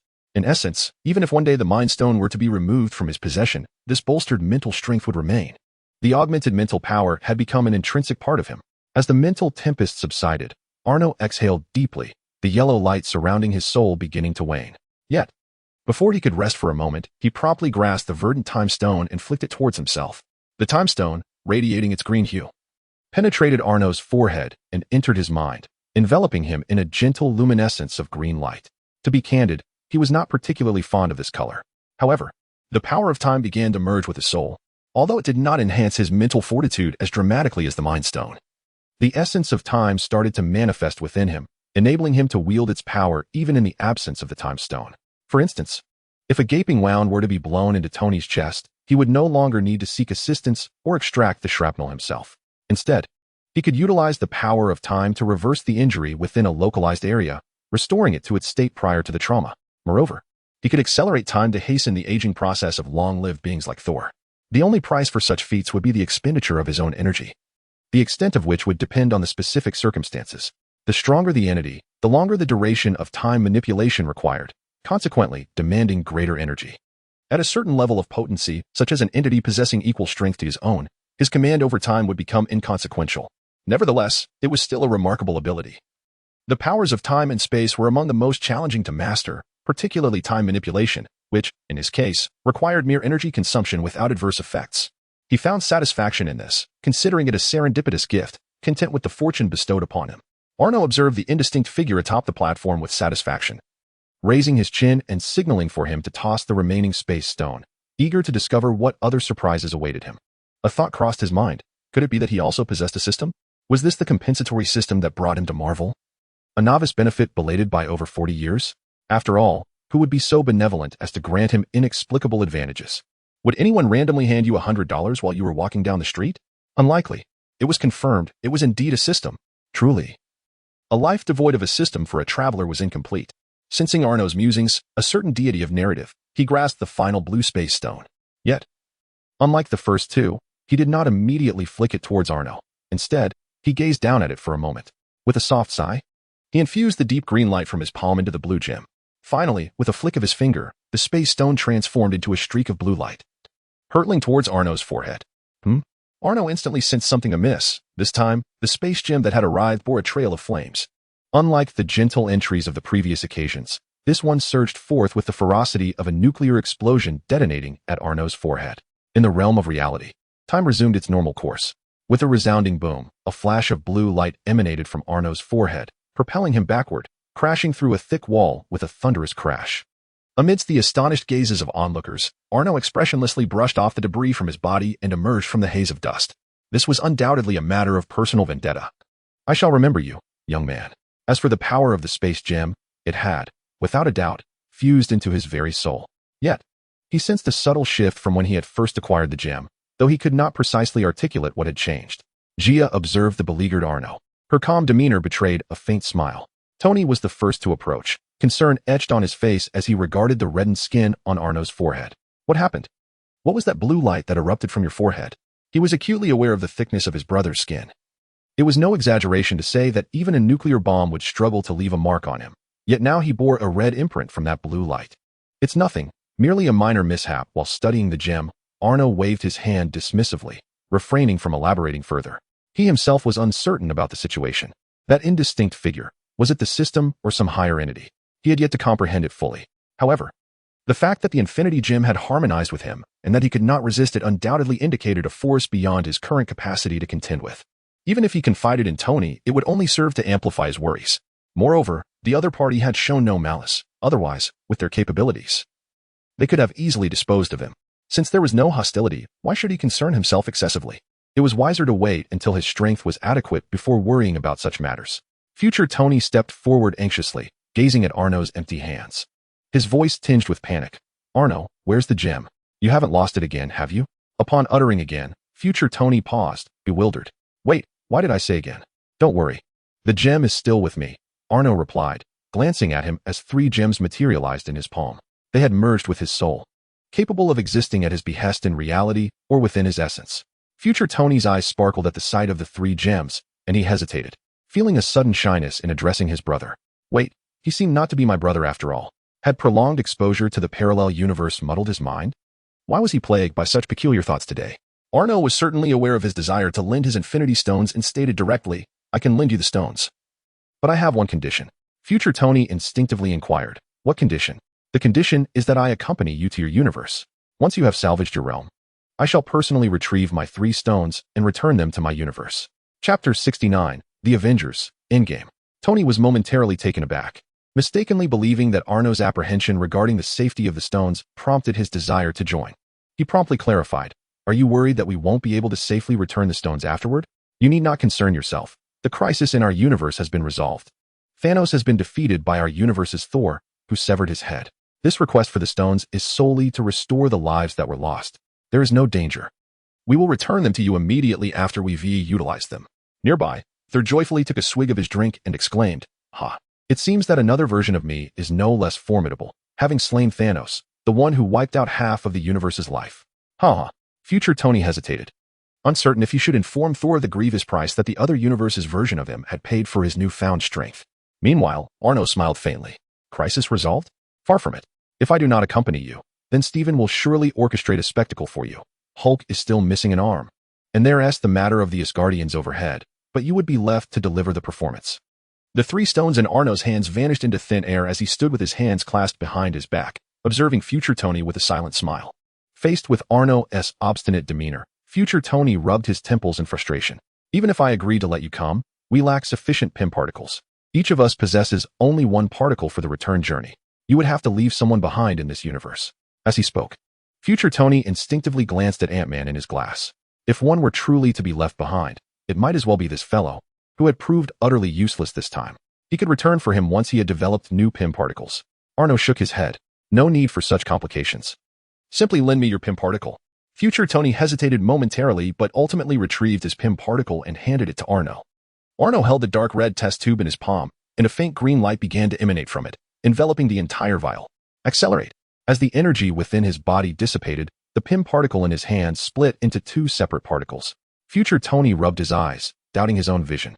As Gui, who had been engrossed in the play, marveled aloud. You truly are the chosen successor I envisioned.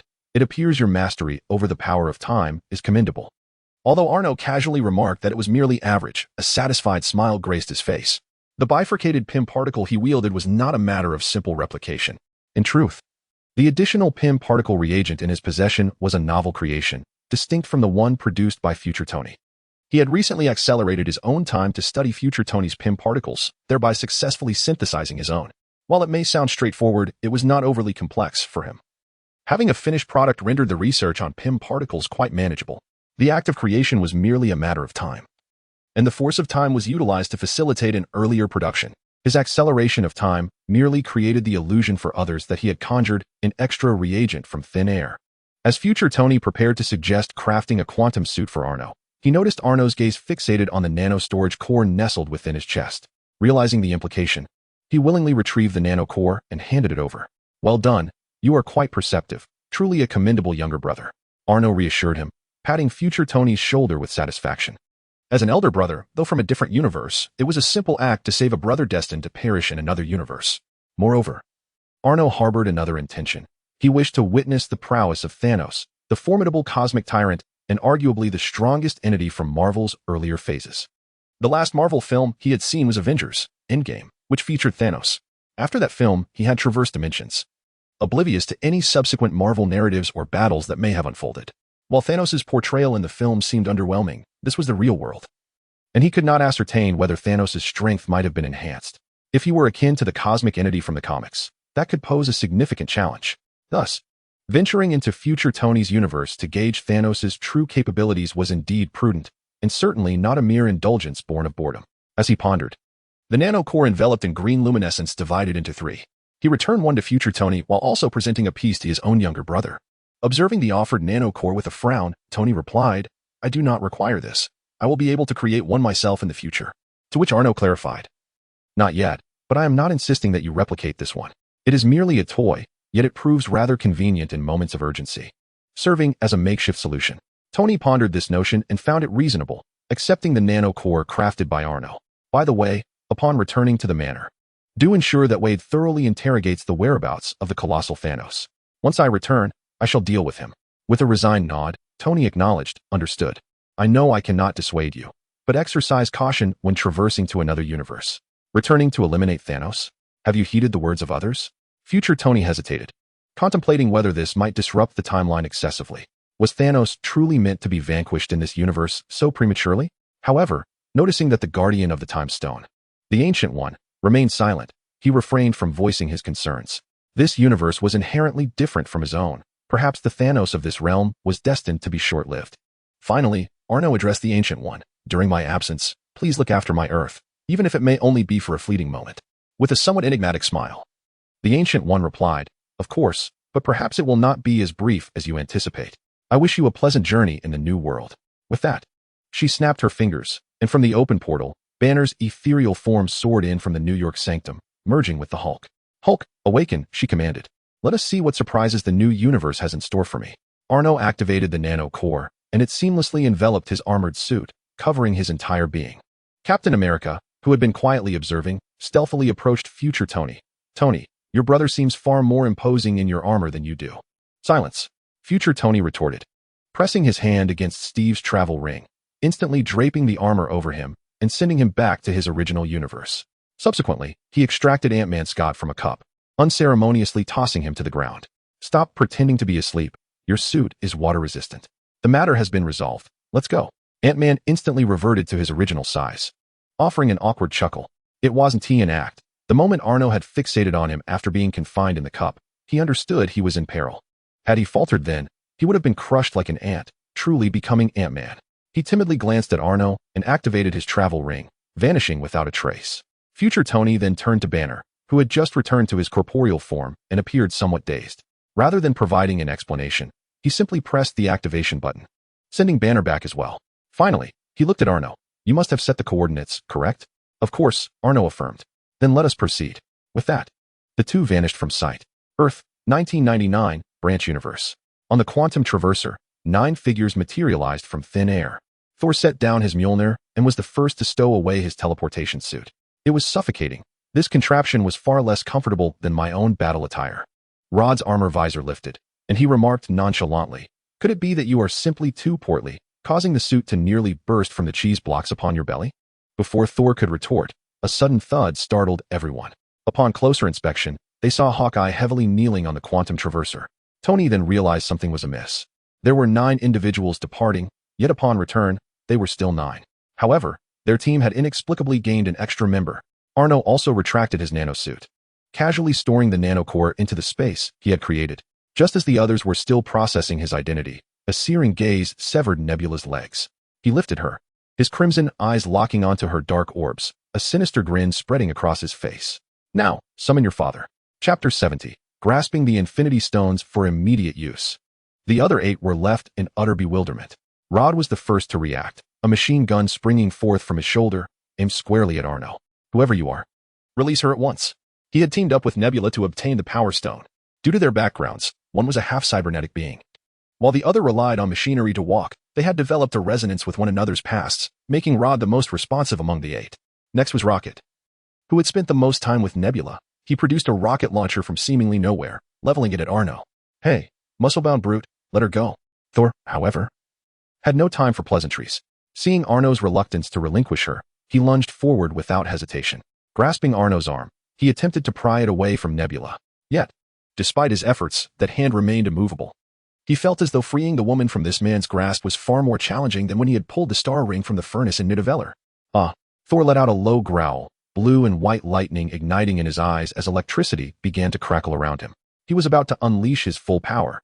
The might of thunder erupted, enhancing Thor's strength while also augmenting his magical abilities. Indeed, he was significantly more formidable than during his days as the God of Thunder. Sensing a slight tingling sensation emanating from the arm Thor had grasped, Arno gave a nod of approval towards the robust figure before him. However, it seemed his intellect had not grown in tandem with his newfound strength. Was he truly intent on rescuing someone rather than taking a life?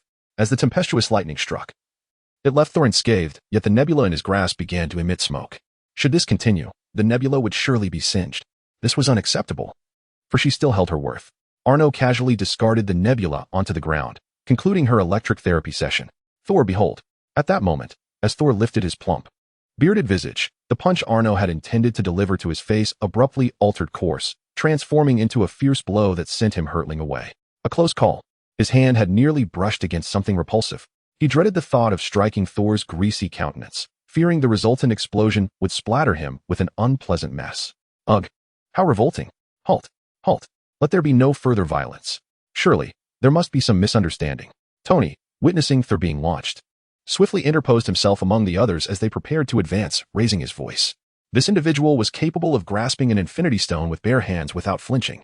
It is worth noting that even Thanos struggled when handling an Infinity Stone unaided. Tony's brother's physical prowess had likely surpassed their comprehension. Currently, even the mightiest among them, Thor, was no match for him, and for anyone else to engage would be akin to offering themselves as mere fodder. Tony's authority still held sway, and, under his intervention, the other Avengers came to a halt. He exhaled in relief, grateful that his comrades refrained from recklessness. Turning to Arno, he inquired, Arno, is there some sort of misunderstanding? Our Nebula has reformed. She is no longer the assassin raised by Thanos. He instinctively believed that Arno's aggression towards Nebula stemmed from her past association with Thanos. I understand. Arno replied, bending down to grasp the smoking head of Nebula, lifting her for all to see. She is the former Nebula, not the reformed one you speak of. A collective gasp of confusion rippled through the crowd. Only Tony, his expression darkening, grasped the implication, solemnly declaring, "This is not the Nebula from our timeline. She is from the timeline where Rhodey retrieved the Power Stone. She has been swapped."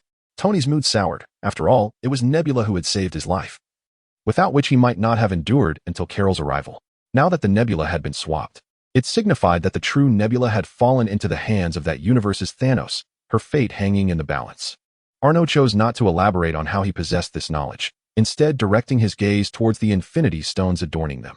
With a flicker of blue light in his hand, the other 3 Infinity Stones materialized into his grasp. He casually crushed the Cosmic Sphere, revealing the dark red Reality Stone, the purple Power Stone, and the orange Soul Stone. Having gathered 6 Infinity Stones, Arno held 3 in his right hand, yet furrowed his brow. Casually discarding the Nebula from his left hand, he trampled it underfoot. A triad of radiant hues emerged from his left hand as the stones of space, time, and mind manifested within him. Observing the brilliance of the 3 stones in his left hand, which clearly outshone those in his right, Arno felt a twinge of perplexity. What could this signify? It was not merely a superficial luminosity. He sensed that the power of the 3 stones within him was far more profound than that of the others. Was it due to their intrinsic unity with his being, or perhaps a consequence of cosmic variances? Or could it be that the enigmatic figure, who had infused the stones into his very soul, had amplified the potency of the 3 within him? Arno toyed with the stones, contemplating them as one might a walnut. The Avengers, initially agitated by the disappearance of the stones they had so laboriously acquired, fell silent upon witnessing Arno effortlessly wielding all 6 Infinity Stones. Even Thor, who had just returned with his Stormbreaker, was compelled to lower his weapon at the sight of Arno holding 3 Infinity Stones in one hand. Only Tony, realizing the gravity of the situation, quickly cautioned, "Do not act impulsively. Each Infinity Stone harbors boundless power, and without a vessel, it is exceedingly difficult to harness, let alone using all 6 at once."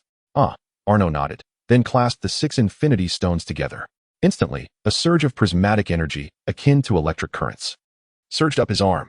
Feeling the tempestuous energy storm emanating from his palm, Arno comprehended the truth behind the notion that without a vessel, one could not wield all 6 Infinity Stones. This energy storm was so formidable that even the Hulk would succumb without a container. Yet, he was Superman. He could do as he pleased. If he chose not to use a vessel, then he would not. With a grin, Arno concentrated his will. In an instant, the dazzling 6-colored energy erupted through his fingertips, propelling those nearby away. As the brilliance faded, he observed his slightly scorched palm and the depletion of half his energy. Exhaling deeply, next time, perhaps a vessel would be prudent. Having concluded his portion of the endeavor, he turned his attention to the struggling Nebula at his feet. "Now, let us commence. Fulfill your task and summon your father." With that, he kicked Nebula towards the Quantum Shuttle-S control panel. "You will regret this. My father's might is beyond your imagination." Nebula, recognizing the futility of pretense, summoned all her strength to ascend the control panel. Though she acknowledged the formidable nature of a man who could wield 6 Infinity Stones barehanded, she remained steadfast in her belief that her father would surpass him in power. "As I awaited my father's arrival, who would surely avenge me and unleash his wrath, the others were powerless against the onslaught of the primordial stone's might." With a venomous glare, Xingyun swiftly input the coordinates and activated the quantum shuttle once more. I could only watch helplessly as Xingyun opened the quantum passage. In the next moment, a resounding boom echoed as a vessel erupted from the quantum shuttle, shattering the roof and rapidly enlarging in the air. By the time it ascended to great heights, it had transformed into a colossal warship that overshadowed the sky. The majestic Titan ship number 2 made its grand entrance. "Too high," a cold voice intoned. Arno gazed upwards at the massive warship, his eyes igniting with a crimson glow. A searing beam of heat surged forth, slicing through the air like a blade through cake, and in an instant, the Titan ship number 2 was cleaved in twain by Arno's fiery gaze. The thunderous sound of its demise reverberated, as the Titan ship, despite its imposing presence, was no match for Arno's might. Before it could unleash a barrage upon the Avengers base, it was severed in two, resulting in a cataclysmic explosion. The flaming remnants of the immense vessel plummeted towards the Avengers' headquarters. Chapter 71. Despair of Thanos. As the colossal fragments descended, they threatened to crush the entire base into mere rubble, and the majority of the Avengers present would surely perish. Among them were several mere mortals. Fortunately, our gallant Superman, possessing both charm and benevolence, would not allow the debris to fall unchallenged. In an instant, Arno appeared in midair, delivering two powerful kicks to the remnants of the warship. Boom, boom. The resounding echoes seemed insignificant compared to the vast wreckage before him, as Arno, akin to a soccer player, sent the remnants soaring away to a distant clearing. Suspended in the air, Arno stood with his hands behind his back, gliding gracefully toward the wreckage. "Thanos, must I summon you out?" he proclaimed. It would be utterly ludicrous for the esteemed cosmic overlord to perish in the explosion of his own ship. Boom. Indeed. Another thunderous sound erupted as a gaping hole appeared in the wreckage. From within emerged a figure clad in imposing golden armor, a menacing presence that exuded authority. Following him were the four generals of Obsidian, the sole survivors from the portion of the ship that had endured the explosion. Arno scrutinized Thanos as one might observe a curious creature in a zoo. "So, you are the infamous Thanos?" Thanos, barely able to conceal his fury, brandished his double-edged blade at Arno, demanding, "Who are you, and why have you attacked my ship?" Arno's gaze penetrated Thanos's purple skin, examining the sinews and bones beneath. Observing the formidable yet disappointingly unremarkable Thanos before him, he shook his head in disillusionment. "My identity is inconsequential. However, your aggression towards my Earth marks you as the harbinger of your own demise, both past and future." Thanos, taken aback, queried, "Attacking your Earth? I have never even encountered you. Such a figure does not exist on Earth." As a collector of the Infinity Stones, he was acutely aware of the presence of 3 such stones on Earth. Aside from that indebted woman, there was no one of such extraordinary power on the planet. His own sanctum too had been obliterated by this individual as easily as tearing a sheet of paper. How could such a formidable being possibly originate from primitive Earth? This individual must be deliberately seeking a confrontation. Arno chuckled softly. Just because he does not exist in this universe does not imply he is absent from others." Upon hearing this, Thanos' pupils dilated as he grasped the reality that this individual hailed from a parallel universe of the past. Was it the actions of his counterpart in this alternate universe that had provoked such animosity? What a preposterous situation. The deeds of another universe's self were of no concern to him. Yet, given the circumstances, the arrival of this adversary would not be without consequence. Thus, there remained but one option: confront him head-on. With Thanos' bellowing command, the shadows of the surrounding wreckage, manipulated by the dark figure known as Obsidian Maw, swiftly transformed countless metallic fragments into spiraling projectiles, hurtling toward Arno. However, Arno stood resolute, neither flinching nor evading. He allowed the multitude of spikes to pierce his form, even into his very eyes. The clattering sound resonated as the projectiles were crushed against him, falling impotently to the ground. Obsidian Maw stared in disbelief at the scene unfolding before him. This extraordinary resilience rivaled that of his own father. Suddenly, a chained axe soared through the air, ensnaring Arno's legs. Below, the black dwarf rejoiced, straining with all his might in an attempt to drag Arno down from the skies. Crack! The chain snapped taut. Yet the figure in the heavens remained unyielding. With a mighty roar, the black dwarf exerted his strength, channeling power rivaling that of the Hulk. Arno regarded the black dwarf with indifference, perceiving his efforts as feeble as those of an insect. With a slight exertion, he broke free from the chain and seized the severed links, pulling forcefully. The black dwarf felt an irresistible force pulling him upward, and in the blink of an eye, he watched a fist magnifying rapidly within his line of sight. With a thunderous impact, the black dwarf's head exploded. The black dwarf was slain. Arno seized the headless shoulders of the black dwarf and effortlessly hurled his corpse towards the ebony throat, witnessing the black dwarf hurtling towards him like a streak of darkness. The ebony throat swiftly attempted to halt the corpse using telekinesis. However, the moment his psychic force made contact, an overwhelming power far exceeding his limits surged forth. He coughed up a mouthful of blood as his telekinesis faltered. The black dwarf's body, now unimpeded, collided with him, turning him into a mere mass of flesh. The ebony throat was vanquished. With no time to mourn the demise of his 2 adopted sons, Thanos, accompanied by General Deathblade and the Dark Nebula, seized the opportunity to launch an assault on Arno. The trio coordinated seamlessly, leaping into action, one from the left, one from the right, and one directly ahead. The Deathblade General's unparalleled blade and the Dark Nebula's spear thrust towards Arno's heart and temple, respectively, while Thanos raised his tyrant's double blade to deliver a decisive strike from above.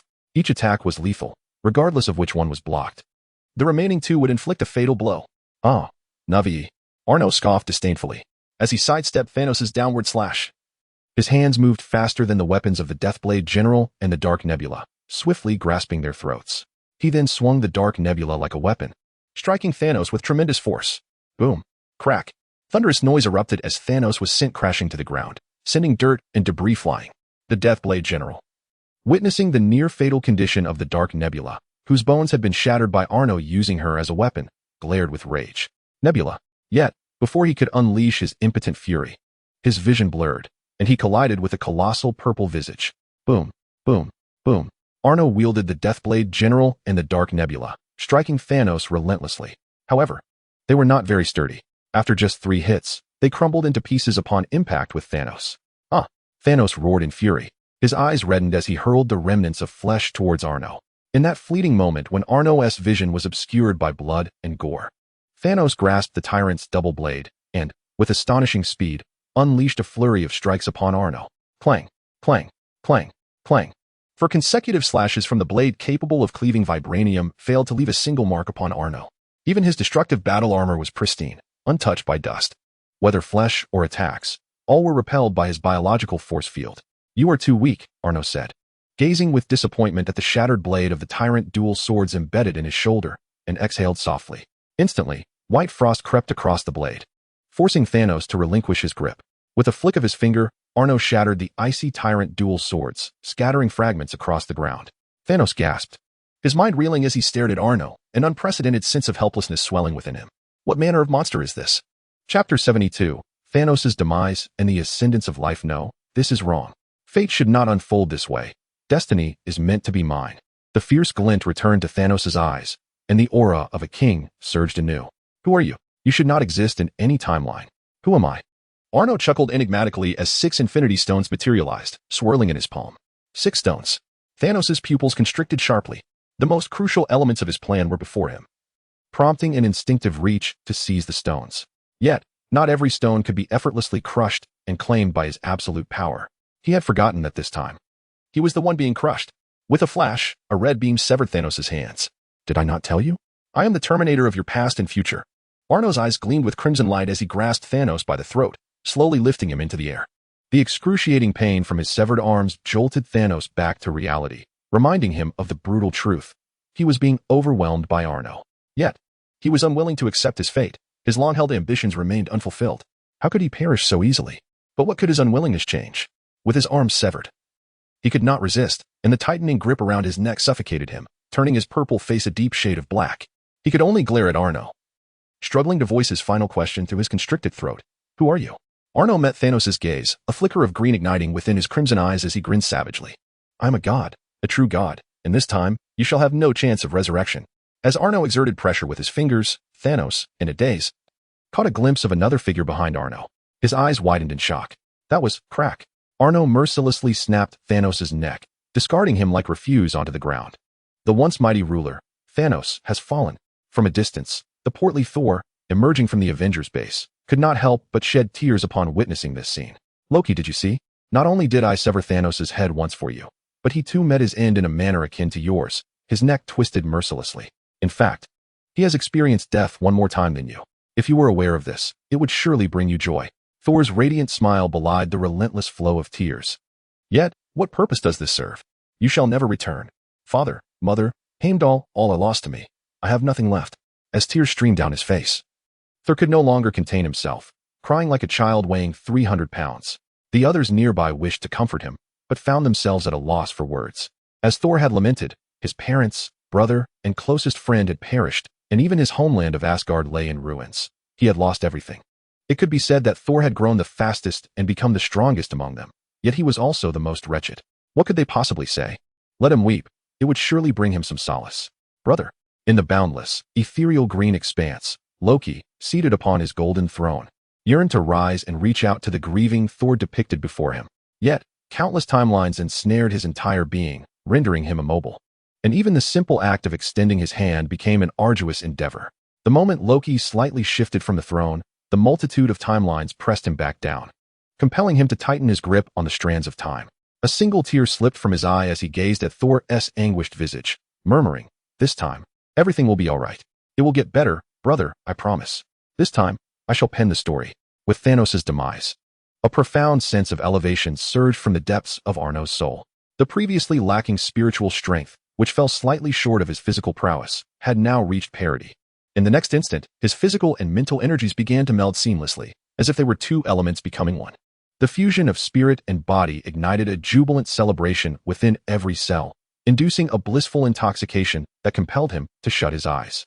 Simultaneously, The exuberance of his cells radiated a brilliant golden sunlight from his exterior. This dazzling light was so potent that even his destructive battle armor could not obscure it. The once silver-gray attire was transformed into a resplendent gold. As the energies of spirit and body fully integrated, the solar brilliance emanating from his form began to recede. When Arno reopened his eyes, his once obsidian pupils had transformed into a platinum hue reminiscent of the sun. He exhaled softly, a breath of newfound vitality. Before him, the scene transformed as if struck by a cataclysm, an incomprehensibly terrifying hurricane carving a hellish abyss with its overwhelming force, relentlessly expanding forward. At this pace, within mere seconds, the hurricane would engulf the city, annihilating it entirely. Although this was not his Earth, Arno was not one to engage in the indiscriminate slaughter of innocents. With a flash of blue light, he materialized before the tempest. This time, he did not employ super speed, but rather spatial displacement. Standing before the hurricane, he remained motionless. The hurricane, capable of effortlessly obliterating an entire city, was rendered to naught the moment it approached him, consumed by an invisible biofield. In a single breath lay catastrophe, and in a single thought, redemption. This trivial matter did not dampen Arno's spirits. He clenched his fist in satisfaction. Despite his physical form not having significantly enhanced, he felt an overwhelming strength coursing through him as his mental fortitude reached equilibrium. This represented a more intricate evolution of his life essence. In contrast to his previous status as a deity among mortals, he now embodied the very essence of divinity itself, an omnipotent god. He sensed that even if Thanos were to possess 6 Infinity Stones, his snap would likely prove ineffectual against him. Should he test this theory? Arno mused curiously, casually grasping the unparalleled blade that approached from behind. Observing the general of the undying blade, whose form was grotesquely contorted yet not entirely extinguished, he felt no surprise. Do you wish to avenge your father and wife? Arno regarded the general with a beaming smile. 6 Infinity Stones materialized in his palm, tossed directly before the general. Come, take them, and see if you can use them to annihilate me. The general of the undying blade stared at Arno in disbelief, having never encountered such a death wish in his lifetime. Yet, consumed by profound hatred, he disregarded his reservations, relinquishing the unparalleled blade to reach for the stones on the ground. Suddenly, a crimson light sliced through the general's body. You truly intend to take them? Arno teased, observing the general now severed in twain, as the 6 Infinity Stones vanished from sight with a mere wave of his hand. Although curiosity had sparked within him, he was not foolish enough to allow another to wield the stones against him. Gazing upon the general, whose resentment was nearly palpable, Arno ceased his jesting, crushing the unparalleled blade in his grasp. As the blade shattered, the general's countenance turned ashen, and he swiftly disintegrated into ashes. Arno regarded the dissipating remnants of the general with indifference and remarked, weapons may endure, and one may seem immortal. Yet it is one's own fate that remains the most reliable in their hands. The general had entrusted his soul to his weapon, rendering him nearly indestructible. However, there looms an enormous flaw. With the destruction of the weapon, his own demise followed. For Arno, this practice of anchoring one's soul to objects appeared rather foolish. Although he was immortal, it left him with a perilous vulnerability. Chapter 73, The End of Avengers, Infinity War, A New Universe. As the last general of Thanos' Legion fell, the scene was set for an unexpected arrival. The portals, crackling with energy, spun open one after another. I am whiter than you.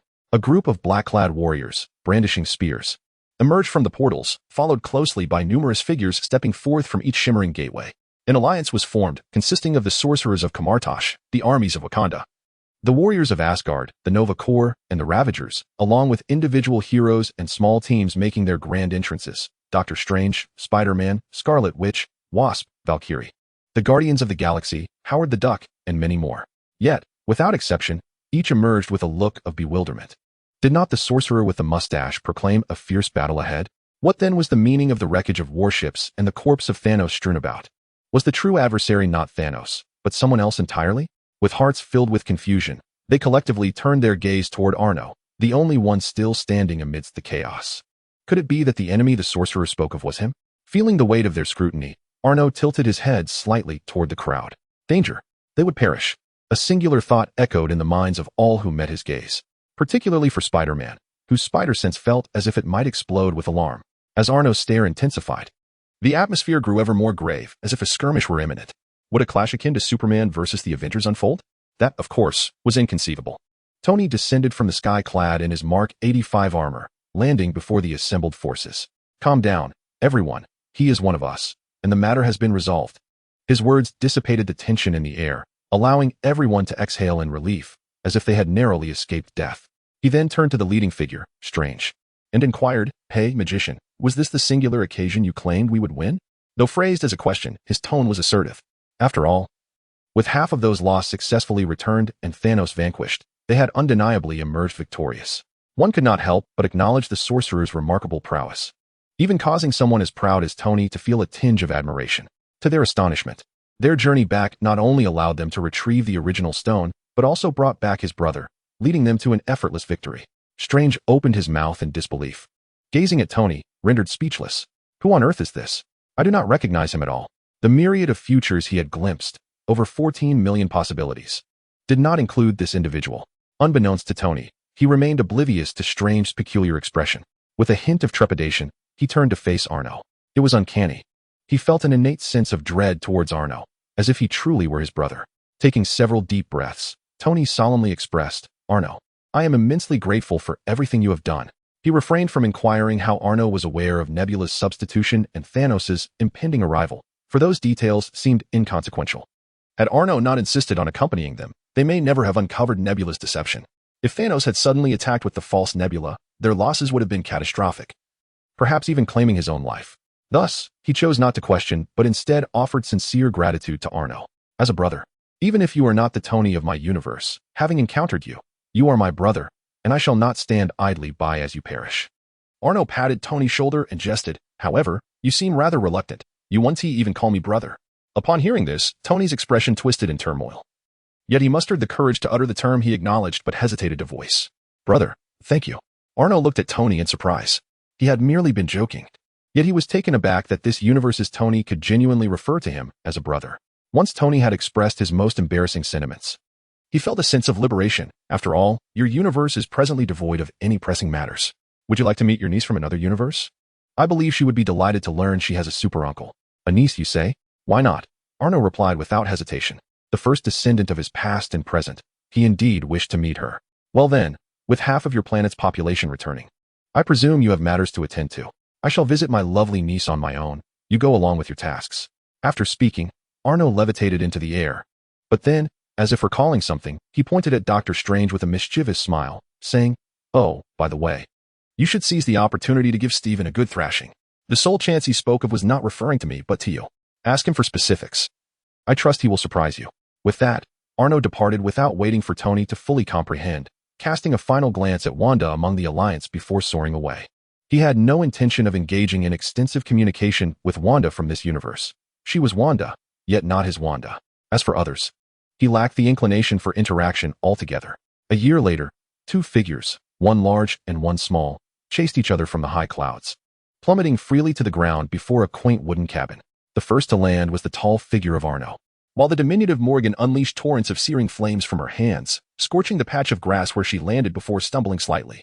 Morgan Stark, the daughter of Tony and Pepper in this universe, was also his niece, albeit not by blood in the strictest sense.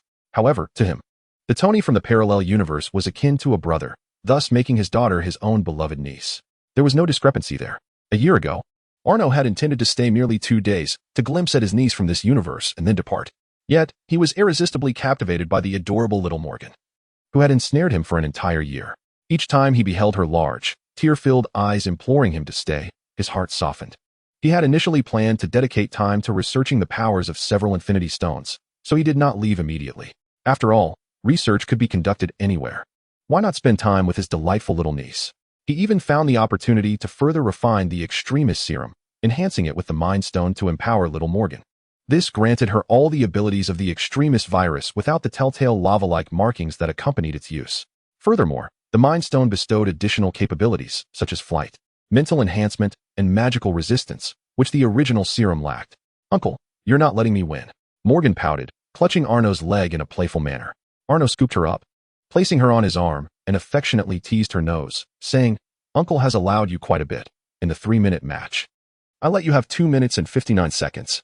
Pepper emerged from the cabin, and upon witnessing this heartwarming scene, a smile graced her lips.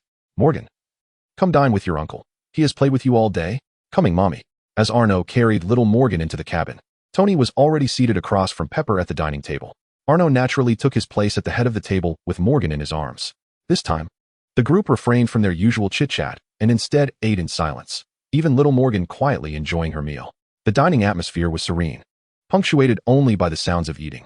After dinner, Tony broke the tranquility, turning his gaze towards Arno. "Brother, are you planning to leave?"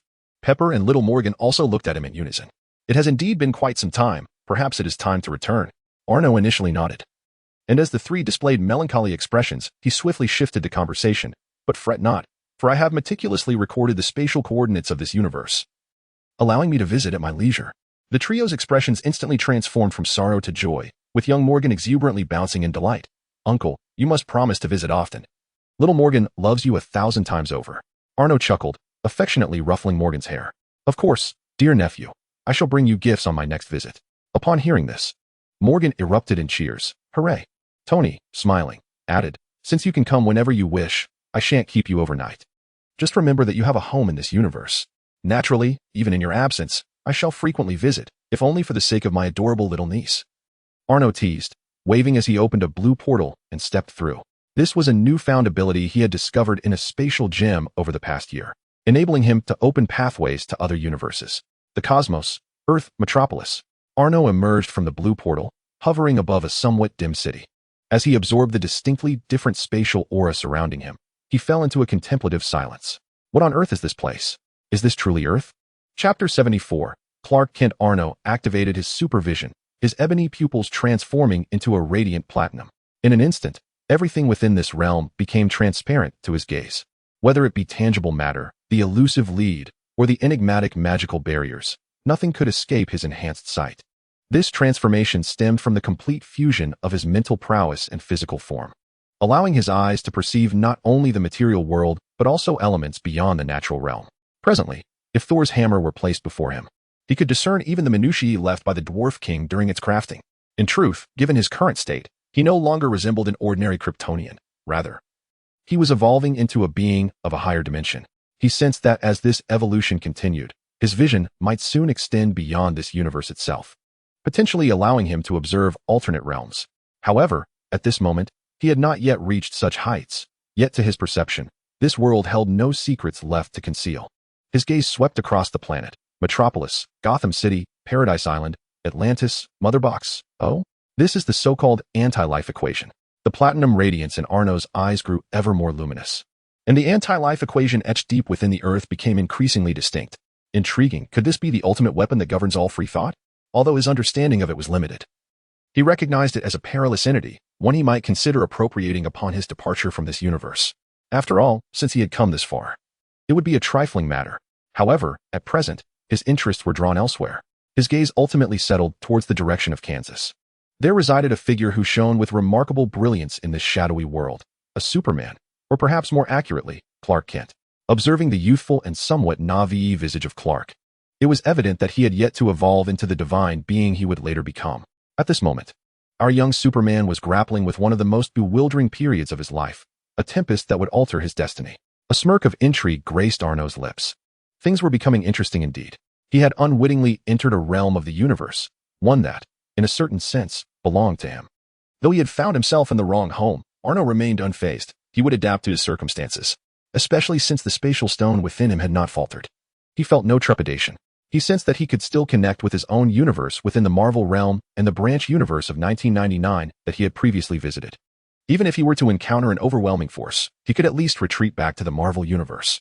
In fact, not only the spatial stone, but the time and mind stones within him were also functioning normally. As for the other three worthless artifacts, the power, soul, and reality stones, he had returned them to Tony after conducting his research, sending them back to the universe to which they rightfully belonged. His attempts revealed that the three stones, brought back by the Avengers from various timelines, could not be integrated into his being like the three he possessed, perhaps due to their origins from a different universe. The stones within him exhibited a significant repulsion towards the other three. Though he could utilize them, he could not harness their powers. What then? Was the purpose of these three useless stones? Thus, he chose to return them to Tony, allowing him to convey them back to their rightful places. He intended to reclaim his own three stones upon returning to his universe. Yes, his Earth, followed by his universe. Surely it was reasonable to claim the infinite stones within that universe as his own? In this very Ganges, in Kansas, on a certain highway, Clark was filled with anxiety. His adoptive father, Jonathan Kent, was presently facing a life-and-death crisis. A ferocious tornado was sweeping up countless vehicles, drawing perilously close to his father. However, his father's foot was injured by a car that fell from the sky while he was trying to save their dog, rendering him unable to escape. He yearned to rescue his adoptive father, believing that if he truly wished it, he could save him. Yet, Jonathan reached out a hand to stop him, shaking his head, his eyes conveying the presence of numerous civilians beneath the bridge. He understood his adoptive father's meaning. His father had often told him that humanity was not yet prepared to accept his existence. Therefore, he had to conceal his abilities, lest he incite panic among ordinary people. Thus, he could not intervene and reveal his uniqueness. Tears streamed down his face in anguish as he helplessly watched the tornado draw ever closer to his adoptive father. Your father extended a hand, urging you to save him within 5 seconds. Did you not comprehend? A voice echoed in Clark's ear. It was then that he realized a man, slightly taller and more robust than he, had placed his arm upon his shoulder. Astonishingly, his sensory abilities had failed to detect when the man had approached him. Arnold disregarded Clark's astonishment. To him, Clark appeared far too naive to ignite any semblance of his fighting spirit. His intent was to pursue another matter entirely. Do you wish to save your adoptive father? Upon hearing this, Clark felt a flicker of hope and turned, gripping Arno's shoulder tightly, pleading, "Can you save him? Please, save him." He was oblivious to the fact that his current strength was sufficient to crush an ordinary person. However, Arno was entirely indifferent to this force, revealing a knowing smile as he slowly replied, "If you become my disciple, your adoptive father will not perish. Are you willing?" Clark paused momentarily. Yet upon witnessing his adoptive father on the brink of being engulfed by the tornado, he had no time for contemplation and quickly responded, "I am willing. As long as you can save my father, I will do anything." Good boy. Arno ruffled Clark's hair. In an instant, he stepped forward and appeared right before Jonathan. Jonathan, having been focused on Clark, noticed Arno's sudden presence beside him, and as they exchanged words, Arno vanished. The next moment, he inexplicably found himself before Jonathan. Who? Jonathan began to inquire, but he felt his vision blur. When clarity returned, he and the man were already beneath the bridge. Martha hurriedly rushed to support Jonathan, embracing him with tears of joy. Arno paid no heed to the affectionate reunion of the two, but instead placed a hand on Clark's shoulder. "Follow me." Clark hesitated, glancing back at his adoptive parents, only to realize that besides them, beneath the other overpasses, all individuals emitted a faint golden glow, standing in a state of stupor, utterly motionless. It was no wonder that the enigmatic figure had vanished in an instant. Even with the presence of his adoptive father, they exhibited no signs of surprise. Their consciousness seemed utterly absent. Chapter 75, A Different Kind of Superman. Deep within Clark's heart, kindness prevailed. He gazed with concern at the dazed crowd and turned to Arno, inquiring, "Are they going to be all right?" "Rest assured, they are unharmed. They are merely lost in a beautiful dream," Arno reassured, waving his hand dismissively. He had merely employed his mental prowess to manipulate their thoughts, allowing them to revel in their most fervent desires.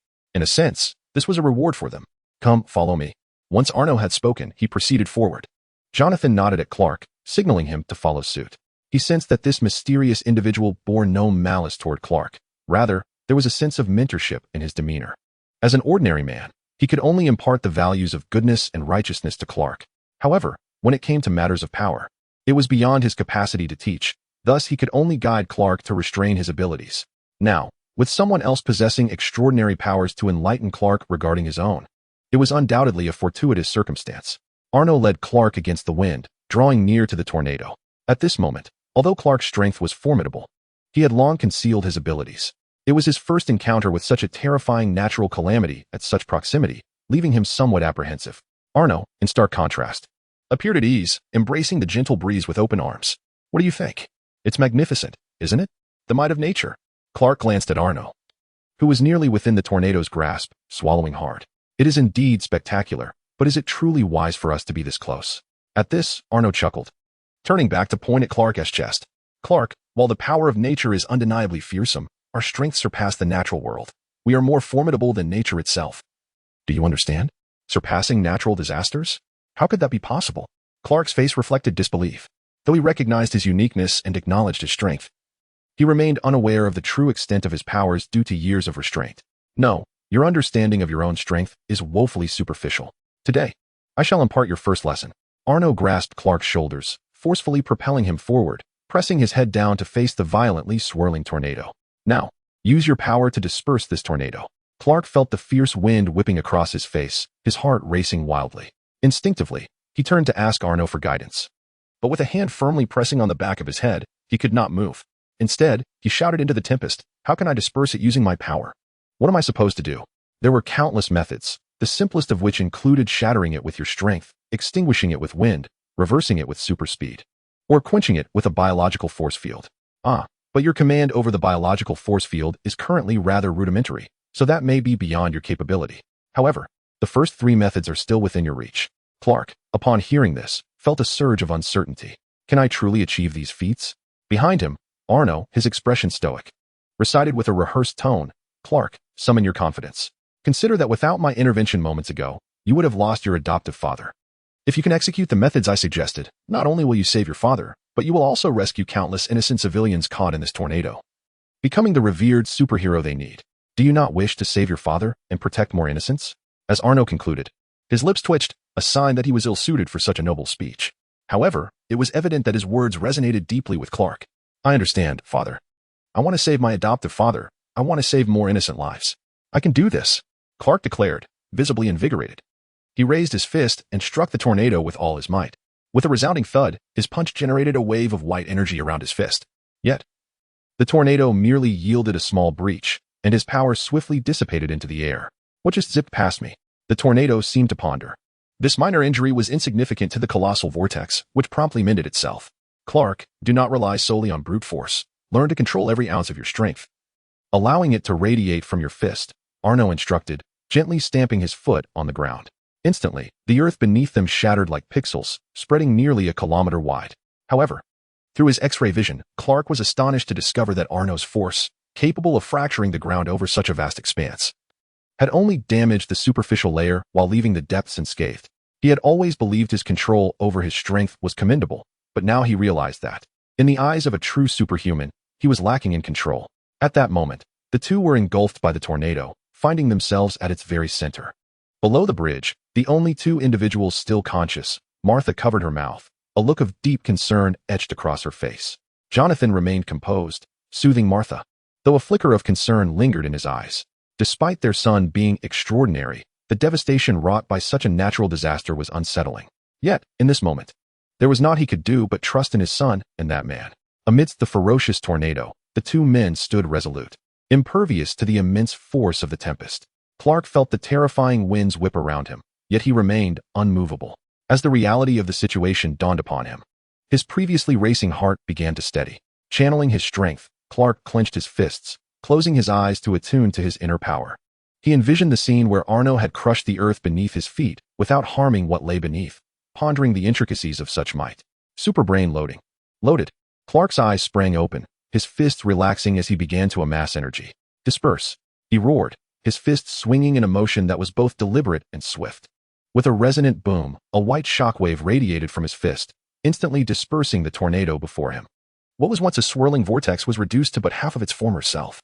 With its power diminished, the tornado naturally dissipated.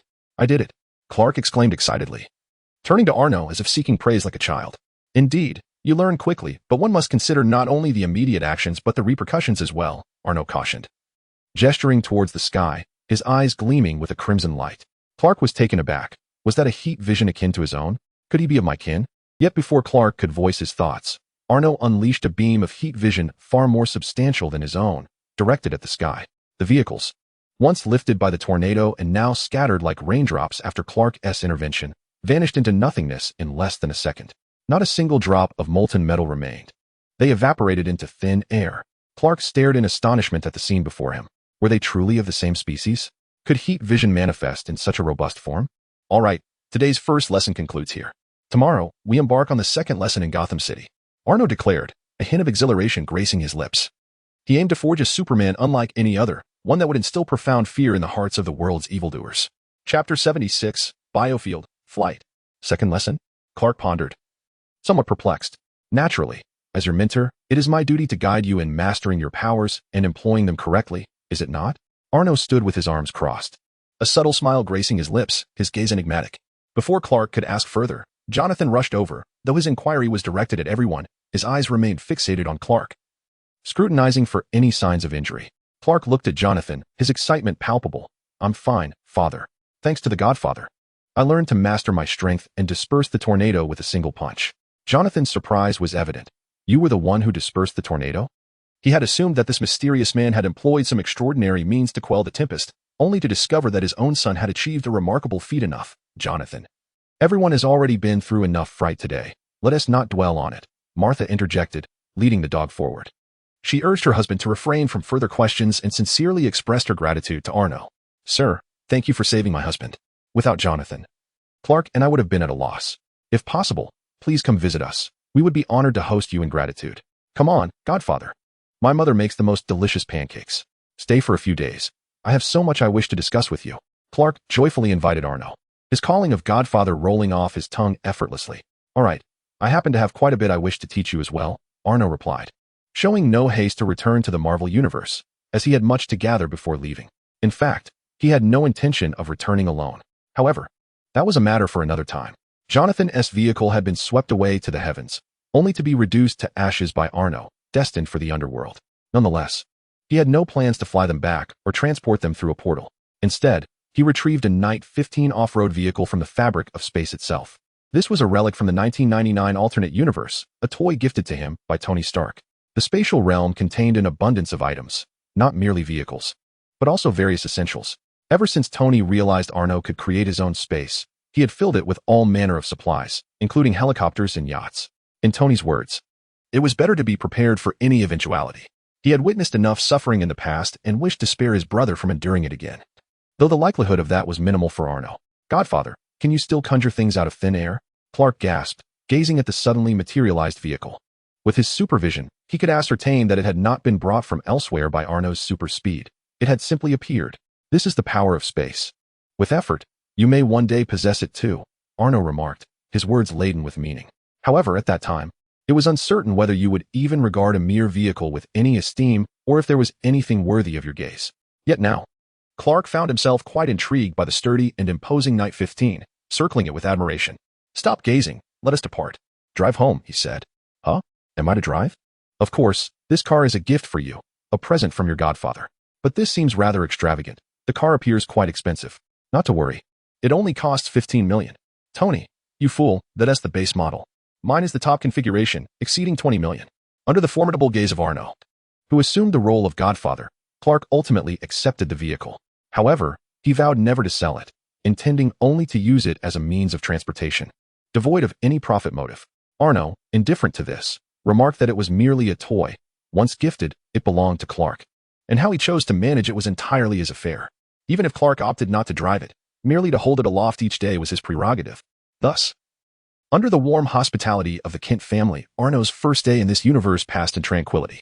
Oh, and the individuals beneath the overpass, once Arnold and the others drove away, were liberated from his mental control. It remains unknown how they felt gazing at the empty road ahead. Perhaps they continued to ponder their car loans. The following day, Arnold did not immediately escort Clark to Gotham City. Instead, they ventured to a vacant plot on Clark's farm. Godfather, aren't we heading to Gotham today? Shall we drive? Clark reminisced about the sensation of handling the Night 15, for even though he was Superman, he was still a man, and what man does not adore automobiles? Arnold shook his finger at him, correcting his perspective. Cars? No, Clark. They are merely a means of transport for our dull moments, not our primary mode of travel. Then shall we run there? Clark scratched his head, aware that running would indeed be swifter than driving, yet he still leaned towards the idea of taking the car. After all, running not only risked detection but also appeared rather foolish. No, we shall fly. Godfather, do you possess an aircraft? Before Clark could finish his thought, he stood in astonishment as Arnold's feet gently lifted off the ground. Regaining his senses, he scrutinized how Arnold hovered in midair. Godfather, it seems you are not flying by physical means. It appears as though an invisible force is supporting your levitation. Arnold nodded slowly and began to elucidate.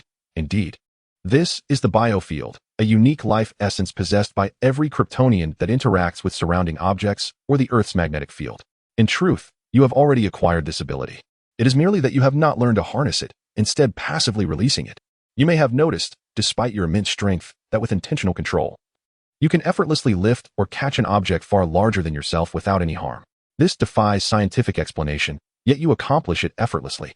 This is the biofield, a force that eludes scientific reasoning.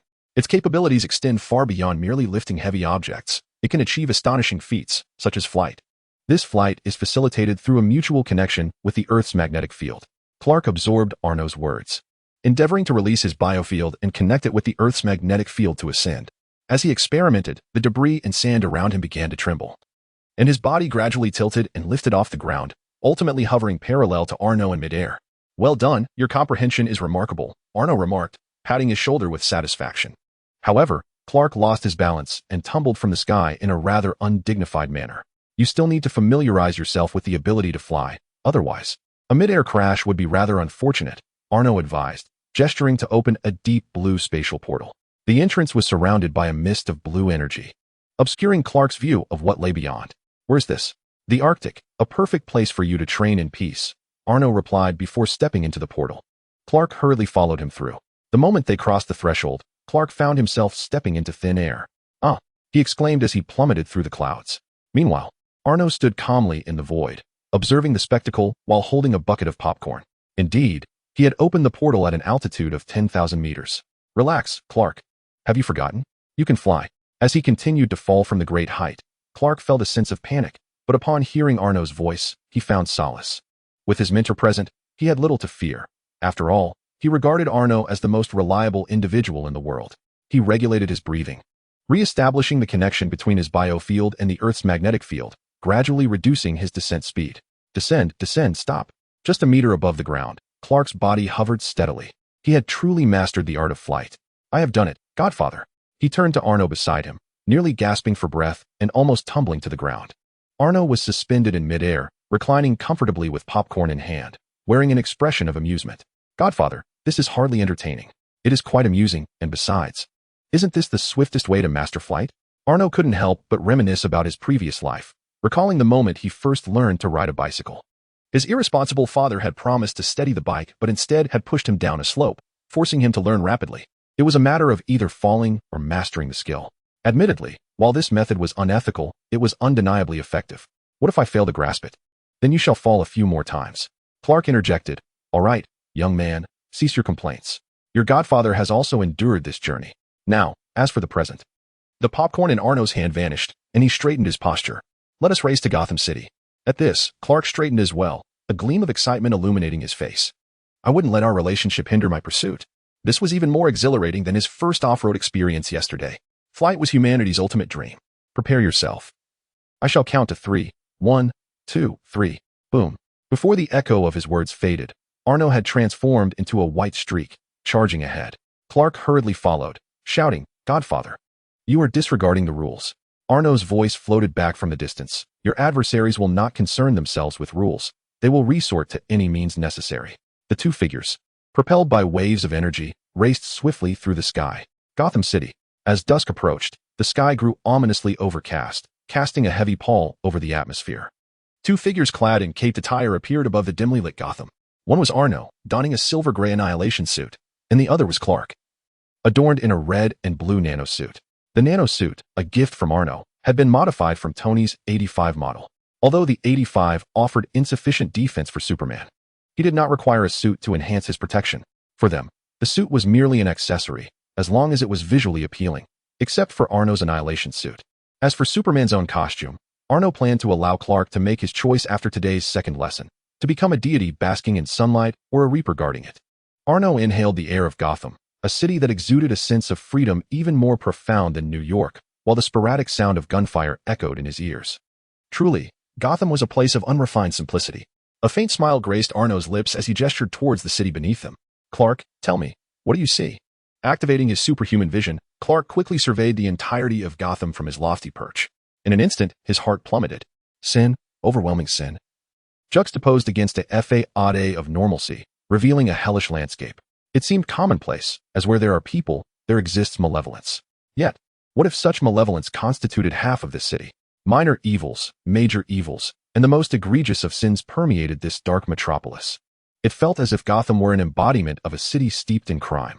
This revelation struck young Clark profoundly. With a pleading gaze, he looked at Arno, tears welling in his eyes. "Godfather, how could this city have devolved into such a state? This cannot be real, can it? It mustn't be true." Yet, Arno callously shattered his self-deception. "It is real, and it has not transformed into this. It has always been this way."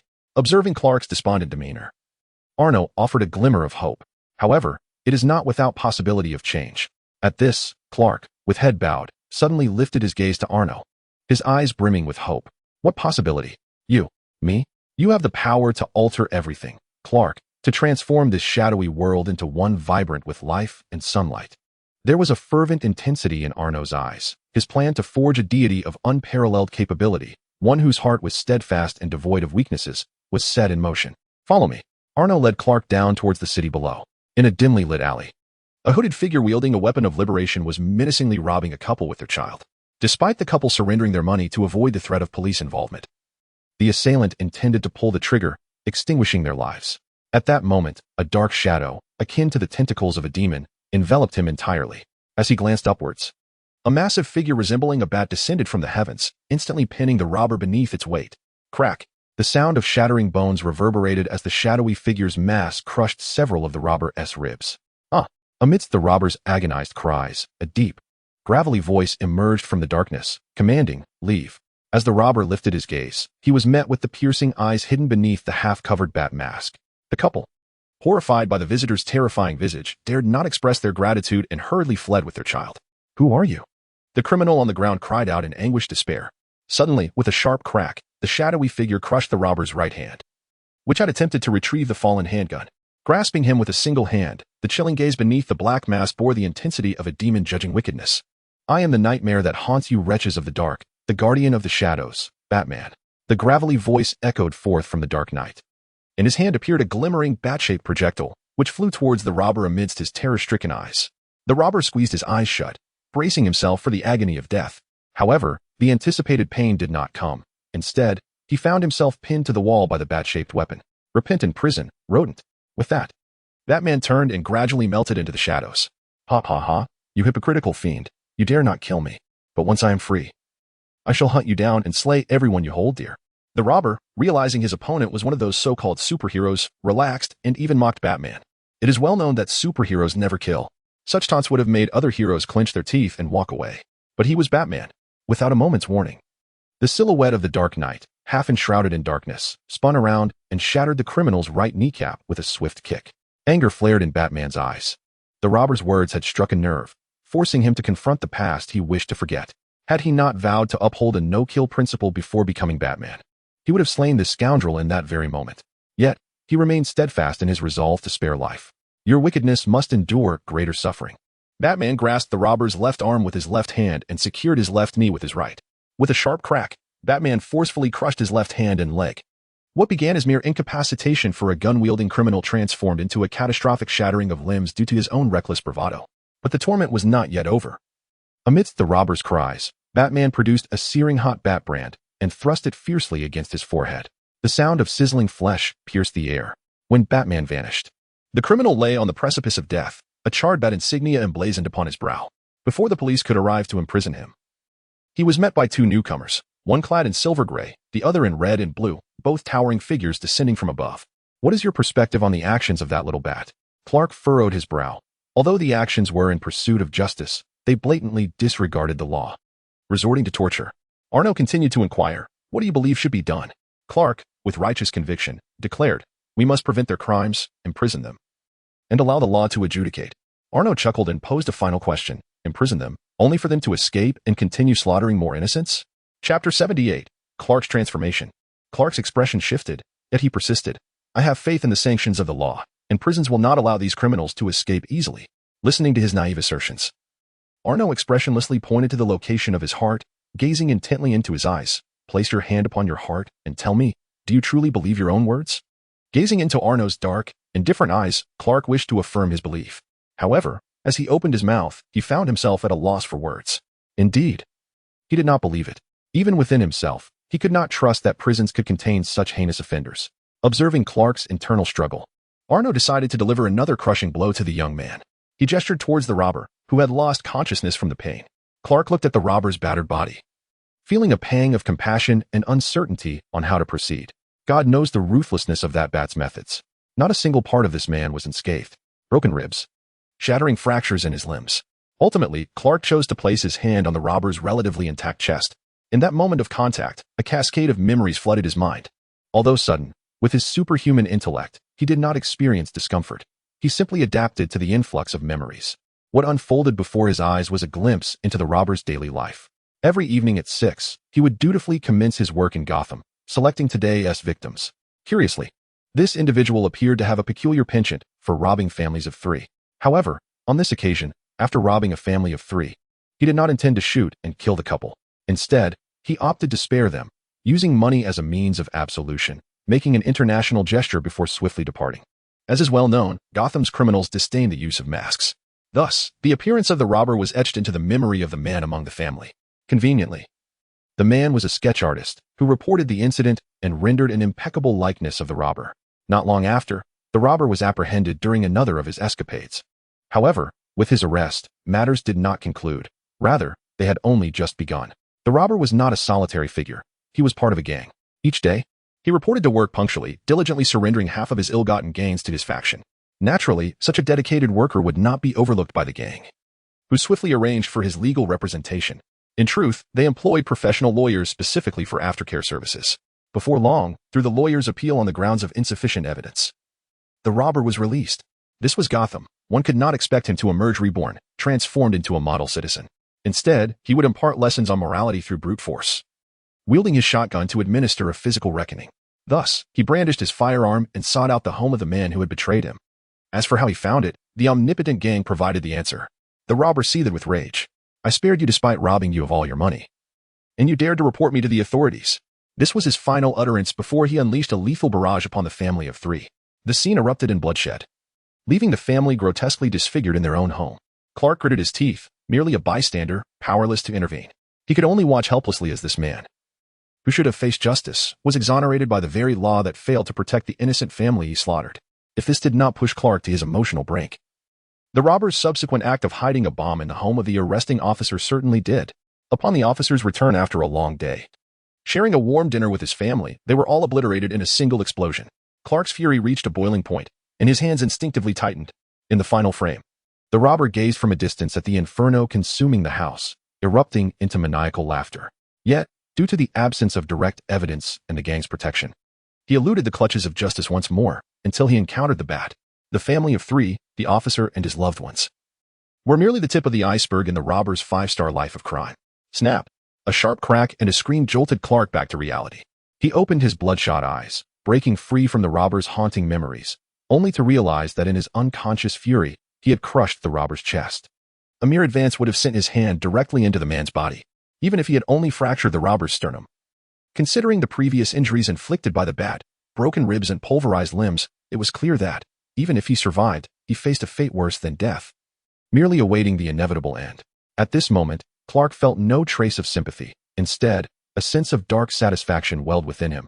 He deserved it. Yet, he quickly snapped back to reality. What am I thinking? Clark gazed in horror at the blood on his hands, bewildered by the terrifying thoughts that had invaded his mind. How was he any different from those criminals? How did he differ from that Bat who administered torture without hesitation? The distinction lay in the fact that they wielded their power to extinguish innocent lives, while we utilize our strength to safeguard the innocent. The most effective protection for the innocent is to eradicate the roots of evil. To eradicate the roots of evil, do you mean to annihilate them all? Clark stared vacantly at his mentor, the super intellect capable of resolving all dilemmas, who, at this moment, seemed utterly blank. This time, the super intellect offered him no answers. Thus, he could only beseech his mentor for guidance. Arno shook his head, gripping Clark's shoulders, speaking slowly and gravely. No, Clark, evil cannot be completely eradicated. Wherever there are people, evil will inevitably flourish.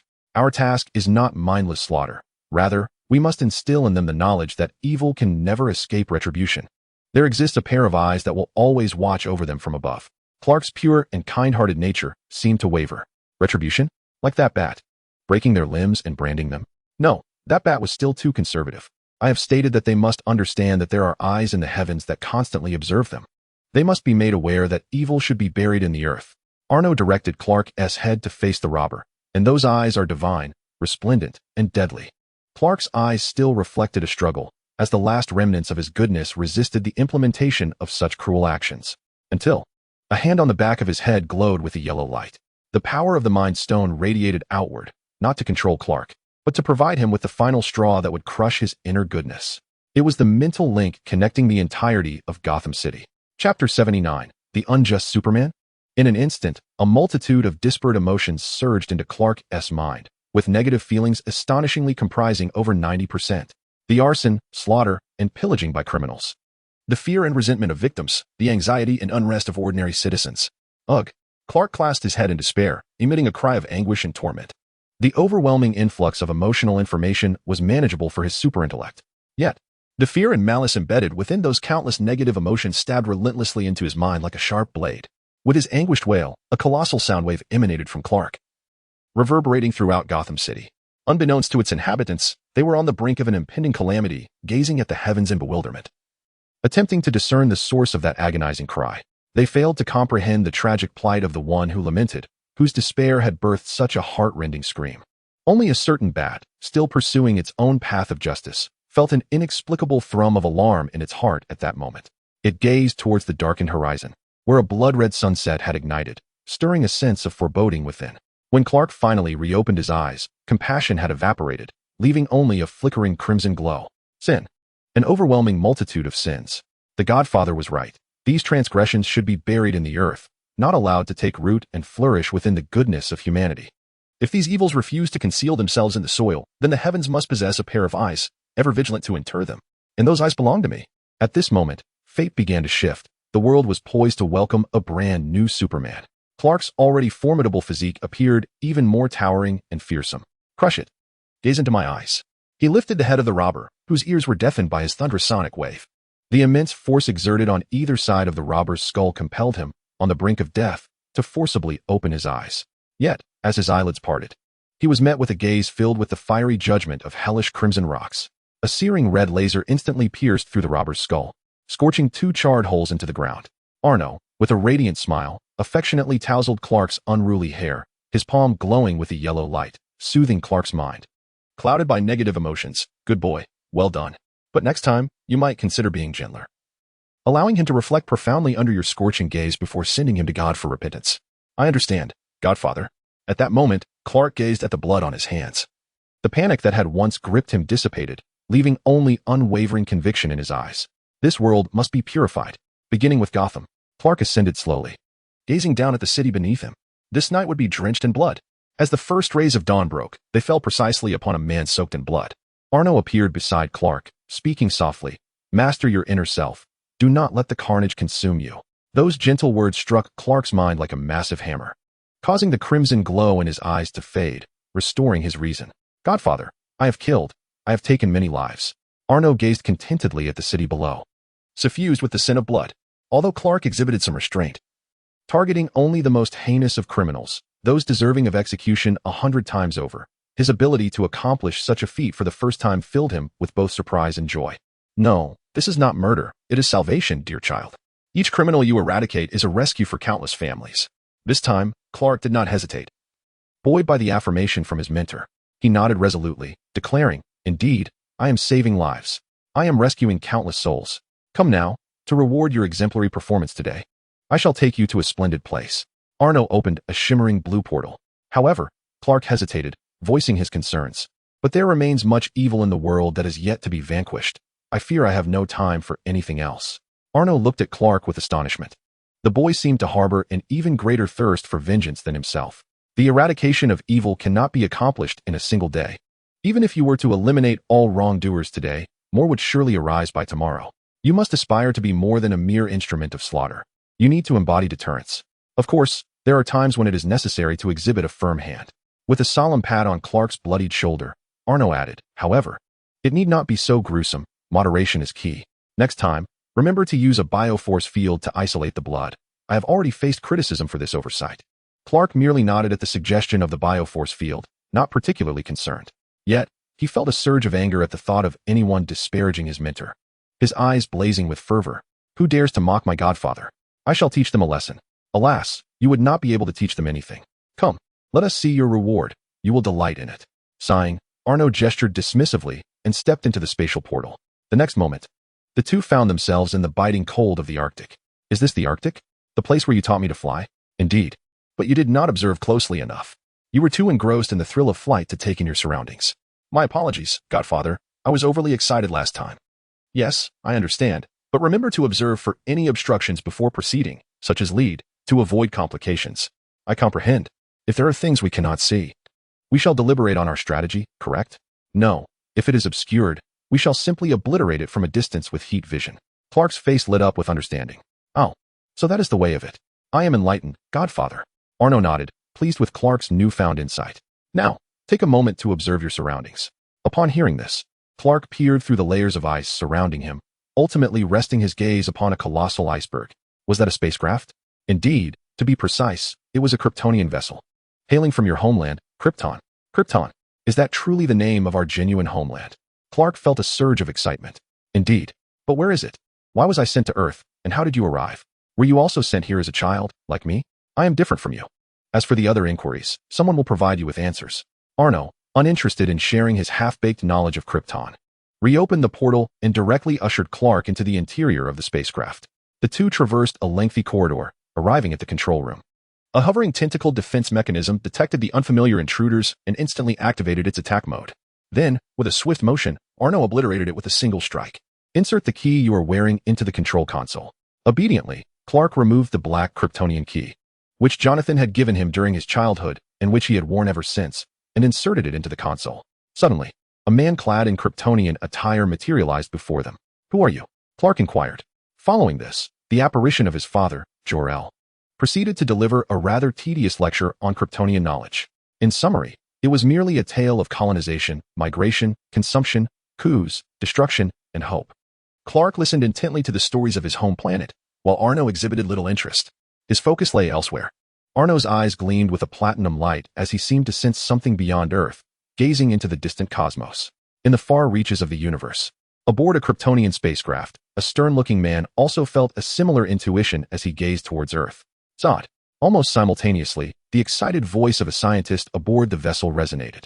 General Zod, we have received a signal from the newly activated Kryptonian spacecraft. Perhaps the Codex of Life sent away by Jor-El is located there. The calm demeanor of Zod was ignited with fervor as he promptly commanded, set forth, immediately proceed to the coordinates from which the signal emanates. We shall reclaim the Codex of Life and restore the glory of Krypton. Chapter 80. The Codex of Life and the ancient Kryptonian gene. Arno beamed at this unfolding scene. His people were on their way. Indeed, General Zod and his subordinates had already been regarded by Arno as his possessions. Furthermore, every action of Zod and his team was meticulously observed by him. From the moment he entered this universe, he had no intention of returning empty-handed. He desired the artifacts. And he desired the people as well. Especially regarding the Kryptonians. They are indeed formidable subordinates, and he demands much from them. He does not casually recruit mere foot soldiers. Only those who excel in specific areas catch his eye, such as Natasha's exceptional combat and interrogation skills, the formidable strength of his adversaries, and the immortality of Deadpool. He believes that the quantity of subordinates is less important than their capabilities. Kryptonians, in terms of both combat prowess and intellect, possess nearly flawless abilities. Such beings are destined to be under his command. Moreover, he himself is a Kryptonian, and General Zod is also of the same lineage. While General Zod aspires to restore Krypton's former glory, he too wishes to create his own version of Krypton. In fact, he has already envisioned the location for this resurgence of Kryptonian greatness. He recalls that he has a divine realm awaiting his claim. Since he is determined to revive Krypton's splendor, asserting himself as the ruler of all Krypton, with General Zod and his ilk as his subordinates, seems entirely justified. Indeed, it is. However, these plans must await General Zod's arrival, and it appears they will soon reach Earth. The integration of mind and body has granted him a new form of supervision, enabling him to perceive things previously obscured from his sight.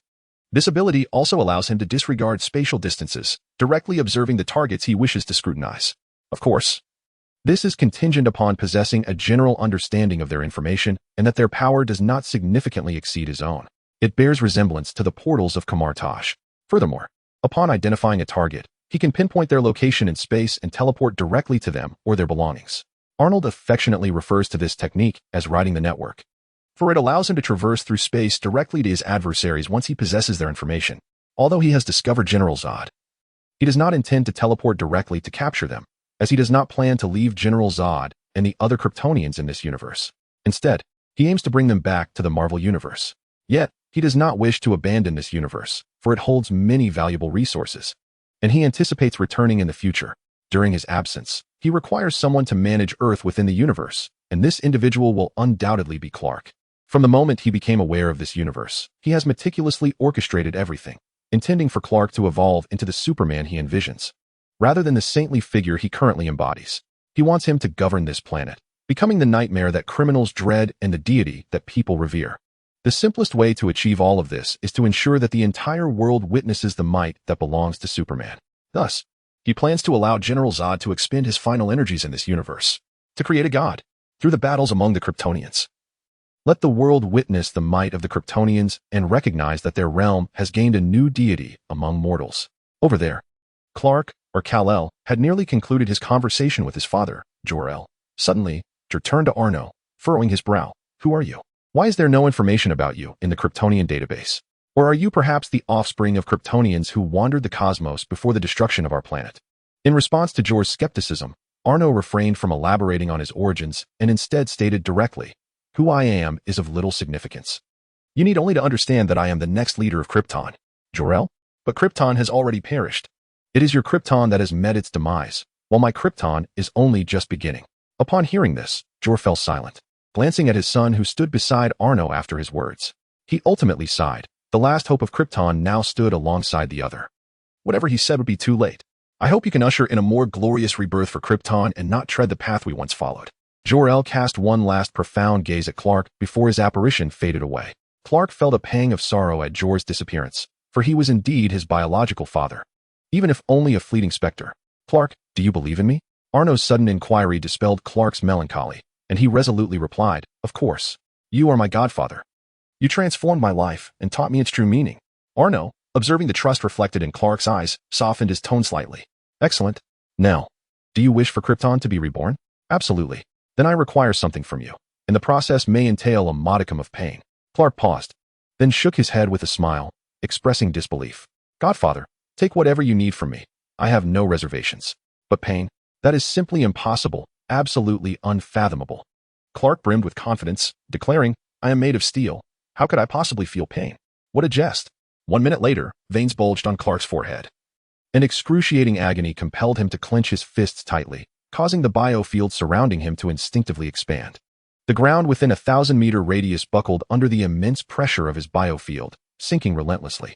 Clark felt as though his body was being forced back to the vulnerability of infancy, only to be violently yanked into the present, the torment overwhelming him. And he could no longer suppress his screams. At that moment, he yearned to retract the words he had spoken just a minute prior. Arno's right hand extended, 5 green energy tendrils piercing into Clark's body. The power of time continuously extracted and restored the code of life. Arno, through the precise manipulation of temporal forces, is reversing the life code that has permeated every cell of Clark back to its original state. 10 minutes later, Clark, pale and drenched in cold sweat, collapses to the ground. Above him, a skull radiating golden light hovers in the air. The life code. With a glimmer of anticipation in his eyes, Arno grasps the life code, allowing his mental energy to seep into it. After a prolonged moment, he disappointingly shakes his head. As he suspected, the life code is not as miraculous as he had hoped. It is not an artifact that bestows greater power upon its possessor. Rather, it is merely the genetic blueprint of Kryptonians, enabling the artificial creation of Kryptonians. This blueprint encompasses a multitude of Kryptonian genetic categories, allowing one to select the type of Kryptonian one wishes to produce. If one desires a warrior, one sets the warrior's genetic blueprint. For a doctor, one configures the doctor's. For a scientist, one establishes the scientist's, and so forth. Those Kryptonians birthed from these genes have their destinies predetermined from the moment of their inception. This serves as both the key to the continuation of the Kryptonian race and the shackles that lead to their eventual demise. A predetermined fate is destined for obliteration. Arno deems these genes as inferior. Although Kryptonians produced from these genes can absorb sunlight and grow stronger, the coded limitations within their genes ensure they will not achieve the boundless growth exemplified by Clark or himself. However, the life code does hold elements of interest for Arno. He finds 2 aspects particularly captivating. The first is the code inscribed within each gene: loyalty, a steadfast allegiance to Krypton. The first principle for all born Kryptonians is to remain loyal to Krypton. This is inscribed in their genes and is immutable. Yet, this is a constraint for previous Kryptonians, as they are destined from birth to be unable to betray Krypton, and thus, no one contemplates altering this principle. Chapter 81. Zod has arrived. Zod lies still. However, Arno does not share such limitations, and thus, he enacts a transformation. His hand, clasping the life code, radiates a yellow light as his mental energy gradually permeates the life code, making modifications. The first principle etched into all Kryptonian genes remains loyalty. Yet, it is transformed into an allegiance that is eternally devoted to Arnold Stark. The second aspect lies hidden in the deepest recesses. the most ancient original genetic blueprint, the primordial genes of ancient Kryptonians. As the yellow light in Arno's hand extinguishes, a blue glow emerges, manifesting as threads that gradually intertwine with the skull, utilizing spatial energy to extract the ancient Kryptonian genes. Infinite evolution, boundless power. Al, sensing the information transmitted through the golden threads representing the ancient Kryptonian genes, hesitated not a moment. The azure strands of space entwined in his palm gradually drew the golden light into his being. A soft glow of gold emanated from Al's surface, as each cell rejoiced in exuberance. His body, once nearing saturation and capable of only slowly absorbing sunlight, suddenly transformed, akin to a parched sponge rapidly soaking in the rays cascading from the heavens. A glint of gold flashed in Al's eyes, his platinum pupils nearly transmuting into pure gold.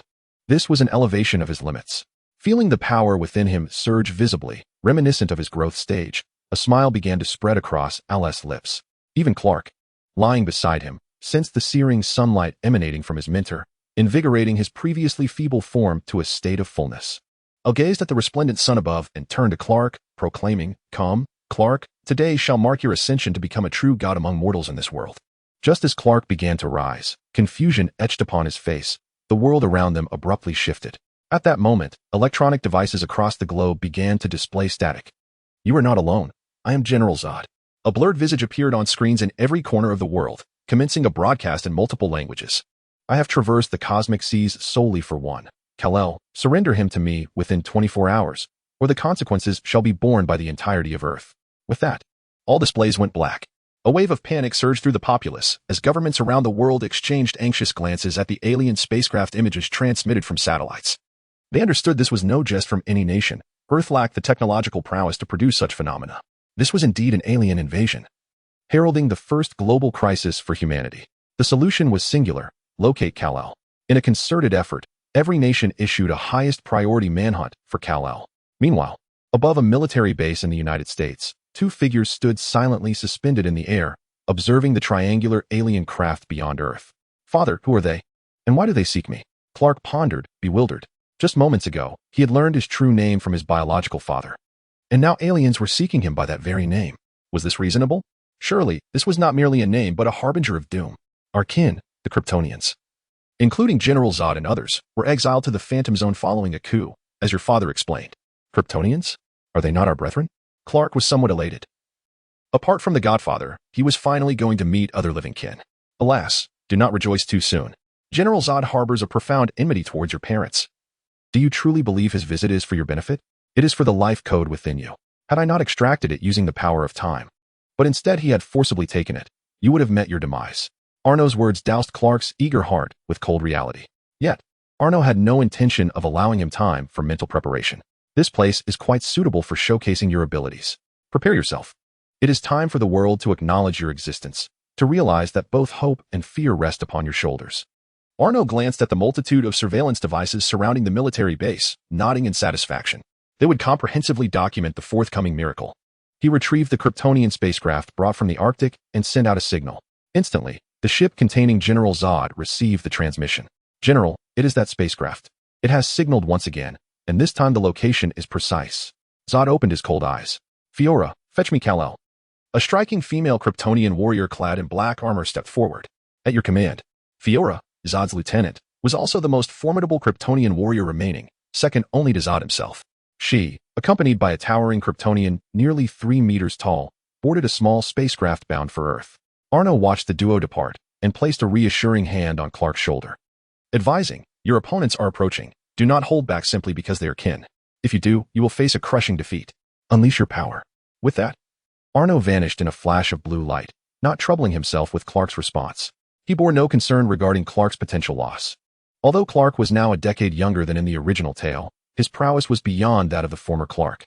Superman would not struggle against Kryptonians who had just arrived on Earth and had yet to absorb solar rays due to weakness. Rather, it was his inherent goodness that prevented him from delivering fatal blows, merely exerting his full strength.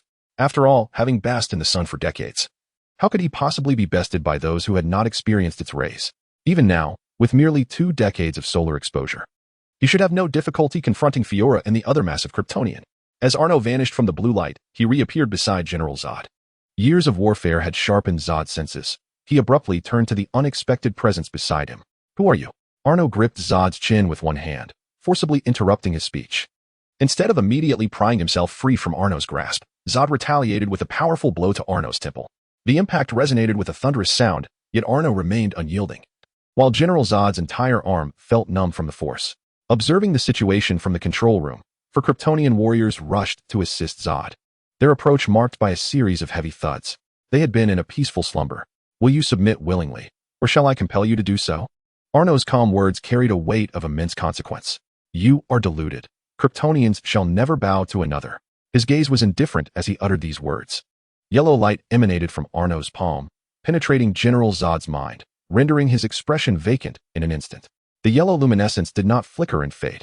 While controlling Zod was not a challenge, Arno sought not mere domination but an unwavering allegiance. Much like the Kryptonian genetic codex inscribed in the Book of Life, he altered Zod's primary genetic consciousness to ensure eternal loyalty to himself. It must be noted that General Zod's fidelity to Krypton's ideals was resolute. During the mental modification, even in the face of death, he resisted the erasure of his loyalty to Krypton. Arno admired this steadfast resolve and, in a moment of benevolence, intensified the mental conditioning. However, he did not entirely eradicate Zod's loyalty to Krypton. Rather, he transformed his primary allegiance into a secondary one. The primary allegiance now lay with Arno, while the secondary remained with Krypton, as Zod's unwavering loyalty would prove instrumental in safeguarding the kingdom Arno intended to rebuild.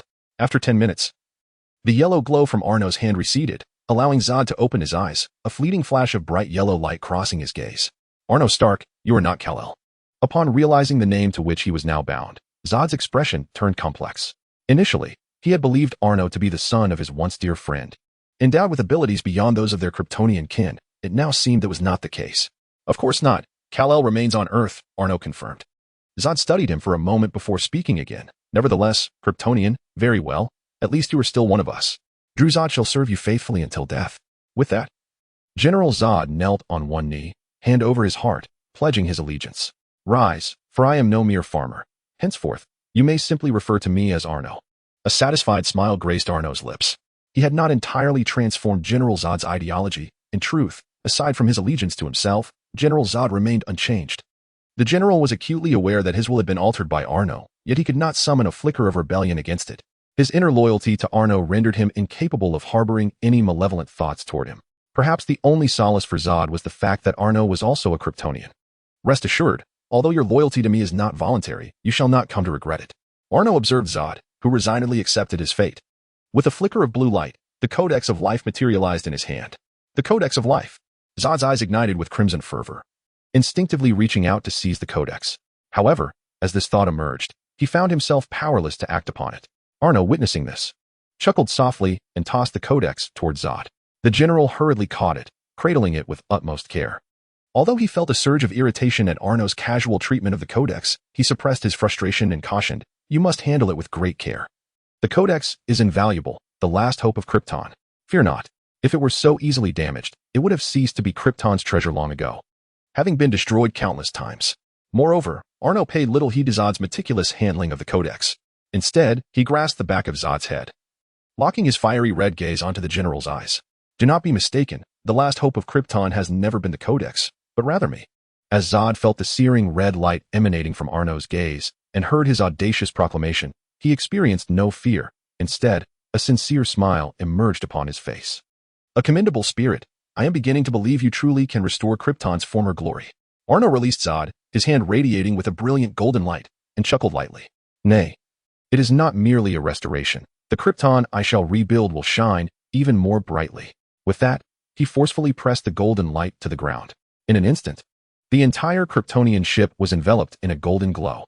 The power of the Mind Stone swiftly connected with all the Kryptonians aboard, beginning to alter their wills. Although the other Kryptonians were also loyal to Krypton, they lacked the resolute will of General Zod.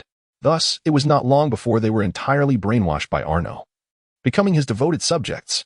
Of course, like General Zod, their highest will was merely redirected to loyalty toward him, without erasing their self-awareness. General Zod stood silently to the side, his expression impassive and indifferent, making no move whatsoever. His loyalty to Arno was not the only reason. Had he been in Arno's position, he would have acted similarly, perhaps even more decisively, erasing all self-awareness and transforming everyone into mere instruments of destruction. In contrast, Arno's methods were relatively gentle. Upon concluding the brainwashing, Arno commanded all Kryptonians aboard the ship to gather before the grand floor-to-ceiling windows of the control room. With hands clasped behind his back, he approached the windows. His gaze fixed upon the resplendent rays of the sun illuminating the cosmos. The sun, a magnificent gift bestowed upon the Kryptonians by the heavens. Shut down the ship's radiation shielding, Arno instructed. The Kryptonian responsible for operating the ship's systems hesitated momentarily, yet complied without delay. As the shielding was deactivated, the sunlight poured in, bathing the Kryptonians gathered by the windows in its radiant glow. The Kryptonians, whose physical prowess already far surpassed that of ordinary beings, felt every cell in their bodies fervently absorbing the solar radiation. Their strength and sensory abilities surged as a torrent of searing energy began to rise within them. They resembled a group of famished children. As they basked in the overwhelming influx of sunlight, Arno began to emit a brilliant yellow luminescence. The ancient power of Krypton, combined with the nearly boundless energy coursing through him, radiated forth, surpassing even the sun's warmth. The Kryptonians, who had previously been confined to sharing the meager solar radiation, suddenly felt as though they had transitioned from a crowded pool to an expansive ocean. No longer did they need to compete for the scant rays. Each individual was now free to absorb infinite sunlight. Soon, after their recharging, each Kryptonian reached the threshold of solar absorption, compelled to halt as they approached saturation. As General Zod finally opened his eyes, all Kryptonians underwent a profound transformation. The first noticeable change was in their heightened senses. The subtle hum of the ship's engines now reverberated in their ears like thunder, prompting them to instinctively cover their ears in discomfort. Their vision pierced through the bodies of their companions, revealing their internal organs. The magnitude of these changes left the Kryptonians feeling dizzy and disoriented. Stay calm. Dizziness is a natural response. You are formidable Kryptonian warriors. Center yourselves and master your senses. As Arno's soothing voice resonated in the hearts of each Kryptonian, they gradually regained their composure. Within less than a minute, General Zod fully harnessed his overwhelming senses, his countenance returning to normal. Such incredible power! General Zod felt an immense power coursing through his body, even one as composed as he could not suppress a hint of excitement at this moment. With such formidable strength, the resurgence of Krypton became markedly more attainable. Arno, however, paid no heed to Zod's obsessive nature. Instead, after all Kryptonians had acclimated to their newfound senses, he imparted once more the knowledge of utilizing biofields and heat vision. Once they had mastered these abilities, all Kryptonians ascended to become true deities among mortals. Chapter 83, A Battle Among Gods. Except for the two Kryptonians bound for Earth, Zod was also aware that his aide, Fiora, along with another capable operative, was on a mission to retrieve Kal-El from Earth. Now that he possessed the Life Codex, his desire to eliminate Kal-El had dissipated. Had it not been for their ideological differences, he and Jor-El would have remained the best of friends. Therefore, unless absolutely necessary, he had no intention of taking Kal-El's life after achieving his own objectives. Moreover, Kal-El, being a Kryptonian, had absorbed solar radiation for many years. His power likely far surpassed that of Fiora and her companion, who had yet to experience such exposure. Due to the transformation of his mind, Arno was privy to Zod's inner thoughts. Fear not, your adjutant will be unharmed, and Kal-El will also remain safe. Now, let us go, Zod, and witness a splendid spectacle together. With that, he opened a portal and stepped inside. You shall remain on standby aboard the ship, without the master's command or my orders. Do not act recklessly. With no further hesitation, General Zod strode through the portal. Earth, United States, a military command center. The highest commander of the command center, General Swanwick, was sternly observing the sudden appearance of Clark within the military base, alongside the alien spacecraft arriving from beyond Earth. Yet, in the next moment, a blue portal manifested within the command center. Simultaneously, all personnel, save for General Swanwick, found their pupils turning a dull yellow. Swanwick, sensing the overwhelming psychic force around him, swiftly stood on alert, his eyes igniting with an orange-red glow. If you dare to gaze at me with your counterfeit heat vision again, I shall crush that hideous green head of yours, which dares not reveal its true form. Arno emerged from the portal, with General Zod following closely behind, his eyes ablaze with a crimson glow. Should General Swanwick or the Martian Manhunter make any move, Zod would not hesitate to obliterate him with his heat vision. Though Zod exuded a formidable presence, it was Arno's calm demeanor that instilled a genuine sense of peril in the Martian Manhunter. Arno naturally approached and seated himself in the commander's chair. The technicians in the command room began to operate the computers with a flurry of activity. General Swanwick sensed impending danger as he witnessed the scene unfold, but before he could react, a thick crimson laser sent him flying. His black camouflage was rendered ineffective under Zod's searing gaze, revealing the green-skinned Martian beneath. Arno merely glanced at Swanwick being struck by Zod's heat vision and commented casually, "Your current hue, while rather repugnant, is an improvement over what it was before. The Martian Hunter, with the final keystroke executed by the technician. The military base's footage was broadcast live across the globe. General Zod was uncertain whether to speak, pondering the unnecessary complexity, as their spacecraft could directly control the global network. Arno was well aware of this, yet he insisted on allowing humanity to reveal everything through their own channels, enabling them to witness the divine conflict through their own lenses. With a hint of amusement, Arno conjured 2 buckets of popcorn, handing one to General Zod before settling down to watch the live stream. On screen, Clark had been on the verge of negotiating peace with Fiora, but suddenly, both their expressions shifted dramatically as 2 voices echoed in their minds. Do not waste time. Defeat him, her, directly. The voices of Arno and Zod resonated simultaneously in their ears, driven by Clark's absolute trust in his godfather and Fiora's unwavering loyalty to General Zod.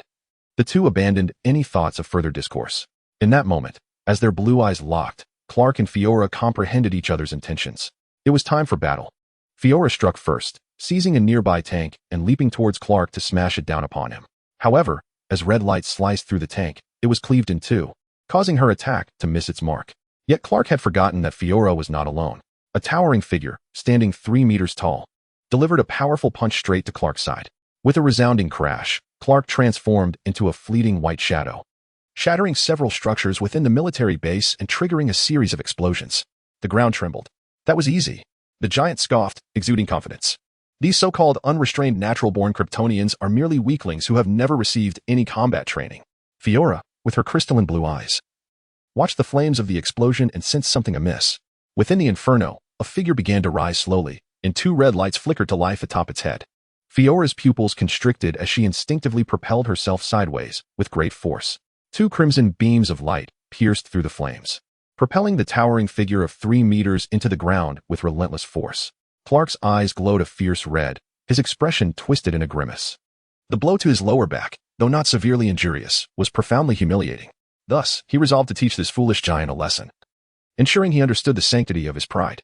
It is important to note that the damage inflicted by thermal vision was not solely attributed to the searing temperature exceeding 5,000 degrees. The unparalleled concussive force was equally formidable. Despite the giant's extraordinary Kryptonian physique, he was utterly unable to evade the immense impact of Clark's thermal vision, compelled to endure the relentless onslaught, driving him deeper into the earth. However, it must be reiterated that there was more than one Kryptonian present. This was not a solitary duel of justice, but rather a chaotic brawl. With a swift motion, Fiora leaped into the fray, obliterating a massive missile against Clark's visage, forcing his thermal vision to cease. She descended amid the explosion's aftermath, skimming along the ground for a stretch. Remarkably, Clark emerged unscathed from the inferno, brushing off non-existent dust from his cape. He recalled the advice imparted by his mentor to activate his biofield while conducting his affairs, thereby avoiding any unwarranted messiness that could invite ridicule. If this is your only capability, then this battle shall conclude here. The crimson glow in Clark's eyes remained undiminished as he spoke in a detached tone, exuding an air of divinity. Although he uttered such words, he harbored no intention of taking the lives of Fiora and the others. After all, they were his kin, not criminals. Had he truly wished harm, his thermal vision would have reduced the giant to mere fragments rather than merely subduing him beneath the earth. Nevertheless, he would not hold back excessively. They must be rendered entirely incapable of further combat. Son of Jor-El, your strength indeed surpasses my expectations. Fiora's gaze mirrored his indifference, her mind echoing with the voice of General Zod. With determination, she tore away the transparent visor from her face. Instantly, the radiant light of the sun bathed her visage without hindrance. Enduring the auditory chaos of surrounding explosions and the crackling flames, Fiora steadied her resolve. Guided by General Zod's counsel, she relinquished the radiation armor, which for Kryptonians served more as a constraint than protection, revealing a sleek, all-black combat suit. As she fervently absorbed the solar radiation, the crimson glow in her eyes began to flicker, and her body slowly ascended, joining Clark in the air. Son of Jor-El, the true battle is about to commence. What followed was the epic confrontation between 2 deities of Earth. Countless individuals around the globe, engrossed in live television broadcasts, beheld the 2 figures radiating an aura of destruction akin to that of human-shaped nuclear warheads, evoking an instinctive sense of dread. This was a power reminiscent of divine miracles. Yet, a select few, beyond mere fear, experienced a tapestry of complex emotions. Among them was an archaeologist concealed within human society, a demigod, Wonder Woman, Diana Prince. She gazed at the screen, where the 2 beings wielded a destructive force reminiscent of deities, hesitating as she contemplated the god-slaying sword and the Amazonian shield hidden within her wardrobe. In the depths of the Batcave, Observing the myriad screens capturing every angle of the battle was the billionaire Bruce Wayne, also known as Batman. His fingers unconsciously drummed upon the tabletop, as a sinister premonition reached its zenith within him, compelling him to prepare meticulously for whatever may arise. Meanwhile, a young boy with curly hair stood atop a skyscraper. The teenage Lex Luthor's eyes sparkled with an unusual brilliance for the first time. A subtle smile crept upon his lips as he murmured, "The gods descend upon earth, while we remain like lambs awaiting slaughter." Yet, regardless of their current thoughts, at this moment, aside from Diana, the demigod, most individuals lacked even the qualification to intervene in the clash between Clark and Fiola. This exclusion extended beyond humanity, encompassing even the proud weaponry of this planet. As Fiola shed her battle armor and awakened her powers, Arno's mental prowess altered her will, bestowing upon her a new directive, while she sensed her strength amplifying. She also perceived the modified will in the command it conveyed. Her cerulean eyes narrowed as she regarded Clark, who refrained from ambushing her during her awakening, instead opting to wait in silence. Would this battle elevate the Son of El to become the savior deity of this world? Intriguing. Then, I shall comply. A smile graced Fiola's crimson lips as crimson energy surged forth from her eyes towards Clark. The spectacle of escalating devastation wrought by the two figures incited humanity to action, particularly the United States military. Witnessing the wanton destruction within their military base, broadcasted live across the globe, they could no longer contain their outrage. Was this not a slap in the face, a mockery for the world to behold? To hell with you, aliens, they thought. They held firm in their belief that no person or extraterrestrial could withstand the might of modern weaponry. They were convinced that as long as they remained carbon-based life forms, they could not endure the onslaught of advanced arms. If they could not prevail, it could only signify one thing: their firepower was insufficient. With this mindset, the U.S. military dispatched 10 of their most advanced fighter jets, soaring toward the battlefield where the two were engaged in conflict. As the target drew near, directives were issued. Following the pilot's report, the high command of the U.S. military commanded an extensive bombardment, eliminate those two adversaries. In the skies, Clark and Fiola, who had just exchanged blows, felt a tremor in the air and turned their gaze towards 10 small black dots in the distance. The aircraft had yet to arrive, but the assault had commenced. With a whoosh, 40 missiles, trailing long plumes of fire, rained down upon them. While Clark and Fiola remained composed, General Swanwick in the command center grew anxious. With thousands stationed at the military base, how could they dare to proceed? His eyes burned with fury as he contemplated intervening to halt the incoming missiles. Although he was Martian by origin, the time spent leading troops on Earth had forged a profound bond with his subordinates. However, before he could rise, Zod's massive foot came crashing down upon him, his eyes glowing red with indifference. "Stay down and do not move."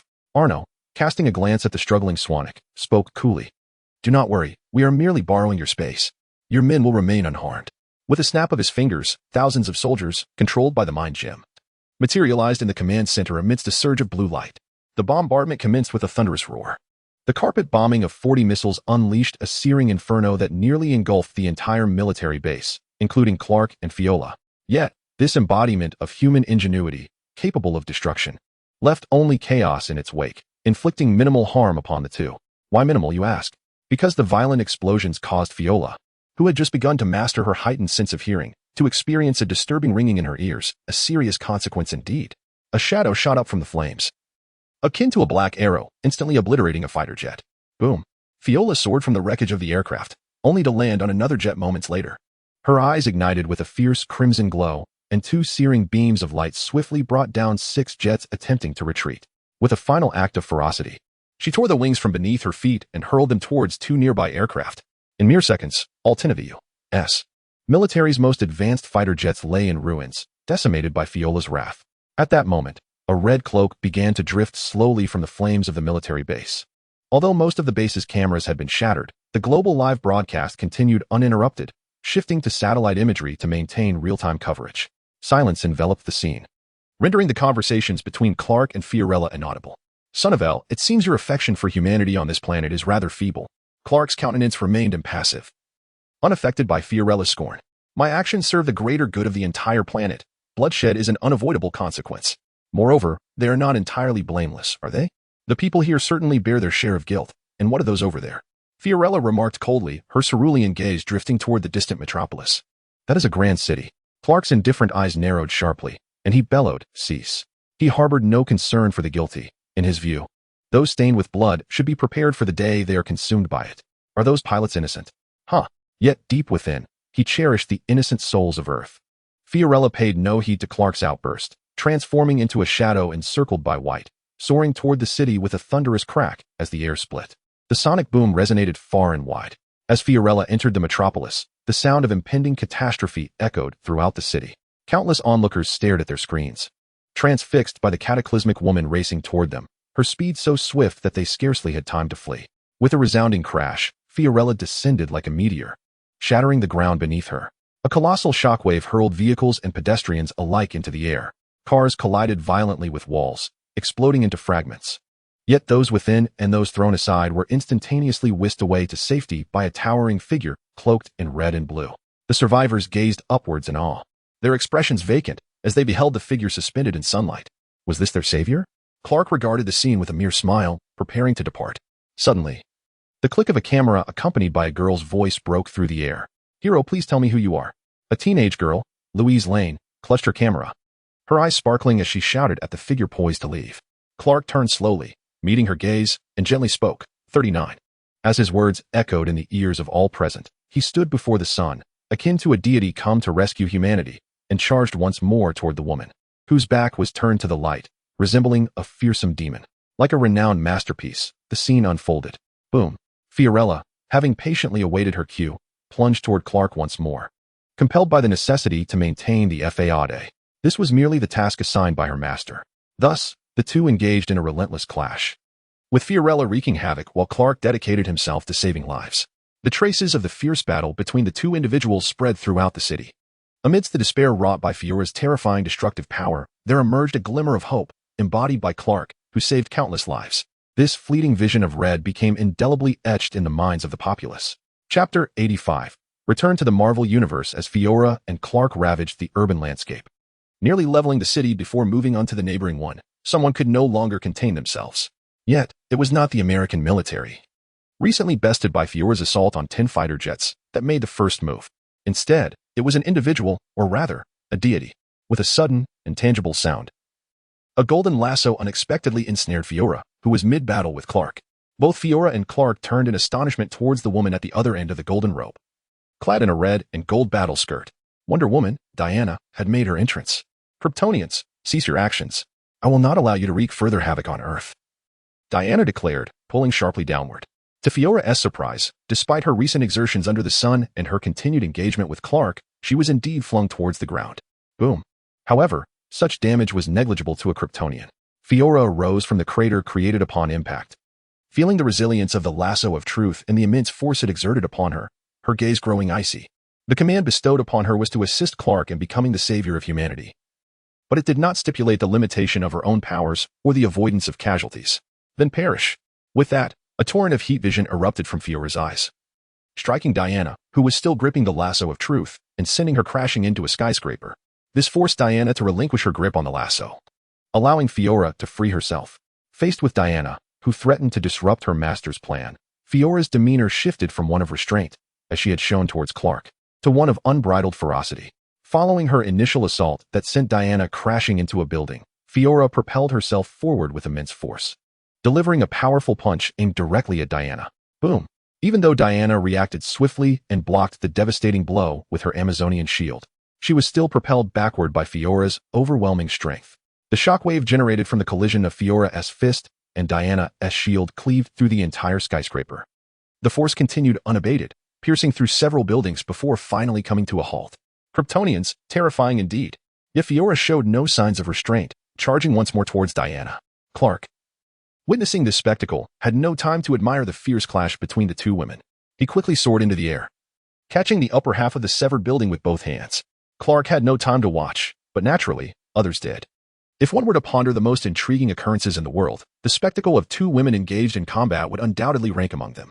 Arno lounged in the command center, casually crossing his legs and munching on popcorn while observing the screen displaying a sci-fi film devoid of special effects, reminiscent of a low-budget version of a superhero from a previous life.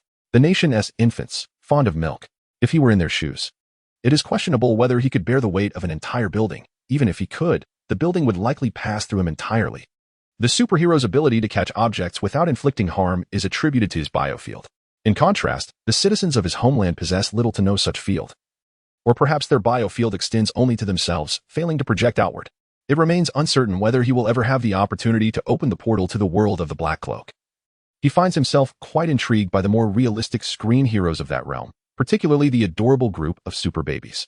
How delightful it would be to crush each one of them. A cruel smile crept across his face as he glanced once more at the screen, which revealed a metropolis engulfed in smoke from a satellite's perspective. Stretching and rising to his feet, he deemed the time ripe for the final act. Such devastation was sufficient to elevate Clark as the embodiment of justice on this earth. Soon, certain individuals would find themselves in desperate straits. Arno's eyes shimmered with a platinum light, his expression inscrutable.